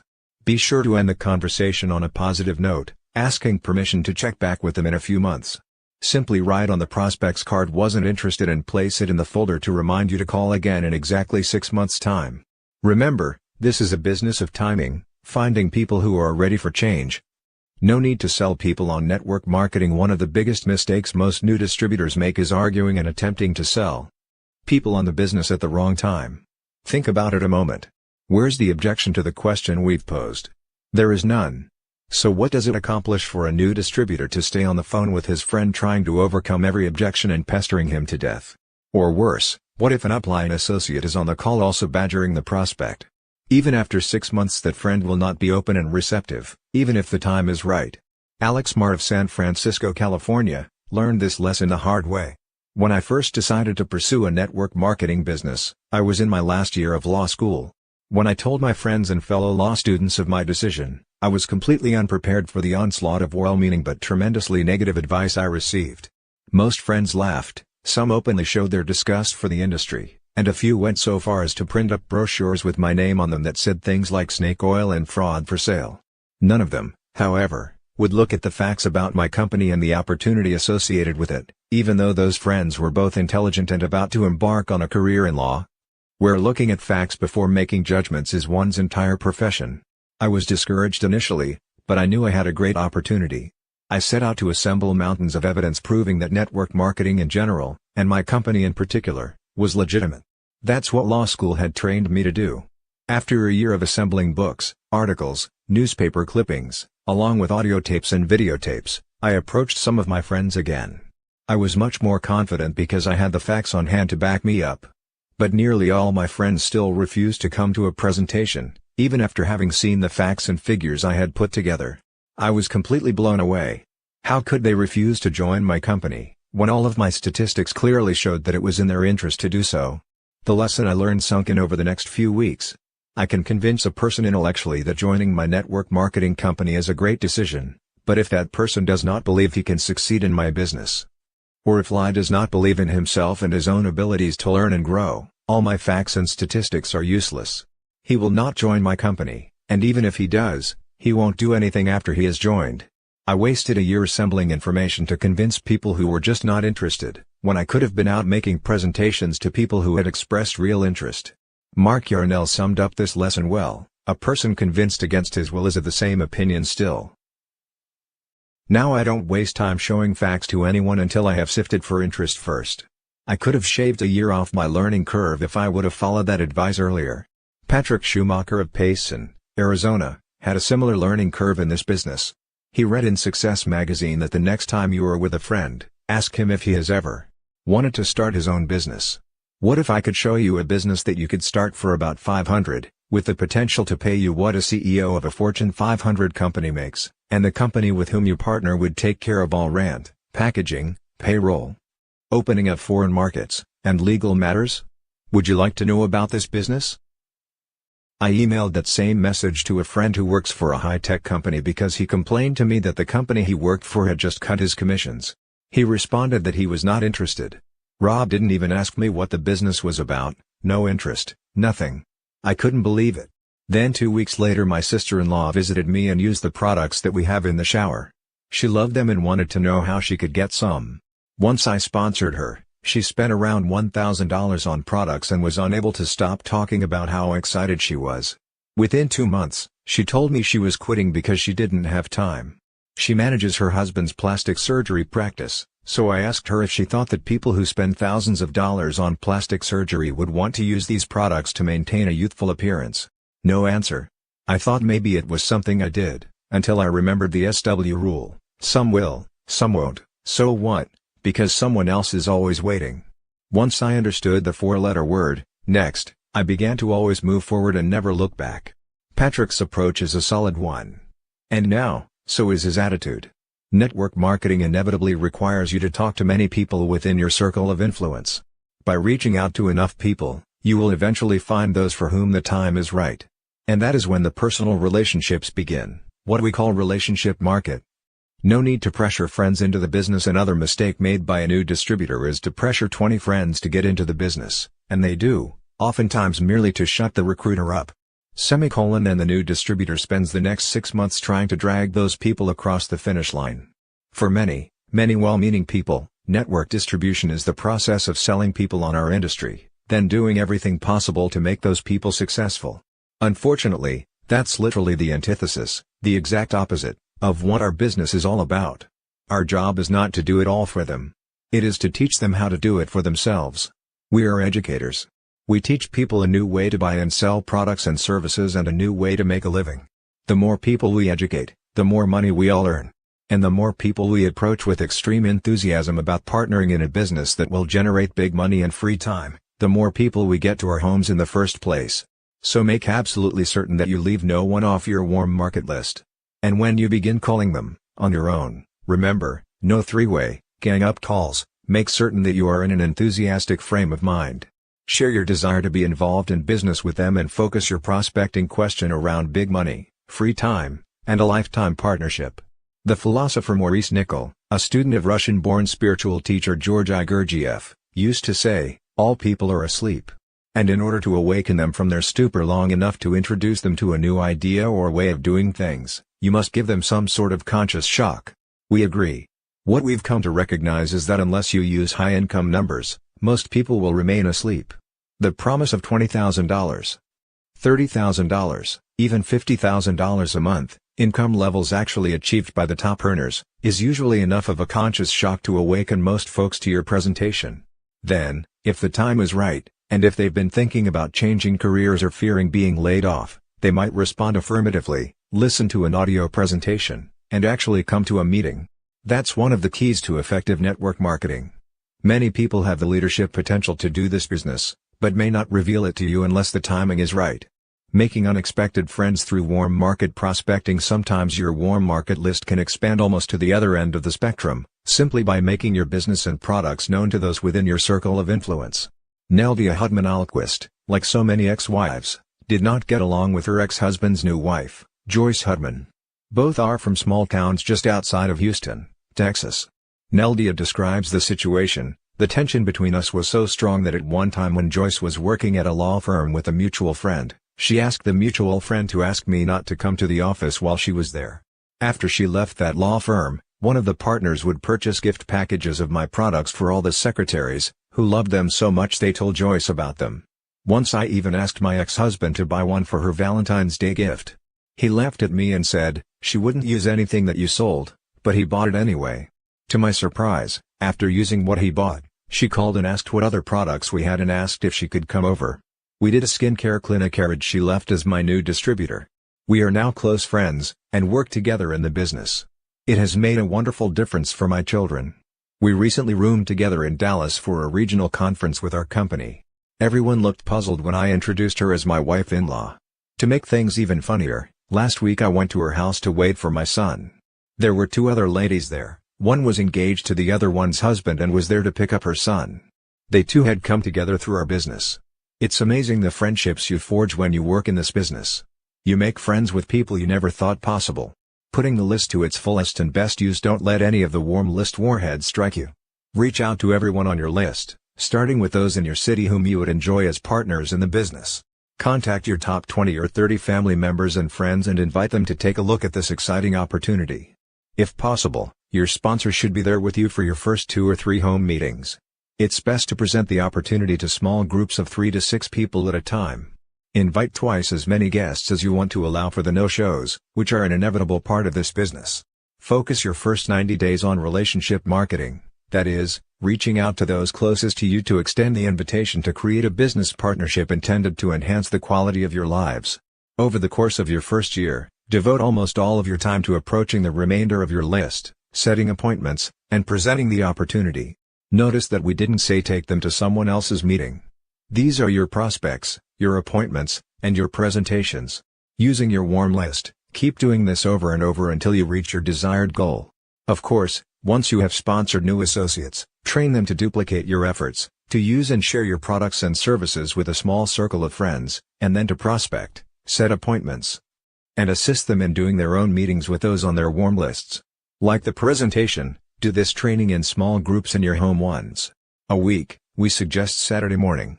Once your new associates complete their assignments, order products, set their goals in writing, and begin making their warm list, they then qualify for a one-on-one personal training session with you. If you want to stretch your list at its fullest and best use, learn to ask for referrals.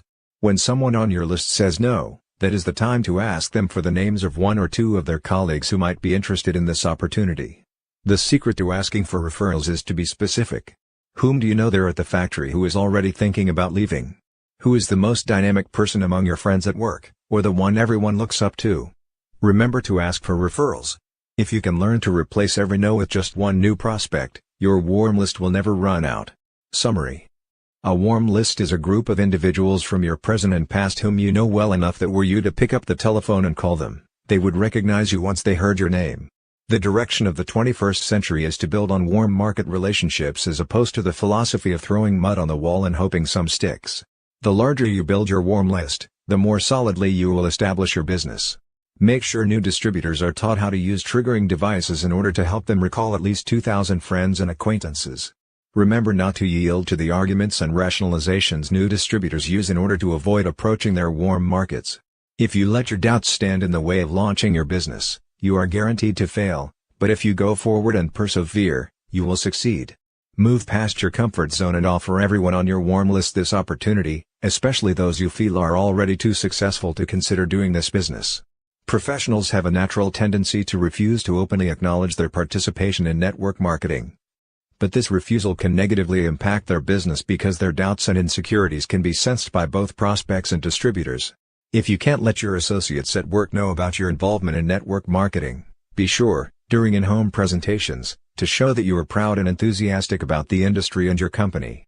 Your reluctance to approach your warm market, because you have been in other MLMs and have already approached the same people in the past, can easily be overcome by assuring your friends and family that your research and analysis has finally led you to the right company. Never qualify your prospects. To decide in advance that one person is too important to be approached, or another is too inadequate to succeed, is economic suicide. If your professional career has a potential conflict of interest that hampers recruiting efforts, you can either 1. Prospect through lifestyling, that is, by approaching people through the normal course of your life. Letting them know, without mentioning your business, that you would like to get together with them when it is appropriate, or 2. Sponsor someone who knows your business associates and can ethically approach those people. You may want to consider prioritizing your list by using target marketing, wherein you share a personal background with certain groups from your warm or lukewarm market. Always allow your new distributors the courtesy of talking to their closest friends and family without the presence of their sponsor on the line. Three-way calling is most effective after the presentation, not before. Or you may prefer to have the prospect make a direct call to your upline associate. Use a card filing system to track your prospects. Call all the people on your prospect cards every 6 months until they either sign up or die. Beginning with the warm market is best because approaching friends and relatives is much easier than approaching strangers. Attitude is more important than ability in network marketing. During your recruiting efforts, think of yourself as an educator more than as a salesperson. Until the presentation, your intent is to stimulate the curiosity of your prospects, not satisfy it. When contacting warm market leads with the possibility of partnering in business, emphasize big money and free time rather than any specifics about the company or products. When prospects object to an enthusiastic, big money free time partnership, don't argue with them, simply file their card and call them again in 6 months. A person convinced against his will is of the same opinion still. Remember the SW rule: some will, some won't, so what, because someone else is always waiting. Focus your first 90 days on relationship marketing, that is, reaching out to those closest to you to extend the invitation to create a business partnership intended to enhance the quality of your lives. During your first year, devote almost all of your time to prospecting, setting appointments, and presenting the opportunity until you reach your desired goal and teach your associates to do the same.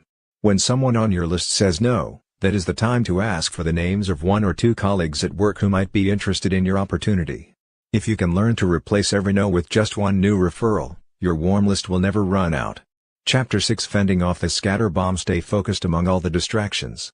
The next great obstacle in the battle for success probably afflicts every single distributor who ever enters our industry. We call it the scatter bomb. It is quite easy to fall into this booby trap because of the very changeable nature of our business. Simply put, the scatter bomb is a mental explosion that diffuses the focus of distributors, causing them to stop using the system they have been taught and to frantically follow any and every new network marketing system that comes along. The scatter bomb occurs frequently in the first year, sending new distributors in search of any new leader, company, sales aid, or system that might enable them to succeed more rapidly or more easily. This divisive weapon is quite deceptive because it comes disguised as the ultimate new tool or as the perfect strategy for success. Sometimes it's a new manual or a video, which many new distributors assume will be more effective than the work program currently used, merely because it's new. Other times it's a new leader who comes to town with a brand new way to do the business, and since he's making more money than you, his system must be better than yours. When your spirits are really down, it can even be a new company with a better compensation plan. Whether the scatter bomb takes the form of a person, system, or company, the very worst thing you can do in your first year is yield to the temptation to change direction every time a new system comes along. This business is a process of system duplication, and therefore each time you downline gets confused. In network marketing, the worst battles in the entire first year will be the internal ones you fight each time you're tempted to find a faster, better, easier route. Remember, if someone in your upline is earning the amount of money you strongly desire and you continue to duplicate the exact system that got him or her to wealth, you too will eventually get there. But not if you are always changing the system. There are many different ways to do the network distribution business, and fortunately each of them is equally lucrative. There's no one way to success. But if a network marketer becomes so scattered that he or she is constantly changing from system to system, thereby compelling downline associates to change, failure will certainly follow. In this chapter we will prepare you to fend off the inevitable scatter bomb by bringing to your attention the detours you and your new distributors will be tempted to take. Always changing the system. We have personally lost great frontline distributors, many of whom could have become legends in this industry, because they just couldn't stop changing systems. In fact, in one case, We lost the leaders of an entire foreign market. Just imagine the possibilities if you started on the ground floor in a brand new country with 1,500 serious prospects who came to learn more about your business on opening day. The company you represented was a billion-dollar MLM company already successful in 20 other countries, and all the new distributors signing up were within your first 5 levels. Also, assume that your sponsors were extremely well known and had all the training manuals translated into every language on your continent, and then set up a second home in your part of the world in order to spend significant time supporting you. Under these circumstances, failure seems impossible. Believe it or not, failure was the end result. The key leaders quit the business within 18 months. They failed because they changed their name from the Yarnell organization to another unknown group, gradually eliminated every system we taught them, and consumed much of their time routinely changing their training materials. It was the ultimate scatter bomb. Every one of our systems had proven success, and every one of theirs rapidly failed. But they still maintain that their organization collapsed because they just didn't have a good enough compensation plan. And we provided them with many other forms of support, financial and otherwise, that we haven't even mentioned. The truth is that they and all their downline were victims of the scatter bomb.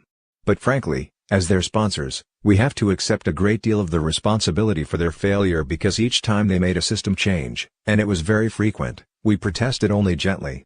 Unlike the typical recriminations in traditional business after such a collapse, we are still friends with this group of distributors despite the failure. This experience was an important and painful lesson for us, so we want to pass it on to you so that you might avoid our mistake. And here's the primary lesson: new distributors must literally be indoctrinated into duplicating your system. They must be taught in the beginning to follow the system of their sponsor and not deviate from it. Today we tell our newest associates in no uncertain terms that the day they deviate from our system is the day they lose our support. It's a serious matter for us. What we've learned is that even if you handpick the best recruiters and most committed people in a newly opened foreign market, set them up with all the training tools they need, help close their best prospects, sign them up during an opening day launch attended by the company's highest dignitaries, even if you do all that, if those people are unwilling to duplicate one simple system that has proven itself elsewhere, they are destined for failure. That's the frightening reality about the scatter bomb. Business without blinders. The metaphor of scatter bomb also refers to the inability of new distributors to ignore all the inevitable distractions in the first year and maintain a clear vision of where they are going and how they are going to get there. New distributors become scattered very quickly by a veritable smorgasbord of companies, recruiting systems, videos, manuals, and numerous other sales systems available to them. New distributors must be warned to put on blinders during their first year.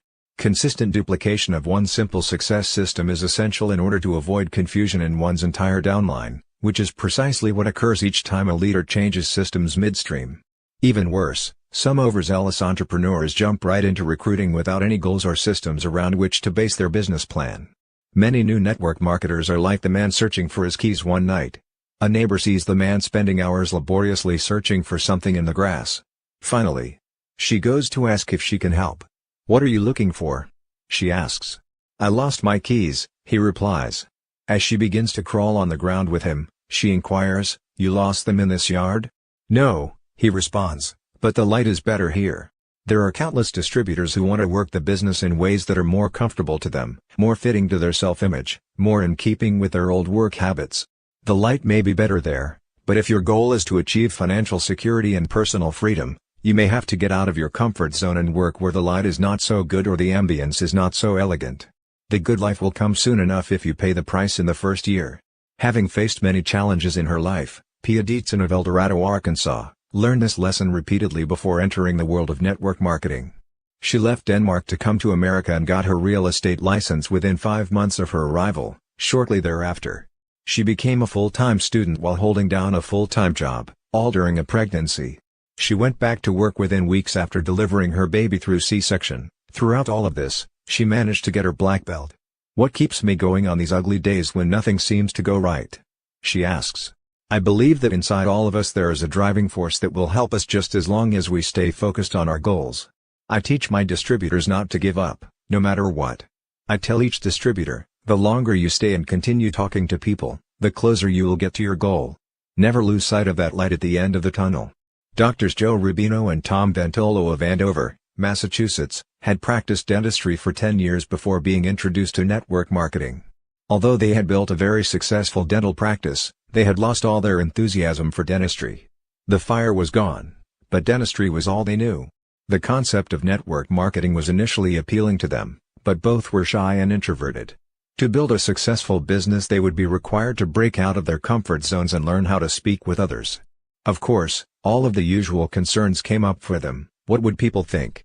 How would they look to their peers? Because of their self-imposed limitations, they felt trapped and without a sense of direction. What could possibly turn two introverts into top network distributors in a business usually excelled at by extroverts?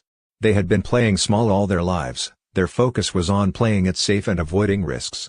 While this philosophy sheltered them from the dangers of the world, it also carried with it a tremendous price. Playing not to lose, instead of to win, was draining the partners from the inside. The adversity they had to overcome, like so many others living in quiet resignation, was to conquer a fear of the world that was slowly and steadily killing their spirits. As Norman Cousins wrote, "The true tragedy in life is not death, but that which dies inside us while we are still living."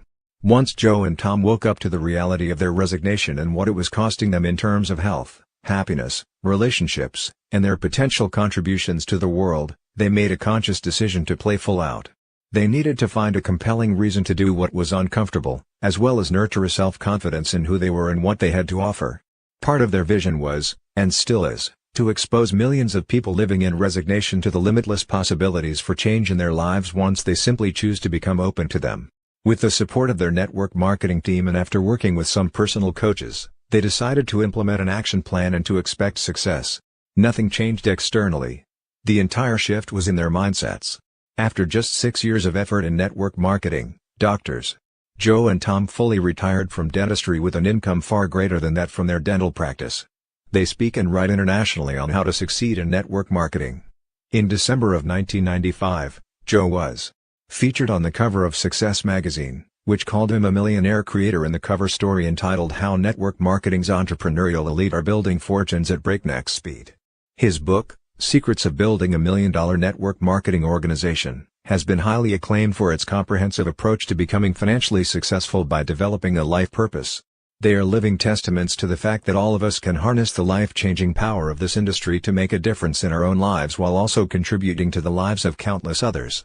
Karen Johnson, formerly a Pink Cadillac winner with Mary Kay, and one of the strongest female speakers in the business, joined a new network marketing company in partnership with her husband, Bill Curtin.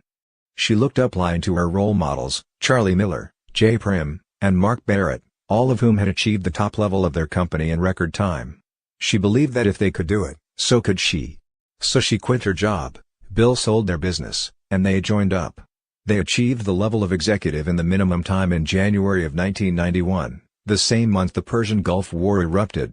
Unfortunately, their 4 qualifying executives watched the news instead of working the business, and within 60 days all 4 had lost their vision and quit. As Karen explains, 7 months later, Bill and I climbed our way back to having 4 new qualifying executives, only to have Barbara Walters appear on Nightline featuring our company with the infamous question, "Is it a dream or a scheme?" This television broadcast launched the most intense media and regulatory scrutiny ever encountered by any network marketing company. Over the next 10 months, as our company was ruthlessly attacked by the media, all 4 of our qualifying executives lost hope.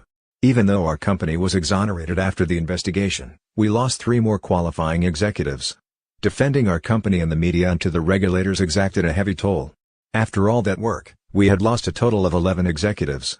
Our families were begging us to go back to corporate America. We just couldn't. We had a dream. In June of 1992, we were thrown another curve.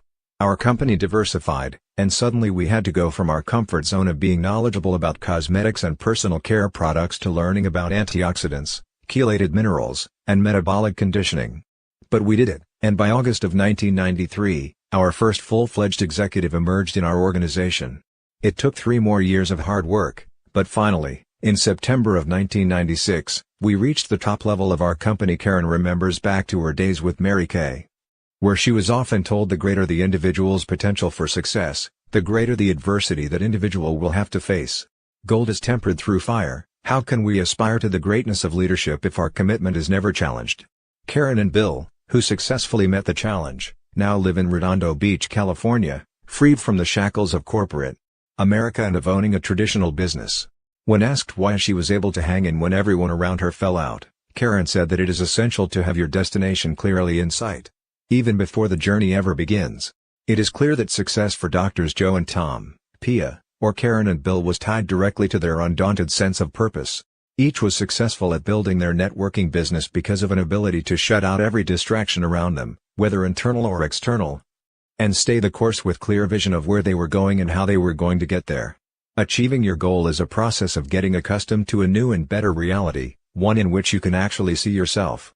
Keep focused on the end result while preserving your belief that it is possible, blocking negative influences, and not worrying about how it will come to pass.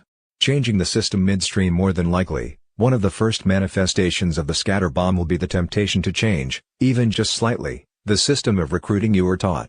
For example, your sponsor might tell you the critical importance of approaching your warm list by expressing your desire to have a business relationship with each of them and sharing your excitement about the potential of big money and free time because of the universal appeal of both. And while you are nodding your head in agreement, what you are really thinking is, I can't approach my friends and family with an idea as outrageous as earning such extraordinary income. So you begin changing the approach, you avoid your best prospects or mention a smaller income figure or none at all in favor of promoting your products. Never mind that your sponsor insisted that you need to use the big money, free time approach. You know in your heart that your friends and family members simply cannot relate to that kind of money.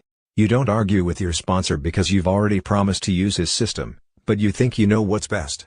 And guess what? If you think that way, so will all your recruits.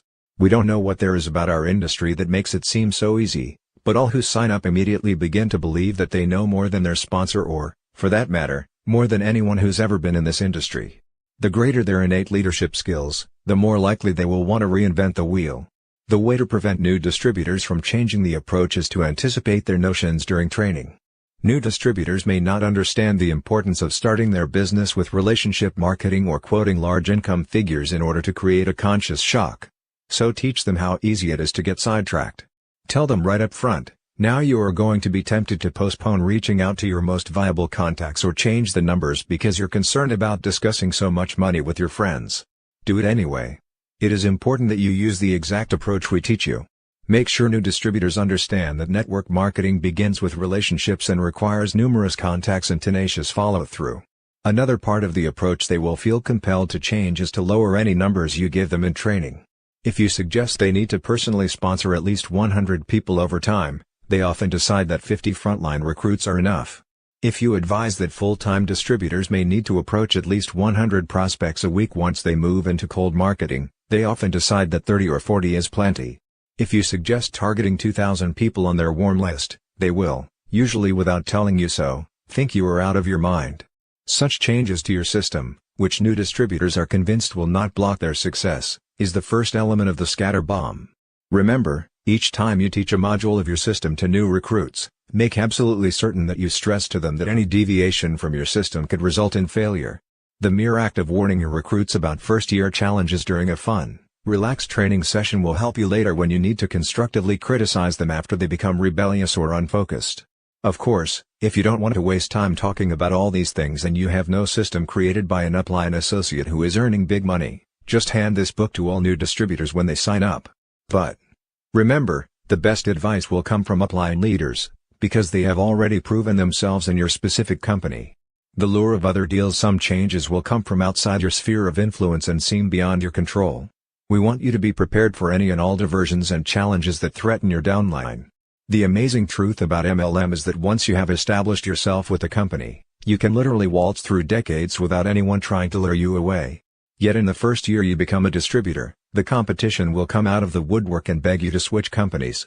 Success and perseverance will earn you respect, whereas your newness makes you vulnerable. Mark tells the story of his very first exposure to a successful upline distributor. There I was, excited about finally putting a face with the name of a guy I already respected by virtue of his income and lifestyle. He was living in another city, so when he called to see if he could help me in any way, I asked if he would consider driving the 150 miles to my city sometime to visit with my top distributors and coach them about the business. I was astounded by the speed with which he accepted my invitation. He told me to get everybody ready for advanced training and that he'd be there in a week. I was elated. Back then our leaders were not yet caught up in the hotel presentation mania, so I didn't set up a citywide meeting. I simply invited 25 of my best distributors to my home for an advanced training session with our upline hero. Although my real mentor was Richard Call, this leader lived closer and was only 3 levels above me in the company. He was allegedly earning over $15,000 a month, so I figured my people would be in good hands. I remember it like yesterday. We had a real Texas cookout, great barbecued ribs and all the wonderful trimmings. While the others were eating, I was delighted that my great upline hero wanted me to take him to a quiet room in the house to discuss the meeting that was about to start. I took him upstairs to my office and we sat down in a couple of chairs facing each other. Before I could say a word, my wayward upline said, "Mark, get ready to lose sleep tonight. I have found the ultimate payout and recruiting video in this company called USA Vitamins. If you think our company has a good comp plan, listen to this." I was shell-shocked. The first major scatter bomb of my first year in MLM had just exploded. And this one was sure to get everyone off course, because he was getting ready to address my top 25 distributors. I had to think fast because I didn't want to make a scene and I only had half an hour to prepare a strategy. As he talked, I sat there racking my brain trying to figure out what I could do. Finally, I thought of a comeback. "Look, Doug, you've hit me cold on this and we cannot let my wife know that you've presented this to me without her or she'll be extremely offended." Doug said, "I understand, my wife's the..." I stopped him with my last comment. "Look. Just pretend you haven't said anything. I want my wife to see this great deal. And the last thing we want is for you to say anything to any of these distributors. My wife and I need to be on your team when you pitch them, you know what I mean?" Doug nodded in agreement and became extremely cordial. He was sure he was going to recruit us. He promised not to say one word until the 3 of us were alone later that evening. The meeting went smoothly and nobody had any idea that our great mentor was already in another deal. Of course, once everyone was gone, I really let him have it with both barrels, specifically pointing out what a fool he was to jump ship in the first year. We parted as enemies because that's the way he wanted it. But he still calls from time to time to share his latest MLM venture and explain why I should join him. I think he's been in half a dozen companies since then. Imagine what he must be thinking when he realizes, had he stayed and continued to work, he would be earning in excess of $100,000 a month for the rest of his life, off of our efforts alone. We have a saying that we share with every new distributor: the grass is always greener, till it's time to mow. We can guarantee you, just as certain as the sun will rise in the east tomorrow, that your new recruits will be courted by other MLM companies in their first years as distributors. It's a certainty and must be addressed in the training process of all new distributors. A good thing for distributors to always keep in mind is that the trickle-down theory works better in our business than in economics. Teach your leaders anything and if it works, everyone in your organization will learn it rapidly. Those of us who have been in this industry for many years have learned a very real success principle: perseverance. Distributors who have stayed with one company for many years, and built new legs in each of those years, are now very wealthy. Those who think the grass is greener soon learn that true, lasting wealth can only be achieved through long-term participation in one company. We've heard all the arguments of those distributors who honestly believe that, to succeed in MLM, one must belong to 2 or more companies. But the proof is in the printout. We've never met one person who has successfully built more than one downline at the same time. And we've met hundreds of people over the years who swear by the 2-company system. But listen closely, IT doesn't work. It takes every bit of focus and effort you've got to reach the top payout of one solid network marketing company. Have no doubt, several of your distributors will become tempted by other programs and some will actually attempt to prove us wrong. Until that's done, we've got to keep stressing the facts. No one has successfully done it yet. Some people will participate in what we call positioning for the pop. That means that they will jump from company to company, knowing full well that each company will not remain in business long term. But they'll jump from the gold deal to the offshore deal, hoping to pick up some front-end, quick money in the process. Never mind that these are pyramid schemes and only a few people will win. Never mind that the company is likely to fold any minute. All that matters is that they pick up a little easy money along the way. Watch out for those scoundrels, they are the folks who give our industry a bad name. In the world of traditional, corporate pyramids, entire companies are created to search for executives to fill their clients' needs or specialties. If you are a physician who is tired of private practice and you're looking for a partnership of specialists or some directorship at a hospital, all you need to do is find the number of an employment agency that specializes in the medical field. There are dozens of them.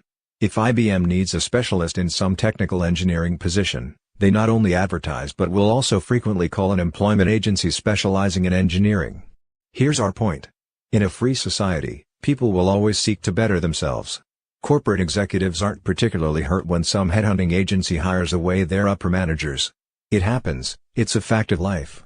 Yet if one of our leaders begins sniffing around other network marketing companies, or worse, actually goes to a presentation, my God, you'd think the sky was falling. Rumors begin flying around at fiber optic speeds. Upline associates are immediately notified and an entire search and rescue program is launched by every money earner within 6 or 7 levels in an effort to keep that poor fool from defecting. They all think that if the company loses that leader, they're ruined, that it's liable to destroy the enthusiasm and momentum of the entire organization. The truth is, all new distributors will probably be tempted, several times in their careers, to change companies. Remember the SW rule: some will, some won't, so what, because someone else is always waiting. We're all adults, and we certainly don't want to retain those who are plodding along in our company, who are making no progress and draining our time, when they might be happier in a different company. We say, Godspeed and good luck. But long before they are ever exposed to a new, competitive company, we make certain that they've been prepared for that eventuality, and that they realize that every time they start over, they are hurting their reputation just a little bit more and distancing themselves from wealth one more time. Unless you pick a real dud of an MLM company, it's possible to do well in any number of them. The key to success is to stop jumping ship and stick with one. Peter Hirsch has given a name to the frantic search that people take as they go from company to company looking for the $10,000 first month fix, the cocaine mentality. In contrast, he recommends the surer, safer approach, the carrot juice mentality, which recognizes that it is only from the steady building of a healthy organization that long-term residual benefits are derived. In MLM as in life, as we sow, so shall we reap. Diffusion by other leaders. The temptation to follow the teachings of expert journalists or to become involved in other MLM companies would seem to be a natural part of business.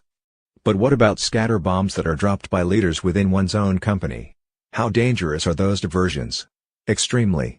In fact, this problem causes distributors, especially in their first year, to become scattered and ineffective, and is the most difficult to combat. Unless leaders explain this very carefully, they could quite easily become the targets of scorn and ridicule from leaders within their own company. More often than not, the scatter bomb is perpetrated by pseudo-leaders who may have never before succeeded in building a successful downline, but by virtue of former experience, believe they know what they're doing. There's a significant difference between 10 years experience and 1 year's experience 10 times. That's why we always encourage our distributors to primarily recruit individuals with no former experience in MLM, because they are so much easier to train. Those who are basically MLM junkies, jumping from company to company, are often the very know-it-alls who can cause your new distributors so many problems.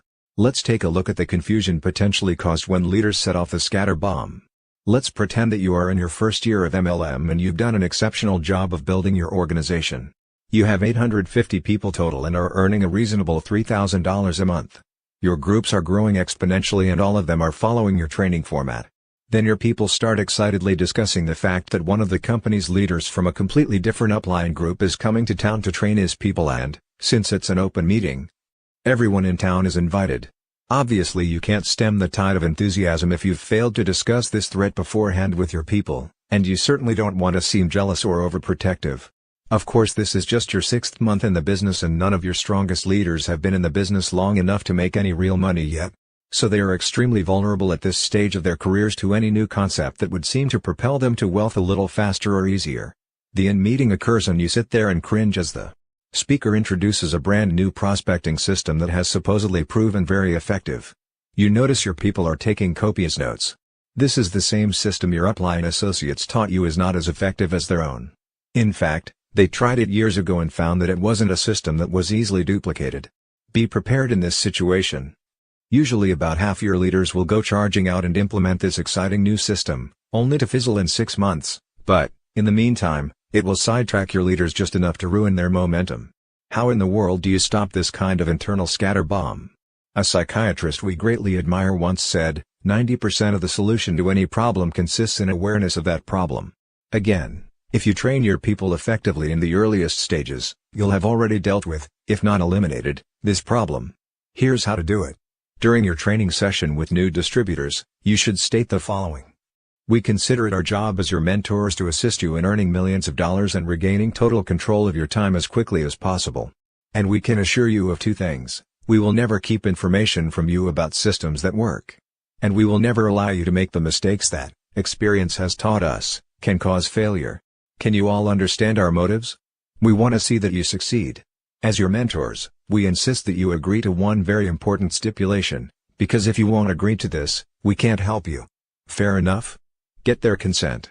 You must be willing to promise us right now that you will never, under any circumstances, change to new systems because a leader in town has promoted them.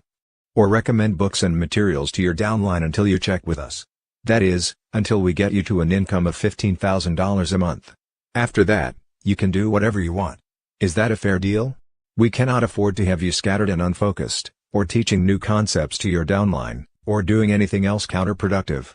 In fact, we suggest you check with us before you attend any big meeting in your first year. Fair enough? By calling the attention of new distributors to this inevitable booby trap, you are doing a great deal toward preempting it. More importantly, you are requesting their permission, in advance, to repeat this admonition each time a new leader comes to town peddling sales aids. And when you do bring it up on your voicemail to your entire downline the week before the leader hits town, they will not consider your warning as stepping out of line or expressing jealousy. If you don't breach the subject at training and teach all your people to do the same with all their frontline, every time a new leader comes into town, your people can be set back months in their efforts. You see, it's not necessarily that the new system doesn't work. The problem is that each time you introduce a new system to your entire downline, everyone starts all over again at ground zero. And we all know that it takes months of effort to become proficient at any new marketing strategy. The parasite mentor. The next factor that will cause new distributors to become scattered is what we call the parasite mentor, someone who has never built a legitimate organization, yet has written a book or recorded an audio tape to teach others how to do so, and claims to be a mentor. Let's say that one day a new second-level distributor calls you to introduce herself and innocently lets slip that her sponsor is engaged in some new recruiting activity with which you are completely unfamiliar. So you call your frontline associate and gently mention your conversation with his new recruit and, after a bit of small talk, you quiz him about this new direct mailing system. He becomes embarrassed, but then explains to you that he just read a great book by a well-known author, whom you know has never actually built his own organization. Regardless of the fact that mass mailings have never worked effectively for anyone in your group, he is using it and teaching it to others. Folks, we recognize and respect the fact that we are all independent distributors who have the right to do this business any way we desire. But as the head of our own organization, each of us has the right to decide whom, among our people, we wish to actively support. Make certain in training new distributors that they understand that you are going to support only those that follow your system. And those who change your system without your approval will lose your support. Why are we so adamant about this? Because we want you to succeed and we know our system works. But we don't know about others. Another problem can stem from a successful network marketer who has a burning desire to become an author. But beware of these books, they can be quite inventive. We have seen lots of materials churned out by successful network marketers that contain systems and strategies that have never been utilized by them or anyone else. But motivated by a fiery zeal to get a book or tape released, the concepts seem logical at first glance. The problem is most new distributors who read materials written by leaders accept them as gospel. We've often pondered how many poor souls must have failed at network marketing by emulating these unproven recruiting and training techniques, presented by successful distributors who never actually use them. It's sad but true. If you're a new distributor, we encourage you to track upline until you find a highly successful distributor and follow the exact systems he or she has used.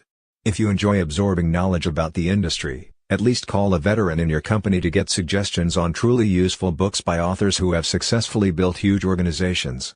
Don't lose your vision by following systems of parasite mentors or new authors describing unproven systems. Some who have written bestsellers in our field have never built anything. Other authors have been in 20 different companies and will, in fact, join yours if you order 10,000 books. But they are often disseminating strategies that do not work or have not been tested, and if your new distributor reads and implements them, it will cause months of wasted time. Scatterbomb fever. The next diversion is often inadvertently created by your own company, when new products or services are introduced. Often, it's what we call a sizzle product, a new, exciting technology or specialized niche item that causes distributors to lose all decorum and sense of propriety, and start jumping around like old Festus Bean on a train trip to the Yukon during the Great Gold Rush. Irrational comments and erratic behavior on the part of new distributors generally accompany the announcement of these new products. Especially when a major field leader joins in the fever, the sizzle product scatterbomb can be quite devastating. Let's take a look at one example. This type of scatterbomb fever began in one company with something as innocent as simple math when a distributor calculated that he would earn an extra $30 the next month if everybody in his group ordered just one of the newly released product. It progressed to the point where frenzied medical doctors rented warehouse space and taught medical assistants how to operate forklifts in order to warehouse the supply, which would result in $20 million of profits next year. What made this situation all the more frightening was that this frenzy occurred when no one had yet seen or even used the product, and no studies about the product had been released. All this activity stemmed from rumors that the new product was really great and that everyone in America would be in lines a mile long to purchase it. Company leaders dropped the hint that the supply was limited and could become backordered, thereby keeping the fever at a high pitch as distributors bought more than they needed to be sure they didn't run out. We saw thousands of victims of this misdirected activity, and, even a year later, some distributors were still distracted from building their business. Some were threatening to sue everyone in the known world, and others were still angry over the $20 million they lost. So how in the world do we protect ourselves and our distributors against this type of scatterbomb when it's a new product from our own company? How do we maintain rationality in the face of a screaming frenzy initiated by our upline leaders? Well, to be honest, we're not certain there is any protection, given the truth about greed and human nature. When a good solid company releases a new exciting service or product, nothing can really keep people from becoming excited. But at least you can remain balanced. Tell your leaders to try the new products and to recommend that everyone in their groups try them, but not mortgage their homes in order to buy them. Wait until the new product has fully proven itself before getting too excited. And above all else, please don't rent that warehouse space just yet. What we've learned is that the real money is made a few months after the new products have proven themselves, not during the initial hype. If distributors jump the gun at the launch of a new foreign market or a new product, they typically last only a short time in this business. About halfway through the second month, at a time when we truly don't know yet about the long-term nature of the commodity, it may actually still be on back order. Around the third or fourth month, if the product or service is truly what it's been portrayed to be and the company has produced enough to supply the demand, thus enabling us to purchase all we want, then the real volume, based on usage instead of hype, begins. That's when we truly notify all our friends and family and begin developing a new addition to our recruiting speech. Perhaps the biggest danger of all is that the launch of a new product or service, which has real sizzle, can scatter distributors enough to shift their focus from selling financial security and time freedom to just selling the new product. That's a real hazard. You don't want your best recruiters redirecting their approach from the MLM dream to a single service or product. Remember, prospects will never be as excited as we are about a new toothpaste or CD-ROM. In the midst of their selling a new service or product, distributors should continue to focus their prospecting approach on how to earn $20,000, $30,000, even $50,000 a month and achieve total financial independence. Tantalize your prospects, if you like, with your excitement about the new items coming or new foreign markets opening up, but keep it in perspective. Most of all, maintain a balanced outlook with every new product. Don't go overboard and build your presentation around any one product or service before it is a proven success. Frenzies never yield stable growth. Lack of structure. Many distributors suffer from lack of structure in network marketing, particularly those who are accustomed to the world of traditional business. After all, they got used to the Monday morning rah-rah meetings, production quotas, and supervisors breathing down their necks demanding more and more. In network marketing, you're your own boss, revving up your own engines, and setting your own pace. The systems in traditional sales are the antithesis to those utilized in networking.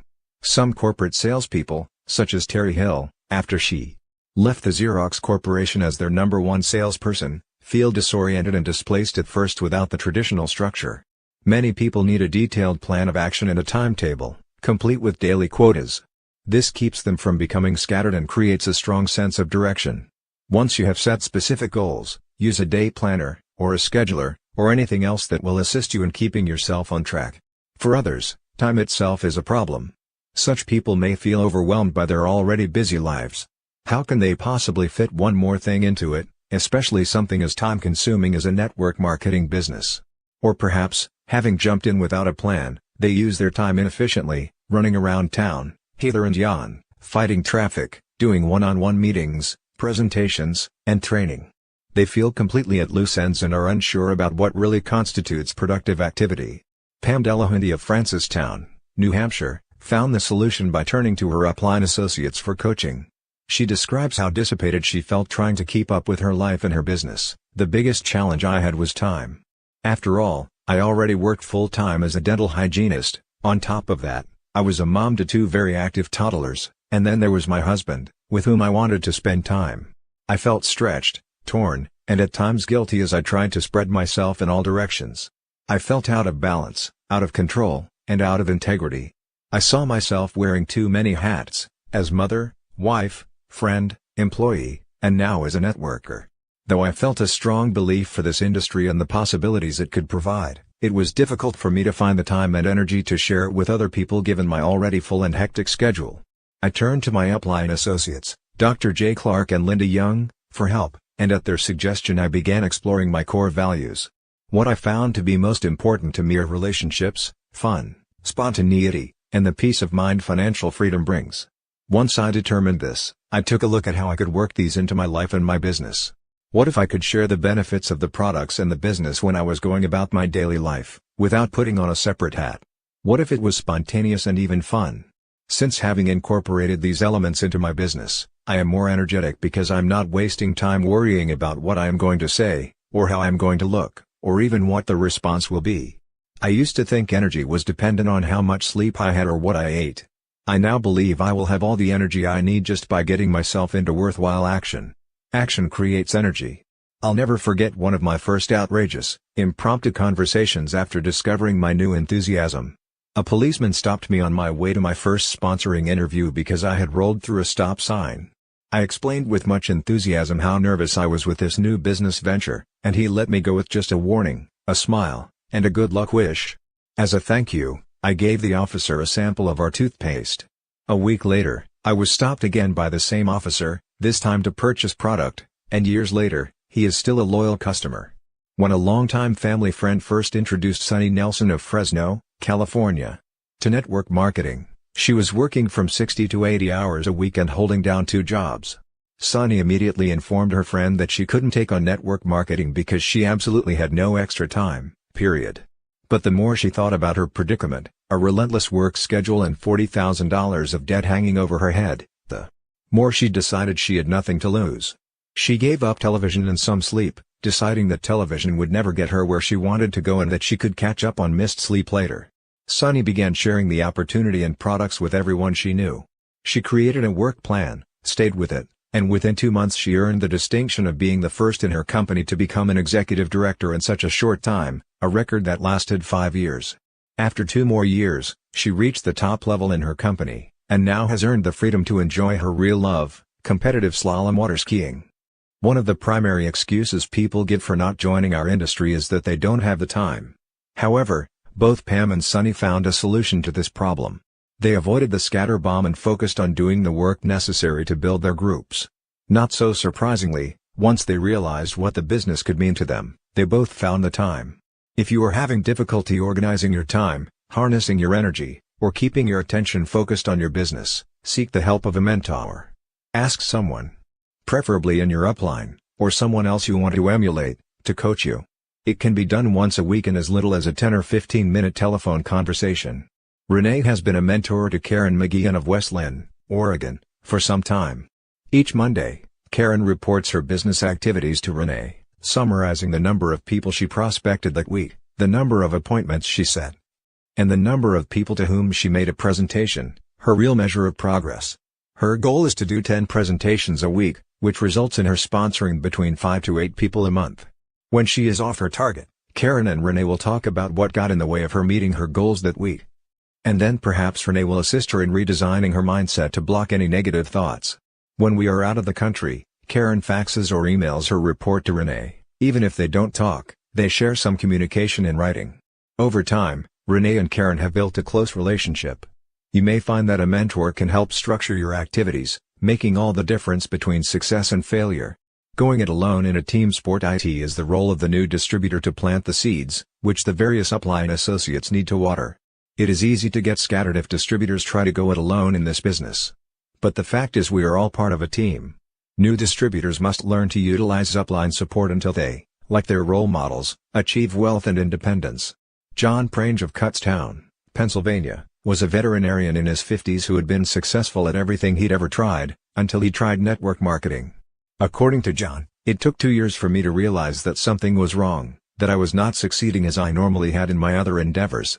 I was able to recruit lots of bench warmers into the business, but none who wanted to play on the team. John was really bothered by his apparent failure and turned to his network marketing team for help. It was suggested that John look into taking a personal development course to find out what might be missing in his life, something that perhaps he didn't even know was missing. One program led to another and he made a discovery. I realized that I had never honored anyone by listening to them but had always listened with my own agenda. I began to look at the fact that my life had been designed by me, many years earlier, to play out exactly as it was playing out, and I currently had no control over the play unless I was willing to make some major changes in myself. I was fascinated by the joy of writing a new script wherein I could develop a game bigger than life with no particular ties to the outcome. But the most important part of this plan came when I began surrounding myself with a community of individuals who would support me in my decisions and commitments and who would always be there for me. Then I learned that it was a two-way street.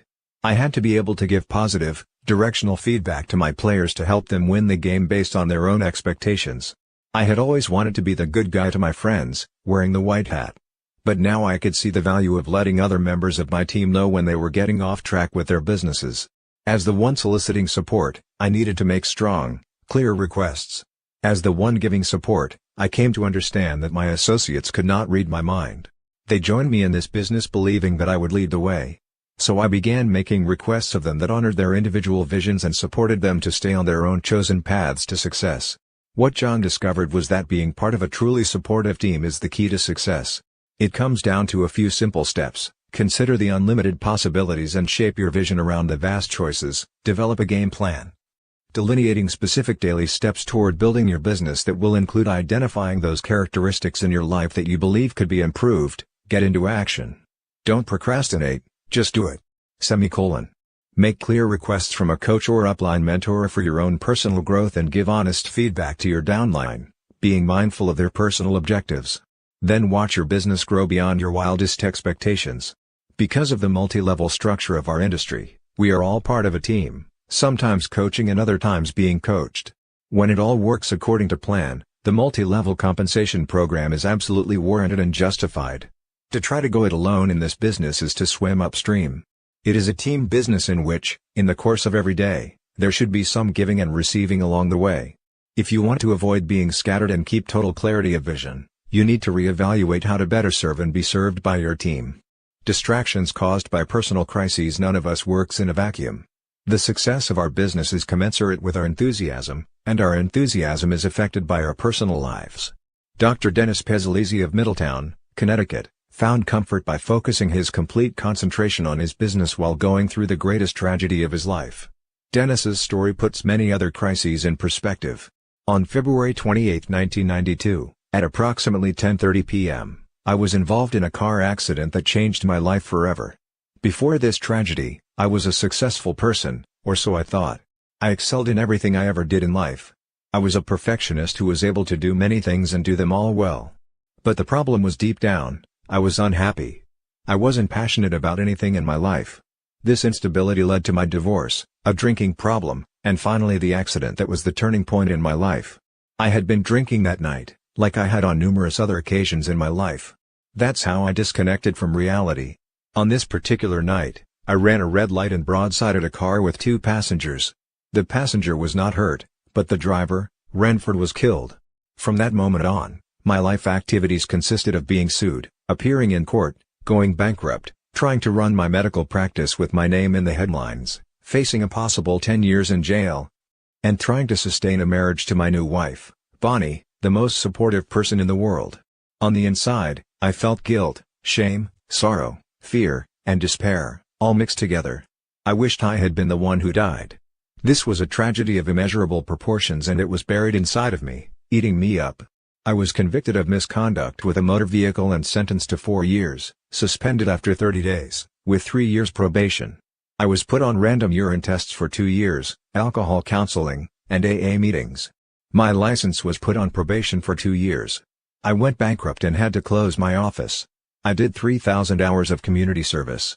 But nothing, I felt, could make up for the life I had taken. In August of this same year, I discovered network marketing. My company president believes strongly that network marketing is an opportunity for personal growth, which will then lead to financial growth.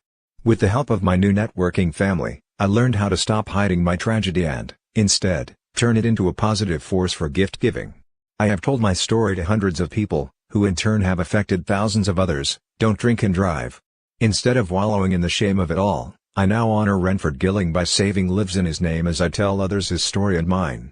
If it weren't for the philosophy put forth by our incredible industry, I know I would still be drinking and living in guilt and despair. Instead, I have a beautiful relationship with my wife, a wonderful 3-year-old son, a thriving medical practice, a network organization that is growing geometrically, and most of all, I am living my passion, which is to powerfully affect the lives of millions.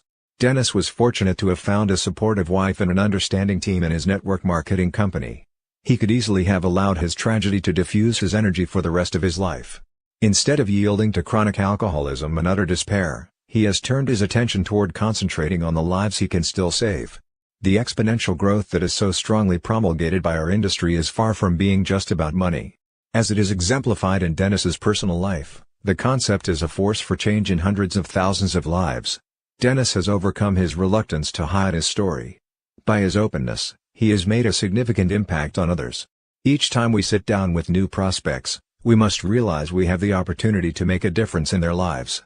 But for that to happen, we must find a way to get through their resistance. When prospects see a business opportunity that seems too good to be true, one that doesn't fit their self-image, they will either pass on the opportunity or get in and then quickly get out. It is only when people can visualize the end result that they will consider joining you in this business. Network marketing is a business of storytelling. Don't be afraid to show your vulnerability. If your story has a human quality, it has a much greater chance of touching people and breaking down their barriers during your presentation. We can't avoid crises, but we can prevent them from completely diverting our attention from our work by accepting each one as a stepping stone to both personal and business excellence. Summary: the scatter bomb is a mental explosion that diffuses the focus of distributors, causing them to stop using the system they have been taught and to frantically follow any and every new network marketing system or leader that comes along. Effective network marketing is a process of duplicating systems. Each time you change the system, everyone in your downline gets confused. New marketers can be handed everything on a silver platter and still fail if they refuse to duplicate a simple system that has already been tried and tested. Novice distributors must be taught to follow the teachings of their sponsors and not deviate from them.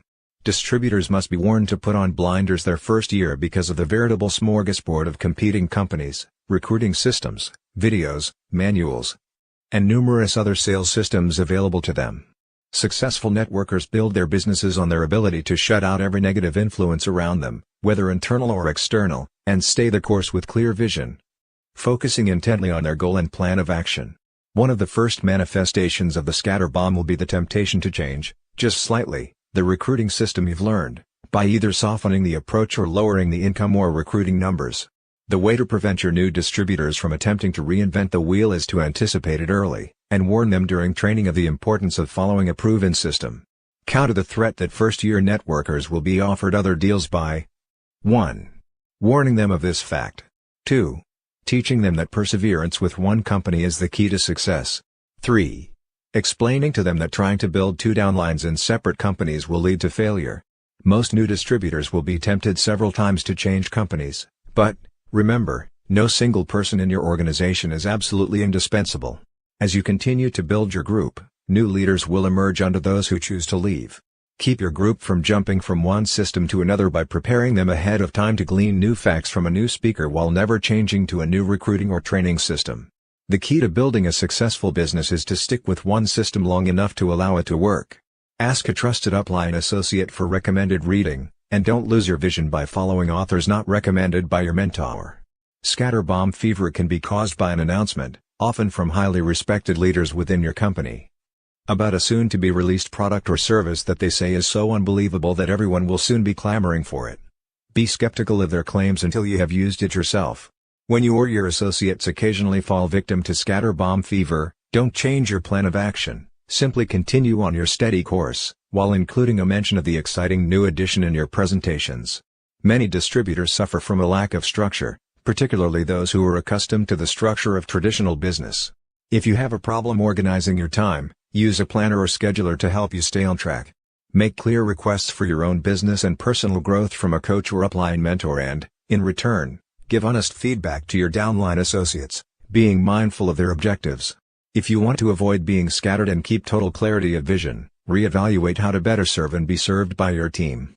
The success of our business is commensurate with our enthusiasm, which in turn is affected by our personal lives. It is only when people can visualize the end result that they will consider joining you in this business. When you experience a personal crisis, don't be afraid to include it in your story to help break down the barriers during your presentation. You can't avoid crises, but you can prevent them from completely diverting your attention away from your intended objectives by using each one as a stepping stone to propel you to success. Chapter 7: Eluding the Meeting Minds. Avoid the pitfalls of counterproductive meetings. Everyone who has come out of corporate America recalls different highlights of the experience, but without exception, all of them recall the endless meetings. Many managers, who still have some desire to be productive, get extremely frustrated with the meeting syndrome. They are absolutely convinced nothing of value ever happens in meetings. The greater the attendance at the meeting, the less productive it seems to be. Meetings can be great obstacles for workers who are results-oriented. There has been a deluge of displaced executives flocking into the network distribution industry. They bring with them some valuable resources, most notably their wide base of professional contacts and high-level management experience. But they also bring sonic disastrous habits, many of which may have caused the downsizing of corporate America in the first place. That same executive who was paid a fairly high salary to go from meeting to meeting in his former career has a strong inclination to carry that habit into our industry. In the very first year of network marketing, probably even the first month, new distributors may find themselves exposed to one of the prime causes of failure in our profession: lethargy. Because this is brought on by the very people whom they regard as successful, it will be difficult to resist. Lethargy results from what we call meeting minds. In the battle for success, these minds seldom cause death, but they often lead to the maiming and disfigurement of a networking career. That is, they keep some new associates from rising to their full potential.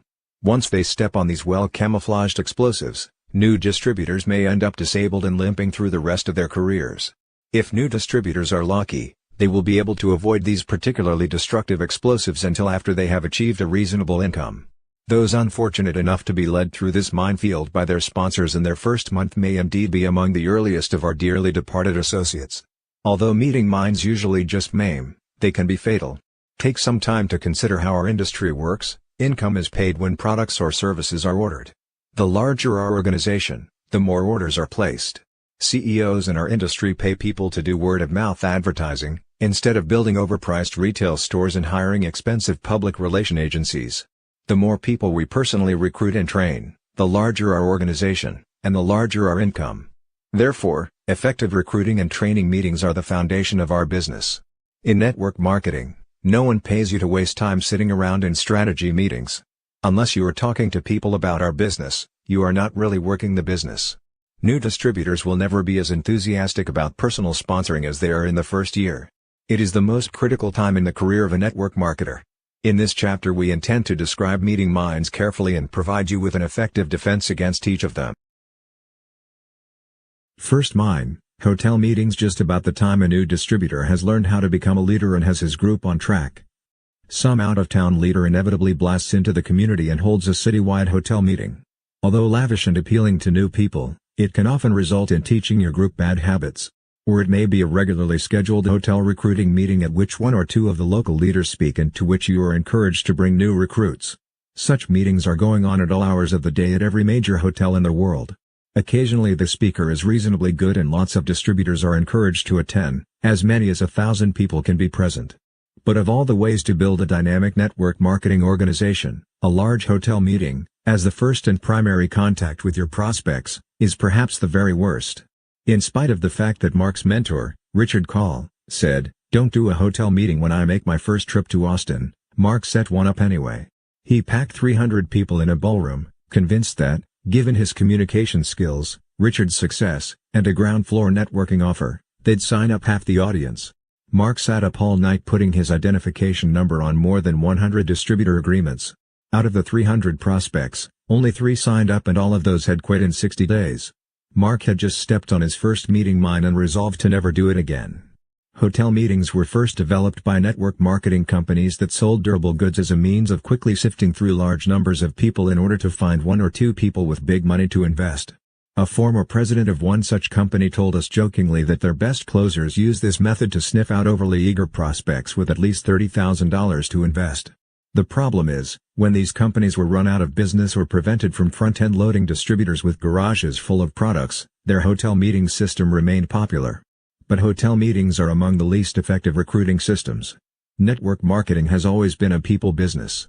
When prospects are subjected to a large, impersonal meeting room, the intimacy of our business is completely lost. Long before fax machines, computers, VCRs, and hotel meetings, Mary Kay created more female millionaires than any other corporation in history. Amway built a billion-dollar empire in America using private, in-home meetings and is today still 4 times larger than their nearest competitors. For some strange reason, during the last half of the 80s, when MLM really began to blossom, most companies opted for hotel meetings rather than in-home meetings. Hotel meetings can only be of value if they are used occasionally as a supplement to regularly scheduled in-home presentations. Let's analyze why. Hotel meetings cannot be duplicated. First, the setting of a hotel meeting is all wrong for network marketing. The number one fear in business is public speaking. New prospects, whose first introduction to our business is via the hotel meeting, will be immediately fearful of success. They walk into the Hyatt, see a well-dressed couple addressing hundreds of attendees with a microphone and think, "I can't do that." Most people fear public speaking. We sometimes wonder how many millions of would-be successful MLM distributors have walked out of hotel meetings and chosen never to participate because they thought they might be required to stand up and deliver a public speech. The thought can be quite intimidating. No one need ever deliver a speech to become a millionaire in our profession. Yet that's not the understanding of many who quit before they ever begin, believing that public speaking is a large part of network marketing. In addition, there's the money issue. It costs a reasonable sum for leaders to rent a ballroom or meeting space at a hotel. So, at the fleeting, either the leaders lose money, which most can't afford, or they make a profit, which encourages others to emulate them. But what about the message that is sent to prospects and other members of the group as they glance around the room and discover, with simple mathematics, that the leader is making money off them? There will be some resentment at the thought of a leader profiting from the meeting. Moreover, some entrepreneurial leaders will get the idea that the way to make money in network marketing is to conduct these large meetings. Other leaders even go further by selling books and tapes to participants. It can become so profitable that one leader, formerly with one of the biggest MLM companies, confided in us he can gross over $500,000 in a weekend by charging for hotel rooms, food, books, tapes, CD-ROMs, etc. However, he has the advantage of being a professional convention planner, with plenty of money to invest. Not every leader has the resources to duplicate that approach, nor should he or she really need to have them. The nature of our business is to earn money from the sale of products and services, not peripheral materials. Hotel meetings create dependency. Network marketing is successful when leaders are recruited who, in turn, recruit other leaders. It is meant to create independence. Many companies insist on the use of the term independent distributor. Yet hotel meetings have just the opposite effect. For those who do join and buy into the concept, they think, great. I don't have to work to be successful, all I've got to do is send my friends, family, and associates to the Hyatt each Thursday night and these great speakers will do it all for me. Of course that never works because ultimately the only people who make real money in MLM, with very few exceptions, are those who conduct their own meetings. Effective recruiting meetings need not be large and no one needs to deliver formal speeches. Attending meetings at hotels should not be confused with real work in this business. Too many new distributors find that it's much easier to become professional meeting attendees than it is to face the rejection of frontline recruiting. At the outset of your MLM career, it is important to understand that sole dependence on hotel meetings for recruiting and building a large organization is based on an erroneous principle: this is easy. I don't have to work. I'll just send people to meetings. Absolutely not true. A low turnout causes embarrassment. If you think no-shows are hard to take when the meeting is held in your home, think about how you might feel when this happens at a hotel meeting. There is no worse experience in this business than to rent a hotel room and have a handful of people show up. Ask any leader in the business. Almost everyone has been there and done that at least once. Dave Johnson recalls one such moment in his first year of the business, nearly 10 years ago. Early in my career, I felt it necessary to grab at any chance I had to talk to people in hopes that they may join somewhere in my line. One of my second-level distributors, Dr. Hong Tai Wang, invited me to conduct a training meeting in Bethesda, Maryland, at the Hyatt Regency. He promised me that there would be 175 people in attendance. So I maxed out my credit card, cashed in my last free miles on United, and went to support my downline. On the target Saturday, I arrived at the ballroom at 8:30 a.m., 1 hour before the 9:30 start time. Nobody was there. At 9 o'clock, Dr. Wang arrived. At 9:15, it was still just the two of us. At 9:25, there were 5 guests. By 9:30, Dr. Wang was pacing up and down the hallway looking for lost distributors. At 9:45, he was quite distraught wondering where the other 170 guests were. We did conduct the all-day seminar for the 5 attendees and 3 of them are still in the business today. However, Dr. Wang admitted later that he wished the overhanging chandelier would have right, I just had no idea how costly the lesson would be. Well, the evening of the big event came and we had the most beautiful product display and professional handouts on each chair summarizing the business opportunity and products. 2 of my associates had come early to handle the registration desk. But only 15 minutes before we were scheduled to start, no one had shown up. At that point, we said to each other, wouldn't it be funny if no one came? Ha, ha. Well, guess what? By our scheduled start time of 7:30 p.m., there were 4 people in the room and there were 4 of the original 10 I had invited, in a room that would hold 200. We did sponsor those 4 guests, so it wasn't a total loss, just a very expensive evening. They must have gotten a clear picture that the market wasn't saturated yet. My husband jokingly said that if there was any scam in this business, it was that my upline had a downline in Houston. We had a good laugh over it. When I got back to my room, there was a message from my upline asking me to call him and let him know how the meeting went. When I told him, he was horrified. And I will never forget his first question to me, "Are you going to quit?" To tell you the truth, it never even entered my mind to quit. When I told him, "No, of course not," he said that I had real character. If I wasn't planning to quit, then I would definitely make it in the business. As it turned out, there was a glitch in the voicemail system, preventing anyone from hearing the announcements. My upline offered to pay for the room, which I declined, but we've had many laughs over it since. In the years that followed, I thought of that comment often when I really did feel like quitting. It kept me going. Today, 7 years later, Paula and her husband, Mort, are living on Miami Beach, having reached the very pinnacle of their company. Drawing an income from an organization that stretches across more than 20 countries. They are living the lifestyle of which they've always dreamed, and still believe that anyone can do this business if they are willing to overcome the temporary setbacks along the way. A handful of people showing up in a home or hotel suite would have been a normal MLM gathering. But a handful in a hotel ballroom is not a good feeling if you are the host. It's also quite costly. Most networkers can only afford to make this mistake once. Hotel meetings are not private hotel meetings. By their very nature, systematically screen out 25% of the population. Just use a little common sense. Many doctors and accountants cannot afford to be seen by patients or clients at a hotel recruiting meeting for multi-level marketing. Many corporate leaders and company owners won't risk being seen in these meetings by their subordinates or customers. Teachers fear bumping into parents of their students or, even worse, their principal.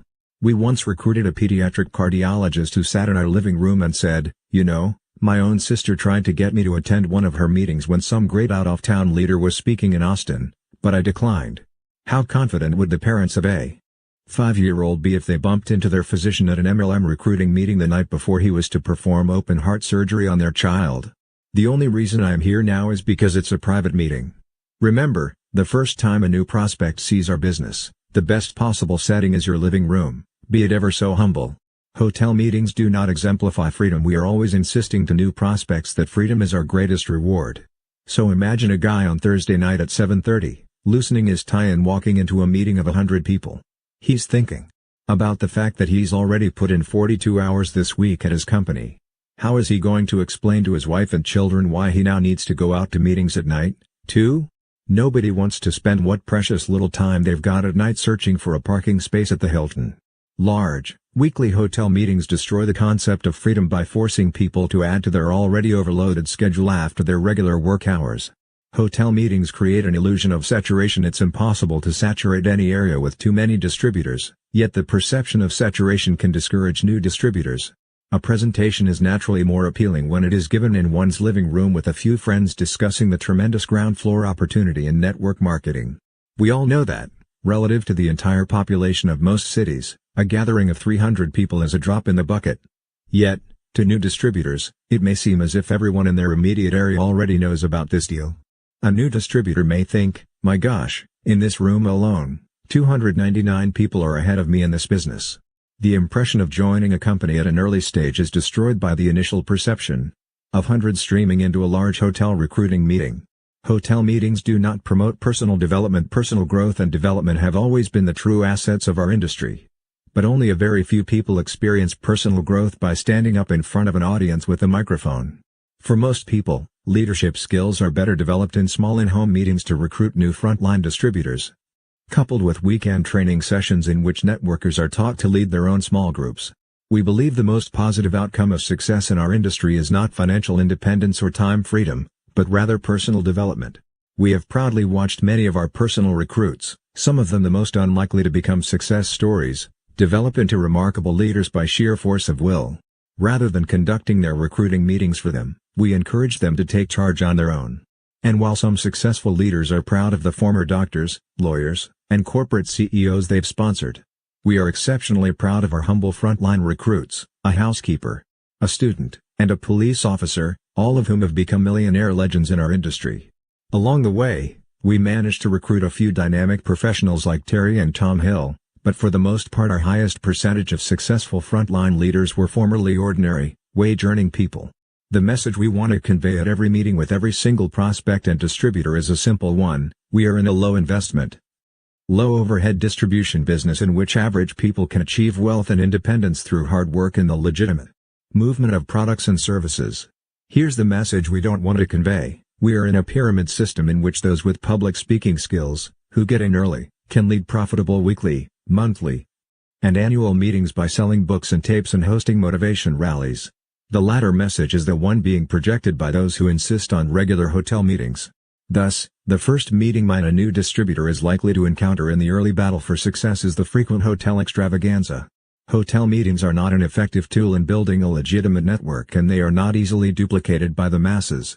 Hotel meetings are a great way to bring your group together periodically on special occasions, like when upline leaders in your group come to town, or for a formal presentation of awards or special recognition, or just for bonding. But most of your time should be spent in face-to-face prospecting or at home making calls and doing your own presentations.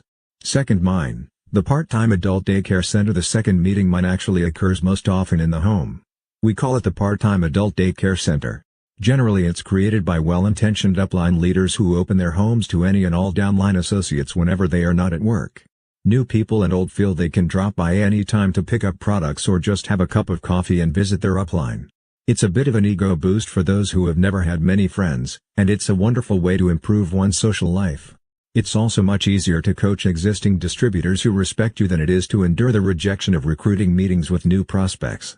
The problem is, if your goal is to build a large organization, this method won't help you. It's like having a 24-hour drop-in center for the homeless and is about as profitable. This socializing may be fun, but don't deceive yourself into believing that your daily or weekly drop-ins are productive or helping grow your business.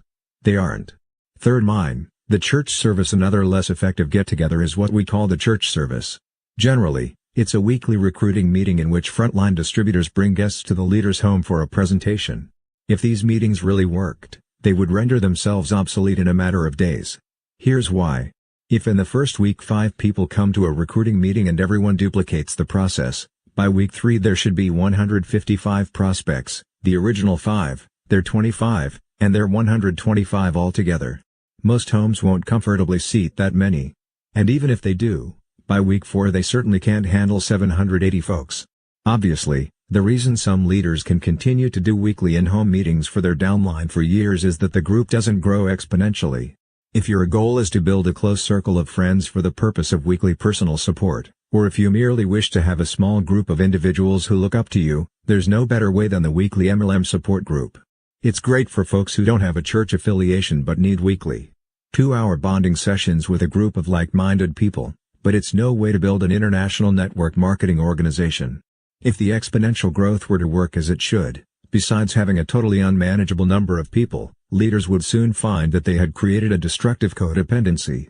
If you wish to earn a great deal of money and achieve total control of your time and destiny, you must become a leader and conduct your own meetings while teaching your front line to do the same. Renee shares her own personal experience from before we were married with this type of gathering in Reno. As a former nun, I earned the right to conduct weekly church services. It Was in my nature to enjoy conducting them, and I believed at the time that I was doing a great service for my downline. I am a teacher at heart and I loved presenting the business opportunity to our new prospects. I was going to be holding them anyway for my own prospects. Why not do them for my distributors as well?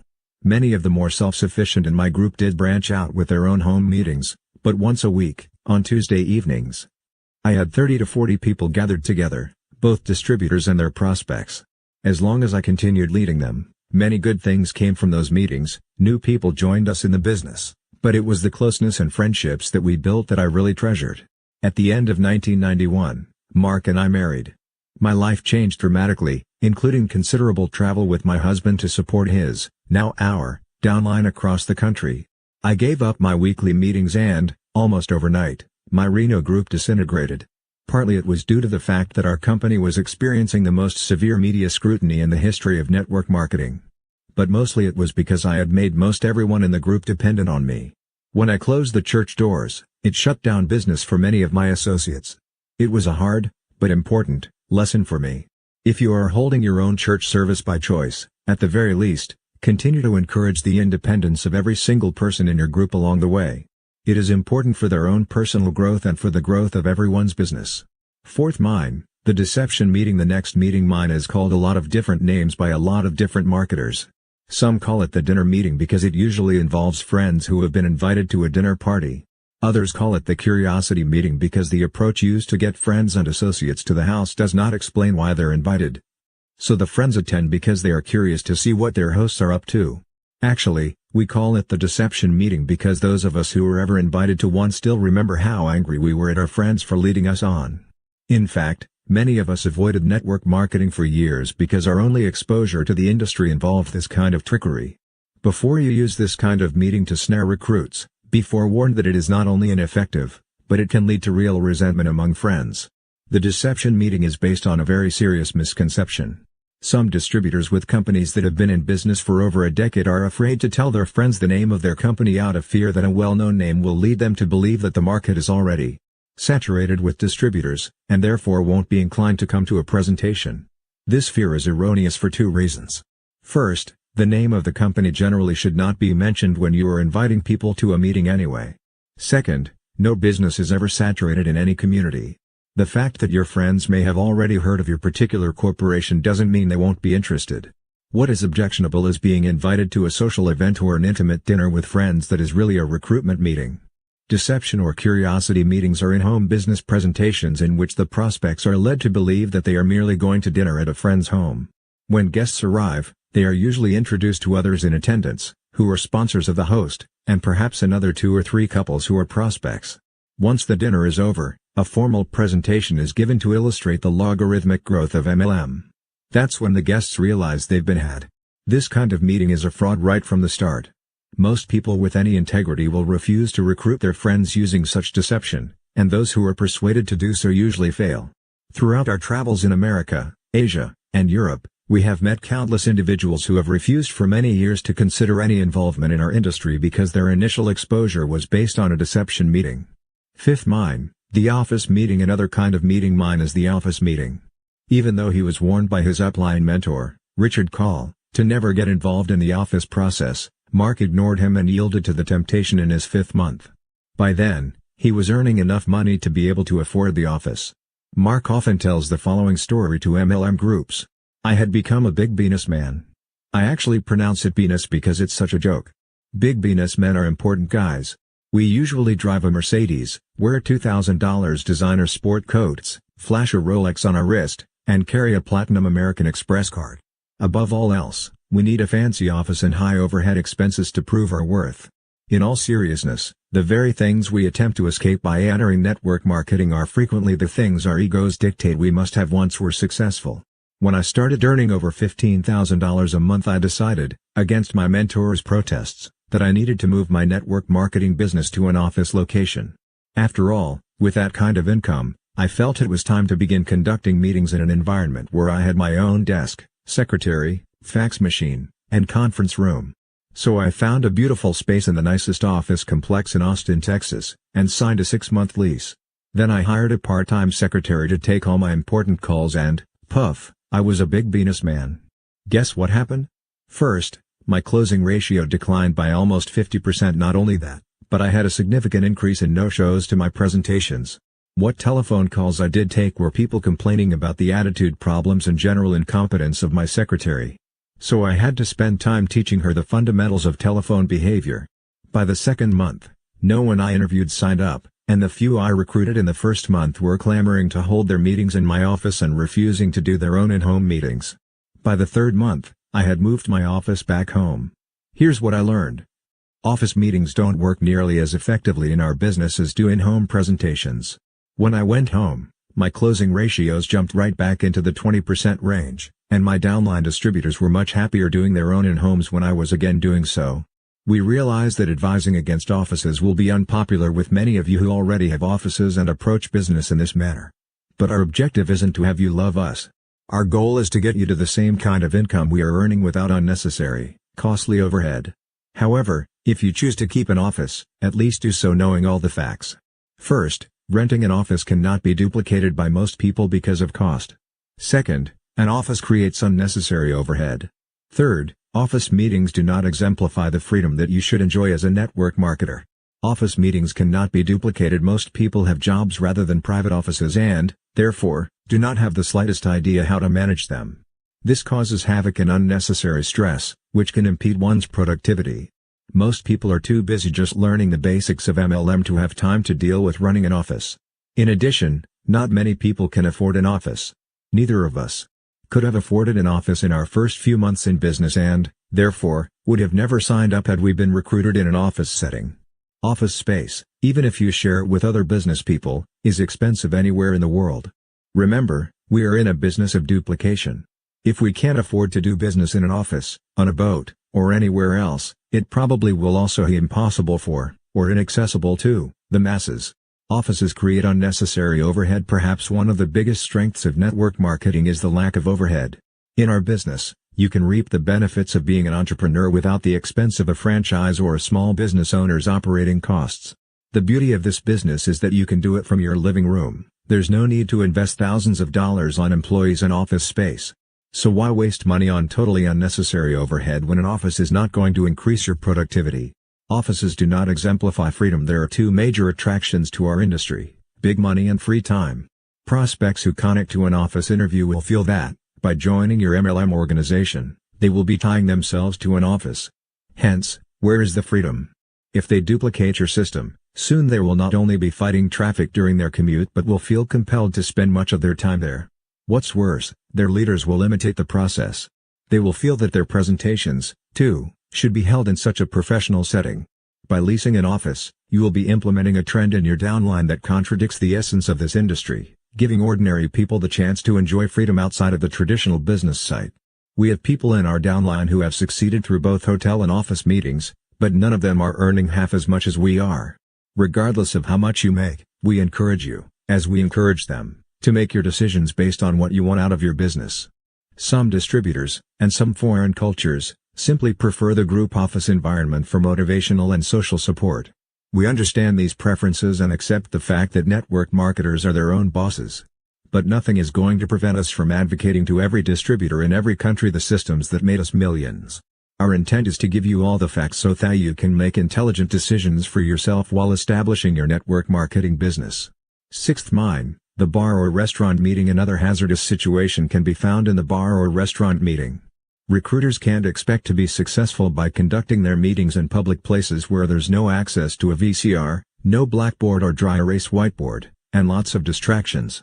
You know, little distractions like a gang of drunken office workers singing songs or a sporting event blaring over multiple television sets. One of the most popular network marketing books, written a couple of decades ago during our industry's infancy, asserted that anyone could become wealthy by doing presentations on a bar napkin. But that's a lot of bunk. Trust us. There's nothing at all effective or professional about doing business in a restaurant or a bar, unless the bar has a bulletin board-sized napkin, a VCR for your personal use, and doesn't play music, sell alcohol, or entertain customers. The secret of network marketing is to introduce as many new people as possible to our business opportunity. The method you use to sponsor your prospects should be one that can be easily duplicated and, in turn, used effectively with their prospects. It takes a lot of focus to do this right. Given the choice, your best chance for success is by hosting a small group meeting in your own home, where you have total control of the environment. 7th, mine, the other guy's place. Another serious hazard is conducting your first recruiting meeting at the other guy's place. If possible, try to avoid recruiting at any prospect's home or office. It is ineffective in the same way a bar or restaurant is ineffective. Distractions. What's worse, you have zero control of the interview. A friend of your prospect happens to drop by or the phone rings and, puff, you've lost the continuity of your presentation. The child of the prospect runs into the living room crying with a scraped knee and you've temporarily lost your prospect's attention. Some people looking at our business have even been known to create distractions on purpose once they know we're coming to their home. One prospect we attempted to recruit in his own home actually invited 2 friends over who had failed at other MLM ventures, in order to distract us and give him good reasons to ignore the ideas we conveyed in our meeting. It is time-consuming to drive across town to someone else's home or office. Also, why bother with a one-on-one meeting when you could be doing a small group interview, perhaps accomplishing 4 to 8 times the results? But sometimes, if prospects cannot be approached in any other way, meeting at their place is better than not showing them your business opportunity at all. Mark showed the business to Dennis Clifton at his home, and that was definitely a trip worth making. But whenever possible, strive to get the prospect into your own home presentations, which allows you to have the control necessary to have an effective meeting. And if won over, the prospect is much more likely to duplicate the process correctly. 8th, mine, technology. Even though new technological methods will become available in the future, those distributors who remain faithful to a simple recruiting system will prosper dramatically. Remember, if everyone can't easily duplicate your system, it won't lead to success. We know networkers who are using the internet and email to recruit and train new distributors. But more than 75% of all baby boomers are not yet online, so why limit your market to less than 25% of the boomer population? Others have attempted to work with phone drops, automatic dialers, fax-on-demand systems, and other new technologies. Used in conjunction with telephone and face-to-face approaches, this shotgun recruiting can be effective. Using only one technology to follow up on leads is very limiting and, by itself, will not work. While you personally may experiment with a new technology as part of your shotgun approach, you don't want to make the mistake of conveying to your organization that this new addition is your primary system. Your people will feel they can only succeed if they purchase the same equipment that you use, but some won't be able to afford it. Above all else, remember this: we are in the distribution industry. We are paid directly as a result of the amount of products or number of services sold and used by our network. Doesn't it just make sense to distribute items and teach systems in a manner that is most easily learned by the general public and most easily duplicated by them? Stick with this rule and you'll go far in your business. The key to successful meetings is duplication. We want you to understand why in-homes are so effective as well as how best to use your time during the presentation and training meetings. Remember, this is a book about how to avoid the circumstances that could cause you to quit in your first year of network marketing. We've conducted every type of meeting we just discussed and found each is substantially less effective than in-home, VCR whiteboard presentations. Never do we tell students in our network marketing college course that the in-home meeting method is the only way to succeed. We are not absolutists, however. If you truly wish to survive your first year, we think you need to understand all the various meeting styles from the most effective to the least effective. In fact, we don't just want you to survive. We want you dramatically wealthy with all the time in the world to do what you want when you want to do it. Having said that, now we want to share with you what we believe is the best and most easily duplicated process in network marketing today. The real key to successful meetings always revolves around the fundamental MLM principle of duplication. Any type of meeting that cannot be copied and taught by the least articulate and successful person in your group is ultimately doomed to failure and should be abandoned. Mark had been in the business for nearly 4 years when he experienced a graphic example of this principle. As he explains, I received a call from a very enthusiastic fellow named Barney, who called me from Fort Lauderdale, Florida, to inform me that he had personally sponsored more than 200 high-quality distributors. Yet none of them had become successful. I asked him to describe a normal work week in his life so that I could try to figure out what he was doing wrong. His prospecting techniques were excellent and his ability to get prospects to meetings was unparalleled. He had a much lower ratio of no-shows than I did. It was when Barney began describing his meetings that I figured out the problem. I'll present his explanation for you exactly as he described it to me. Mark, my wife and I have a Rolodex full of prominent people in the South Florida area. We were very successful in 2 businesses and recently sold them for several $1 million. After 2 years of fishing, We got bored and realized that we needed to be doing something productive. So we signed up in network marketing and began inviting our warm market, 10 at a time, to 2 weekly meetings. We conducted our meetings on our 100-foot yacht. Our daughter is in one of the best sororities at the University of Florida, so we hired her this summer, along with 3 of her friends, to serve cocktails and hors d'oeuvres at each of our meetings. They last about 2 hours, during which time we cruise the harbor, play the company video, and then do the same whiteboard illustrations you teach. When we're done, we dock our boat and invite them to Saturday training. Barney went on to explain that sign-ups were not a problem. All or most of his family and friends were signing up and many actually ordered more products than the initial startup kit. Yet, only one of dozens of his frontline associates had ever signed up any other distributors. After listening carefully to Barney's story, I asked him one question: how many of your frontline distributors and prospects own a yacht? He laughed and said, none. He got the point. No one could duplicate the type of meeting he was conducting. He immediately moved his meetings into his guest house, quit serving cocktails and hors d'oeuvres, and eventually succeeded in sponsoring other successful distributors. Sometimes, when we are teaching our distributors a system for recruiting or training, we will unwittingly suggest some new technique, one we've heard about but haven't actually put into practice. That's when we seriously lead new recruits astray. Here's our rule of thumb: if you personally practice a new recruiting or training procedure and actually see it work to increase volumes for a full 6 months, then implement it and teach it to your downline. If you've merely heard a rumor that some new system has worked elsewhere, don't give it serious consideration, or even repeat it to others, until you've actually tried it. You want to keep the in-home meetings of your downline so consistent that any prospect could attend any meeting in any city and walk away with the same knowledge and information. That's how the leaders in the top companies have done it, and it's hard to argue with billions of dollars of success. Recruiting meetings: there are many ways to prospect people, and we certainly subscribe to the shotgun approach. Use ads, fish bowls, and contests. Use walking and talking, lifestyling, and the telephone. Use the mail as well as the computer. Use flyers and bulletin boards in every available public area. Give handouts and attend trade shows and franchise seminars. In fact, use every method available to meet prospects, but then adopt one specific meeting style in which to make your presentation. And don't change systems, especially during your first 2 years. The best meeting is the one in which every single detail, from location to closing comments, is easy to teach and emulate. Steve Sledge recalls doing presentations in his den with a room full of people, and how his family handled his need for privacy. I asked my wife and kids not to interrupt my meetings. The problem was that, when they were away from our home and returned to find me in the middle of a presentation, there was no way they could come in without passing through our den.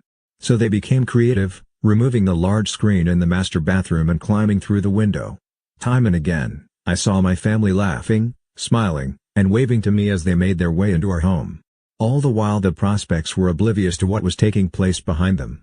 Those are the fun moments on which we all look back, remembering how we built global international businesses right out of our homes. Begin recruiting in your own city. Ken Pontius, one of America's MLM legends and a dear friend, explains the importance of starting to build your business at home in your own city during your first year. The money, skills, and knowledge it takes to sponsor long-distance distributors can be debilitating for novices. Sometimes when I remember the comedy of errors that comprised my first year in MLM, it's hard to fathom that through perseverance, my wife, Shirley, and I now earn millions each year. I sponsored people who had no business being in our profession, nor did they even want to be involved. I just pushed and pushed with the tenacity of a bulldog, never considering for a moment that people need self-motivation to succeed in life. I sponsored people who lived in other states before I had the money or the knowledge to support them. For some reason, doing business at home, in my own city, just didn't occur to me initially. I drove miles to do meetings only to be stood up. In one case I drove 221 miles to conduct a presentation for a minister in Missouri who promised that he had a hotel meeting already booked and filled to capacity. One sweet, little lady showed up thinking it was a square dance. She dozy-doed right on out. I could fill 10 pages with all the reasons why I should have quit in my first year, but it only takes one sentence to tell you why you shouldn't. Network marketing is the only industry that allows common people to earn millions with a minimal investment and zero overhead, coupled with total time freedom and the joy of global travel. There are 3 magic words that worked for all of us who have made it to the pinnacle, and they'll work for you: lust, don't quit. Meeting times and locations. Because virtually everyone has a home, it is obviously the most logical place to conduct recruiting meetings. People frequently say to us, "Sure, Mark and Renee, That's easy for you to say because you live in a proverbial mansion. Yes, but remember, we began in humble environments. Regardless of whether you live in an apartment, trailer, or house, always use your largest room for meetings. You must have 3 items: a television, a VCR, and a whiteboard or flip chart. Most everyone has 2 of the 3 already, but if you don't, borrow or buy them.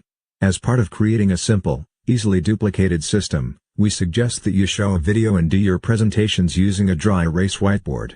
During his first year, Mark signed up people from different ends of the spectrum, sponsoring a bank president who had recently been terminated. At the same time, he sponsored the wife of a painter. The former banker lived in a $1 million home in the finest subdivision in Austin, Texas. The painter and his wife lived in a trailer. The banker quit in 3 months. The painter's wife today earns $6,000 a month and most likely will do so for the rest of her life. The quality of your home environment is not nearly as significant as your own enthusiasm. Don't serve any food at your meetings, but if you feel the need to provide something, make it a beverage: water, coffee, or iced tea. Ideally, you should conduct meetings on any weekday during regular work hours for 1 hour either side of noon. These hours are best because it allows your prospects to take an early or extended lunch. The next best meeting times are evenings. The least preferable times are during weekends. You want to create the impression that our industry is a truly legitimate business that is conducted during normal business hours. The ideal number of prospects per meeting is 4 to 8. Try to avoid doing one-on-any meetings. They are an ineffective use of your time. Of course, there is always the rare professional whom you might determine needs a private meeting, but, as a rule, small group meetings are best. For information on the opening interview and presentation, we refer you to a comprehensive step-by-step chapter on the subject in our book Power Multi-Level Marketing. This provides more specific information on the points to cover while doing a business opportunity meeting by whatever name you call it: business presentation, business briefing, business interview, or private business reception. No-shows are normal. Always schedule twice as many prospects as you would like to attend your recruiting meetings. For example, if you want 5, invite 10. It is normal to have 50% no-shows at these meetings. People will offer the wildest excuses for not showing up at your business presentation. Jerry and Debbie Campisi of Boca Raton, Florida, recalling their early days of building their business, claim to have heard every excuse in the book. Here are just a few of the standouts. You won't believe it. My house caught on fire and burned to the ground. I lost everything I own, including your information. I feel really bad about missing your meeting. I had an accident on the way to our appointment. I can't believe I'm still alive. I had to go to the hospital, but I'm okay now. I want to wait a few weeks to get everything back to normal before we meet. And their favorite: I couldn't show up for our appointment because someone broke into my car and stole everything I had, including your starter package. It had your telephone number, so I couldn't even call you. I'm really glad you're calling me now. How about this one? I was so excited to meet with you until my husband came home. He told me that this was one of those pyramid schemes where they don't care about selling anything. It's just a front-end network deal, and all they want is your money. He wondered why in the world I would even be looking at something like this. Don't be surprised if you get outlandish excuses. In a follow-up phone conversation, a prospect's girlfriend offered this defense: "Oh, I'm sorry, my boyfriend must have forgotten. It's his pet snake's birthday. He can't come to the phone right now because he's having a birthday party." Jerry said he tried to get a visual on that one, picturing the snake wearing his birthday hat and diving into the cake. The Campisis advised that, whatever you do, don't buy into all the explanations that people offer. Successful entrepreneurs know that excuses are the nails that build houses of failure. After more than a decade with one company, Jerry and Debbie Campisi have the experience to know the truth of that statement. They have reached the top. Like us, they met and married in this business and are close friends and travel companions throughout the United States, Europe, and Asia. We all enjoy working the business together and playing on the beaches of the world. We have seen many successful marriages between distributors in our industry. Network marketing is a haven for finding people of like minds, hearts, and bank accounts. There is a rumor floating around our industry that a case is now pending before the Supreme Court that stipulates that network marketers can no longer merely marry but must also agree to a legal merger of their downlines, without the possibility of prenuptial restrictions. Of course, that is only a rumor. Training meetings. Another meeting that is critical for success is the training meeting. We have created a 180-minute video called Power Training that demonstrates exactly what we do, step by step, emphasizing what we consider the most important elements of successful training. However, there are a few philosophical issues we need to address related specifically to training. According to some studies, an individual with above-average intelligence retains approximately 15% of new material taught in the first hour of a meeting, approximately 10% in the second hour, and beyond that. Less than 3%. We are convinced that providing a laundry list of facts and ideas in the first training session, or for that matter in any training session, is not only unnecessary but a foolish waste of time. Why attempt to teach people important material when it has been scientifically proven that many of those folks are going to forget most of what you will present? Our entire training system is designed in such a way as to change subject matter every 50 minutes. That's based on the solid fact that the human attention span cannot remain focused on one subject matter for more than an hour without becoming saturated. Then the mind must rest before devouring a new subject. We've met distributors who conduct weekend marathon training sessions. Some leaders actually have bragged about the fact that their training is so intense and comprehensive that it takes as long as 8 hours to complete. Sorry folks, that's insane. The subject matter of training meetings as the first step in training. We teach people to create 2 separate training modules of 50 minutes each on a Saturday morning from 10 a.m. until noon. We suggest that the first hour be a demonstration of how to complete, and how to teach others to complete, any application forms, distributor agreements, product orders, and other paperwork. This is the time to show them the products included in your starter package, how to use them, and how to build a base of 10 customers. Introduce corporate literature as well as any brochures or magazine reprints that you want your downline to use. That process usually takes up the first module. The second half of the meeting should cover goal setting with a brief explanation of the compensation plan, how to build their 2,000 person warm list and how to focus on the importance of the relationship when approaching family and friends about this incredible opportunity. At the end of the 2 hours, make 4 assignments to your new associates, go home and use the products in the starter package, find 10 solid customers among your close circle of family and friends. Set your goals in writing using the material provided, and, using the memory jogger provided, begin to create your warm list. Remember, those who are serious about their 2,000-person warm list and get their 10 customers are usually the ones who succeed. During their training, remind your new associates that even though today they are the students, next week they will be the teachers. This system is so simple to duplicate that they should feel at ease training their own new distributors the following week, doing nothing more than what you have just done with them. Stress the importance of using your system without deviation. Unless you can reduce your training system to 1 page, it's too complicated. That may seem like a preposterous notion, but it works. We use a 1-page training format to get our new associates started. A 25-page getting started manual at training, and a comprehensive encyclopedia of network marketing for serious business builders. But guess which one we fax first to out-of-town distributors who want to learn our system? The 1-page training format. And when we do, the unspoken objection we have to overcome in the minds of most prospects is, this is too simple. It sounds too good to be true. We tell everyone that the system is simple, but the work is not easy. Ours is the most wonderful profession in the world because it makes the most sense. People shouldn't have to spend countless hours in a classroom learning complicated business models from an academic who usually doesn't even practice in the business world. People learn the most while in a participatory role, making errors, yet learning from each one. With new distributors, our objective should always be to quickly cut the umbilical cord and demand of them leadership and hard work, at whatever pace they choose to do the business. The sooner new distributors become self-reliant and follow a simple success formula, the better.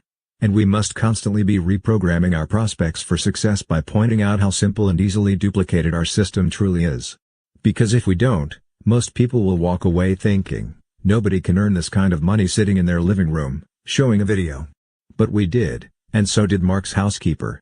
And with a simple, proven, easily duplicated strategy, so can everyone else who has a home, a television, and VCR. Keep training meetings simple and limit them to 2 hours, tops. Now, what about the trainees who go home, try the products, write out their goals, start putting together a warm list of several hundred people, find 10 customers, and call you back ready to go?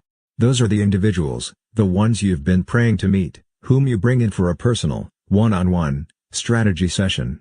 This is the moment when our profession changes from sifting through the numbers to forging strong business relationships.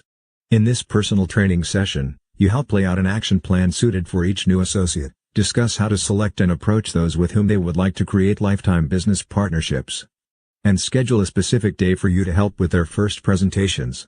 This second training meeting should take 1 to 2 hours and include specific techniques for contacting their top 25 people, sharing an audio-visual package that introduces them to our business, and setting appointments to meet with those interested, since that is what they are going to be doing next with their warm list.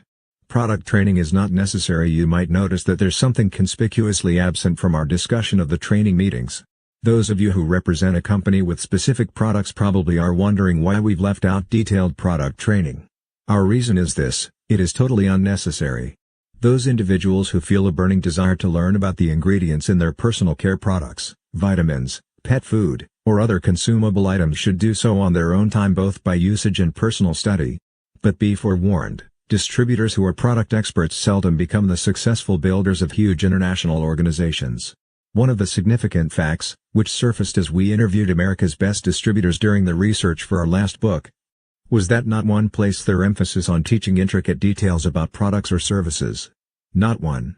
We are perfectly aware of the fact that some people reading this book pride themselves in knowing the function of every single ingredient in every single product they distribute. Such folks probably are upset with us for this unfair stereotype. Hey, lighten up. We have consistently poked fun at ourselves and revealed numerous ridiculous mistakes of our own. The truth is this: in our profession, those who truly wish to recruit dozens of frontline leaders over the years and build a really powerful international organization must focus on educating the multitudes about how to achieve wealth and independence. These have always been and will continue to be the most exciting products of our industry. At one point, both of us, still building our own individual organizations, decided to become experts on one of our hair products so we could dazzle people with our wisdom. It didn't take long to memorize the process that scientists used to fractionate the mucopolysaccharides to the precise molecular size so that they would stimulate the papilla of the hair follicles in order to vasodilate the capillaries to just the right blood flow in order to improve hair fitness. And when we proudly talked about that in meetings, some of the doctors even rolled their eyes in confusion. That knowledge never allowed either of us to obtain one customer nor sign up one distributor. So we quit mentioning it. We replaced all that with an enthusiastic "it worked for me and maybe it will for you too. Why don't you try it?" Don't discuss products in training other than to provide a general understanding of the primary products or services, then encourage the distributors to use them all and learn from personal consumption. Network marketing is about sharing products and services with family and friends based on your own personal excitement with the results. It is right and industry based on your wisdom of the intricate details of how the products work. Remember the example of telling your friends about a recent movie you've seen or restaurant you've discovered. The products you distribute through MLM are no different. The 8 meeting minds presented here are the obstacles to avoid in year 1. There are certainly others, but these are the most damaging. Numerous would-be successful distributors have unwittingly failed as a direct result of hotel, office, and other public presentations. Remember, you are a professional in a major global enterprise. There is no greater favor you can do for your new partners than to expose them to a legitimate prospecting package and recruiting meeting for your company. So, above all else, keep control of the situation. Meetings, whether for recruiting or training purposes, should be kept short, simple, and easily duplicated. Do them in a private setting, preferably in your home, and attend larger gatherings only periodically as you and your group feel the need for bonding, acknowledgement, or remotivation. You dictate the time and place of the meeting. You control everything about the first business presentation, and even more important, you control how your newest associates are trained. If you've been through training once, and it was done right, you can teach it too. Maintain the attitude that you are offering your prospects an appointment with destiny. What other professionals can look a man or woman in the eye and tell them truthfully that it is possible to earn $20,000, $30,000, even $50,000 a month and more in less than half a decade, while enjoying total personal freedom? No one can but those of us in network marketing. New distributors should avoid all the meeting minds like the plague and utilize only those group meetings that offer an occasional means of bonding with other distributors and positive reinforcement to the system your group is using. Be proud of the industry you represent and don't be afraid to conduct your own meetings. Summary: attending unnecessary meetings can become the stumbling blocks that lead to your demise in our industry. Large hotel meetings don't work unless used periodically as a supplement to regularly scheduled in-home presentations. Weekly hotel meetings are ineffective and not easily duplicated because they are expensive, create codependency, can be embarrassing because of no-shows, are not private, do not exemplify freedom, often create the illusion of saturation, and do not encourage personal development. Occasional hotel meetings are best used to bring the group together to hear an upline leader, Provide awards, offer recognition, and create bonding. Most of your time should be invested in face-to-face prospecting, telephone calls, and in-home presentations. The church service, a regularly scheduled recruiting meeting in which frontline distributors are taught to bring guests to the leader's home where he or she then does presentations for everyone, can lead to disaster, if continued long-term, by creating codependency. A deception meeting is a dinner party to which friends are invited believing it to be a social gathering, only to find out that they are there for a briefing about network marketing. It's proper to create curiosity about network marketing when inviting people to your home for a business presentation, but it's never proper to deceive them about your intentions. It is not wise to use an office outside the home because 1. It cannot be duplicated for most people. 2. It creates unnecessary overhead. It does not exemplify the freedom that you should enjoy as a network marketer.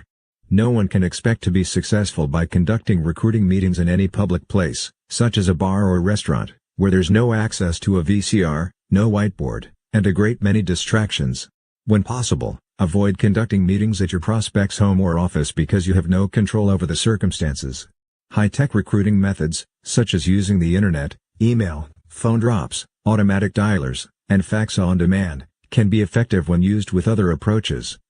But using only one technology is a very limiting system that cannot be easily duplicated. Successful meetings revolve around the fundamental MLM principle of duplication. Any meeting that cannot be replicated by the least articulate and successful person in your downline is ultimately doomed to failure. When beginning your business, start by recruiting in your own city. When doing a recruiting meeting, the quality of your environment is a fraction as significant as your enthusiasm.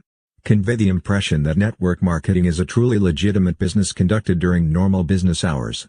Expect about 50% of the people you invite to meetings will not attend, even after promising to do so.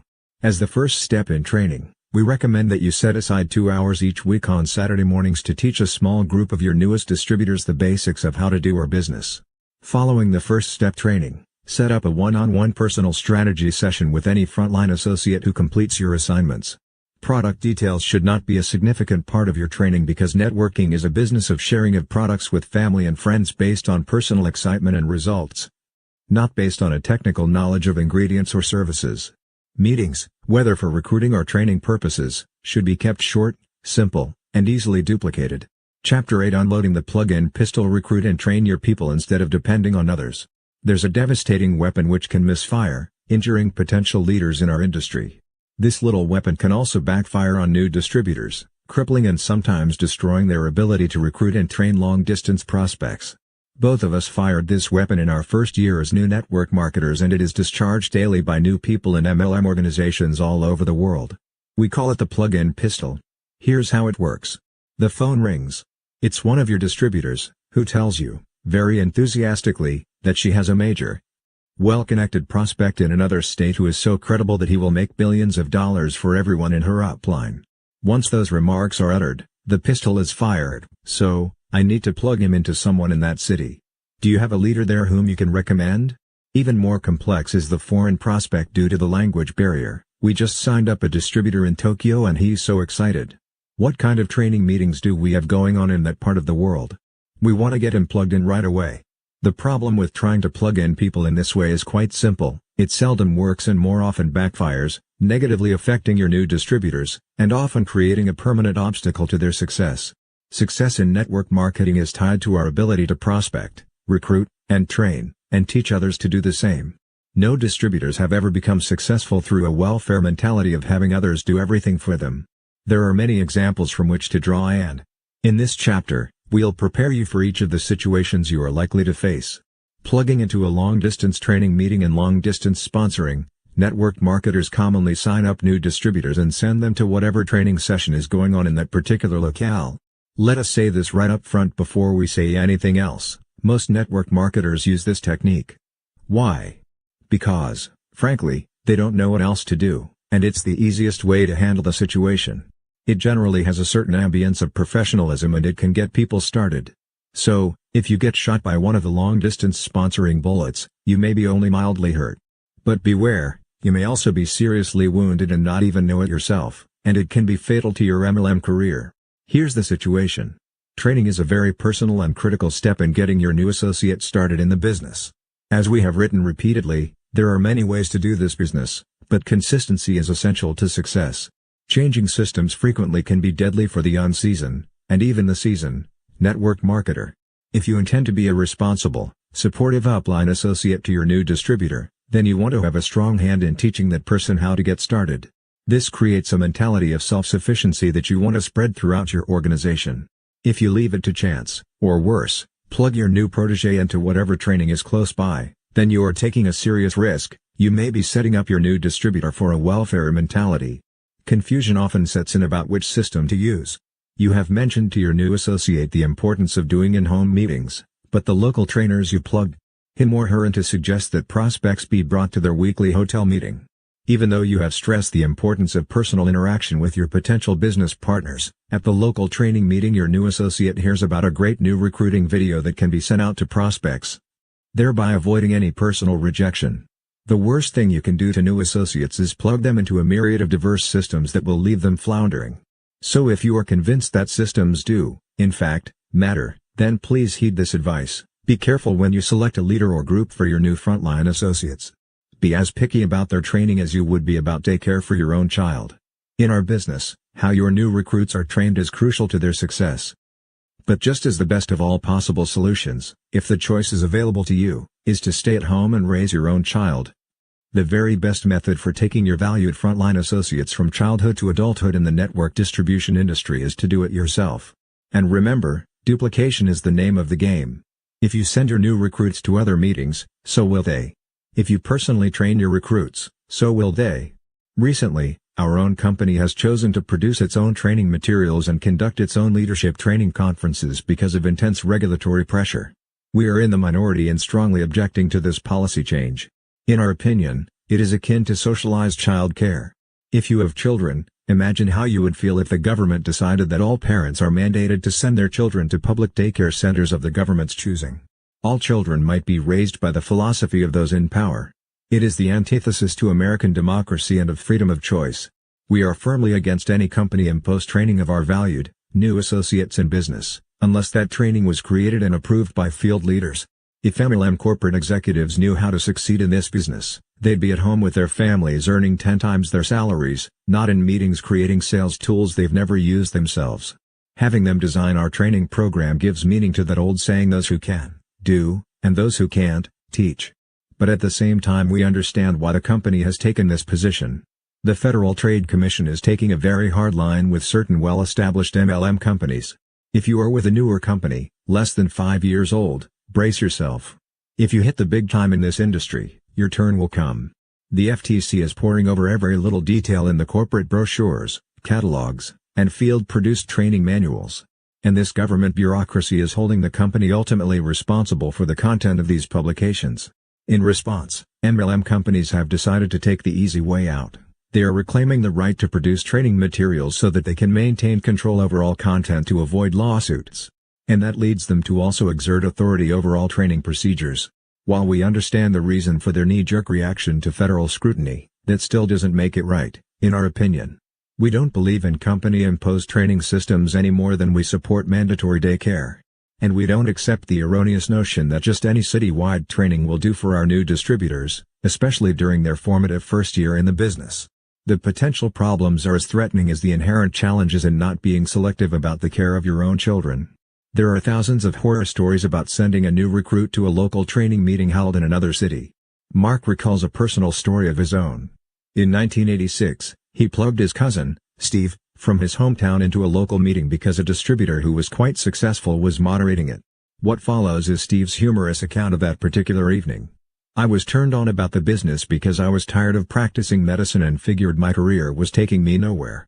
When Mark sent me a newspaper clipping of him jumping over his tennis net after a game in his backyard, and I knew he had been broke just 6 months earlier, I got very excited. He sent me the information. I filled out an agreement and then called him back for training. He said that since a local doctor was conducting a Saturday training session, I should attend his meeting. Admit the fact that another MD was involved helped me shake my professional pride issue. After all, why should a 35-year-old, successful doctor be signing up in MLA? Yet, I rationalized that this was no different than an AA meeting and that it might be embarrassing at first, but, after all, everyone was there for the same reason. During the drive to the meeting, I began to think about all the interesting entrepreneurs and business experts I would undoubtedly meet. When I first walked in the door, my suspicions were confirmed, my negative suspicions, that is.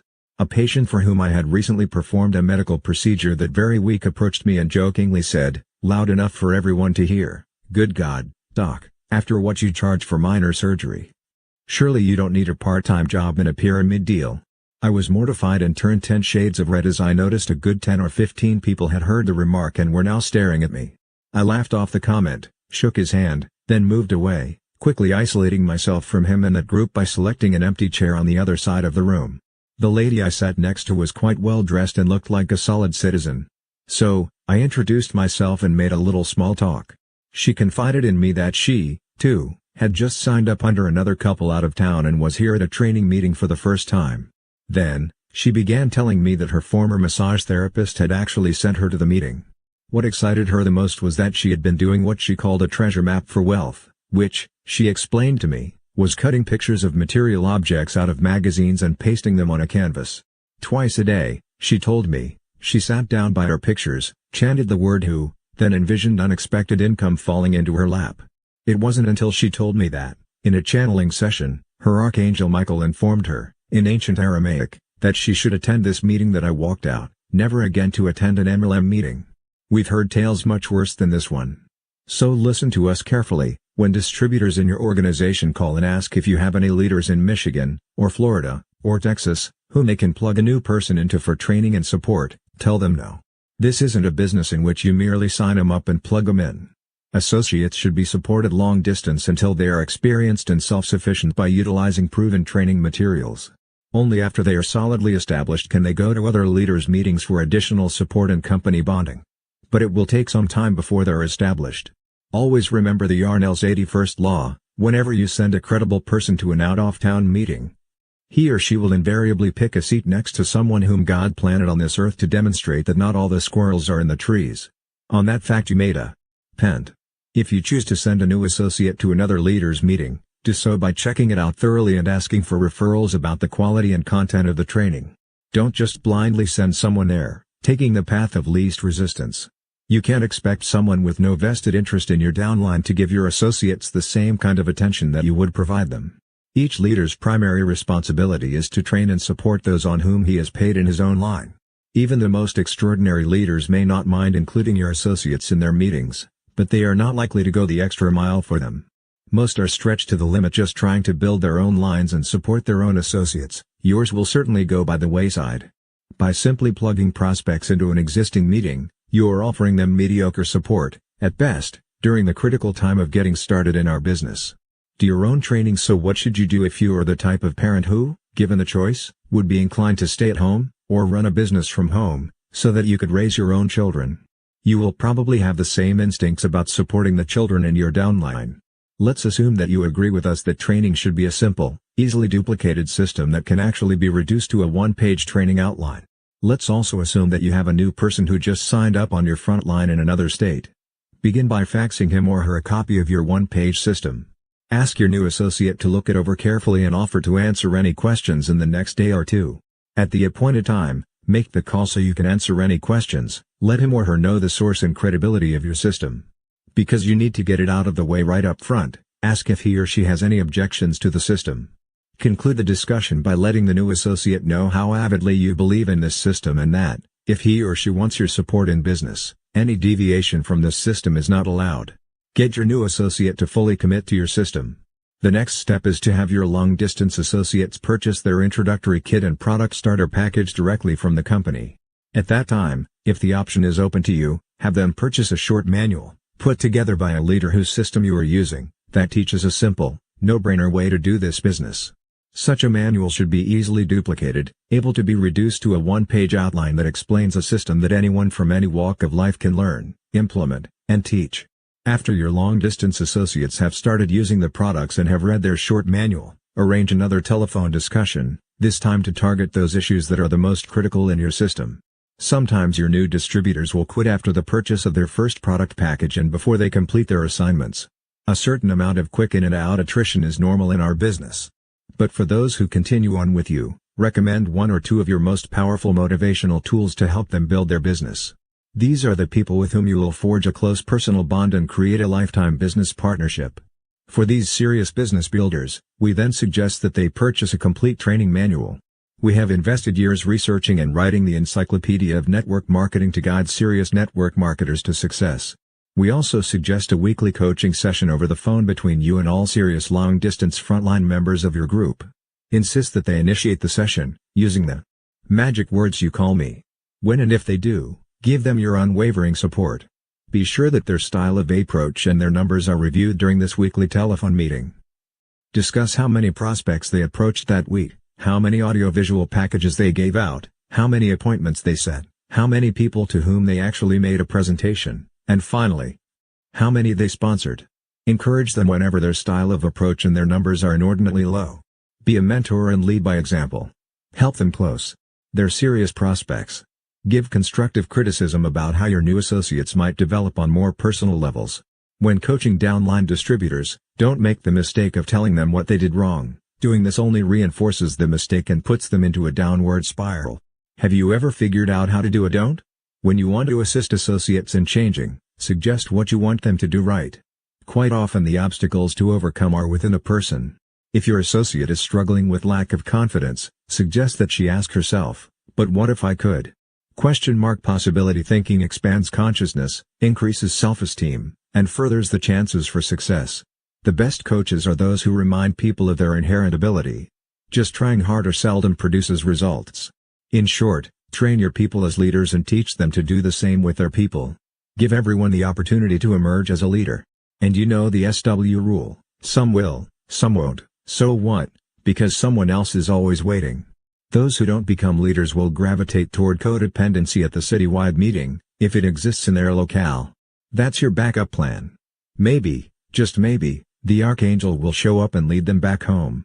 The value of a simple training system. Teaching a simple system is a good start toward taking charge of the leadership of your own organization. If you begin your leaders on the right track and prove it can create success for them, you have a good chance that they, in turn, will stick with the same program and pass it on. The following is an example of our one-page training. If you like it, adapt it for your own personal use. A good training system flows in such a way that it can be duplicated by the least experienced in your organization. As you can see from the MLM flow chart following the Yarnell Success Training System, it comes full circle, taking your new associates through the process and then teaching them to do the same. The Yarnell Success Training System simplicity is evidence of the most advanced teachings. Dr. Emil Cady. The Guidelines 1. Commit to this proven training system for 1 year or until you reach your financial goal. Because it is essential that you stay on one proven track, we encourage you not to expose yourself to events that teach or promote other systems. 2. Begin by carefully selecting and approaching those with whom you would most enjoy creating a lifetime business partnership, and teach those people who join you to do the same. 3. As you gradually move into the cold market, place more emphasis on the number of people that you approach. Focus on the width of your front line, rather than the depth. However, support everyone who asks for your help as though they were frontline. 4. Following in-home presentations or long-distance sign-ups, encourage serious people to phone an upline leader. 5. In order to stay focused, we discourage you from creating your own training materials. Rely exclusively on this proven system for the first year or until you reach your financial goal. 6.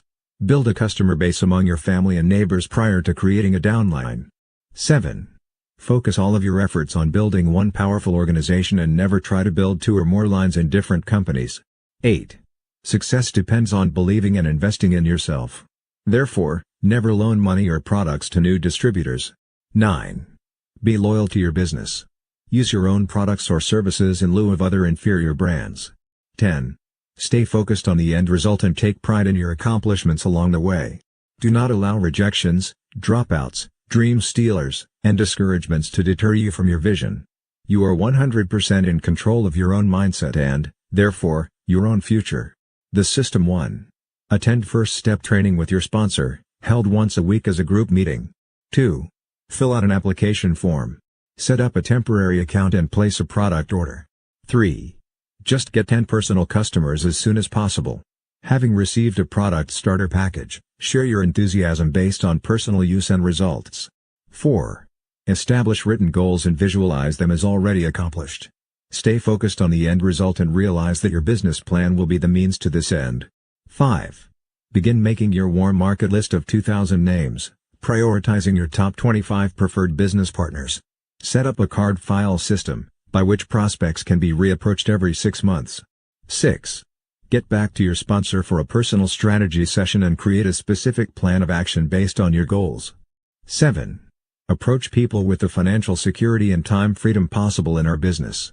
Call on your top 25 people, telling them how much you would enjoy being business partners.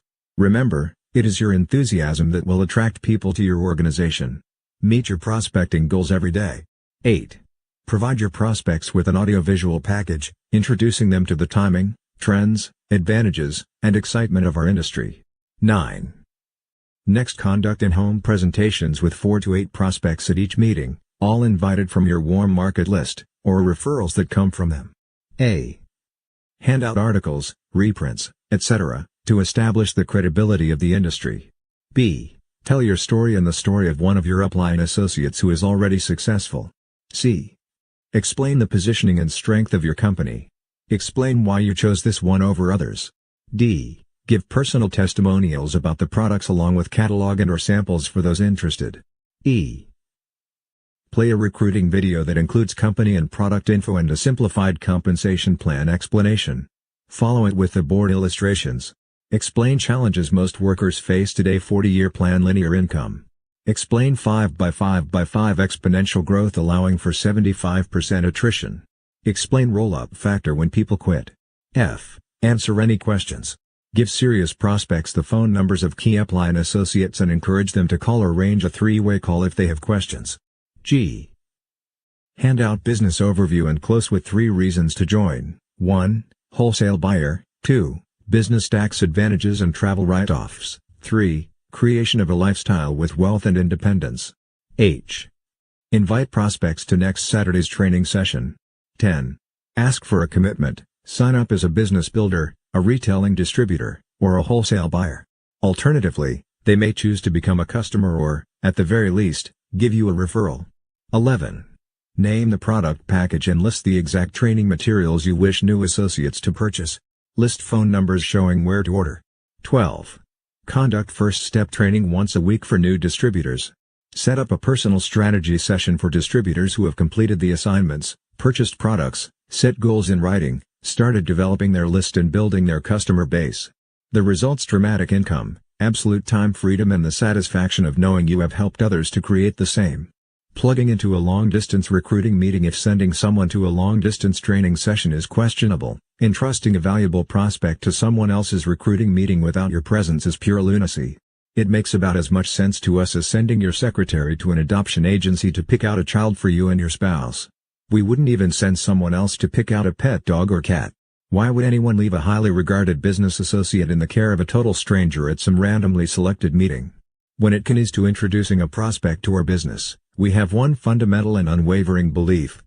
Network marketing should be presented in a small group in a private setting. To do otherwise is to defy the very nature of networking. It is, after all, a business of friends telling friends. Not a formal production with lights, cameras, slideshows, and action. If you are introducing your network marketing company to a long-distance prospect, we suggest that you begin with as much personal involvement as is humanly possible, from a distance. Go into this knowing that long-distance recruiting is more expensive than local recruiting. It involves packages, long-distance telephone calls, postage, and more calls. Don't even begin unless you can afford the cost. In your pre-approach phone call, having carefully selected those you wish to contact, share your excitement about the business and the prospect of working together. Send your prospect an audio tape, videotape, or multimedia package that explains, in the simplest way possible, your excitement about the network marketing industry, your company, your product line, and your organization. Look over your package and its presentation, imagining how you would feel all over again if you were the one receiving it. Does it really answer all the questions you had then? Send out these materials only to those who indicate a genuine interest in learning more about network marketing. And don't mail out a greater quantity than you can follow up and support. In all, it's going to take at least 2 one-hour, long-distance calls. Use your first phone conversation to tell them the story of how and why you became involved. Get a commitment, in advance, of a time you can call to discuss the business after they have received the package and had time to look at it. Getting someone to look at your videotape, or listen to your audio tape, can be a real challenge. That is why we use this method only for select long-distance prospects, or an occasional local prospect whom you are unable to get to your presentation any other way. Your closing ratios with long-distance prospecting will be less than face-to-face presentations. Your follow-up phone call becomes a mini presentation. Be sure to highlight the critical aspects of the business, the money to be made, the simplicity of your system for building this type of business, and how you will work closely with them to teach them, step by step, exactly how to succeed. Answer their questions and listen carefully for objections. Use upline support to close your serious prospects. Ask your prospects to call one of your business associates who has more experience and success than you. This can be done either by a direct or three-way call. Usually more than one phone call is required to progress to the closing point. Now, having made a long-distance presentation on a personal basis with upline support, you are ready to sign them up. Once you have done so, you may choose to have them attend a local recruiting meeting where a respected leader in your company is speaking. As suggested earlier, you need to carefully select the group and its speaker before encouraging your prospect to attend. Under no circumstances should you allow your prospect to attend the training meeting that follows the recruiting meeting, unless the training leader is a well-regarded member of your upline or a mentor whose system you are following. If your prospect is still holding back from a commitment because of some objection, you have a serious decision to make. Dispatching your prospect to an opportunity meeting in another city is akin to sending your children to New York City unaccompanied. However, if you are unable to close your prospect in any other way, it may be worth the risk at this point. It is a decision you should make carefully. If you choose to follow this plan, do so if, and only if, the loyalty is securely established between the two of you. The inherent ethics of network marketing comes from allegiance to the person who thought enough of you to first introduce you to the business. Send your prospect to the meeting with the caution that it is merely a supplemental support to the system you will be using. Call your prospects the moment they arrive home, or at the latest, the very next morning, to get a pulse reading on their reaction to the meeting, the speaker, the guests, and the presentation. Don't assume that all is well once you have discharged the plug-in pistol. That is, once you have sent your potential business associate to a local meeting. You should feel reasonably concerned. You can breathe a little easier once you have followed up with your prospect and received a commitment to follow your system, which occurs about 20% of the time. Plugging into a local recruiting meeting. Even though we don't believe it is effective, we understand why networkers send new associates to recruiting or training meetings in other cities before having personally worked with them. But why on earth would anyone send their valued prospects to another leader's meeting within their own city, for their very first exposure to network marketing? It doesn't make sense when, with a simple system, you are perfectly capable of getting them started on the right track yourself. To succeed, you need to share your knowledge with your new associates and teach each of them to do the same. Hotel meetings should be treated only as a backup, a reinforcement, the second part of a 1-2 punch. But no new prospects should have their very first exposure to network distribution in a large, formal setting. Peter Hirsch, author of Living with Passion, recalls his introduction to our industry. My MLM nightmare started during my first business briefing. A friend picked me up to take me to a hotel meeting, which is now, after almost 8 years in the business, something I am very much against. The immediate impression that hit me smack in the face was, if I join this company, I'm no longer entitled to wear natural fibers. I guess the people running the meeting were trying to give people the feeling that if we can do it, you can too. But that's not the feeling I got. What I sensed was, nobody in this room knows how to speak or dress and they probably can't read. I don't want to be with these people. I don't want to be like these people. Help. Get me out of here. I stayed because I didn't have my own car.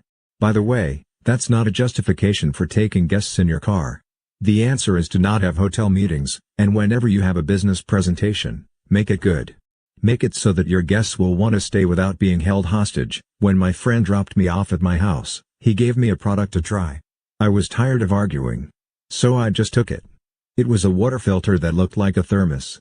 The evening was so awful that I couldn't fathom why anyone would join the company. I imagined someone sitting at the kitchen table with a water filter on his right side and a gun on his left, saying to himself, before I go for the gun, I may as well try this water filter thing.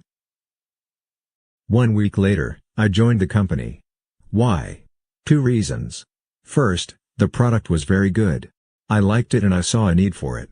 Second, desperation. I hated what I was doing for a living. I was a practicing attorney, and saw MLM as a way out. In my first month, My organization moved close to $100,000 in wholesale products. Life looked grand. You see, I knew plenty of other attorneys who were also miserable. I was on my way to a lifestyle of the rich and famous. Then the real nightmare began. My second check was lower than my first. My third check was lower than my second. What was happening? They never said at the meeting that this could occur. The trend continued and soon I had nothing left. The crash was devastating. Then it hit me. I had to actually learn this business. I had to learn MLM. In my first week with that company I was taught the ancient MLM art of front-end loading. I now realize that there is nothing worse in network marketing, from both a legal and ethical perspective, than suggesting that people purchase thousands of dollars of product that they obviously don't need and likely won't sell. Peter eventually left that company and learned to do the business, like us, in small group settings, personally making his own presentations and doing his own training meetings. What he learned in the process was not to worry about the first order. From hard experience, he shares the belief with us that real volume, as opposed to promotional volume, is the way to build a solid organization. If you build your business or customers on smaller orders, you will always have a business. If you build your business based on front-end loading, it won't last. Instead, you'll end up in the NFL, no friends left. Peter Hirsch is one of the rare people who walks the talk. He not only wrote the book, but everything he does is about living with passion. How much passion does it take to walk away from your company, when you are the top distributor earning several times more than you've ever earned in your life, because you don't agree with its practices? Peter knows because he did. He has become a close friend whom we greatly admire as one of the most ethical and conscientious young men in network marketing. Issues of integrity. Of course, there are many more practical reasons for avoiding plugging quality prospects into meetings, whether in your own city or others, if you cannot participate. Some time ago we were speakers at a meeting where a couple set up a table in the front reception area in order to register all the attendees. When the meeting began, they simply walked off with the list and the registration money. Later, they began calling those people who were on the registration list. What we discovered was unbelievable. They were actually leaders in a totally different company who used this same deception on more than one occasion to steal prospects from other distributors. That's how insane things can become at large meetings. But let's talk about a much more insidious form of theft, namely, prospects being stolen by leaders from one's own company. Not only does this happen, but all too frequently it's perpetrated by those leaders who are at the very top of companies. Sometimes it happens with the full knowledge and blessing of corporate owners and staff, though they never dare admit it. Peter Hirsch called us not too many months ago in a despondent mood and asked if we could get together and spend the weekend. Because we're great friends, of course we invited him over. This young star was a top earner in his company, responsible for recruiting and training a very large organization. We found out that weekend that the corporate leaders allowed another leader, who was given preferential treatment by the company, to steal an entire downline from him. He came to tell us that he had quit and walked away from an income of $30,000 a month. That takes courage, more than most of us have. Fortunately, this is not a common occurrence among company leaders, but it does happen. We have seen company owners themselves face many ethical dilemmas in network marketing. Some companies finally reach the big money only after sacrificing some or all of their reputation in the process. Other companies have insisted on high ethical standards, but have not been able to pull in the big money. Some try to make money from the sale of required, ongoing support materials, audio tapes, videotapes, and printed manuals, instead of from the sale of actual products. We have seen companies charge many times the actual value of a so-called training program and try to pay the downline from these revenues. Something that, when investigated, we believe would never pass FTC standards. Like so many of you, we are extremely idealistic in our expectations concerning the network marketing industry. When we first became involved, the industry had a rather poor public image. But we knew the truth. This was a clean, solid industry having as its preeminent purpose the sale of massive quantities of quality products and services by word of mouth, while paying network distributors what they are truly worth. That's what enables us all to lead quality lives. With the ongoing development of the industry, some of that idealism has been compromised. As we look at various companies emerging today, we see no network marketing company who has made it to the big money, that is, to $500 million in annual sales or more, and not compromised something in the process. No company is in a position to cast the first stone at any other company. However, the ethical lapses in network marketing pale in comparison to traditional business. Last year, for example, the biggest bank in Japan was caught cheating and forced to pay $2 million in fines to Americans. In 1995, 7 CEOs of the largest tobacco companies stood in front of a Senate investigative committee with their right hand in the air and swore that tobacco is no more addictive than marshmallows and contains no booster additives. 2 years later, those same corporate heads settled all future lawsuits for $2 billion with the proviso that they will never again advertise their products. Recently we saw a Winston billboard at one of the main intersections in our town stating "We've gone naked, and taken out all the additives." Noble. How proud would you be to be involved in that industry? This is our message to MLM newcomers: take pride in our industry and select your company based on realistic expectations. Select the one that has the very best record based on your values. But we don't believe any company in existence today would receive a check mark in every column: top money earners, complete harmony among field distributors, respected corporate leaders, level playing field, high ethical standards, perfectly balanced front-end and back-end compensation plan, quality products that are in demand and competitively priced, the potential for longevity, a globally seamless marketing plan, and no more than average attrition. Perhaps one day a company will come along that can uphold the highest ethical standards and break all sales records as well. But even if that never happens, network marketing companies still ethically outpace the majority of traditional corporations worldwide. There is really no comparison. With the maturation of network marketing comes the loss of innocence. Those companies that last more than 5 years have a generally favorable record for high standards. Unfortunately, even in those companies there is a growing number of distributors who are quite unscrupulous. Given the nature of our industry, unethical behavior can only be controlled by the individual distributors themselves. We can set standards on whom we invite to join our organizations, or by corporate leaders who have the courage to terminate those who clearly violate company policies. If this problem is not dealt with in the early stages, and the wayward networker is allowed to continue operating unethically, there comes a point of no return. Eventually, an unethical distributor will become too big and too powerful to eliminate without bringing harm to the company and, for that matter, to the entire industry. We can preserve the integrity of our industry by only affiliating with those companies that demonstrate the will to strictly enforce policies devoid of favoritism or selfish greed, as well as by screening new associates in our recruiting, selection and training process. Simply put, select a company that isn't afraid to terminate a big hitter who breaks the rules, invite principled people whom you trust into your organization, and train them to do the business ethically. Fear of loss. Get ready for a scary fact. Whenever you suggest that anyone in your organization attend a meeting in another town with no supervision, you must be prepared, and maybe even expect, to lose that distributor to another leader. Here's an example of how it might happen. Bob has never been involved in network marketing and doesn't understand the simplicity of our industry. His friend, Steve, has heard about a meeting in Bob's town that is conducted weekly by a local leader. So, before Bob is ever enrolled, he is plugged into the local meeting. Of course, when he arrives on his own and explains he's not yet signed up, some local leaders will be all too pleased to help out. Often they will first befriend Bob and then, during the course of the evening, attempt to persuade him that he should set aside his allegiance to the distributor who first introduced him to this business and sign up with them instead.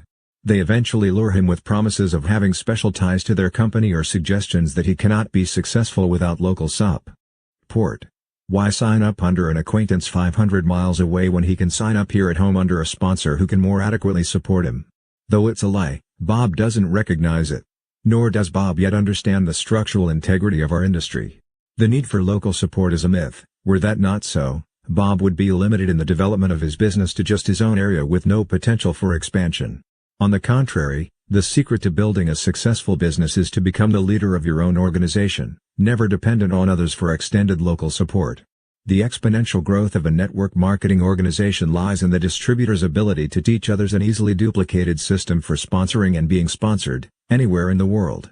So Bob shouldn't try to bypass Steve, the person who introduced him to the business.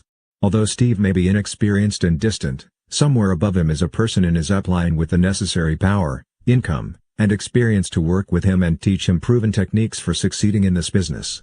But not realizing that, Bob very innocently signs up under the local group and decides to call Steve in a couple of weeks and break the news to him gently. There's no telling how many thousands of distributors have quit our business after plugging in leads to meetings in other cities only to have their prospects stolen by an unscrupulous leader.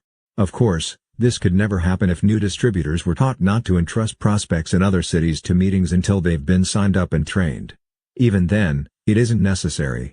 In our opinion, the entire notion of local support and weekly hand-holding meetings is not the way to build a successful organization. Both of us were sponsored by out-of-town leaders, and then trained and supported by telephone. In fact, Mark didn't meet his mentor, Richard Call, until Mark was earning over $15,000 a month. The first time he called Richard, he was given a system over the telephone and he went out and followed it. Even though it was Mark's first participation in networking, he learned enough in that phone conversation to earn serious money after just 4 months in our company. International recruiting. There's a real risk of collapse of the structural integrity intrinsic to network marketing in foreign markets. Breach of loyalty between you and your group, however promising in a newly launched market, is often a direct result of the plug-in pistol. It can even happen without entrusting someone to another leader's meeting. Success in a foreign market is dependent on several things: the loyalty and communication between the sponsor and new distributor, well-translated training materials offering a simple, proven system, and the self-reliance and proactive nature of the startup group in that country. Success does not result from merely finding one good person and plugging him or her into whatever training session happens to be offered locally. However, failure is quite probable. If done properly and taught truthfully, anyone can succeed at, and teach others to succeed at, the business of network marketing. Success doesn't require a myriad of formal meetings, training centers, product seminars, and other hoopla. But here's the problem: as unscrupulous networkers, of whom we spoke earlier, grow logarithmically, they can cause you big problems. Perhaps one of them meets your distributor at a corporate gathering, or at an open meeting, or at a training center, and finds out he or she is sponsored by someone thousands of miles away in another country. With no respect for the structural integrity of this business, the unscrupulous networker will suggest that your distributor would be better off sponsored under a local leader. Why? Because by so doing, he or she can share an office, or use the training center, or receive close support from someone who knows and understands the local culture. Does a network marketer really need those things to succeed? No, but your distributors could easily be led to believe that he does. A really unethical leader may even offer your distributors kickback money to buy their loyalty away from their original foreign sponsor. Then your recruits, the shining lights of your hopes and dreams for building an international organization, are taught how to stop ordering under their current ID number, which links them to you. Instead, they are taught to sign up under a new number, and the theft is complete. Then your former distributors are taught how to duplicate this process with all of their recruits. This practice has been the single greatest heartbreak for many decent network marketers. And it doesn't just happen to new, first-year marketers. 10-year-old veterans are also its victims. And when it occurs in significant numbers, it becomes virtually impossible for a company to trace, find, and return all the lines to their rightful places in the original order. We have a message to corporate leaders who may be reading this chapter: this practice can be stopped, but it must be nipped in the bud. They must come down hard, at the very first occurrence, on those who make use of such practices. 1 strike, warning; 2 strikes, fine; and 3 strikes, they're out. The company's punishment should make a statement loud and clear: we will not tolerate unethical behavior in our distributor force. Period. End of story. If a company fails to terminate a networker who shows a pattern of unethical behavior, then the precedent is set. The activity will be duplicated and multiplied by the very nature of the business. Once the monster is created, there is no controlling it. The situation we are describing has been experienced firsthand by us and many others, and we can tell you unequivocally that it has caused more heartache than all the other challenges in this business put together. If your company is still young and you have yet to expand internationally, do everything in your power to insist on strictly enforced international policies, including the termination of highly productive distributors, if necessary. Once the company shows how serious it is about international policy enforcement, the word will spread. Those who might consider such a practice will think twice, not wanting to risk their termination.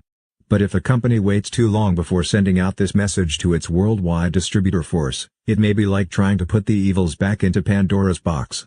Network marketing is a colossal business, and it becomes even bigger when you enter the international scene. Some legends of the business have confided to us that they've lost millions because of pre-launch, illegal activities.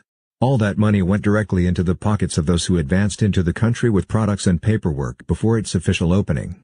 But what breaks our hearts is that many honest leaders in our industry had their one lead, and chance for wealth, stolen by such brazen crooks, without any company intervention.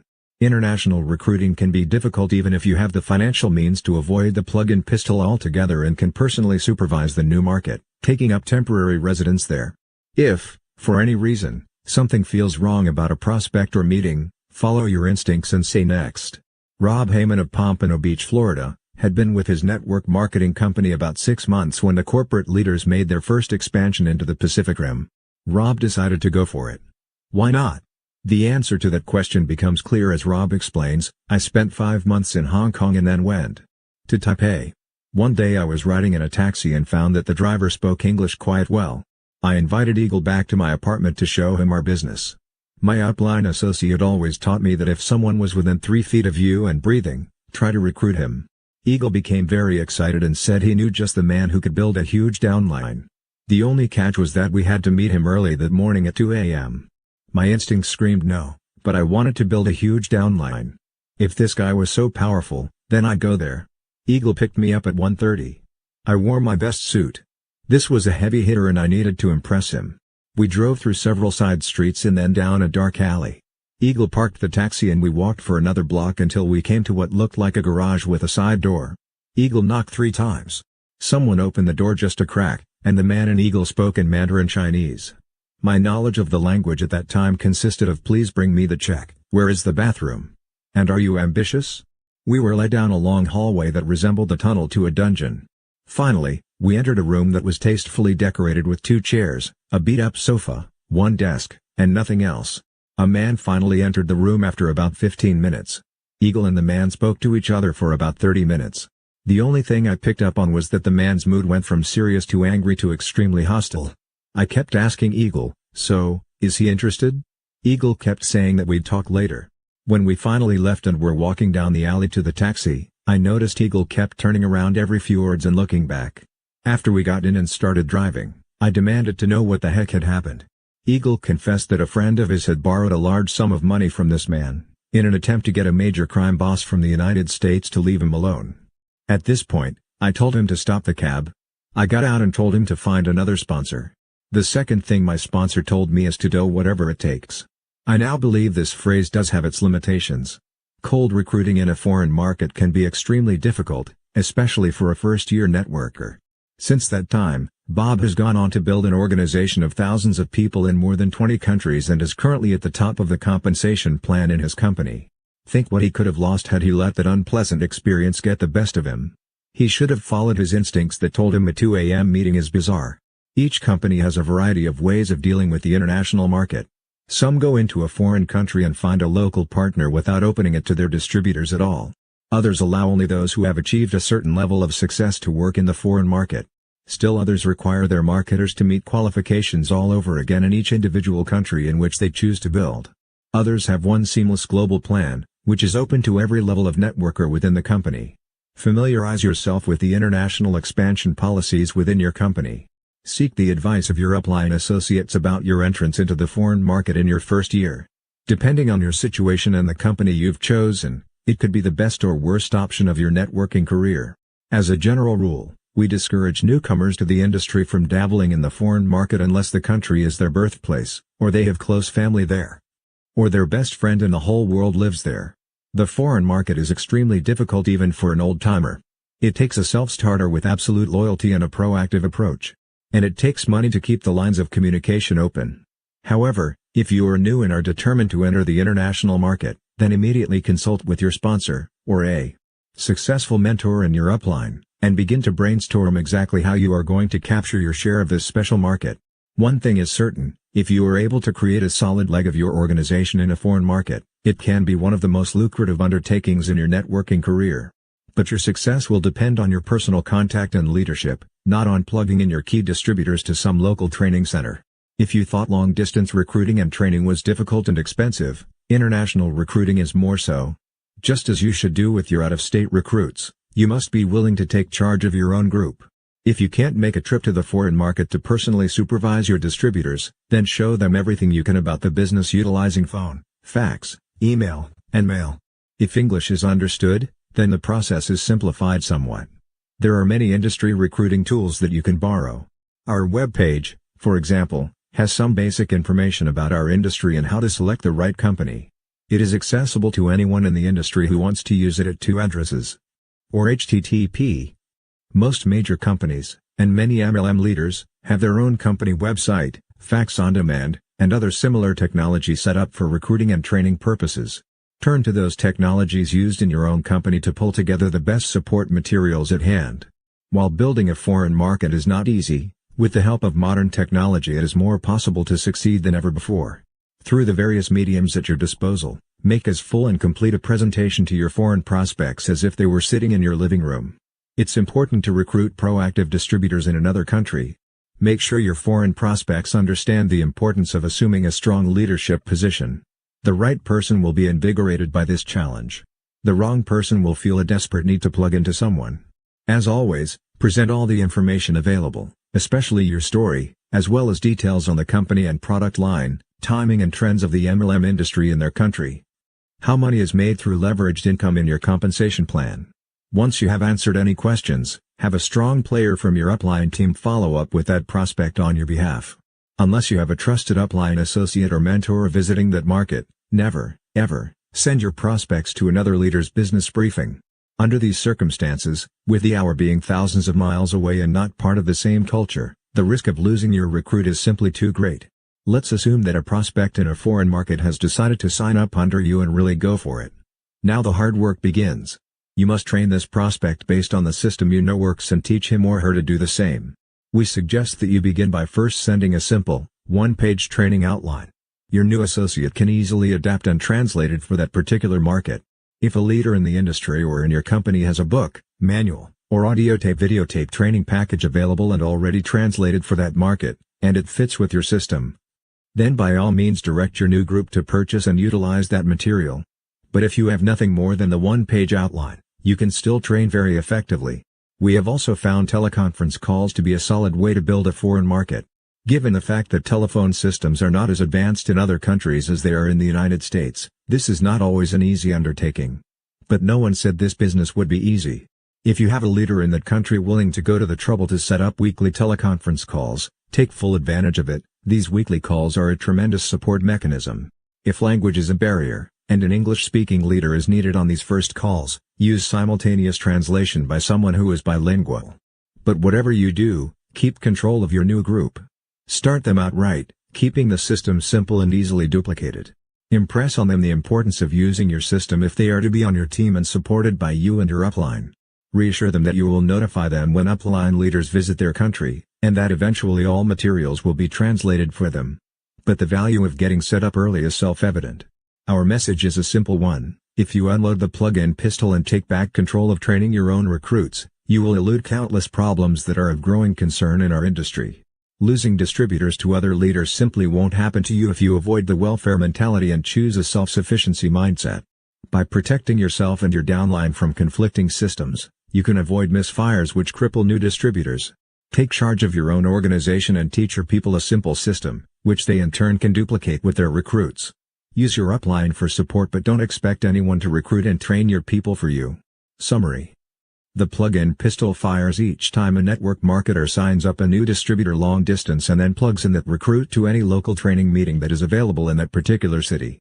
Select the long-distance leader or group to whom you entrust your new frontline associate with the same scrutiny that you would use to choose the daycare provider for your own child.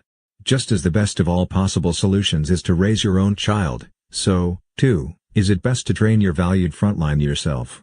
Plugging in your new distributors to just any citywide training, especially during their formative first year in the business, can create confusion and cause irreparable damage to their careers.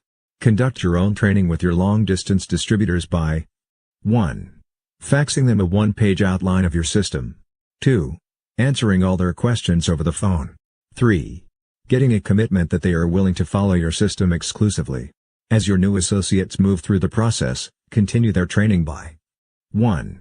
Requesting that they purchase a short manual that expands on the one-page outline. 2. Reviewing the short manual with them over the phone. 3. Recommending to them 1 or 2 motivational tools. 4.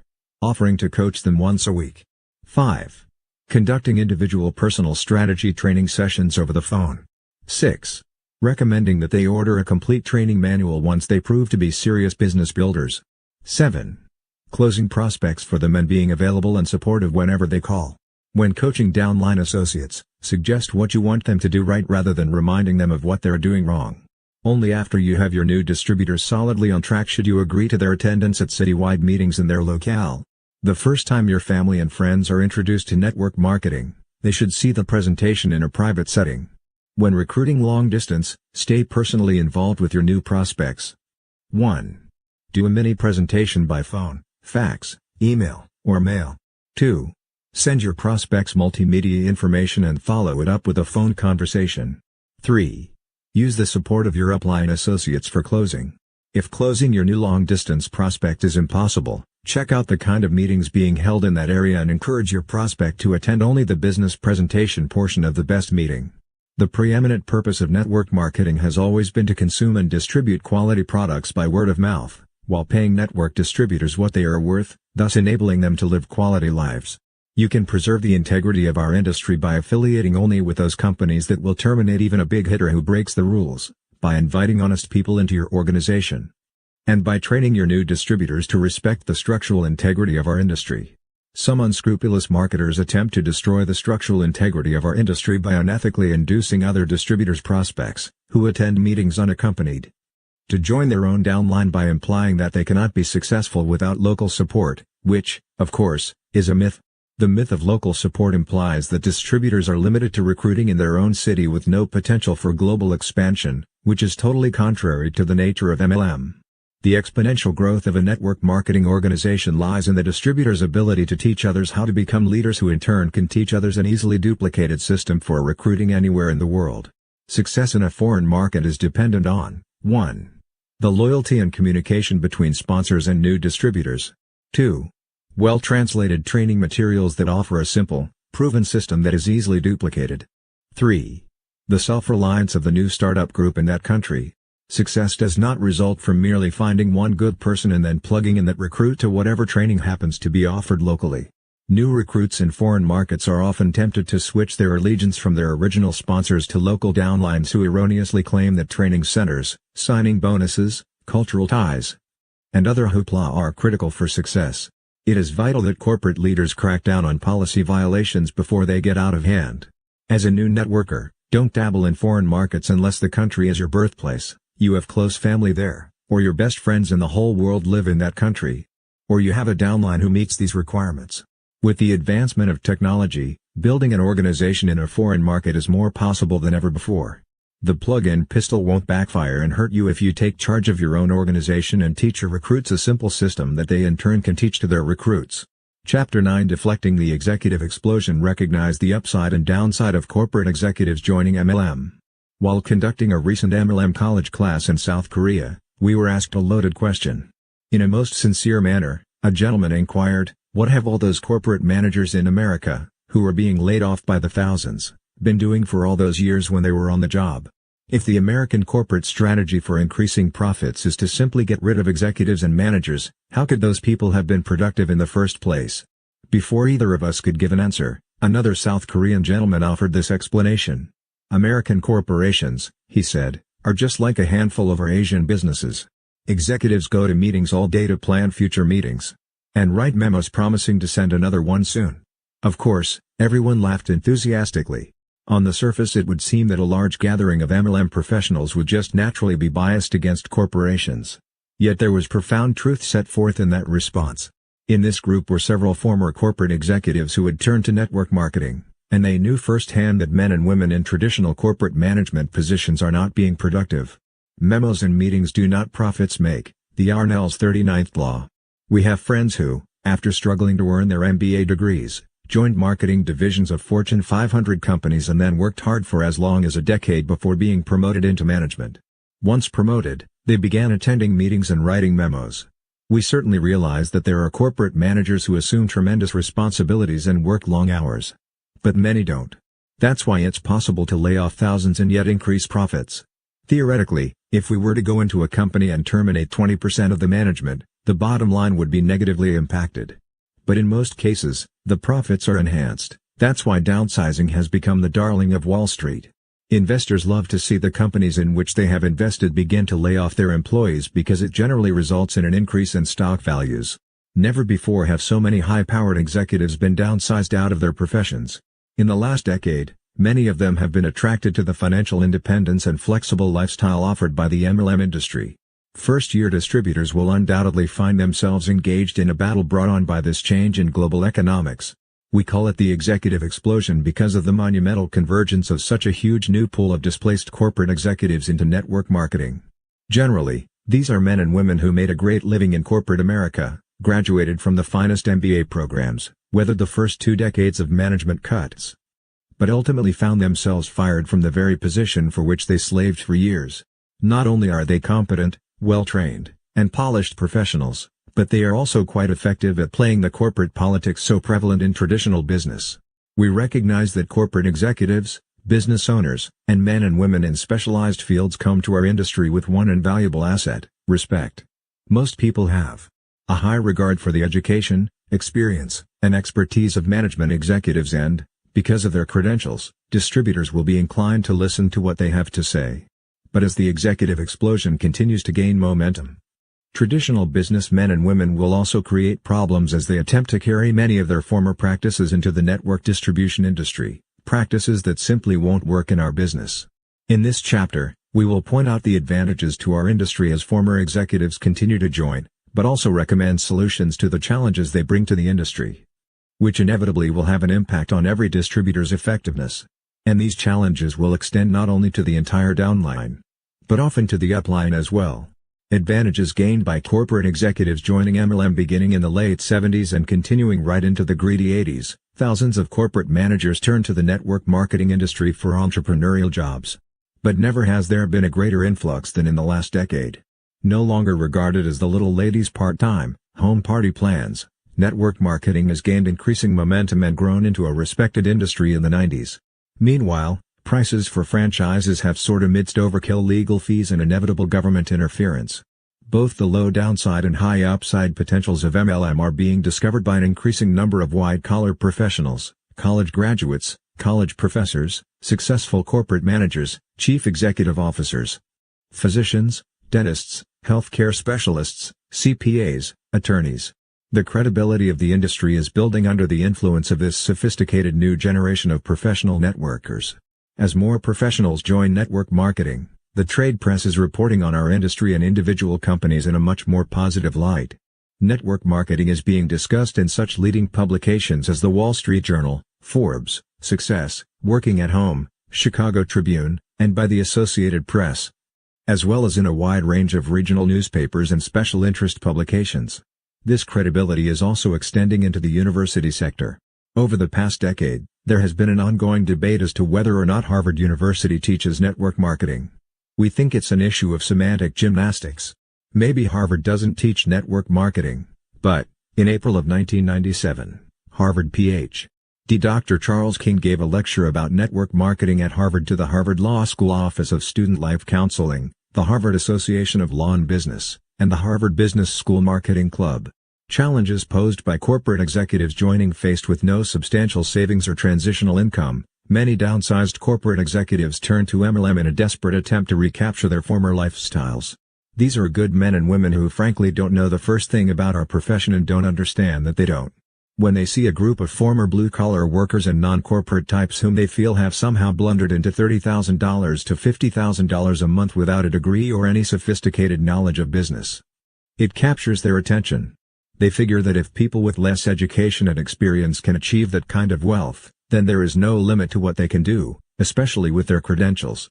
These men and women are faced with two challenges as they enter into the field of network distribution. First, an unmistakable desperation stemming from their loss of prestige and sudden withdrawal of benefits, company cars, and income. Second, a misguided conviction that they can transfer their corporate management style into network marketing. Because so many corporate managers have recently entered our profession, it's only natural that corporate practices would begin to infiltrate network marketing. But they've brought into our industry the very practices that led to low productivity and unjustifiably high incomes in their former traditional corporate management positions. On the other side of the coin, there are two obvious challenges that displaced corporate executives pose to our industry. First, because they are typically very high achievers with great egos and impressive credentials, former executives can often intimidate new distributors who sponsor them. Second, these former executives are inclined to employ many of the tools they used in traditional business, systems which are simply not effective in network marketing. Once intimidated, sponsors no longer command the respect necessary to coach such executives. So the executives take immediate control and begin implementing their own high-tech systems and attempt to manage everyone. Don't make the mistake of assuming that someone you sponsor who has special credentials and comes from a strong corporate background knows more about our business than you do. As Aaron Lynch points out in his wonderful book Thought Contagion, less credentialed people can recognize the restrictive effects of credential systems well enough that they don't even try to impart beliefs to someone with impressive credentials. If you have been in the business longer and have been trained properly, it is critical that you exert your power and train your corporate executives as you would instruct anyone else you sponsor.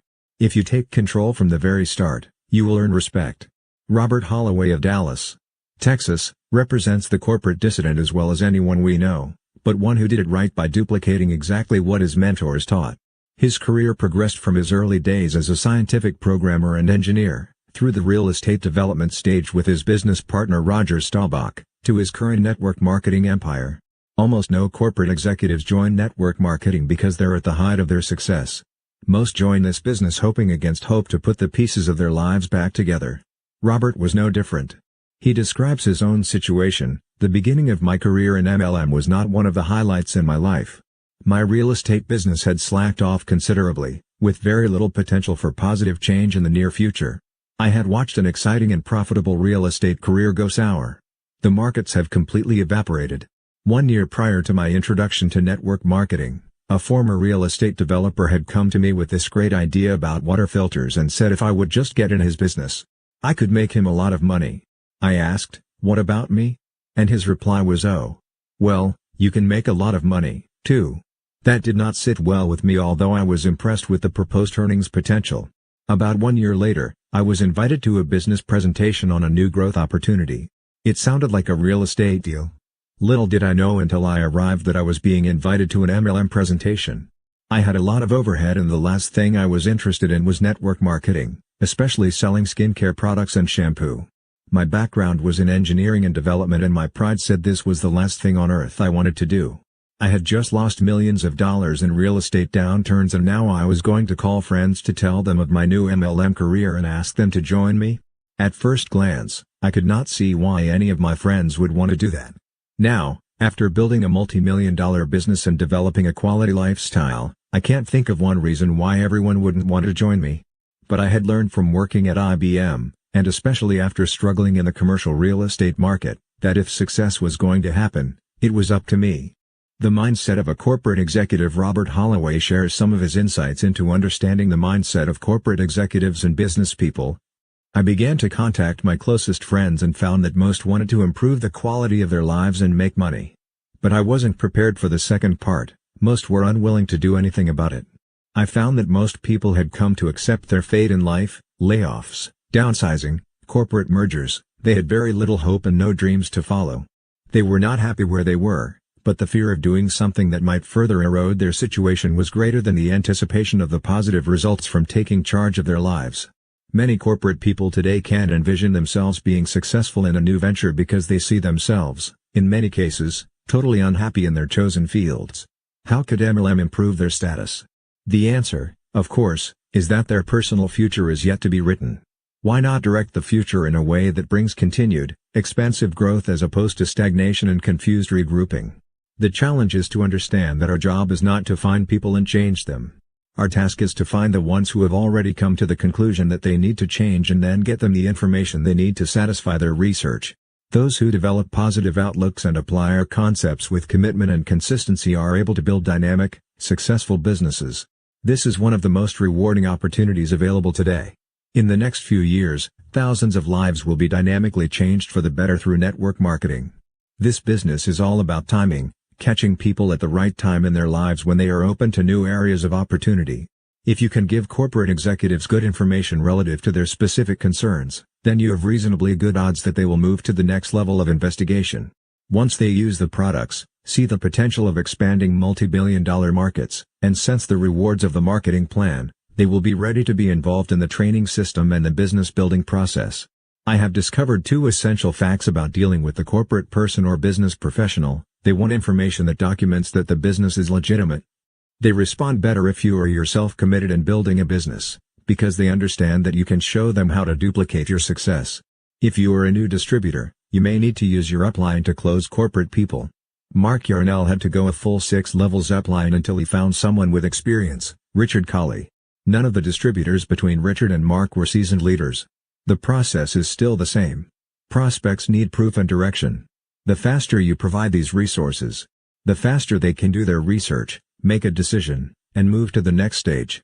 Either they are ready to get started, the time is not right, or this business is not for them. The first two are positive decisions, but many inexperienced networkers will not recognize the second stage as positive. And if you will use the follow-up card filing system, which we recommended in an earlier chapter, with those for whom the time isn't right, you will eventually sponsor some of those people, too. If the business is not for them, ask for referrals. As Robert explains, most people completely misunderstand when a corporate person says no. It's not that they don't want to make more money and have free time, it's just not the right time for them to pursue it. 6 months can change everything. Most people don't understand this and see it as personal rejection. A person new to MLM often doesn't realize that being turned down just means that the timing simply wasn't right. Don't take it any more personally than that. I am convinced, more than ever before, that the timing today could not be better to launch a career track in network marketing, one that can change a person's life for the better.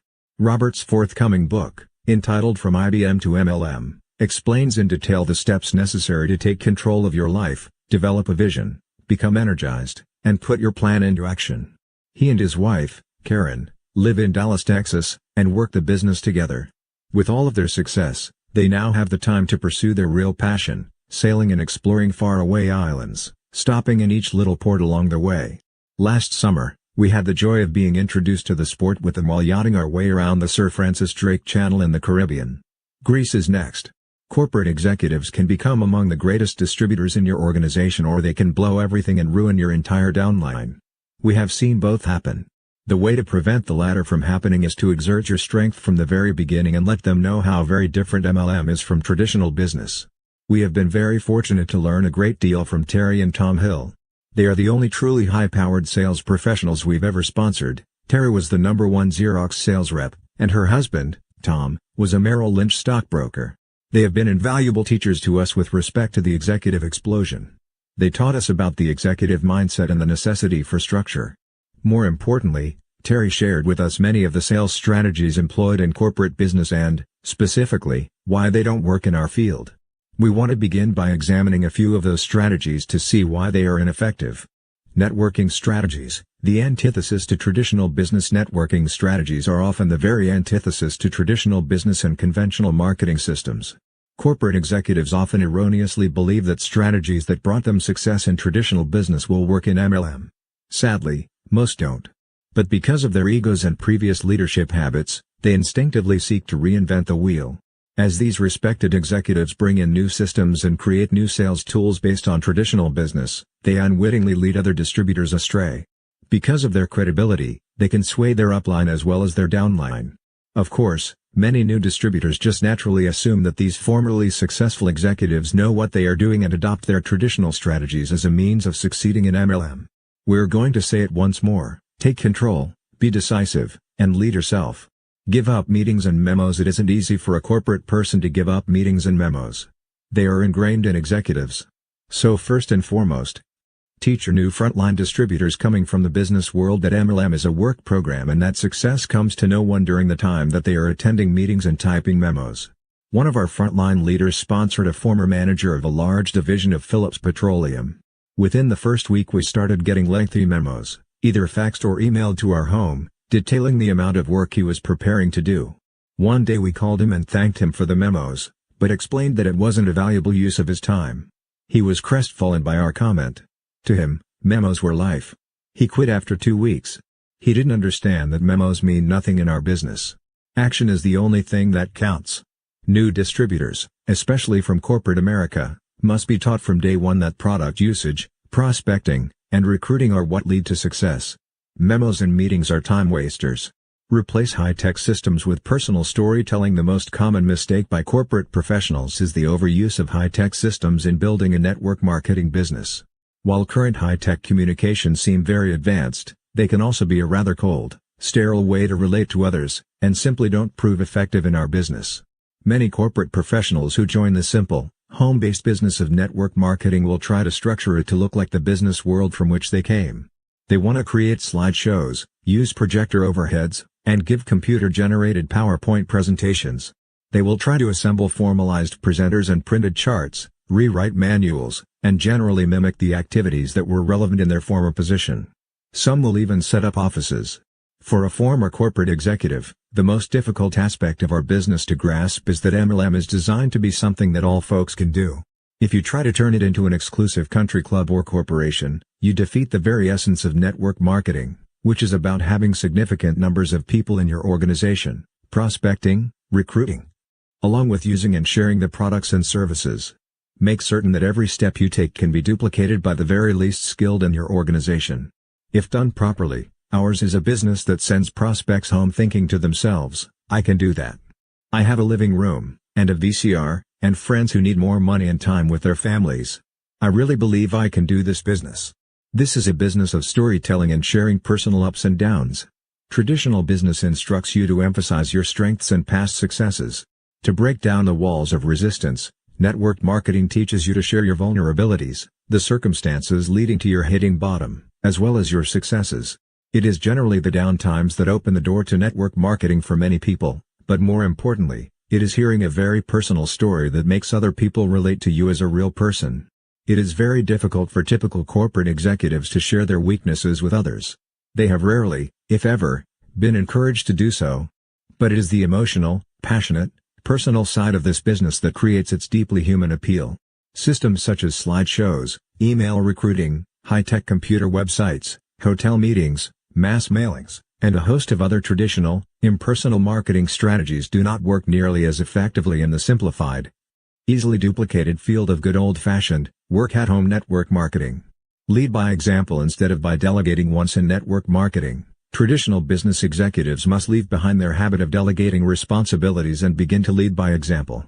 Executives are forced into the trenches in MLM. For many, letting go of their former image is unbearable. Most managers, administrators, and supervisors have spent their lives telling others what to do and overseeing their activities.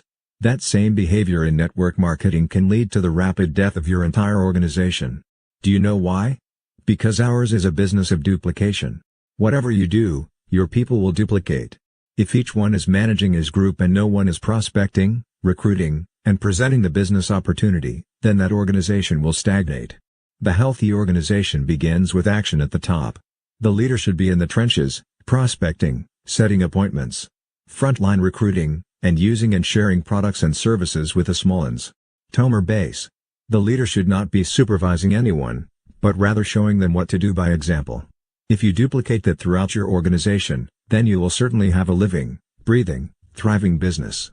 Never qualify your prospects because of the executive explosion. New distributors will recruit people who were formerly quite successful marketing reps with major corporations.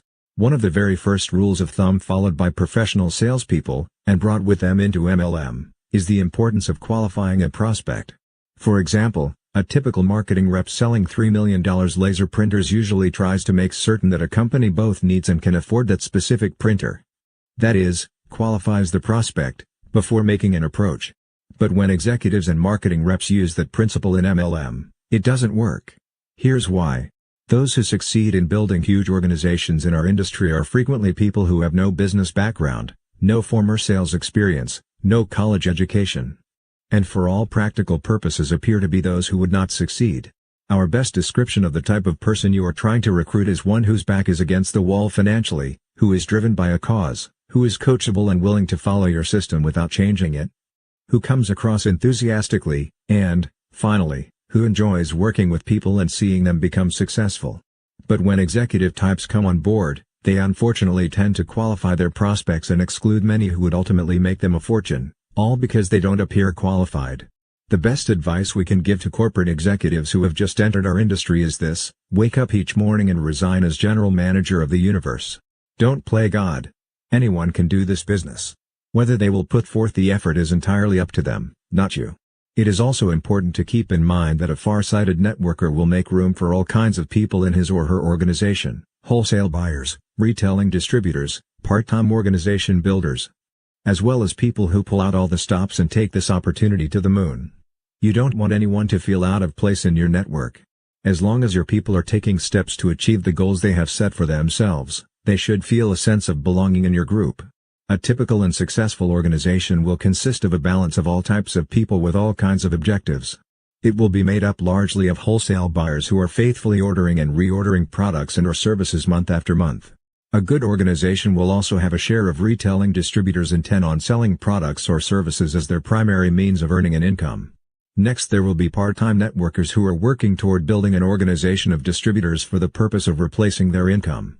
And, finally, the smallest group will be those who are full-time maniacs going crazy with this business, setting records in MLM history. Always look for the serious business builders with whom you can partner, but make a place for everyone in your organization.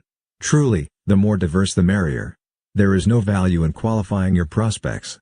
Organization building versus retailing products. With this influx of executives into the network distribution industry, there is a far greater understanding of the value of building an organization of people who do three things. Use the products or services, share them with others, and find others who will do the same. It takes a lot of people, each doing a little bit, to make it all work. But for many today, as in the early days of the industry, there is confusion over whether to place your emphasis on product sales or on building an organization. The answer lies in deciding what you want out of your business. Home parties, clinics, and retail sales create immediate, short-term cash in hand. Building an organization of distributors who use and share the products and duplicate this process produces long-term residual income. With some exceptions, such as medical doctors, most professionals entering the networking scene today prefer the passive residual income from organization building over the immediate gratification of product movement. Even those who come into our industry unaware of anything but the ability to sell products, like scholar athletes Steve and Jeanette Bach, will often inadvertently discover the longer-range value of building an organization. But they aren't alone. It was November of 1979 when Jan Rua first learned about multi-level marketing. I had a 4-year-old daughter, Sarah, and a 2-year-old son, Clayton, and was invited to a product demonstration. I wanted to join the day I attended. But the company rep told me that she wasn't going to be associated with the company anymore and that I would have to call her upline. I called that next person and left her message after message. She finally called me back and told me to stop annoying her. She then informed me that our company was very new and they had stopped letting people become sales reps until the following March. On the first day of that month I called the local sales rep in Dallas, Texas, who told me I could stop by the church where she was working to pick up a form. She didn't want to mess with getting it to me. I joined while I was pregnant with my soon-to-be daughter, Ashley. We had no money. I was sick of being broke and sick of always asking my husband for a little money. I never really thought in terms of wanting financial independence, I just wanted to have some extra money. I was 30 years young and not willing to live like a pauper for the rest of my life. My husband had no desire to be financially successful, and I felt captive with 3 children, not being able to earn any money without leaving them. I called my mother and asked her for the startup kit deposit, but she discouraged me, certain that these kinds of home parties were not for me. She said I should stay home, be a mother, and let my husband's income provide for us. I was disgusted with her attitude and called her mother, my grandmother, who said, "Honey, I will be happy to invest in you. I am going to stake a claim in your future." That day I knew I had found the perfect vehicle. It seemed perfect, a real business that allowed me to be with my children and sell a product out of my home. I just didn't know yet that it was network marketing. The day I joined, my local upline associate quit, and my next upline associate was located in California. I was the only sales rep for my company in the entire south of the United States. No training, no meetings, no support. Oh well, I was determined to be the best salesperson I could be. At my first home party, 20 people were there and I sold $75 in product. Wow! Someone actually bought from me. I was thrilled. I booked a few parties and my business took off. As I showed the products in private home parties, people lined the hallways to buy from me and some even asked how they could sell and become involved. Well, I had no idea, so I told them that they couldn't join me, that I was the only one who could represent this product to the public in Dallas. Can you believe that? I didn't understand about recruiting, but I had booked more parties than I could handle. About 6 months into the business, I decided to take a look at the small company manual in the bottom of a box in my garage. It said that my company was an MLM business and that I was to recruit others to sell the product. Well, blow me away. I had no idea and had never kept the names of the many who had asked to join me.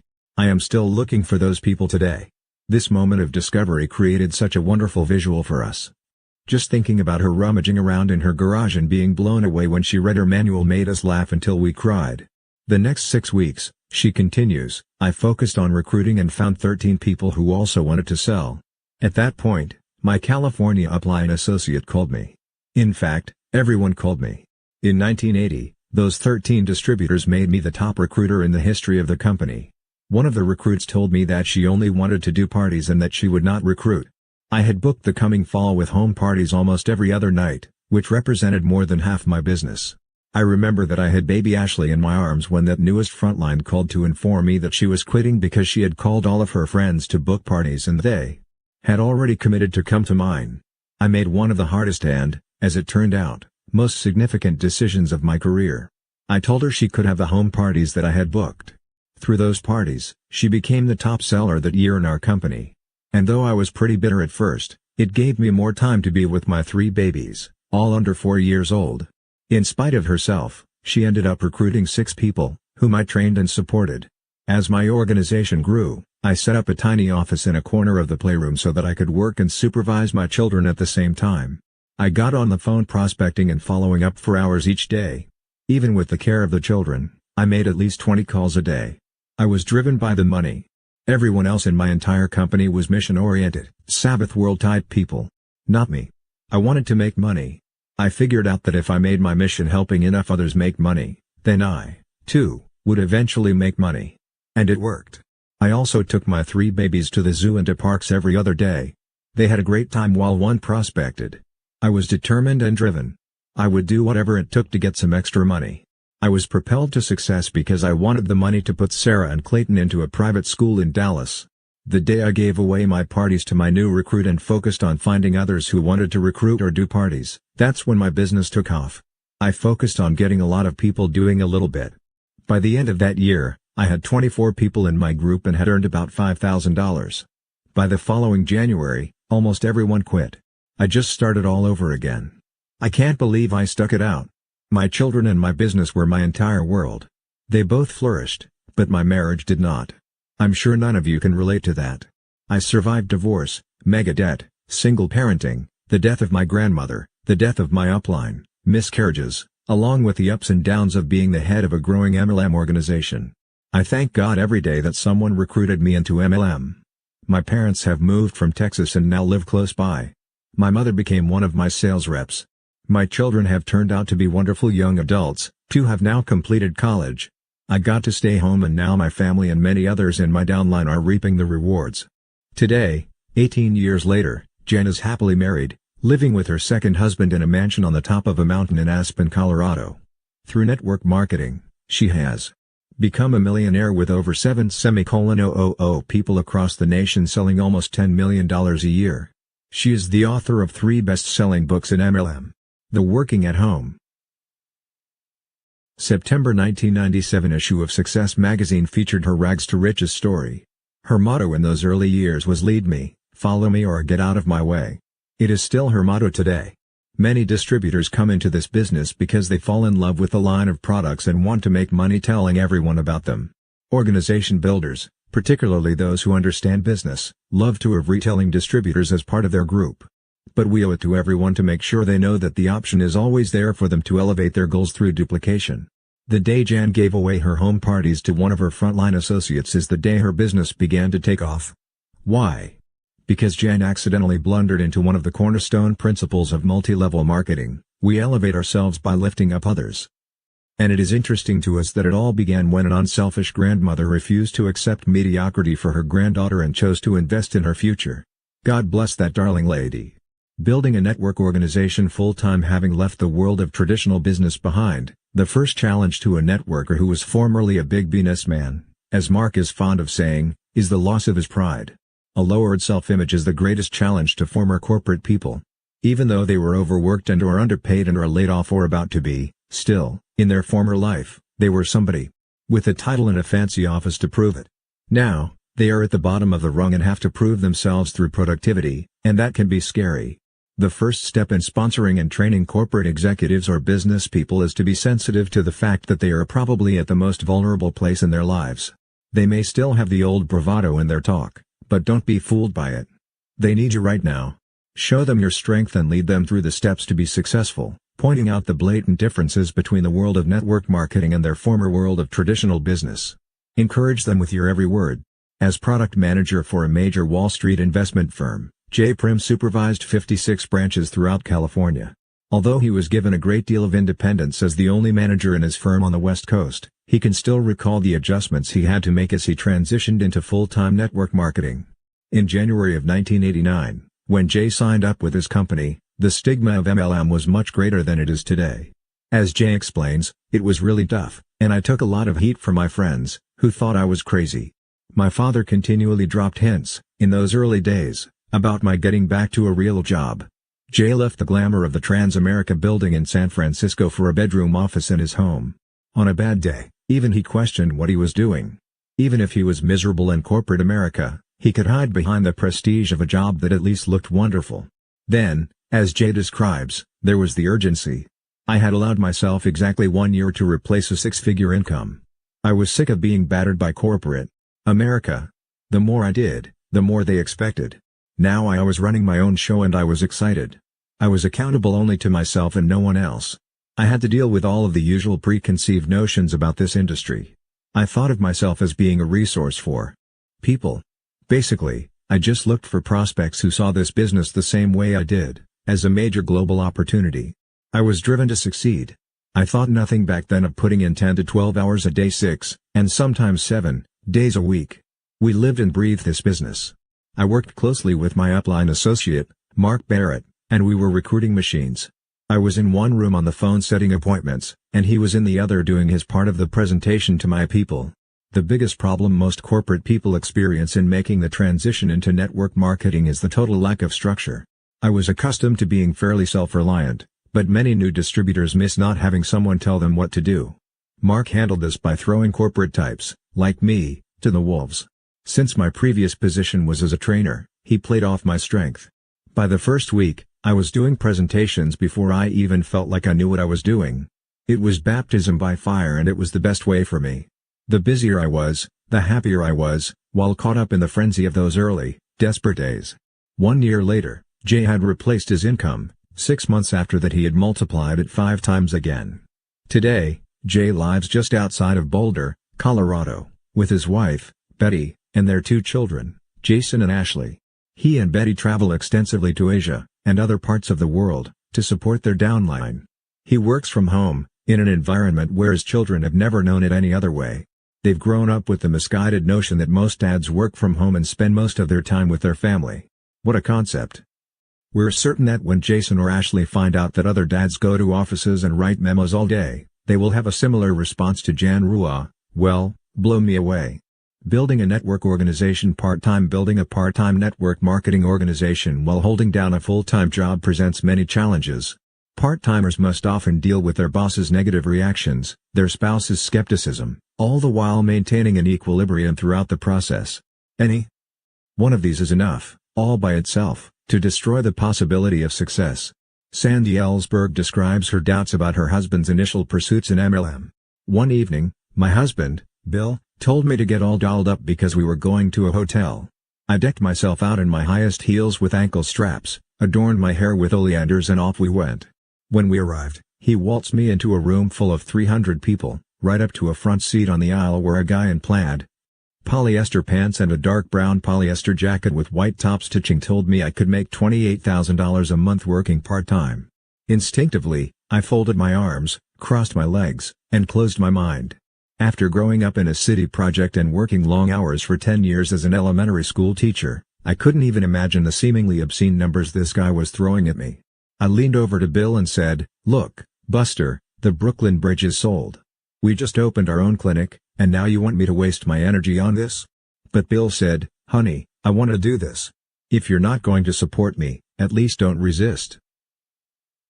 And he added, "Just be positive for 6 months." So for 6 months I barely saw my husband. My father used to call every few days and ask how we were doing. Bill was never around. When the first check came, and it was a little over $100, my father declared, "Follow him, he's got a girlfriend." But I kept my promise and the next month wasn't much better, just over $300. The month after that, the check was up to $500, but he was still spending all of that and more getting the business off the ground, and he was still gone every night and weekend. I accused him of ruining our marriage. He reminded me about the 6-month deal. The next check was $1,100, then $2,200. At the end of 6 months, it was up to $3,800 and he was still doing it part-time, putting in full days at the clinic. In all the years I taught school, I had never taken home more than $1,000 a month. At this point, I started to get ideas. "Honey," I said, "I could write a little training program for you so you wouldn't have to keep repeating the same thing over and over and people could make a fast start. And, let's make a nice little handbook, just like I do for my first graders. That way everything will be simple and easily duplicated." And you know what? In 90 days our check doubled. When we made $7,000 in 1 month, suddenly I could see how $28,000 a month could be possible. That's when I got it. That is what it took for me to become a believer. I had to experience the process firsthand. I had to hold my skepticism at bay long enough to allow success to happen. I will always be grateful that Bill held me to my promise to reserve judgment for those 6 months. And as promised, MLM showed me the money. In many cases, people with full-time occupations can start slowly by making smaller sacrifices. This is what Tony Neumeyer chose to do and he has definitely reaped the benefits. Real estate provided a very good living, however. I had time poverty and was always at the beck and call of others. I was working 12 to 14 hours a day, 6 or 7 days a week, and my time was not my own. My job was running me. In order to make time for my network marketing business, I had to make some real choices. I decided to get up an hour earlier each day to get some of my real estate paperwork out of the way. I also chose to put some of the activities I loved, particularly baseball and golf, on hold for a while. Getting up an hour earlier 5 days a week was a simple decision. I knew I would gain over 20 hours a month or a full work week every 2 months. I knew the leveraging and compounding of time would pay huge dividends in a relatively short period. The key was to use that time effectively. Within a few months, my organization had developed across 3 time zones. Since I was already awake at 5 a.m., my time, I was able to phone people on the East Coast where it was 8 a.m. This proved very effective in spurring growth. Choosing to put my social activities on the back burner for a couple of years proved the most difficult of my choices. Sports were my outlet to maintain sanity. Fortunately, my wife was extremely supportive. We had a toddler of 21 months and a 2-month-old infant when I started with my network marketing company. Kate kept the house running and our personal family matters in order so that I could devote my time to getting ahead. She was and is amazing. I truly felt that by working hard for a few years we would be set for life, and now that has proven to be absolutely true. Just 1 hour a day and a few sacrifices have changed our lives forever. By using this steady, methodical approach, Tony Neumeyer has achieved the honor of being the top Canadian distributor in a large network marketing company. Building a network organization as a single woman. There are hundreds of thousands of single women like Jan Rua in network marketing. Their struggles to build an organization while accepting their other responsibilities, as wives, mothers, and female executives, have been valiant. Today, there are just as many flocking in from corporate America. As president of the company, while still in her 20s, Carmen Anderson was responsible for the sale of a chain of restaurants and the accompanying real estate. She put in 16-hour days and 7-day weeks with employees, FICA, overhead, food costs, paperwork, and meetings. As Carmen describes her experience, after completing my projects with this company, I had the good fortune to have an entrepreneurial friend who knew me during my tenure as an executive. She told me there was a better way: find the right vehicle, work hard for a few years, and create leverage so you will be paid whether you work or not. I'd always worked very hard at any job I'd had anyway. So, I went to a meeting. Wow. My first impression was these people are happy. And they are earning incredible money. I was definitely open to the opportunity and decided to try the company's products. In 2 days, the products had relieved some serious concerns and discomfort I had been experiencing. I looked and felt better. Immediately, all my friends who had the same concerns were introduced to the products. I was sharing, not selling them, and felt really good about being able to help my friends. Next thing I knew, I was off to Hong Kong sharing the products and business with people there when our company expanded internationally, then Australia, then New Zealand. In Hong Kong I met the man who later became my husband and he finally got me back to America. We now have 2 babies, a boy and a girl just more than a year apart. And guess what? I have a global business based in my home here in Alabama while I take time to enjoy my children throughout the day and spend quality time with my husband. I'm happy and fulfilled, life just doesn't get any better. Carmen and her husband, Joel, live with their children in Sheffield, Alabama, and keep a condo in New York. They also have a marvelous yacht in Boca Raton where we welcomed in a memorable new year with them. Sandy Ellsberg's experience, once she was left on her own to build an organization, epitomizes that of so many women in our industry today. After some moderate success with our first MLM company, our fortunes took a decided turn for the worse. Bill developed a chronic debilitating illness that prevented him from working the business. Then we discovered that the MLM company in which we'd invested so much of our energy and hopes and dreams had let us down. About 7 years after starting our first MLM business, we'd reached a serious crisis. I was 41 years old and 9 months into a high-risk pregnancy with a 4-year-old child in tow. My ankles had swollen to the size of thighs, Bill was still very sick and we had no health insurance. We were worse than broke. Broke would have been easy. With our credit ruined and over $250,000 in debt, we didn't even have enough cash to buy a large package of diapers at the supermarket. Talk about scared? If I'd seen a light at the end of the tunnel, I'd have thought it was an oncoming train. But, like Mary Pickford said, failure is not in the falling down, but in the staying down. Just in time, a friend introduced me to another networking opportunity, and I set out in my beat-up Volkswagen van, without heat, air conditioning, or a radio, driving up and down the 405 interstate doing home parties. When it was cold, I put on a pair of woolen booties to keep my feet warm while I drove.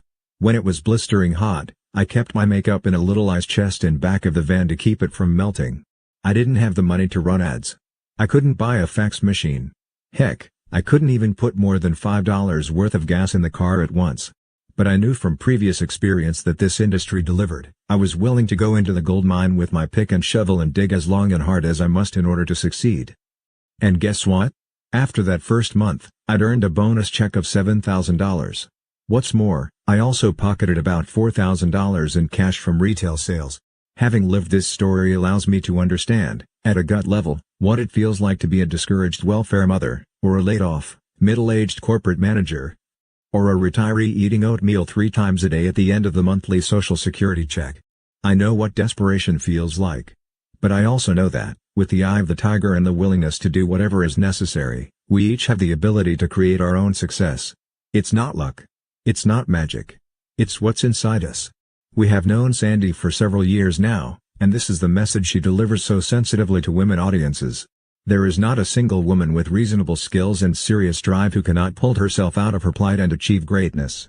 Sandy and Bill Ellsberg live in Dove Canyon, California. Sandy has gone on to become a major advocate for the industry and a much sought-after speaker among network marketing companies nationwide. As an upline associate to Sandy Ellsberg, Jerry Rubin had these kind words to say about her.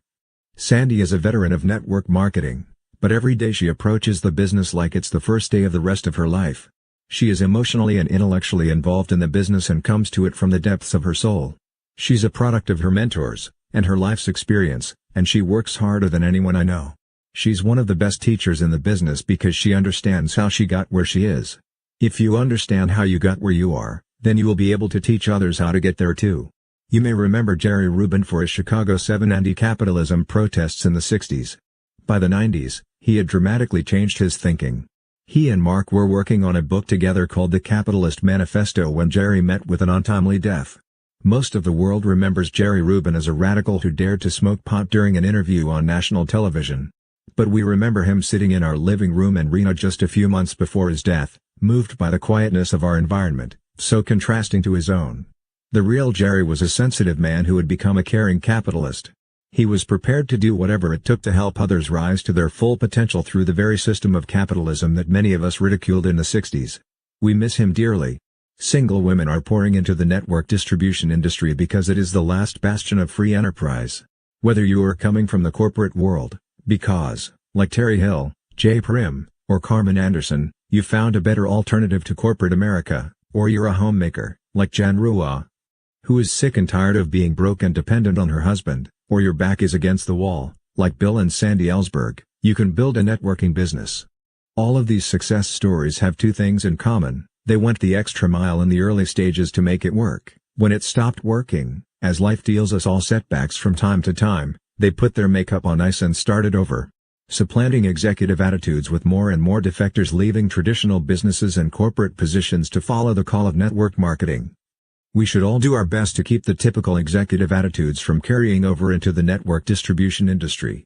Seek personal development over monetary gain. It seems fair to say that most executives are preoccupied about how much money they are making, where they stand in the income structure among their peers, and, in most cases, worried that wherever they are isn't high enough. They are often distressed about the many side effects of their profession: 60-hour weeks, stress-induced coronaries, layoffs, mergers, and hostile takeovers. Network marketing has had a transforming effect on many businessmen and women in this regard. Gary Leland, of Temecula, California, had been a dentist for 27 years. He describes his own transformation. "Dentistry was initially good to me, but, about 1987, things started to change. HMOs, OSHA, liability problems, all started to make life difficult. I stuck my head in the sand. After all, dentistry would never fail me. Dentists are supposed to make big bucks. It continually became harder to make ends meet, and one finally began to look for something else to do. But every business out there looked like built-in failure to me. Network marketing wasn't even in my vocabulary. I would never stoop to that." In August of 1995, while I was attending a dental seminar, one of the other dentists there mentioned a network marketing company to me. That definitely wasn't for me, but when I heard they had dental products, I thought maybe I could sell them. Ultimately, I came to love the products and agreed to go to one of the company's leadership seminars. By December of that year, I found myself not only selling the products, but also enrolling several of my colleagues in the company. With great difficulty, I managed to sign up 13 others, but, by February, all of them had quit. I was batting zero. Out of desperation, and fortunately for me, I attended another company-sponsored leadership seminar, and one of the leaders in my upline volunteered to coach me. It was from that moment forward, at the ripe old age of 52, that I started to discover an entirely new life philosophy. Network marketing was first and foremost about personal growth and development. Through a number of seminars and the cultural influence of my fellow networkers, today I am a different person. My business is exploding, my relationship with my wife, Dixie, and my family is at an all-time high, and my outlook on life has changed from pessimistic to optimistic. Although I still practice dentistry part-time, I no longer feel like a dentist with all the worries and preoccupations that go with being one. I now feel like a network marketer with an opportunity that can benefit everyone. I have a great outlook on life and am doing what I enjoy with an enthusiasm that I never knew was possible. Exalt others instead of ourselves without passing judgment on all executives. There is a tendency among them to demonstrate an egotistical disposition. We are great. Those who work for us are inferior to us. All of this success is due to our brilliance. But in network marketing, it is just the opposite demeanor that makes this business work. Pat Hinsey and Steve Schultz, partners in their network marketing business, discovered the real secret to MLM success. This is a story you may find yourself repeating over and over as you build your business. It accurately describes the real nature of our industry as well as any we've read. We hope you enjoy sharing it as much as we have. As Pat and Steve tell it, our story is definitely not one of overnight success. The truth is we have simply outlasted most of the others in this industry. For 3.5 years, we worked this business with so little results it's almost embarrassing to discuss. We went through every possible negative human emotion. We asked ourselves repeatedly, why won't this work? What are we doing wrong? Why is everyone growing faster and bigger than we are? Will this ever really work for us? We went to every rally, every function possible. But even those seemed to be more depressing than exciting because all we ever heard were the tremendous stories of success about other people. Just once, we would have loved someone to stand up and say, I drove 3 hours last night and got stood up. Now that would have made us feel great. If there is one thing we have learned about this business, it's how easy it is to put yourself down. Just compare your success to the success of others. There will always be others who are experiencing more success than you are at any given time, but we kept going because we thought we might find the secret to the business. We lasted long enough to do just that. We traveled 8.5 hours to a rally intent on finding the secret. We knew that the top money earner in the company was going to be there. We got there early so we could find out from him the key to making this business work. We found him and started asking a barrage of burning questions. How do you do this? How did you make it work? What is the secret? His answer was a bit surprising. He said, I really didn't do it. I've got good downline people, they have actually done it. Why don't you ask them? So we did. But they said, we really didn't do it, we have good downline people, they have actually done it. Why don't you ask them? So we did. But they said, we really didn't do it, we have good downline people. So we came away from that meeting understanding that no one actually does this business. It's just something you give away to other people. So we went home and tried to find some other people we could give it to. And it worked. The law of large numbers will rescue the persistent. We kept trying long enough to eventually find others to whom we could give it, people who knew what they were doing. They were actually making their organizations grow. We got excited and started exalting them, telling everyone about their success. Then they found others to give it to, who started having more success than they were. Incredible. We started pointing to their success and others got inspired by what they were seeing. Over the last 3.5 years, all we have managed to do is stumble across a few others to whom we have given this opportunity and they were able to do the same. Today, we have thousands of people across the country trying to give this business away as a gift to others. Oh. We get the chance to stand up in front of many people and take credit for it, but really, we didn't do it. Steve is a former teacher and Pat is a former sales rep for a paper company.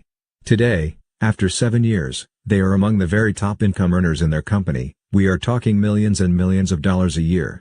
During the early years before it all started working for them, though they never seriously considered quitting, they developed a philosophy about starting over that they explain in this way. Even today, we continue the practice of starting over again as if we had no one in our downline.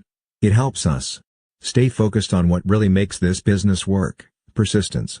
The one thing we've learned is that failure cannot handle persistence.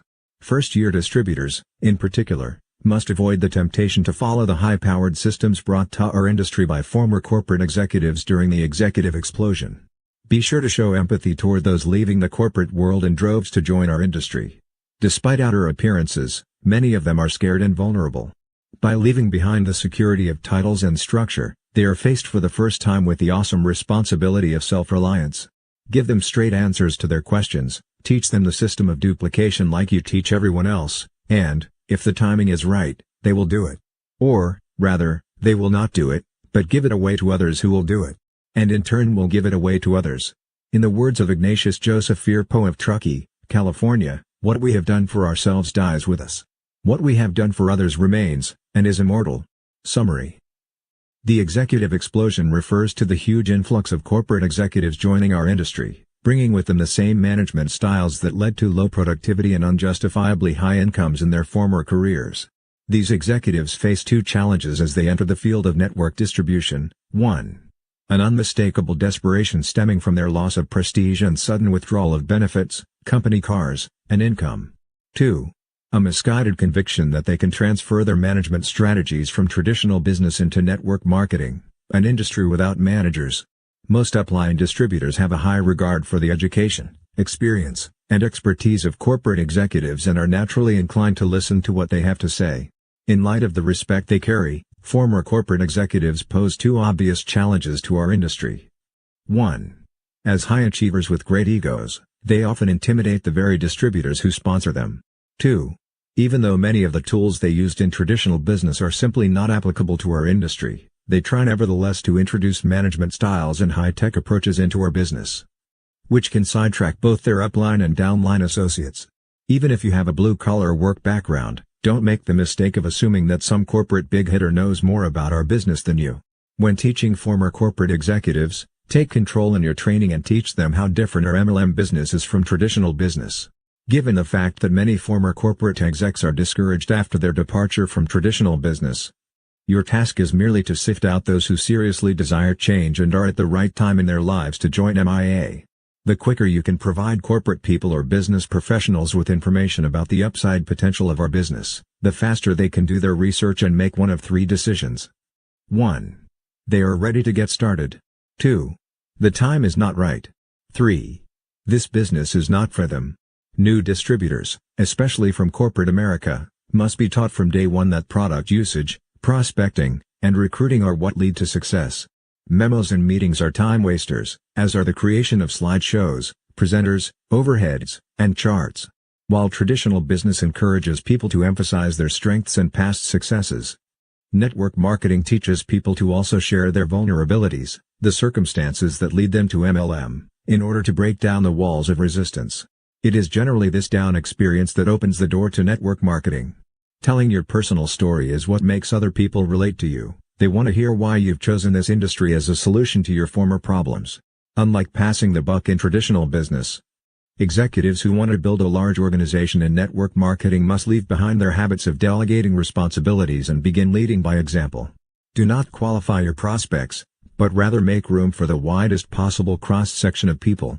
Home parties, clinics, and retail sales create immediate, short-term income. However, building an organization of people who use and share the products, and then teaching others how to duplicate this process, produces long-term residual income. A lowered self-image is the greatest emotional challenge for those who leave the corporate world and enter full-time into network marketing. Many part-time networkers worry about their boss's negative reaction and their spouse's skepticism, while maintaining a positive outlook throughout the early stages of the process. There are hundreds of thousands of single women in network marketing struggling to build organizations while meeting all their other demands as wives, mothers, and female executives. But there is not one with average skills and strong drive who cannot achieve greatness. Network marketing can have a profound effect on many business people after they discover that, first and foremost, our profession is about personal growth and development. Unlike the corporate work environment, there are no threats to an executive's position in network marketing if he exalts his downline. A profound truth about our industry is this: possessive clinging will never lead to success. Only by giving the business to others will you ultimately receive huge rewards in the remarkable world of network marketing. Conclusion. For the first half of our careers, prior to meeting, falling in love, and becoming husband and wife, each of us was dedicated to building our respective organizations in the only company either of us has ever represented. For the past 6 years, we have striven diligently to be goodwill ambassadors for the entire network marketing industry. Our colleagues understood our desires to elevate the stature of our profession. Even our company president has encouraged us in this endeavor. We've been honored to speak at a number of conventions. Other MLM company presidents, such as Richard Brooke, have allowed us to coach their best leaders. Many of the very top money earners of our industry have attended our college certification course, which was founded at the University of Illinois at Chicago by Dr. and Mrs. Charles King and us several years back with the cooperation of their innovative Dean of Business, Dr. Paul Usleding. It's now being taught internationally. As industry-wide consultants and advocates, we've learned much from those with whom we work. Recruiters in traditional business are called headhunters, but we learned early on that network marketers must be hard hunters. Attempting to build this business by stealing distributors from other companies is patently wrong, given the structural integrity of the network distribution industry. Our philosophy has always been to find a good company and stick with it. Don't become an MLM junkie. Not once have we solicited any single distributor away from another company, although many unknowing distributors have asked if they could join us. If a networker has joined a solid company with a proven track record, then we strongly encourage him or her to remain with that company. We feel blessed to have stumbled into this profession many years ago. Not only did it give us the time and financial freedom to do exactly what we want, but it also enabled us to meet each other and build a life together. Our professional goals for the coming decade include writing books beyond our industry. Mark has several book projects underway, including one on achieving self-wealth, updating one of his father's previously published works with modifications for today's audiences, and his most prized project, a love story. Renee has been working for over a year on a self-help book based on various aspects of her own life experiences. However, it is within the MLM industry that we intend to continue to place our greatest energy. We hope to further elevate the stature of our profession through public appearances, major convention speeches, consultations, and education through books, tapes, and the media. In light of this, we would like to ask you to join us in converting our remarkable industry from a job into a profession. There are a few things you can do to help us make this happen. First, let's all resolve to stop bad-mouthing each other's companies. We aerial in this together, and yet we seem to be the only profession in which, whenever there's a danger or a challenge, we circle our wagons and fire inward. Networkers often cooperate with regulators and journalists in an investigation of one of their competitors, and rejoice in their demise. In some cases, MLM corporate leaders actually testify as government witnesses against their competitors, and, sadly, some are not guilty of being pyramid scams. It's merely a way of hurting the competition. Distributors sometimes act as if by denigrating others they somehow elevate themselves. But that isn't the result. So first and foremost, we ask you to please join us in adopting a simple philosophy. We refuse to badmouth our colleagues, other distributors, and other companies in the field of multi-level marketing. If you won't write it down and sign your name to it, then don't say it. The other side of the coin, and there always is one, is to quickly report any pyramid scam, as soon as you have legitimate proof that people are being ripped off. To the Direct Selling Association and the Federal Trade Commission. And if the concern you have is with your own company, don't just sit back. Take action. Contact the top leader in your upline. If you can, call the president of your company. Do everything in your power to stop unethical activity wherever you find it. Try to replace the problem with a solution that will make you proud to represent your company. And if all else fails, walk away. Once we understand that success stems from uplifting our own companies and products rather than destroying the reputations of our MLM competitors, that is when our industry will become the most lucrative in all of free enterprise. One of the outcomes of our university course, in which representatives from many companies spend a long weekend together, is that our students realize that those companies they may have been denigrating are made up of real people, special people, with whom they have just shared a very meaningful experience.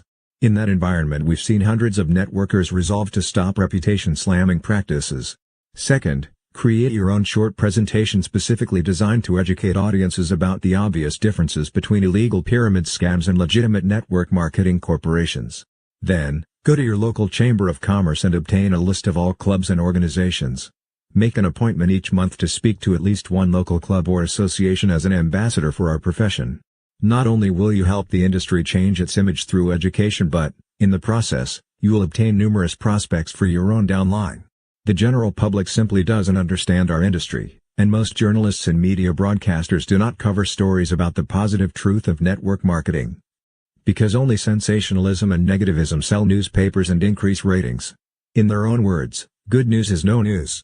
Third, purchase everything you can through MLM companies whenever possible. If your own company does not yet sell a product you need and want, find out which network distribution company distributes it and contact them.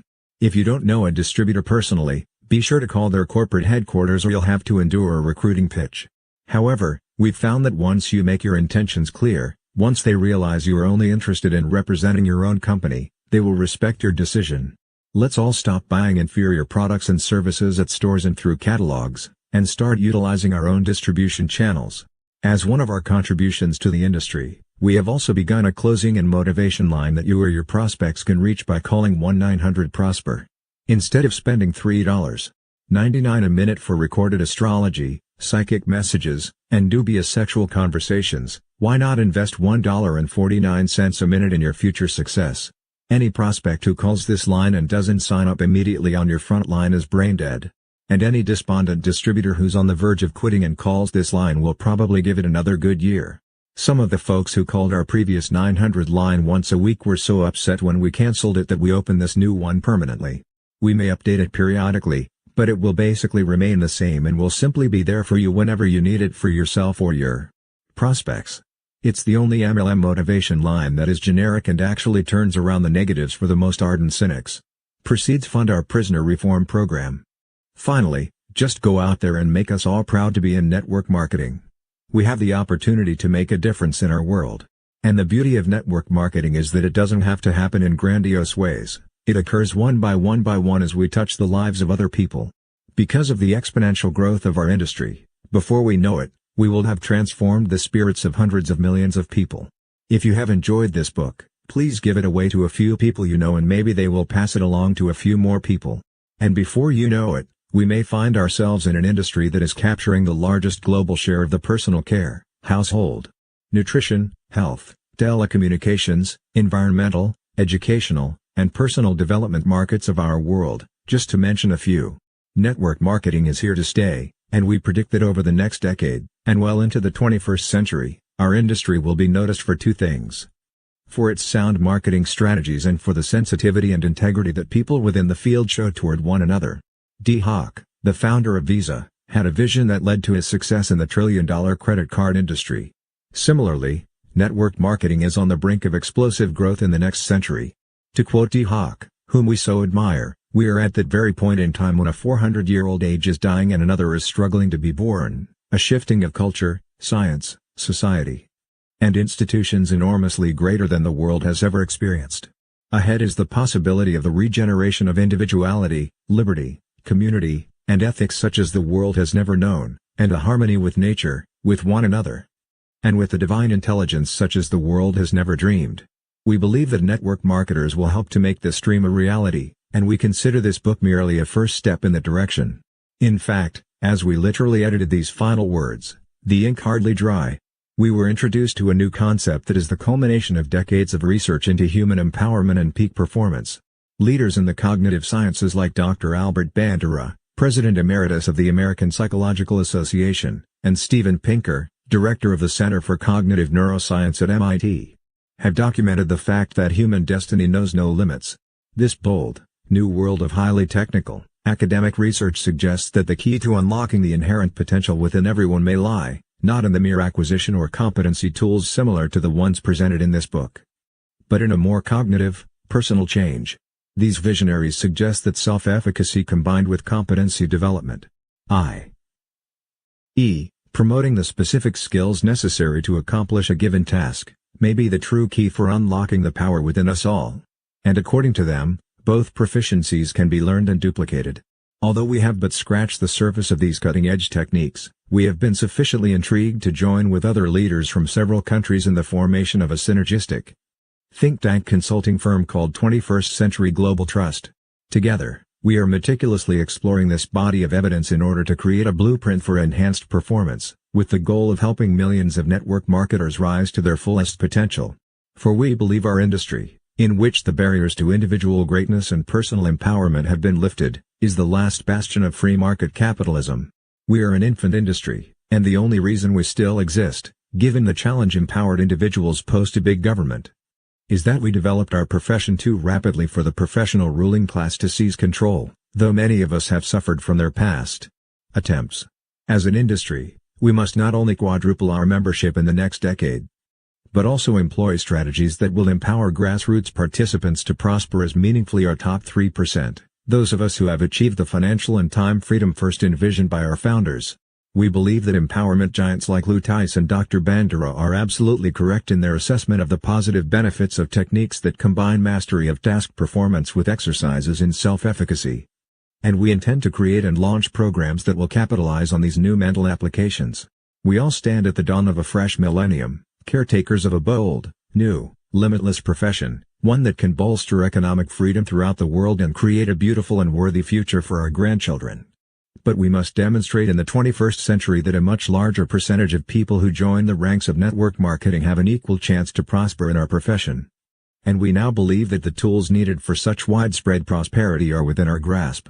Currently, 3% of the MLM population earn over $93,000 per year, and 56% earn less than $6,000 per year. It is the middle 40% that we believe we can and must reach. Our commitment to you as industry advocates and leaders is to continue to research, analyze, and simplify the newest scientific and academic advances in human potential enhancements. Then implement easily duplicated strategies designed to unleash the peak performance of those who would entrust their futures to network marketing. For too many years the human outcome has been mediocrity, but we believe that network marketing, given its lack of boundaries and limitations, affords each of us an exhilarating future of unprecedented opportunities. We are incurable optimists, and you can rest assured that you haven't heard the last from us. Because, as we all know, your first year of network marketing is only the beginning.